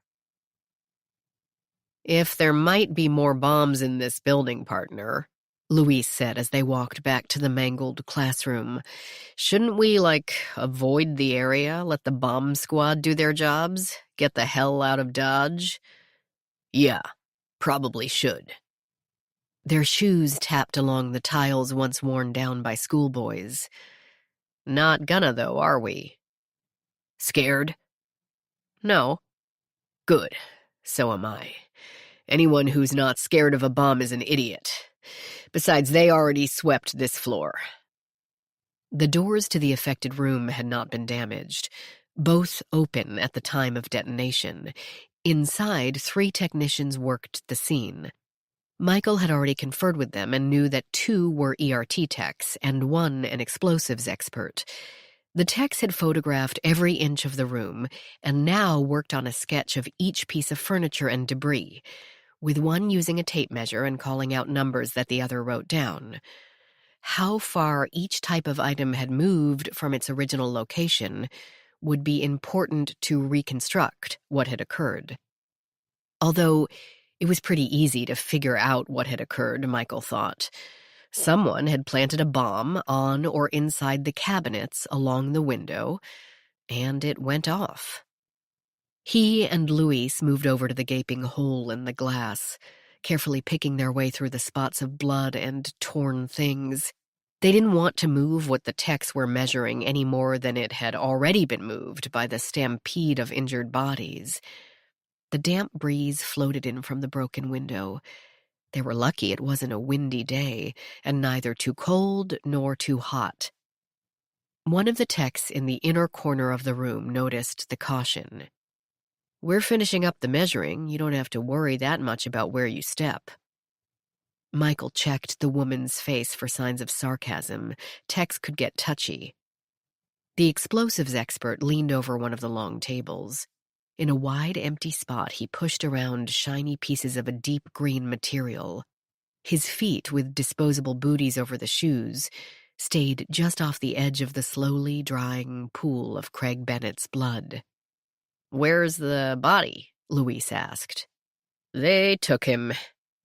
The expert spoke absently, as if they'd know what he meant, which they did, and as if the body were a minor, peripheral event that had nothing to do with his work, which it didn't, technically. Still, it annoyed Michael. "Find the source yet?" "I think so." "Really?" The expert looked up at his surprise. He was about 60, with mostly gray hair, bad skin, and preternaturally light blue eyes. "It's not that hard. Well, I mean, it can be that hard, but not in this case. Your DNA, box, blew out, kind of forward, but most of the damage was on the front and back sides." He gestured at a pile on the other table, where a cohort of pieces, chunks of black and light-colored composite, had been semi-organized. "That thing is mostly made out of plastic. Don't ask me how it works. And the entire interior of it is largely empty space. I don't get it," he added, shaking his head at the other table, as if both mystified and not pleased at what passed for technology in some fields. "Okay," Michael prodded. "So, the blast came from behind the machine, not inside it. Or all 4 sides would be fractured equally," Luis finished. "You get a gold star. Whatever the bomb is in usually winds up in the most pieces relative to what's around it. And this is the most pieces?" "This," the expert said, poking a shard of shiny green metal into its place as part of a bizarre jigsaw puzzle, "is in the most pieces. Everything else is broken, torn, dented. This is diced." Michael stared at the debris. Reflective metal in a deep green color had been bonded to a thicker black plastic, with some sort of coating in between the layers. He noticed a narrowed piece with threads along the edge. "It's a water bottle. You get a bronze star. Too wide at the top for a water bottle. Travel mug?" Luis said. The expert nodded vigorously, shaking gray locks over his eyes, which he pushed back with one hand. So much more innocent-looking than a pipe bomb or a hand grenade, but for his purposes equally effective. From the look of this place, though, everyone in here had one. I think our guy tucked it behind the DNA whatchamacallit, between it and the pillar between these two windows. You can see the divot it took out of the plaster. That kept more blast in the room instead of going out the window. Michael started to poke at a piece of green metal but stopped before his finger made contact. Is that printing? A logo? W-A could be seen, the rest of the word twisted off. Upon closer inspection, he saw traces of the white printing on other pieces. Some letters, some shapes. Maybe we can trace it to its source, Louise said. The expert waggled his eyebrows. That's a great idea. You know what, though? I think before it was blown to smithereens, I think maybe it said Washington, D.C., over a silhouette of the eponymous monument. With that image in his head, the pattern assembled itself for Michael. An ing here, a triangular tip of the obelisk in another. This was not good news. Sold in every cheap little tourist trap in town. Most likely, he was just going to blow it up. No point in using his custom Yeti. Those damn things cost too much. Louise could picture the situation as well. One of those places, stuffed with trinkets from China, a guy paid cash, clerk never even looked up from his feed. How'd he set it off? Timer? Cell phone? Timer. Wireless receiver would be a little bit much to fix up in a hotel room. If we're assuming it's an out-of-towner. If the guy lives here, with a whole workroom in his basement, no trick at all. But I found that. He pointed to a tiny clock or a watch without a band. Michael wasn't sure. Is that a wristwatch? I don't think so. There's nowhere to attach a band.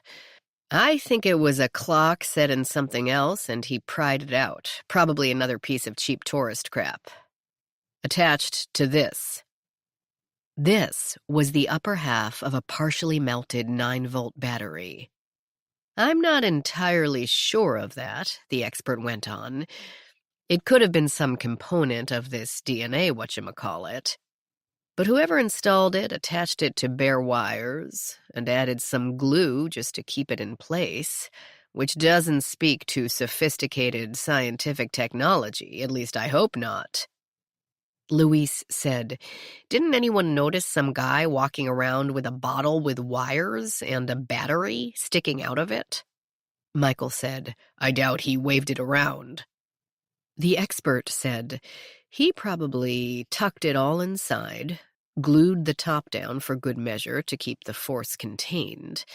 That's why there's so much damage to the battery. From the outside, it's just another cheap, innocent coffee mug. Inside, demons of hell. This prompted Louise to make another survey of the room. All this, from something the size of a travel mug? Oh, that's not hard. He moved to pick up a piece of the green metal, then seemed to notice his own hand and scowled at it, or rather the latex glove covering it. He even shook it, the wrist flopping loosely, but then picked up the piece anyway. I hate these things. My hands always sweat. I'm guessing ammonium nitrate. Guys like this always use ammonium nitrate, maybe with powdered solder for extra oomph. 10 or 12 ounces tucked up in a nice, contained structure could easily do this because, relatively speaking, this is nothing. If that guy hadn't been standing right in front of it, probably wouldn't even have killed anybody. You might have gotten off with a ton of bad gashes. Steph, Michael said shortly, speaking to his partner. You don't think a student would have the time to construct a bomb? Louise asked. How is someone from out of town going to be powdering solder and making up a detonator in their hotel room? I would hope that they couldn't get that stuff on an airplane. Checked bag, the expert said. Besides, it wouldn't be that tough to mix up in a hotel room. Just clean it up before housekeeping comes by. Aren't there a bunch of restrictions on buying that stuff nowadays? Sure, if you want enough to spread over a whole crop or blow up a building. If you only need enough to perk up your rosebush, go to Walmart. Or if you're worried about nosy Walmart clerks and the taggants that manufacturers now put in fertilizer since people started using it to destroy buildings rather than grow food, you could bypass the garden department and go right to the health and beauty aisle. Michael waited. He had spent years listening to experts. Rushing them only made the process longer. Louise had also learned, but didn't care. You've lost me. Ammonium nitrate is also used in instant cold packs, the ones you squeeze until you hear something pop like a glow stick and then it gets cold. Load up on those, and the clerk will just think you're accident-prone, cut them open, and figure out which of the activators can be detonated. Not all will be. It might take a little trial and error, but no one will flag the purchase. Can you tell how long it was there, the bomb? The expert stared at Michael as if he'd asked where babies came from. Okay, just asking. I thought maybe the components might only be stable for a certain period of time. Oh, I see. It's not that stupid of a question, then. Thank you. Because those would have been pretty stable. As long as you didn't toss a match into it, it could sit there for years. A match? It needed a spark, not an electric current? Just a tiny spark. One little igniter, less than you'd need to light a cigarette. His gaze swept the room for the object, clearly expecting it to spring to his attention on command, then had to admit with some reluctance, "Haven't found that yet." "How do we know for sure what they used?" Louise asked. "Not 100% right away, I can tell you that. To really be sure, I need to take some samples, get them..." He brought one of the larger pieces as close to his nose as it could get without touching, then sniffed. If he licks that thing, Michael thought, I'm going to puke. Or shake his hand, not sure which. It might be ammonium nitrate, but might not. Maybe. What is it they do here? In this room? In this building. Forensics, training, research. It's the Locard. The gray-haired man gazed around as if surprised. Oh, I see, huh. Expected this place to look a lot fancier. Well, good for them. What's through that door? He didn't wait for an answer, but stalked over the scattering of items on the floor to a door to the right of a smartboard and a bookshelf. The knob turned easily, and he flung it open. For a bomb guy, Michael thought, it's a little bit amazing that he's survived as long as he has. But when there were no further explosions, he and Louise joined the expert in staring at the inside of a supply closet. Isn't this where they found that teacher? Louise asked. Sure enough, the tile floor within the horseshoe of shelving had been pitted and browned by the spilled acid. What teacher? The expert asked. Michael explained about the death of Barbara Wright, which had appeared to be an accident. It might still be if he could think of an innocent reason why half a label from the jar next to Dr. Wright could have wound up on Farida al-Talel's body. Not that the expert appeared to listen, occupied as he was by examining every single jar and box and bottle on the shelves. Lucky none of this fell, Louise said. Probably quivered a little, but the door protected it. Yep. The expert straightened up with a medium-sized bottle of brown glass. This might prove interesting. Michael stood back, expecting the man to exit the room, but he didn't. Instead, he unscrewed the top and peered inside. He shook the jar, and peered some more.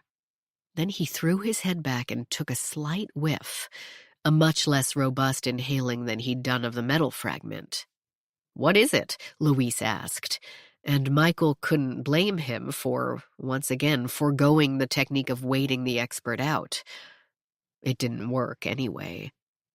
The man checked the label again, as if not sure. "It's sodium azide, used to sterilize medical equipment along with many other uses. What do they do with it here? They ain't doing operations or anything, are they?" The FBI agents confessed that they didn't know, and that they'd never heard of sodium azide. "Nice little white powder, highly reactive to sparks. Highly reactive. Pellets like this are what make your airbag explode and smack you in the face." "Yeah, but airbags don't take out a room," Michael said. "You won't be so dismissive if you ever get your nose broken by one of them." The guy examined the label of the bottle, squinting at the fine print. Then he screwed the lid back on carefully and put it back in its place. "It might not be as easy to find at Walmart, but then they didn't need to. It was right here, in their closet." "So we're back to staff again," Luis said. "Door isn't locked," Michael pointed out, "and most of these students work in labs. They'd know one chemical from another. Aren't you going to examine it, or whatever?" Michael asked when the man moved to leave the supply closet. "Cross-contamination, my man." The expert closed the door behind him and even stripped off the latex gloves he disliked. As predicted, sweat dripped from the thin plastic coatings, and he shoved them in a pocket. "It can stay there until we're completely finished out here, and then I'll have it picked up for comparison. The people who work here, they're not getting back in this room, are they?" "No," Michael said firmly. "The building will be closed until we're done. And guarded." Chapter 35. That was the plan, but it didn't quite work to perfection because Ellie made it back to her office without interception by a stern monitor type directing her to the exit. So apparently had Hector, who stood in his office making notes on a dry erase board, and Caleb, who peered through her office door window with his hand on the knob, as if she might be inside, hiding under her desk. A tempting idea right then. "Help you?" she asked as she approached. Through his open doorway, Hector spoke without turning from his board. "Yeah, he's hanging around here again." Caleb smiled at her. "Hey, Doc. Thought I'd see if you're free for a drink or three. I could use one. Bet you could, too. My flight's not until 10 tomorrow, and I'm pretty sure you're going to have the day off, right?" She should find this attention flattering, but didn't. It had been too exhausting and bewildering of a day, and she couldn't feel attractive under a coating of plaster dust. "Don't either of you remember a bomb went off here earlier today? And we have no way to know if there aren't more?" "Don't you?" Hector asked, still absorbed in his notes. "I need my purse with my car keys or I can't leave." "The FBI did a sweep," Caleb said.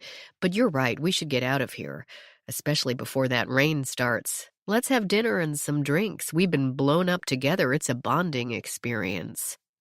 "The only thing I want to bond with tonight is my bed. No, don't say something cute. Don't even think it." She unlocked the door and entered her new office. Of course, he followed her right in, yet promptly accepted defeat. "Well, sorry my timing's off. Story of my life. The feds getting anywhere with the pieces of us left behind in that room?" "I don't know." He took a short turn around the office, not that it had a lot of pacing room. "Do you think the bomb has something to do with that Saudi girl getting killed?" She hauled her purse out of a desk drawer and rubbed one temple. "I don't see how. But I don't see how two such bizarre incidents in 2 days could not be related." "Exactly. They have to be connected. If her cousins were around, I'd suspect them. Maybe getting revenge on the degenerates they believe killed her. Middle Easterners love bombs, don't they? It's in their genes. Terrorists everywhere love bombs. But I don't think her cousins are terrorists. And they weren't anywhere near the classroom after her death. Maybe she planted the bomb, and someone found out about it and killed her, trying to make her tell him where the bomb had been planted. Ellie considered this. At this point, she was willing to consider anything. But then they came into the building the next day without warning anyone that there might be a bomb here. They couldn't say where they got the information without confessing that they'd murdered her. It made as much sense as anything she'd come up with. Well, okay, it's a theory. But how did Farida plant the bomb? Her class didn't use that room. In the mornings, we all wander in and out. On Monday, I had to steal more creamers from the other class. No one paid attention. But it's just an idea. Mostly, I wanted to let you know that I really was enjoying the course. Very helpful until the, explosion. Hope I can come back for another session someday. Thank you. She hoped the Locard would have another day. Maybe then we can make some beautiful music together. He delivered the corny line with such a goofy smile that she had to laugh, and then with a little wave he left. She heard his shoes padding up the hallway and then promptly forgot about him and instead glanced around the office. Was there anything else she would need? The agents might keep the building closed for weeks or months. It might close forever. What attendees would want to come to training in rooms that might blow up? What clients would trust a foundation that had murders and bombings on its own campus? Where the hell would she go if this dream job evanesced before her eyes? Unwilling to leave for fear she may never return, she drifted across the hall, drawn to the victim characteristics in Cleveland sheets like a moth to a bug zapper. Lover boy, finally give up, Hector said, scribbling another note. Yep. I'm not complaining about you being hot and all. He turned then, and with one flick of his eyeballs, swept her from tip to toe. Not complaining at all, but we're not going to make a habit of this, are we? Habit? Of eligible gentlemen forming a line outside your door? Because if you think I'm going to fill in as your social secretary, then I want a raise and paid medical. She shifted her weight, doing almost a chair pose position to read the bottom entries on the long sheet. Hector, you are as sophisticated as you are urbane. That's a terrible thing to say. What about death in Cleveland fascinates you so much? It's where I'm from. And maybe my subconscious the other day noticed. Hector waited, then gave a sigh loud enough to signal that being hot would not always make up for interrupting his work. Noticed what? There's a Claire Beck listed here, but crossed out. So? That's my mother's name. Hector blinked, and the impatience left his tone.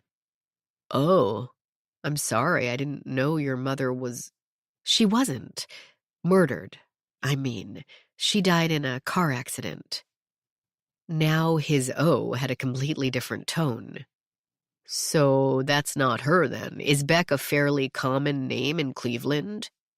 Yes, very. Millions of people from Central Europe emigrated to the industrial centers in the last century and the one before that.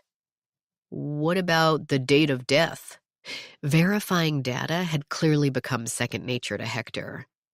It's the right year, but I can't be sure about the day. I can't believe I don't know that. Ellie pressed her hand over her eyes as if that would help her see the marker over the grave her grandmother had taken her to every weekend, rain or snow or sun. Ellie remembered running her tiny fingers over the carved letters of her mother's name. But the dates, the numbers in the stone had not meant much to her. At 4, she could not comprehend the utter tragedy of a life spanning only 34 years. The visits had become more seldom as her grandmother grew ill, and Aunt Rosalie had too much on her plate to spend much time with the dead. Ellie hadn't been to the grave in a decade or two, and with that thought, guilt crashed in on her like the walls of a mine giving way. The slightly impatient tone returned to Hector's voice. "So it's not her?" No, of course not. She should go, let him get back to work so he could finish and leave before another bomb went off, and she should as well. Rachel would be waiting for her. But she felt strangely reluctant to leave the place where a woman who had the same name as her mother existed as one crossed-out footnote. "What are you working on?" "New batch of UCR stats." The Uniform Crime Reporting Program. Hector had written some case numbers on the board and now added red dots alongside some of them, referring to a sheet in his left hand. "What are the dots?" "Cases where there's CODIS information from the suspect." When DNA had been left behind in cases that really were murders. She stared at the board, her eyes getting weary. What could be the connection between a scientist whose death first appeared to be an accident, a young foreign national whose death certainly did not, and an explosive device with no particular target in mind? Caleb's words echoed in her head. It's in their genes. CODIS information. Unsolved crimes. It is in their genes. An idea formed in her mind. Inconsistent. Contradictory. When Rachel saw the phalanx of news vans still parked outside the gates, she changed her mind. She spoke out loud to the empty car, instructing her phone to call Ellie, then watched in the rearview mirror as the woman driving behind her held an object to her ear. That ancient Mustang predated any thought of Bluetooth-capable mobile devices. Hell, that car predated gas without lead. "What?" Ellie answered. "Some of these guys will follow us, and I can't lead them straight home. Dantone's going to be skitterish enough with this storm rolling in. Let's go to your place instead." "You're so sure they'll follow us?" The gate hadn't fully opened yet, the chain-link section rolling back at a snail's pace. "I've been through this before. When we were investigating that football center for the murder of his girlfriend, news crews followed me into my garage, the grocery store, and church." "Why? Is that okay?" "Sure." She didn't sound sure. "But I'm not as good a cook as your mother is, fair warning." Rachel laughed, then quickly stopped. Cameras were rolling. "No one's as good a cook as my mother, so don't worry about it." The gate stopped and Rachel rolled through, barely touching the gas. Driving past a crowd always made her think of scenes in The Birds, the characters gingerly stepping among a temporarily calm flock. One sharp movement and they might swarm. They would overwhelm you and pick the bones clean before help could even think about arriving. Keep calm, and your foot on the brake. "Dr. Davies! Dr. Davies, who killed Farida? Is the Locard protecting her killer? Have the Saudis vowed revenge? What about Dr. Wright? Are there any other deaths you're covering up? Dr. Davies!" As she nosed the Audi past the last van, she heard them calling the same questions to Dr. Carr, so they knew who Ellie was, too. When she reached a free spot in the road, she pulled to the edge to let Ellie pass her, then followed. It didn't take long to reach the woman's new home, perhaps 10 or 15 minutes. Ellie had certainly gone all in for her new career at the Locard. If she left and went back to work in D.C., the commute would be hellish. Rachel hoped it wouldn't come to that, partly for Ellie's sake, but mostly for her own. Rachel had put her heart and soul into the Locard. Gerald had founded an amazing facility, but Rachel had put it on the global map, beginning when she'd only been there part-time, perhaps because she'd only been there part-time. Without her livelihood on the line, she'd been more able to think long-term. The Institute went from being one more think tank to the go-to for everyone with a thorny problem. and or for those who already knew pretty much everything and needed to know even more. 14 patents had come out of the Locard in the past 6 years. The team had saved a little girl's life and a big man's reputation, pinpointed a terrorist cell, and proven a multi-million-dollar judgment against a national conglomerate. She couldn't stand to see it go down. It would be like losing her sister all over again.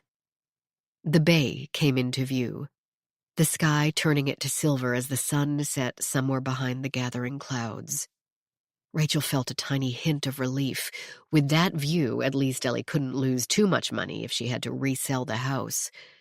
Of course, that would depend on what she paid for. Ellie turned into a drive, and Rachel followed. Cute popped into Rachel's head. 2 stories, white with navy trim, upper and lower porches with white wooden railings. Rachel parked next to a narrow, screened patio with a small table and chairs set and a grill built into the brick wall as Ellie put the Mustang in its garage. 2 little boys played wiffle ball behind the house next door. One of them stopped to stare at Rachel until the other one threw the plastic ball at his ear. This produced an unconvincing cry of pain and a chase around the 2 trees. Ellie's backyard seemed to be fenced, and Rachel heard the familiar screeching bark of a small animal torn limb from limb, or that of a puppy wanting attention. As soon as she got out of her car, she said, "I hear someone's settling into his new home."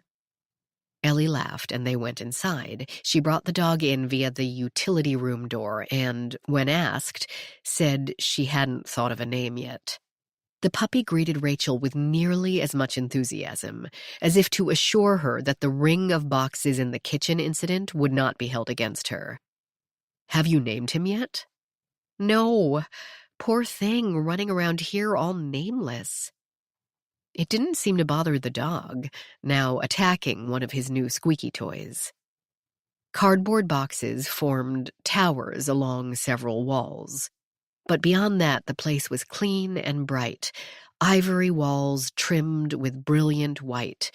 Navy curtains over white sheers gave it a nautical air. But the previous owners might have left those behind. She wondered what Ellie would do. As if she'd heard her thoughts, Ellie patted the drywall that separated the living room with its oddly angled brick fireplace and the kitchen. "I'm thinking of taking this wall out. But then I lose a lot of cabinet space, and I'd have to move the refrigerator. And find out if that's load-bearing. But open concept would be great," Rachel said, as big a home and garden television channel aficionado as the next girl. "New flooring? I doubt there'd be a way around that. Want to look at the printouts, or should we—" Her voice trailed away as she glanced around the kitchen. "Open a can of soup? Don't worry about food. I can't stay long. D'Antone gets really upset by thunderstorms, and they're predicting a bad one tonight. That boy's not afraid of much, but thunder is his kryptonite." As if to emphasize her words, a flash of lightning brightened the dark gray clouds, just as the first few drops of rain struck the window panes. "Besides, after the day we've had, I don't have much of an appetite." "Good, me neither." "And you're probably dying for a shower."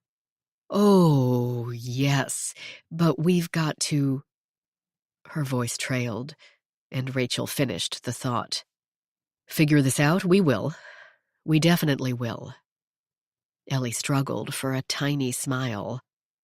Not confident, Rachel thought, not that one can blame her, neither am I.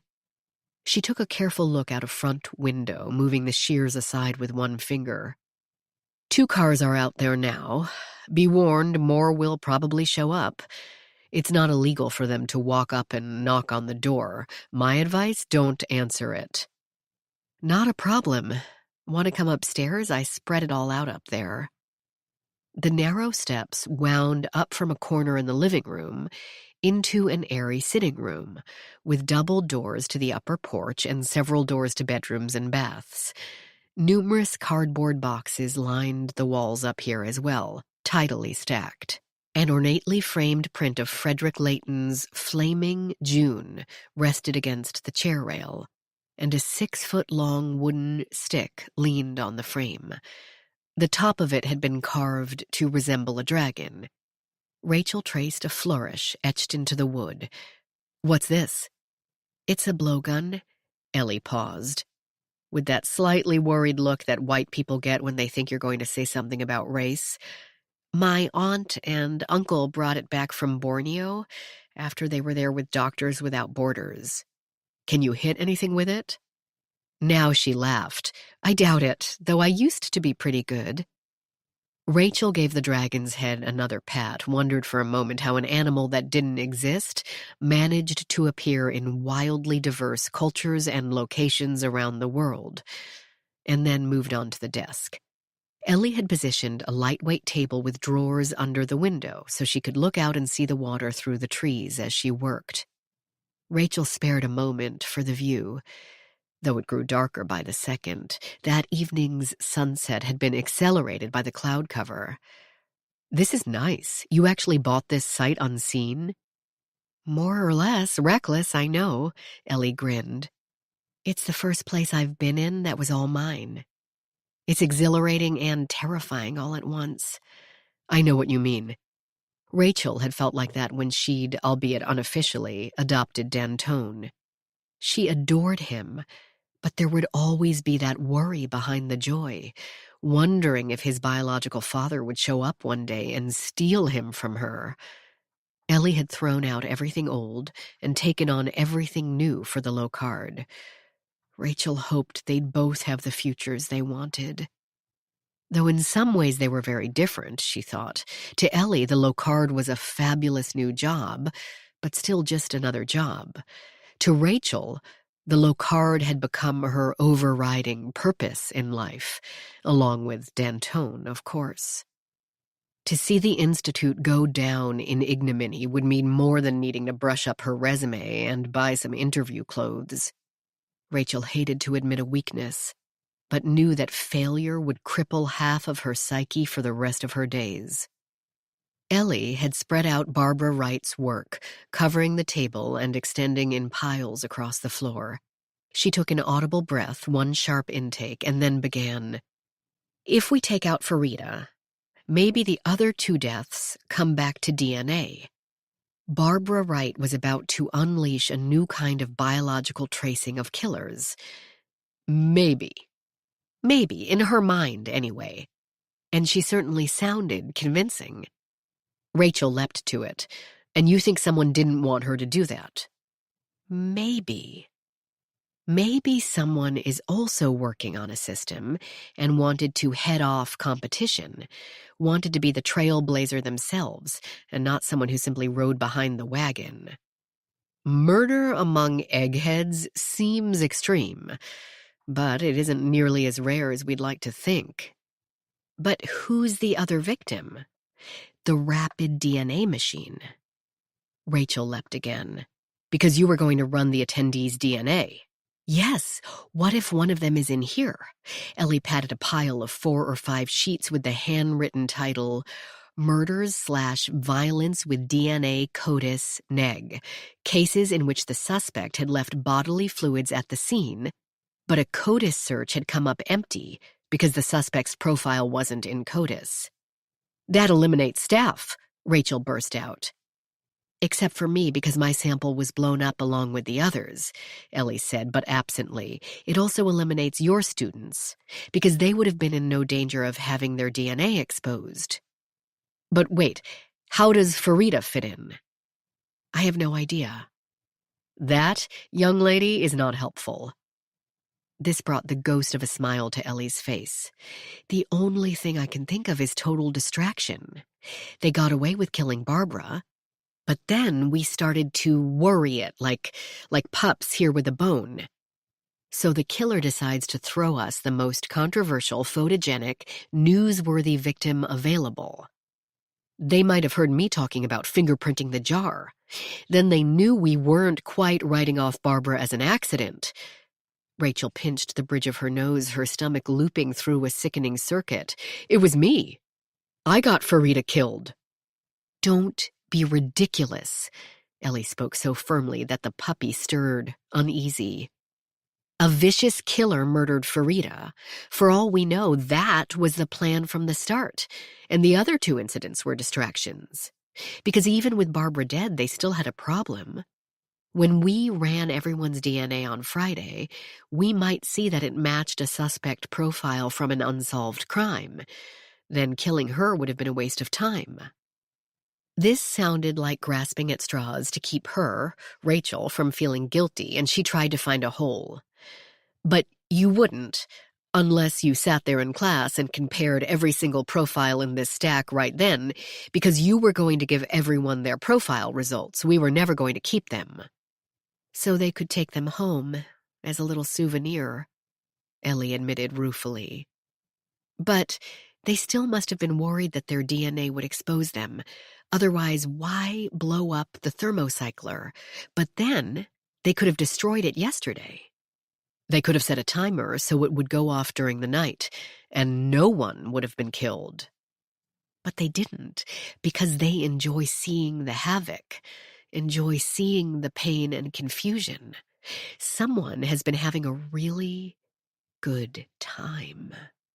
Ellie finished, her voice lowering with the last sentence. That's a scary thought. Especially if you're right about the premise that says we have a killer who works for a law enforcement agency. Wouldn't be the first time. The Golden State Killer, Le Grelet in France, Gerard Schaefer, the Russian werewolf, BTK. What better place to learn what not to do? Rachel couldn't help a shiver at the thought of someone sitting in the Locard's classrooms, absorbing all their knowledge only in order to use it against them. Someone she considered a colleague, a kindred spirit, one of us. If that's true, how do we catch them? They're already gone, their DNA profiles with them. Ellie gestured at the scattered papers.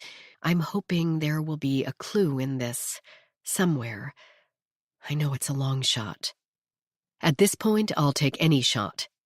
These deaths have to be solved, and let's face it, it's vital to both of our futures that the Locard solve them.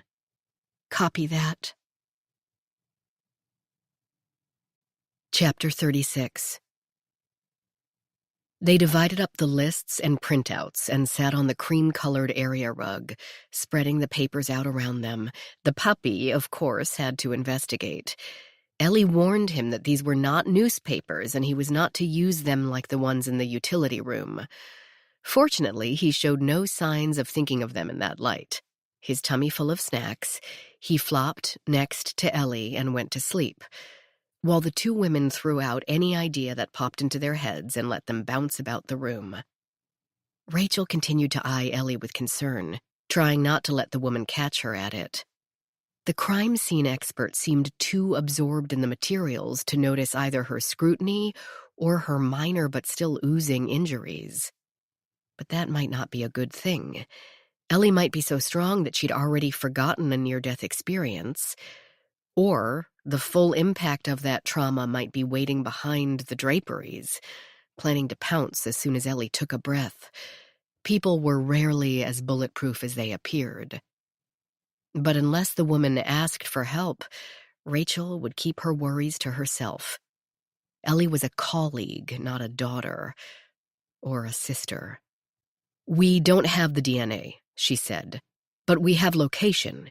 We could cross-reference the states and towns. Smart serial killers travel a wide area. It doesn't have to be a serial killer. They'd go to jail for 1 as well as 10. True. Do you have a roster of your students? That should list their agency. Ellie retrieved the 2 sheets of names and contact information from her tote bag. She also fired up her laptop to check online maps. Some location names were not at all familiar, and she had to check what county they might be in or what cities they might border. She read out a name and home location, and then both of them checked the various lists of violent crimes for ones in that area. At the same time, they continued to poke and prod the theory. Rachel said, Okay, say we have a killer panicking about giving a DNA sample. Why not invent an excuse? They have to leave the course early and fly home for a family emergency. There's a strange death, then a murder, and they take off? It would single them out, invite attention. But they knew from the start. The rapid DNA sample was part of the course. It's mentioned in the flyer. If they were nervous about that, why come at all? Or at least leave on Tuesday or something. Don't kill Barbara. Don't kill Farida. That would have been better. A flash of white lit the sky outside, turning the trees to silhouettes.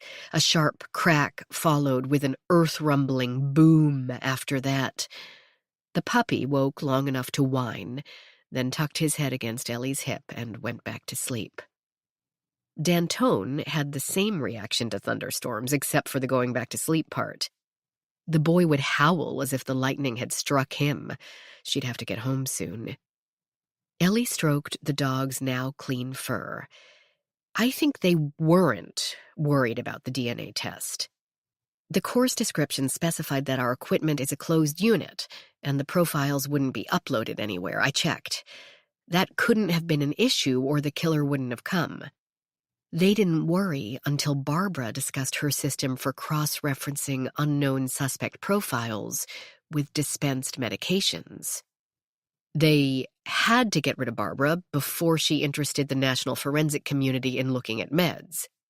Then they had to get rid of the thermocycler to hide their DNA profile, while all Barbara's research was still sitting around. Except we never would have known that because they would have taken their profile home with them. Maybe they didn't trust us not to keep copies. Criminals tend to believe that everyone else behaves criminally as well, Rachel said. How well she knew that.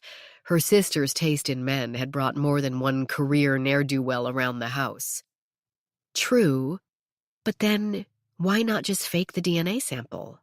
They could have wet the swabs with water, but that would look even more suspicious. The profile coming out totally blank. They could grab someone else's water bottle, someone not in the class, so it wouldn't come up as a duplicate, and swab the neck. But they collected the swabs from their mouths in front of everyone else, you said. Yeah, right there by the sample chamber. I didn't want them walking around the room or shoving them in pockets to minimize contamination. That would be tough to wiggle out of without, again, attracting attention. But blowing up the entire lab is a bit overreactive, no pun intended. Who's next?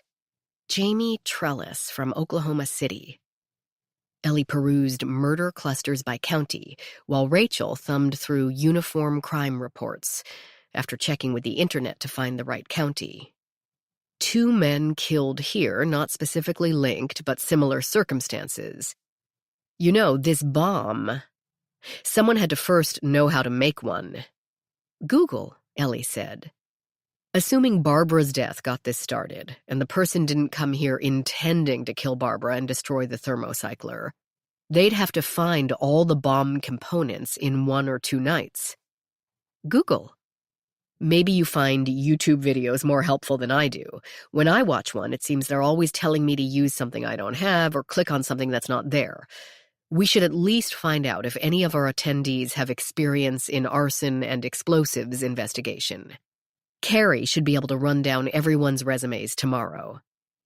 Then she remembered that Carrie would not be in the office tomorrow. Neither would Gerald, and neither would she. Indefinitely. Lieutenant Matthew Gold from Columbus, Ohio. The man of few words, Ellie added, and they again checked sheet after sheet of printed data. But there were also plenty of murders in that fair city.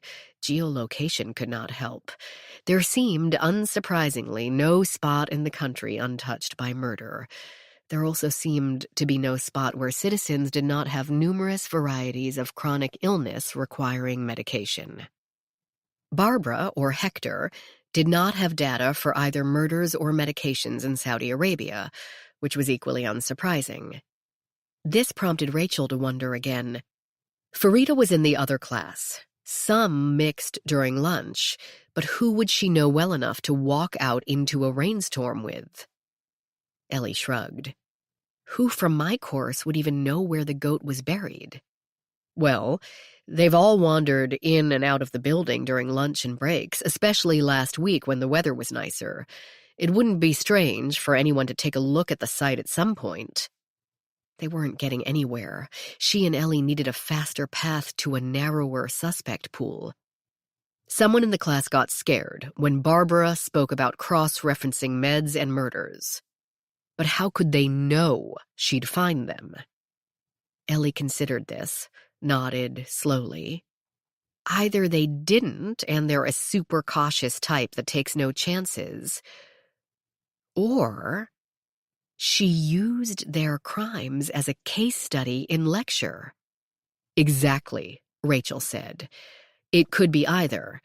Life in prison is a fairly good reason for crossing every T and dotting every I, yes, but it could be that she detailed their work in front of the group, without any idea that the person she had pinpointed as a suspect by their medication actually sat in front of her. What examples did she use in class? Ellie grimaced as if someone had stuck her with a pin. I came in the middle, so I didn't hear all of it. I know she talked about a suspect in Boston having Huntington's, and a suspect in Arkansas with possible sickle cell anemia. Without another word, they both snatched pages from the list and scanned. In the sudden silence, Rachel noticed that the noise of the rain had increased to a dull roar, pellets of water hitting the window glass like bullets. She hoped this home's construction was as solid as it looked. Of the wide variety of cities listed, however, no one came from within 2 hours of Boston or the small city in Illinois. We'd have to ask the other attendees, Ellie said, and hope they'd even remember or took detailed notes. She'd probably have used the same case studies she meant to present to the academy. I didn't know Barbara, but she sounds like someone who always put her strongest foot forward. Rachel couldn't resist saying, usually in someone else's face. Especially when she's practicing to present to the academy and start up her own business. The meeting starts Monday, so she'd hardly worry about someone stealing her ideas at this point. She could put all her cards on the table. Ellie pulled some old-fashioned printouts down from the desktop. I found these listed in the digital presentation on one of the USBs. 4 rapes in Little Rock showing sickle cell disease. 2 unsolved murders and 1 solved in Wichita, where thiazide had been found in the saliva residue. 5 murders by gunshot in St. Louis with the suspect's blood showing mutations in the RB1 gene. How did he leave blood at 5? Oh, I see. He or she left blood at 1 scene, but all 5 were connected by the ballistics. That makes more sense. Ellie went on. 2 armed robberies in Phoenix where the suspect's mucus had a mutation in the NOD2 gene, and 2 murders in Adelphi with a killer on valproic acid. So let's say one of these 5 suspects is in my class, Ellie said. Probably should have led with this, Rachel said, trying to tamp down her irritation by reminding herself that finding this killer wasn't Ellie's job, it was Rachel's. I know, but these weren't in the class notes I found on her desk, and I didn't hear her mention them. But then I got there late. No worries. Anybody list those cities as home base? They snatched up the attendees list again. Rachel didn't hide the disappointment in her voice when she muttered, "No." "No," Ellie agreed. "Every other city in the country, but not these." Another crack split the air and Rachel jumped. My boy's going to be screaming at that one, and once he starts, he can't stop. Do you need to go? Ellie asked. Rachel thought, clearly she doesn't want to stop our work, and clearly she doesn't understand why one freaked-out toddler grabs priority over 3 murders. I didn't used to either. She probably thinks, as I did, that people with kids overemphasize their importance, use them as excuses to get out of all sorts of work and obligations and overtime. Rachel didn't want to be that parent. But as she hesitated, Ellie doubled down on the understanding. It doesn't look like we're going to get anywhere tonight, anyway. We've got to call all my ex-attendees to see if any recall details of what Barbara said in class, and most of them are on planes at the moment. If that doesn't work, we'll have to comb through every suspect profile from near our students' locations, trying to figure a phenotype to go with the genotype to see if it corresponds to that student. It may take weeks. This will now be a long-term investigation, whether we like it or not. Still, Rachel opened her mouth to say no. She didn't want to give up so easily, and felt sure that Ellie would work at those scattered sheets all night. The woman had that same driven intensity when on the trail as she did. Or had, until D'Antone had fallen into her life, the cutest little distraction there could be. But just then another bolt creased the black sky outside, and she changed her mind before the rumbling could begin. I'm afraid I do. Let's sleep on it. I'm ready to drop, and maybe our brains will come up with a plan after some rest. Sounds good. You're going to get soaked in the 10 feet to your car. Do you have an umbrella? It's just water. Rachel picked up her bag and shrugged into her light jacket, which, bad choice for the weather, didn't have a hood. I'll survive. Besides, it will keep those reporters from following me. Chapter 37. Ellie needed a shower. She really needed a shower. But the answer might lie on the next page, and besides, her grandmother had always prohibited showers or baths during thunderstorms. Ellie didn't remember the exact logic. Something about the water might attract the errant electricity. It didn't make a lot of sense, but it did make a good excuse to keep working. She did wonder if this monsoon-like rain would be a regular characteristic of coastal living. She took a break to check all the windows for leaks, plus the basement. But the house must be tougher than it looked because she didn't find any. Standing in the dark living room, she looked through the front window for cars. The storm had convinced the media to give up on her ever doing anything interesting, and they'd abandoned her street. Except for one nondescript sedan parked in front of her elderly neighbor's house, tucked nearly out of sight under the willow. Perhaps he or she had fallen asleep. Perhaps it belonged to an unlucky motorist who had broken down and had nothing to do with her at all. She shrugged and went back to work. She didn't know whether to resent or envy Rachel, so involved in raising her little boy.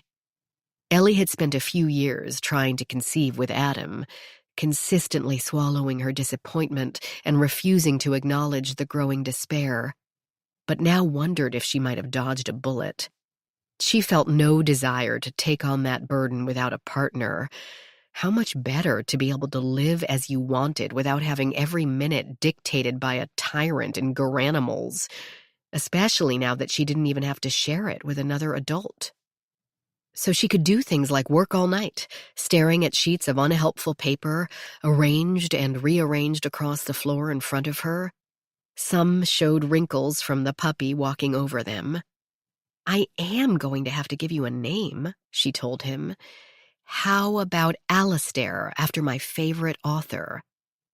The dog glanced at her over his rawhide chew toy, noticeably unimpressed.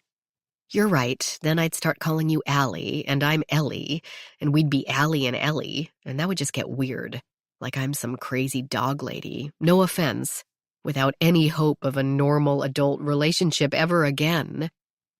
The dog continued to chew. They were never supposed to assume in forensics, but without some assumptions, she couldn't choose a path forward. She could call every single sponsoring agency on the sheets to see if, A, it really existed, and B, the attendee really worked there. Though there was no reason to believe the killer wouldn't be who they said they were. It seemed unlikely they could pick out this class to attend purely to deal with Barbara. When Barbara had kept her secret formula under tight wraps until the end came into sight, hoping for a windfall of both prestige and money. She could pinpoint a phenotype from the prescription meds dispensed near murder clusters, but she and Rachel had already explored that idea and come up with nothing. Or everything. There were simply too many murders, and none seemed to be in the right place. And since students didn't pop their pills during class, Ellie had no way to know who might need scripts to stay healthy. Ellie slapped down the papers in her hand. The heck with it! The puppy froze. No, not the name thing. I had one person in that classroom who is not currently on a plane somewhere because she lives in D.C. So what if she can't stand the sight of me because she's jealous of my job and she covets my ex-husband? Or maybe because I grievously wronged her at some point in the past by borrowing a pen and never giving it back. The attendee list had each person's name, address, and phone number. Alyssa answered on the 4th ring. Her hello sounded distinctly unenthusiastic, but Ellie couldn't blame her for that. It seemed like 80% of unknown numbers these days were calls from scammers. Alyssa? Ellie began, thinking, please don't hang up on me. I just have one quick question. When Dr. Wright explained her theory in class about tracing killers by their prescription meds, do you remember what cases she cited? A pause, then a low drawl. What? Had she been asleep? Had she gotten home to dive straight into the liquor cabinet? If so, again, Ellie couldn't blame her. It had been quite a week. Ellie repeated the question more slowly and explained her goal. It could greatly narrow the possible scenarios to know, provided, of course, that Alyssa wasn't the killer. There were certainly enough unsolved murders in D.C. to make her a suspect. Another pause. Alyssa, Ellie said, making her tone much more calm and quiet than she felt. I know you don't like me, although I don't know why. It's not that. Oh, so you don't. I just don't remember verbatim what she said. I remember a guy blew his nose in Phoenix, and the snot had something in it, some genetic abnormality, something about Kansas, what looked like a series in St. Louis by gunshot, the casings found right by the bodies, which we all thought was weird because usually gunshot serial killings are like from a distance, like Son of Sam and the Beltway snipers.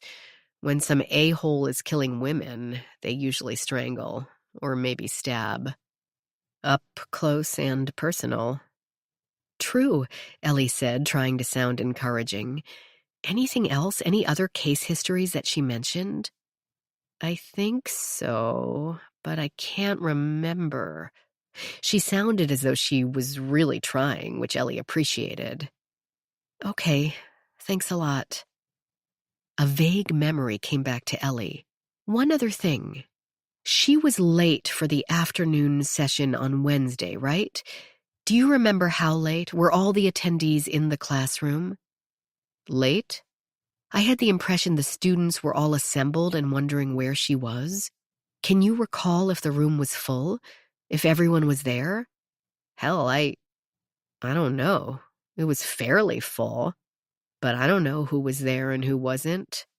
You're figuring any missing person was off killing Dr. Wright? I don't know. Because it was right after lunch, and people were trickling in and out. If anyone noticed it was time for class to begin, I doubt they cared. That had not been Ellie's impression. Why hadn't it been? Wait, Alyssa said suddenly. The Kansas thing. She said samples from 3 murders had some something that was prescribed for high blood pressure. The guy caught in the 3rd one did take it, so they were testing his DNA to see if he did 1 and 2. And Craig said that didn't prove much because everyone had high blood pressure. Betty told him to speak for himself, and Dr. Wright looked all snooty at Betty and said something. I can't remember exactly what she said, but it meant that Betty must be lying because no way someone that big wouldn't have blood pressure issues. You want to talk pressure? I thought Betty was going to do a Vesuvius right there. Okay, Ellie drawled, rethinking this approach, since sniping at someone's systolic pressure hardly seemed. But Wright said about the whatever, it was important because otherwise the guy wouldn't have been connected to murders 1 and 2. Craig said it would all have come up once he was entered into CODIS after arrest, and she looked even snootier and said it was much faster to do a direct comparison than wait for a routine search. At lunch, we were talking about it, and Craig said it wouldn't be much faster. And then the girl from Greensville said maybe it wouldn't be where he lived, but it depended on the lab submitting it. She didn't think much of hers. Thiazide. Ellie tried to fit that into a useful scenario.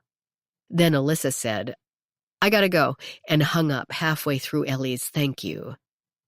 An odd person, but then some were, and it seemed best not to overthink any motives because she'd probably get them wrong.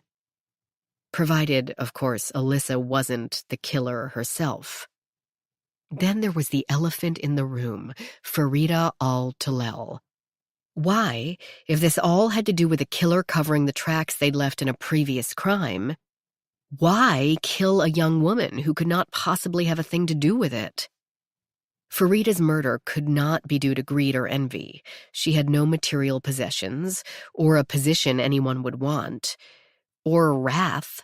She hadn't infuriated anyone to any great extent that had been noted by others, unless it really had been her cousins as a result of some personal dispute. And Ellie couldn't believe that, since only one person had left the building with Farida and did not appear large enough to be either of those two men. She might have incurred wrath made of fear if she'd witnessed something incriminating about Barbara's murder. But how could that have happened when she was in the other class and her cousins rarely let her out of their sight? That left the most obvious motive when a beautiful young girl was killed. Lust. It could be pride if she turned down someone's advances, but they'd only be advancing out of lust, so back to lust. That did nothing to narrow her suspect pool. Legs crossed, Ellie dropped her face into her hands, round and round. 2 murders that might point to one killer, and a third that pointed nowhere in particular. "I think I need some rest," she said to the dog, who already had slumbered, and began to gather and sort the papers. She'd get into bed and let her brain work on it. Yeah, right, she'd get into bed and stare at the ceiling. But, okay, her brain could work on it like that. It's not like she had to get up for work the next day, so if the clock glowed with times like 2:15 or 4:40, so what? Besides, it had to be here somewhere. How often did one get a crime with such a defined set of suspects? The Locard might not be an English country house, but in this drama it fulfilled the same role. The killer could be on the staff. Surely Hector had a better motive to kill Barbara than anyone else. Cameron's feelings seemed complicated and intense. But the attendees were the ones present, so to speak, at all 3 deaths.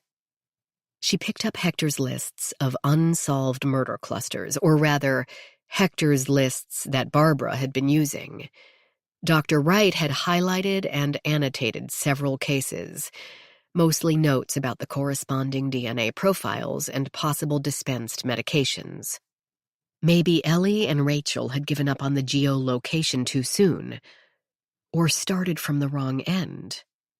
"I am not going in circles," she told the puppy quietly so as not to wake him. Really. 4 rapes in Little Rock. Problem was, no one in the class hailed from any place in the entire state of Arkansas, and its capital sat right smack in the middle, not even close to a border where a clever killer could slip over. 5 murders of females by gunshot in St. Louis. A quick internet search taught her a few things about the city she'd never been to. Geographically more interesting, St. Louis sat on a state border, separated from Illinois only by the Mississippi River. Ellie checked the attendee lists. No one from St. Louis, and the 4 from Illinois hailed from the Chicago suburbs at the other end of the state.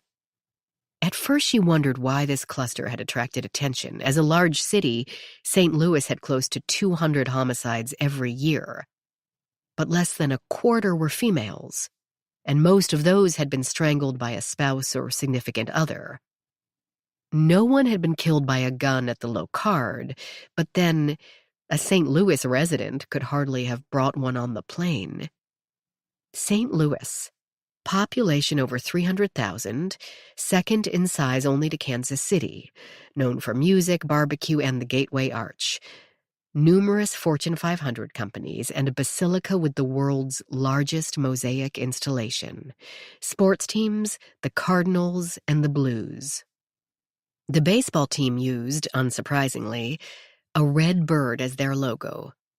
The Ohio state bird, Ellie knew, as well as the state bird of 6 other states, none of which were Missouri. The Blues logo consisted of a blue musical note with a wing for a flag. She had seen that logo recently.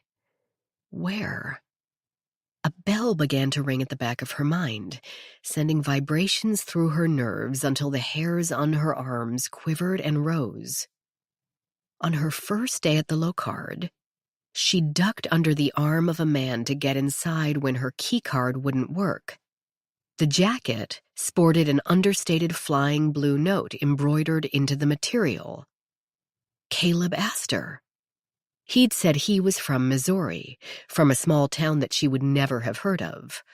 What was it? Ellie scrunched up her face with the effort of remembering, as if that would help. It was something with a B. Bomber? No, she had bombs on the brain. Baldwin? Baldwin. She checked the online map of Missouri. She couldn't find the name, but he'd specified a small town. She did a general search for the name. There, Baldwin, Missouri. 9 square miles, 30,000 people. A scant 20 miles outside of St. Louis. Caleb Astor, who kept hanging around her, Barbara's, office. What if it wasn't Ellie he sought? Caleb, who said he came to find Barbara because students were waiting for her, when Alyssa said the class hadn't even fully assembled. Could it really be that simple? Stop, she told herself. Step back. 300,000 people in St. Louis. A bit of a stretch to think a suburban crime scene tech happened to come to D.C. for a class and happened to hear the teacher talking about how she planned to get a search warrant regarding the murders he committed because he left a trace of a medication in one blood sample at one scene. What was the medication again? She grabbed up a different stack of papers. Obviously, his affliction couldn't be something obvious. He'd seem perfectly healthy to her. Medium height, trim, exactly the size of the person who had left the building with Farida al-Talel. Just then, the lights went out. Her new home plunged into darkness. Oh, hell, please don't tell me the power went out. The puppy, formerly slumbering away with his warm little body tucked up against her thigh, sprang to all fours, legs stiff. A low growl rumbled in his throat, a sound Ellie had never heard before. Oh, hell, please tell me the power went out. A creaking board sounded from downstairs. Someone else had entered the house. Chapter 38. Rachel drove the dark roads, rain dashing across the windshield in gusts. There weren't nearly enough streetlights, but she hardly needed them, since lightning crossed the sky almost constantly. The thunder sounded like a kettle drum solo. She wanted to call her mother. Even getting on the phone with D'Antone might give Loretta some relief from the drama. But Loretta kept the ringer volume all the way up to avoid missing any calls. If, a big if, D'Antone had fallen asleep, a phone call might inadvertently elevate the situation to DEFCON 2. In the meantime, she should concentrate on the road. A fallen tree limb could appear around any corner, and an impatient pickup behind her insisted on crowding her bumper. Of course, her mind received and acknowledged the warning about proper focus, then immediately went back to thinking about the murders. Farida's killer had most likely boarded their plane on their way back to their normal lives. without consequences. She felt her face get hot. That poor girl, snuffed out just as she stood on the cusp of her future. And for what? If she and Ellie were right, Farida's life had been discarded purely because it had been convenient to do so. The killer needed to distract them from Dr. Wright and her theories, and the exotic young woman suited his purposes perfectly. What if she and Ellie were wrong? Perhaps they'd gone too far out on a limb with the DNA theory. The prescriptions didn't have the names attached, so why would a killer be so concerned that Barbara had begun tracking meds? So she knew that someone in, say, St. Louis had retinoblastoma. She'd have to talk a judge into giving her confidential HIPAA information on several patients. That in itself would be a labor worthy of Hercules. Medical information had always been considered sacrosanct, and a court order like that would bring comparisons to 1984's Big Brother. Retinoblastoma. Rachel had seen several cases of it over the years. Eyes were miraculous organs, amazing feats of biochemistry and engineering, and she avoided them as much as possible. Fortunately for her, most autopsies required only an external examination of the eyeball, unless the victim had consented to corneal donation. Rachel didn't beat herself up about the aversion. Everyone had something. She'd known a pathologist who barely noticed maggots, but couldn't stand ants. D'Antone had thunderstorms. Rachel had eyes. She slowed down to cross the small river of water that had accumulated in a low spot. Retinoblastoma came in two types, hereditary and non-hereditary. It usually surfaced in childhood from a mutation in the RB1 gene. When photographed with a flash, patients might appear to have a white pupil instead of the red one seen in so many casual snapshots. They might have two different colored eyes. It could be treated with surgery, not only to stop the cancer from spreading, but save the vision as well. And after that, with cyclophosphamide to prevent reoccurrence. No one in either class seemed to have an eyesight issue. Hardly surprising, as crime scene work would require decent sight. No white pupils, though those would likely show only in flash photography. No... Wait.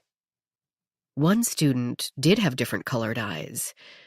She stopped at a red light, trying to fill in the face around one blue and one pale brown iris. The one who was with Ellie when she came to tell Rachel about Barbara. What was his name? Something with a C. The driver behind her honked the horn, clearly impatient to get home and out of this storm. Rachel hit the gas, felt the car slide as the tires fought for traction in the small flood of the street, and looked for a place to turn around. Chapter 39. It took work to overcome that first instinct to freeze, but Ellie made herself rise to her feet in one smooth roll, the puppy tucked into the crook of her left arm. Then she padded as softly as she could across the wide area rug. The floor remained silent until she ran out of carpeting and stepped onto the hard wood. Then the planks gave a modest creak that came as a gunshot in the sudden vacuum.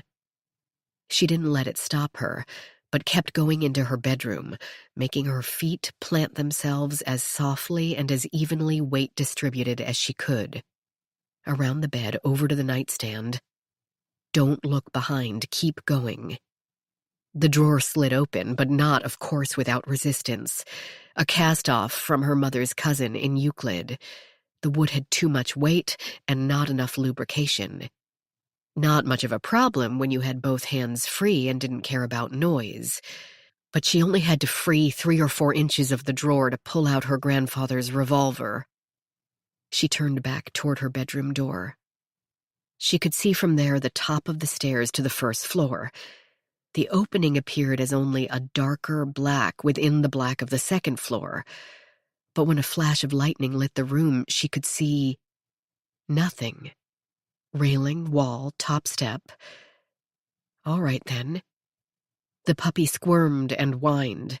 She didn't know if he was uncomfortable or scared or simply wanted the freedom to go investigate this new scent. Juggling a dog in one hand and a gun in the other hardly seemed the best way to confront an intruder. But if she set him down, he'd probably charge out to do the confronting himself. And he needed 6 more months and some training before he'd be ready for mighty dog duty. She stayed in the doorway slightly inside her bedroom, hoping that the dark interior would keep her hidden from the view across the equally dark sitting room. And she waited.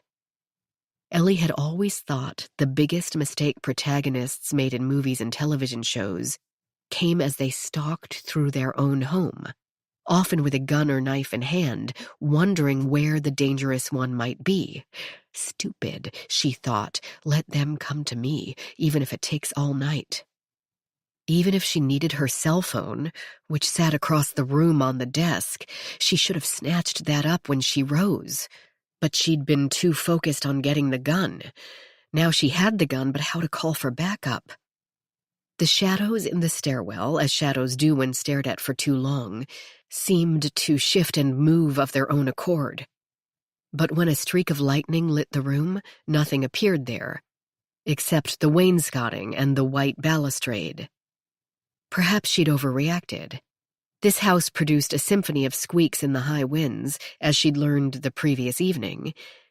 And how could he have broken in without some sort of crashing sound? Rachel could have left the door unlocked, but as she'd gone downstairs, Rachel had specifically said she would lock the door behind her. Ellie didn't believe the former pathologist would forget that quickly, even distracted by concern for D'Antone or a plan for getting to her car without a complete dousing. Caleb asked her, if Ellie was correct, had no reason to come to her house. He should be on a plane back to Missouri, accepting a stamp-size bag of pretzels from the stewards and laughing to himself over murdering 3 people at the prestigious Locard, only to walk away utterly free. The storm had most likely knocked out a transformer, and that had killed her power, not someone turning off the main breaker at her electrical box. The electrical box isn't outside, is it? She had at least scouted that out since moving in, hadn't she? Uncle Roland would be shaking his head at her. Your home is your castle, young lady, your fortress against injury and violence, as well as repose.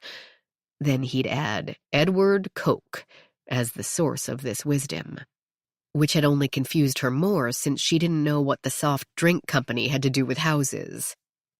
She could look out the window to see if Daisy's lights still worked, but that would require crossing the room and turning away from her vantage point overlooking the stairwell, one she did not feel quite ready to abandon. Yes, she'd probably overreacted.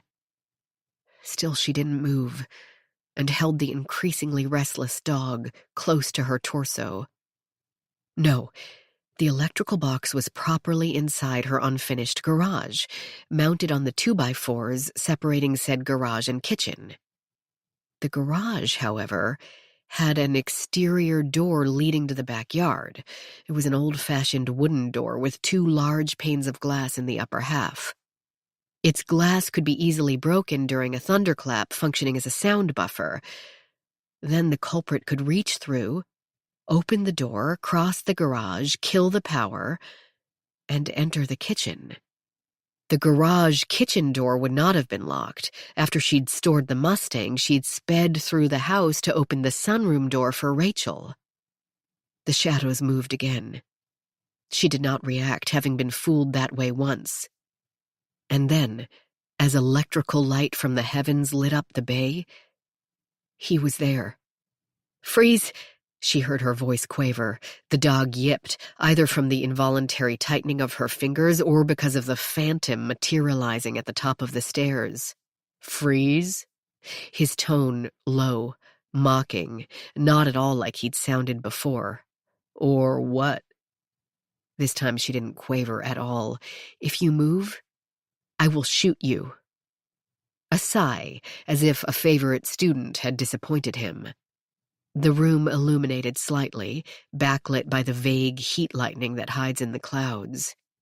His hand rested on the newel, one foot on the landing, one on the step below it. His face seemed shiny, no doubt slick with rain, and he wore a light windbreaker and those bright white sneakers. "You had to get new shoes," she noted. She saw his head dip down toward the objects in question, as if he'd forgotten whether he had or not.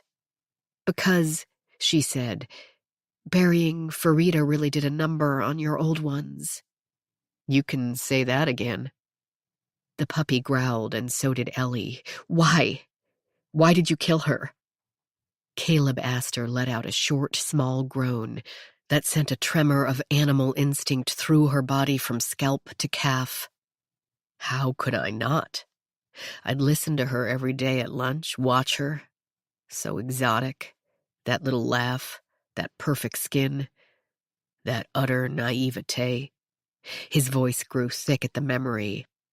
"I wasn't sure it would be possible. Not with those two goons hanging over her every second. But that made it even more tempting, way too tempting to pass up. The idea of doing it right under their noses, right in the shadow of the Locard. How could I possibly resist that?"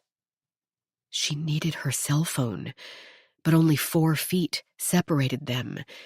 If she moved forward, she would be within his range to attack or grab for the gun.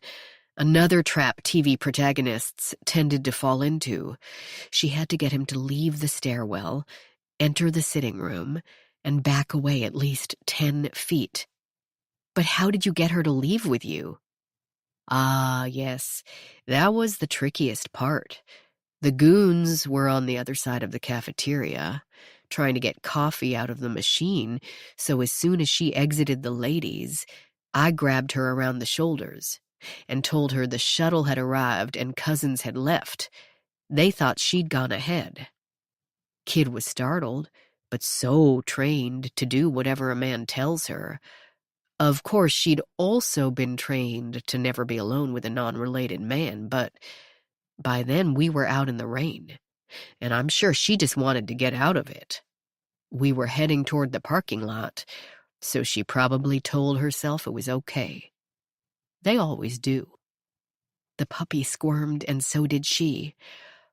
If we'd encountered anyone else on the path, I'd have just let her go, let the whole thing go. But no one. That goat stunk, though. Man, I thought I'd never get that smell out from under my fingernails. She needed him to move away from the steps. But even if she could get past him, where would she go?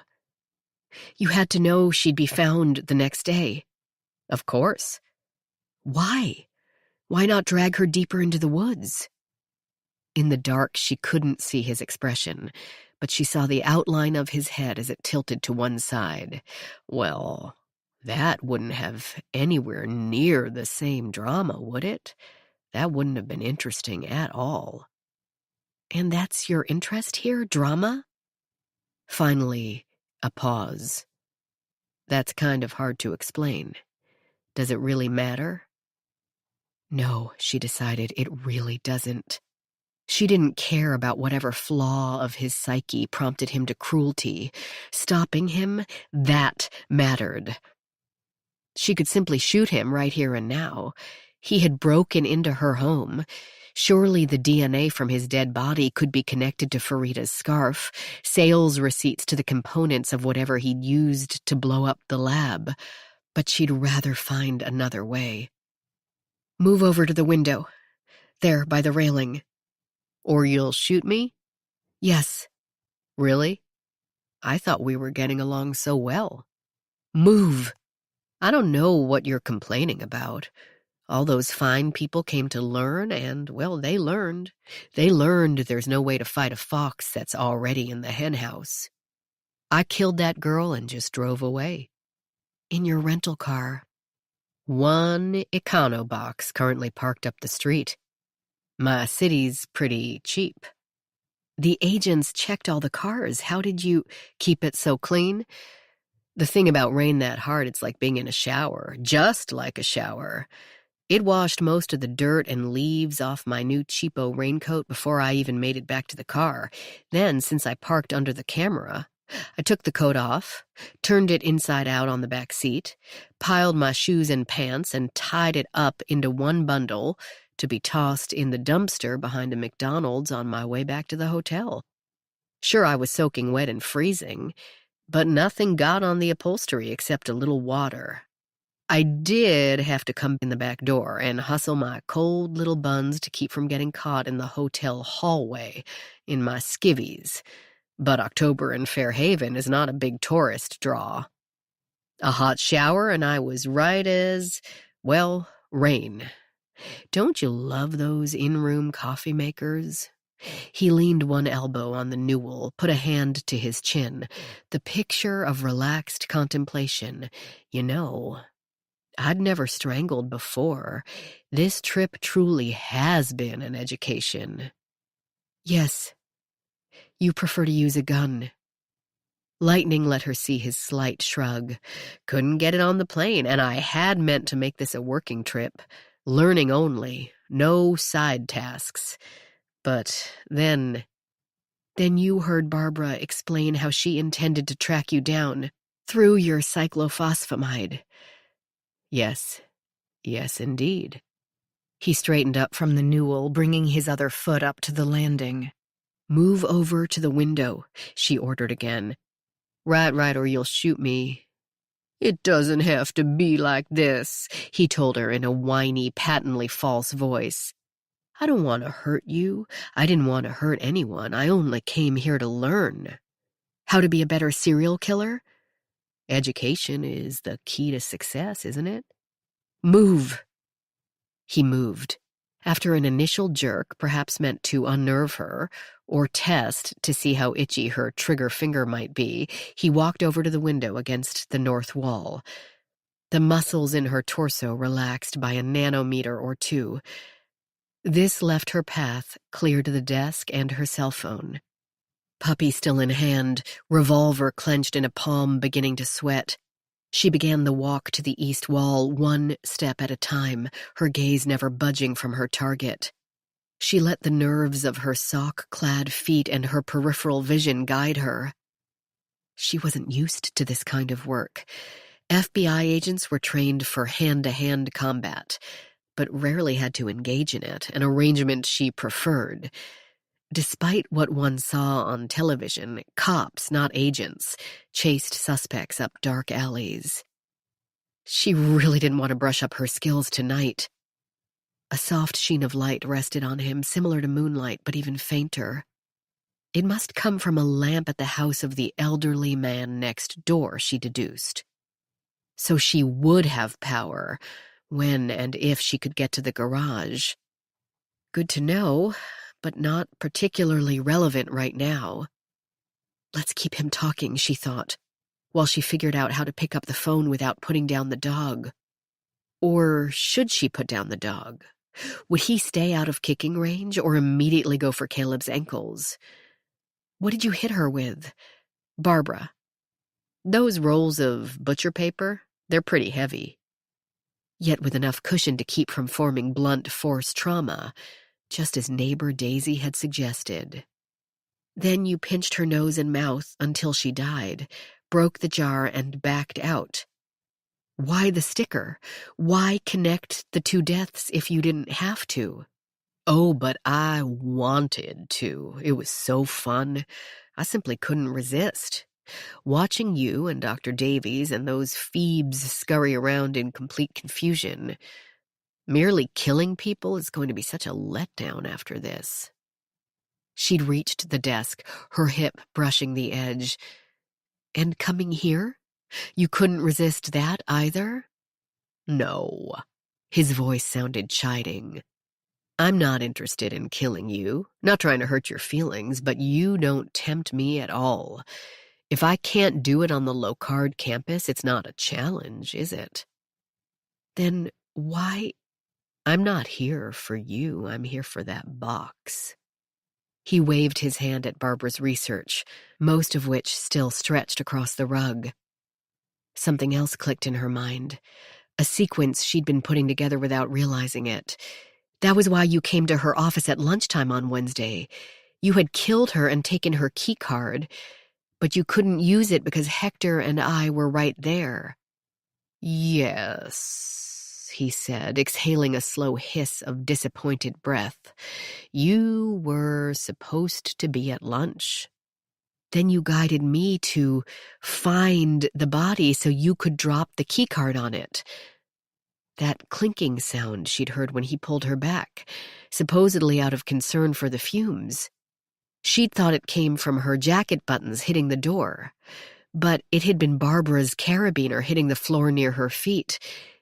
The illogic of it had been tickling her brain ever since. The card had been clipped to her belt loop, so how would it have gotten free, unless someone deliberately unclipped it? I circled back to the office Wednesday night, but it was still locked. And I didn't have time to wait for you. No, you had to get to killing Farida.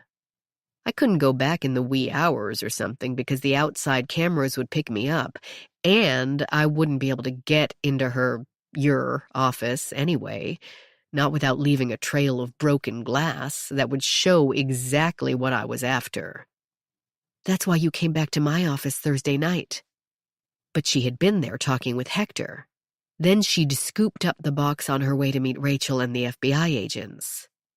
Now I have hurt your feelings, and I truly do find you attractive. But yeah, I wanted the box. I came here and waited, but your neighbor and her brats were running around outside. I eventually ran out of time. I had to get going before all the stores closed. Had a bomb to build. Ellie crouched in a smooth, sinking motion, turning out the fingers of her left hand to pick up the flat, rectangular phone while keeping the arm under the puppy. He twitched wildly and gave her fingers a gentle nip in a bid for freedom, so close to his goal, the floor. She ignored him and floated back up. Blowing up the thermocycler? That was a bit extreme. Where did you learn to build a bomb? Forensic training is available across all sorts of topics, and my boss got a grant to pay for it. You really do work in the police lab? I really do. Don't bother calling anyone, Ellie. Just let me take my box and go. What would be the point of that? Everyone already knows. Rachel knows. The guy in Seattle who provided Barbara the pharmacy information knows. Hector knows.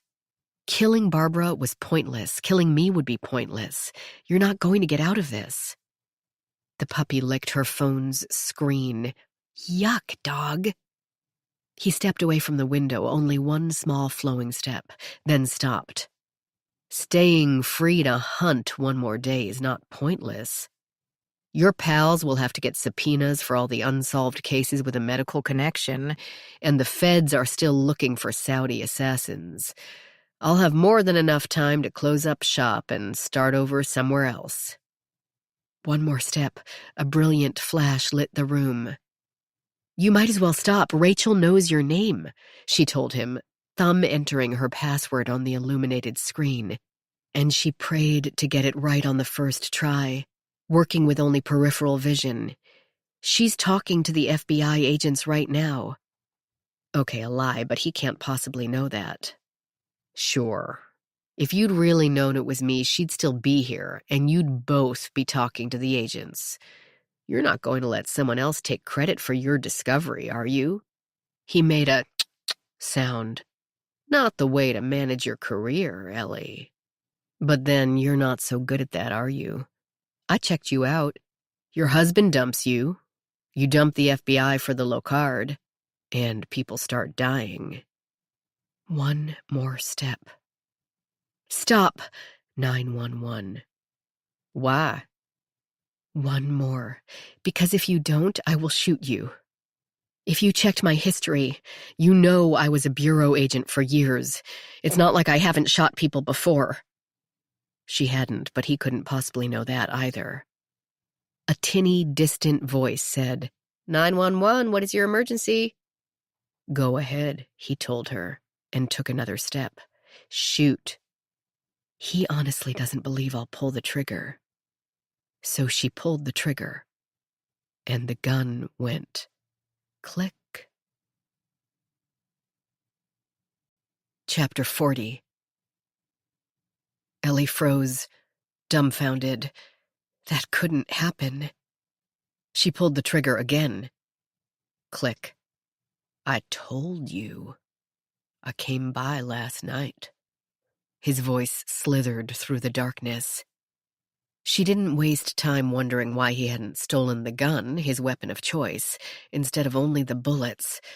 She didn't waste time berating herself for not noticing that the revolver had been abnormally light because it lacked ammunition. She didn't waste time talking to the 911 operator. She threw the gun at him, crouched to drop both the puppy and the phone from a safe distance to the floor, and picked up the blowgun propped next to the desk. The puppy growled. Caleb said, "What, you're going to kill me with a poison dart?" "No, I lost all the darts in our backyard in Florida, but I hung on to this." Another empty gun? He touched his left cheek. Seriously, that hurt. "I kept it because it makes a good bow." He seemed to stiffen. Perhaps the ancient term for a long staff was familiar to him. Perhaps it wasn't. The puppy growled again, sprang forward, and sank its tiny teeth into his ankle. Ellie swung the stick clear of the desk, circled it, and brought it down against Caleb Astor's neck. It did little to incapacitate him. He put a hand to the spot, but seemed more occupied with shaking the dog off his leg until the puppy flew several feet and rolled with a sharp whine. This sparked enough rage for her to swing the staff around and strike again, with every ounce of force a 5'8", 130-pound human could produce. He ducked, but not quickly enough to avoid it altogether. The stick bounced against his head, rebounded, reverberated a single shudder through her arms to her toes, and broke in two. He straightened, blocking high with one arm, and she brought the other end of the staff up between his legs. He grunted and leapt for her, but slipped on the loose sheets of paper underneath his feet, the research by which Barbara Wright had intended to become rich, and for which she had died. He went to one knee, but sprang up again as quickly as the lightning that lit the room. In that one flash before he reached her, she saw the hate, the anger, the depravity, and the animal instinct not only to survive, but to conquer. To conquer her, to conquer them all. A sound banged somewhere else in the house like a door slamming shut. Rachel's voice came, harried, agitated. "Ellie?" He grabbed her hips to pull her to the ground. The puppy attacked again, not bothering to growl a warning this time, biting the now accessible thigh. And Ellie drove the piece of broken staff down into his back.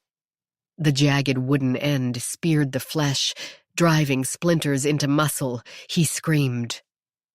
A light pounded up the steps, Rachel with a small, powerful light which turned out to be her phone's flashlight app. The puppy, startled by a different animal's animal sounds, backed off and scooted over to Ellie's legs. Caleb reached for her as well, one powerful arm sweeping toward her ankle. "Stop!" Rachel shouted. And he did.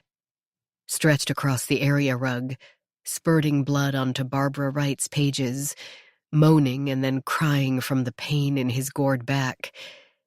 He lost consciousness 90 seconds before the ambulance arrived. Chapter 41. "I think you hit a kidney," Rachel told her. "Don't expect me to feel bad about it. I'd be okay with rolling him and Barbara Wright's research up in that rug and dumping it in the bay. You should know that the Locard takes a dim view of littering. I'd have to put a note in your file." That got a laugh, a weak one, but a laugh nonetheless. Ever the doctor, Rachel had made Ellie sit in her desk chair while the paramedics got Caleb Astor stabilized. She'd done as much of an examination of Ellie as she could by cell phone light, checking pupils and temperature and pulse for signs of shock, looking for blood or broken bones. Only after that did she go into the garage to reset the breaker. The house sprang back into brilliance, which the paramedics at least appreciated. Ellie blinked in the illumination. The killer's blood stood out in sharp relief, scattered across the papers, the floor, and even her socks. "I suppose my rug is toast," she said as Rachel returned with the 2 FBI agents on her heels. "Holy crap," Michael said. "Are you all right?" "What'd you do to that guy?" Luis asked. An hour later, as they regrouped around Ellie's dining table, all questions were discussed and answered as best they could be. This included why bright, exotic Farida al-Talal had to die, despite having nothing to do with tracing DNA via prescribed medications. "He was right," Michael said. "We would never have been sure that her death didn't have something to do with her still very controlled society, or with honor, or terrorism, or anti-Muslim sentiment, or half a dozen other possible reasons." And she was a beautiful young woman. Ellie stirred her tea, clinking the spoon against Aunt Rosalie's china cup. That was his preferred choice of target. Barbara and Craig were purely practical homicides. "So this is my new place. What do you think?"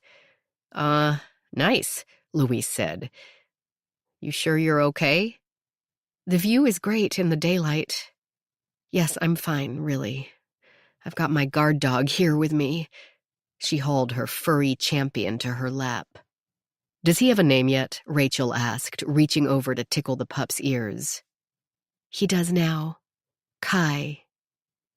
Kai Tiaki." At their blank looks, Ellie added, "It means protector in Maori." "I'm not even going to ask how you know that," Michael said. "Just remind me not to tick you off. You or Dr. Davies here." Rachel spoke with confidence. "Don't worry. We will never let you forget it." "Nope," Ellie said. "Not ever." The end. This book was read for you by Mia Barron, a member of SAG-AFTRA. We hope you have enjoyed this production of What Harms You by Lisa Black. Recorded books are available wherever audiobooks are sold. Thank you for listening to Recorded Books.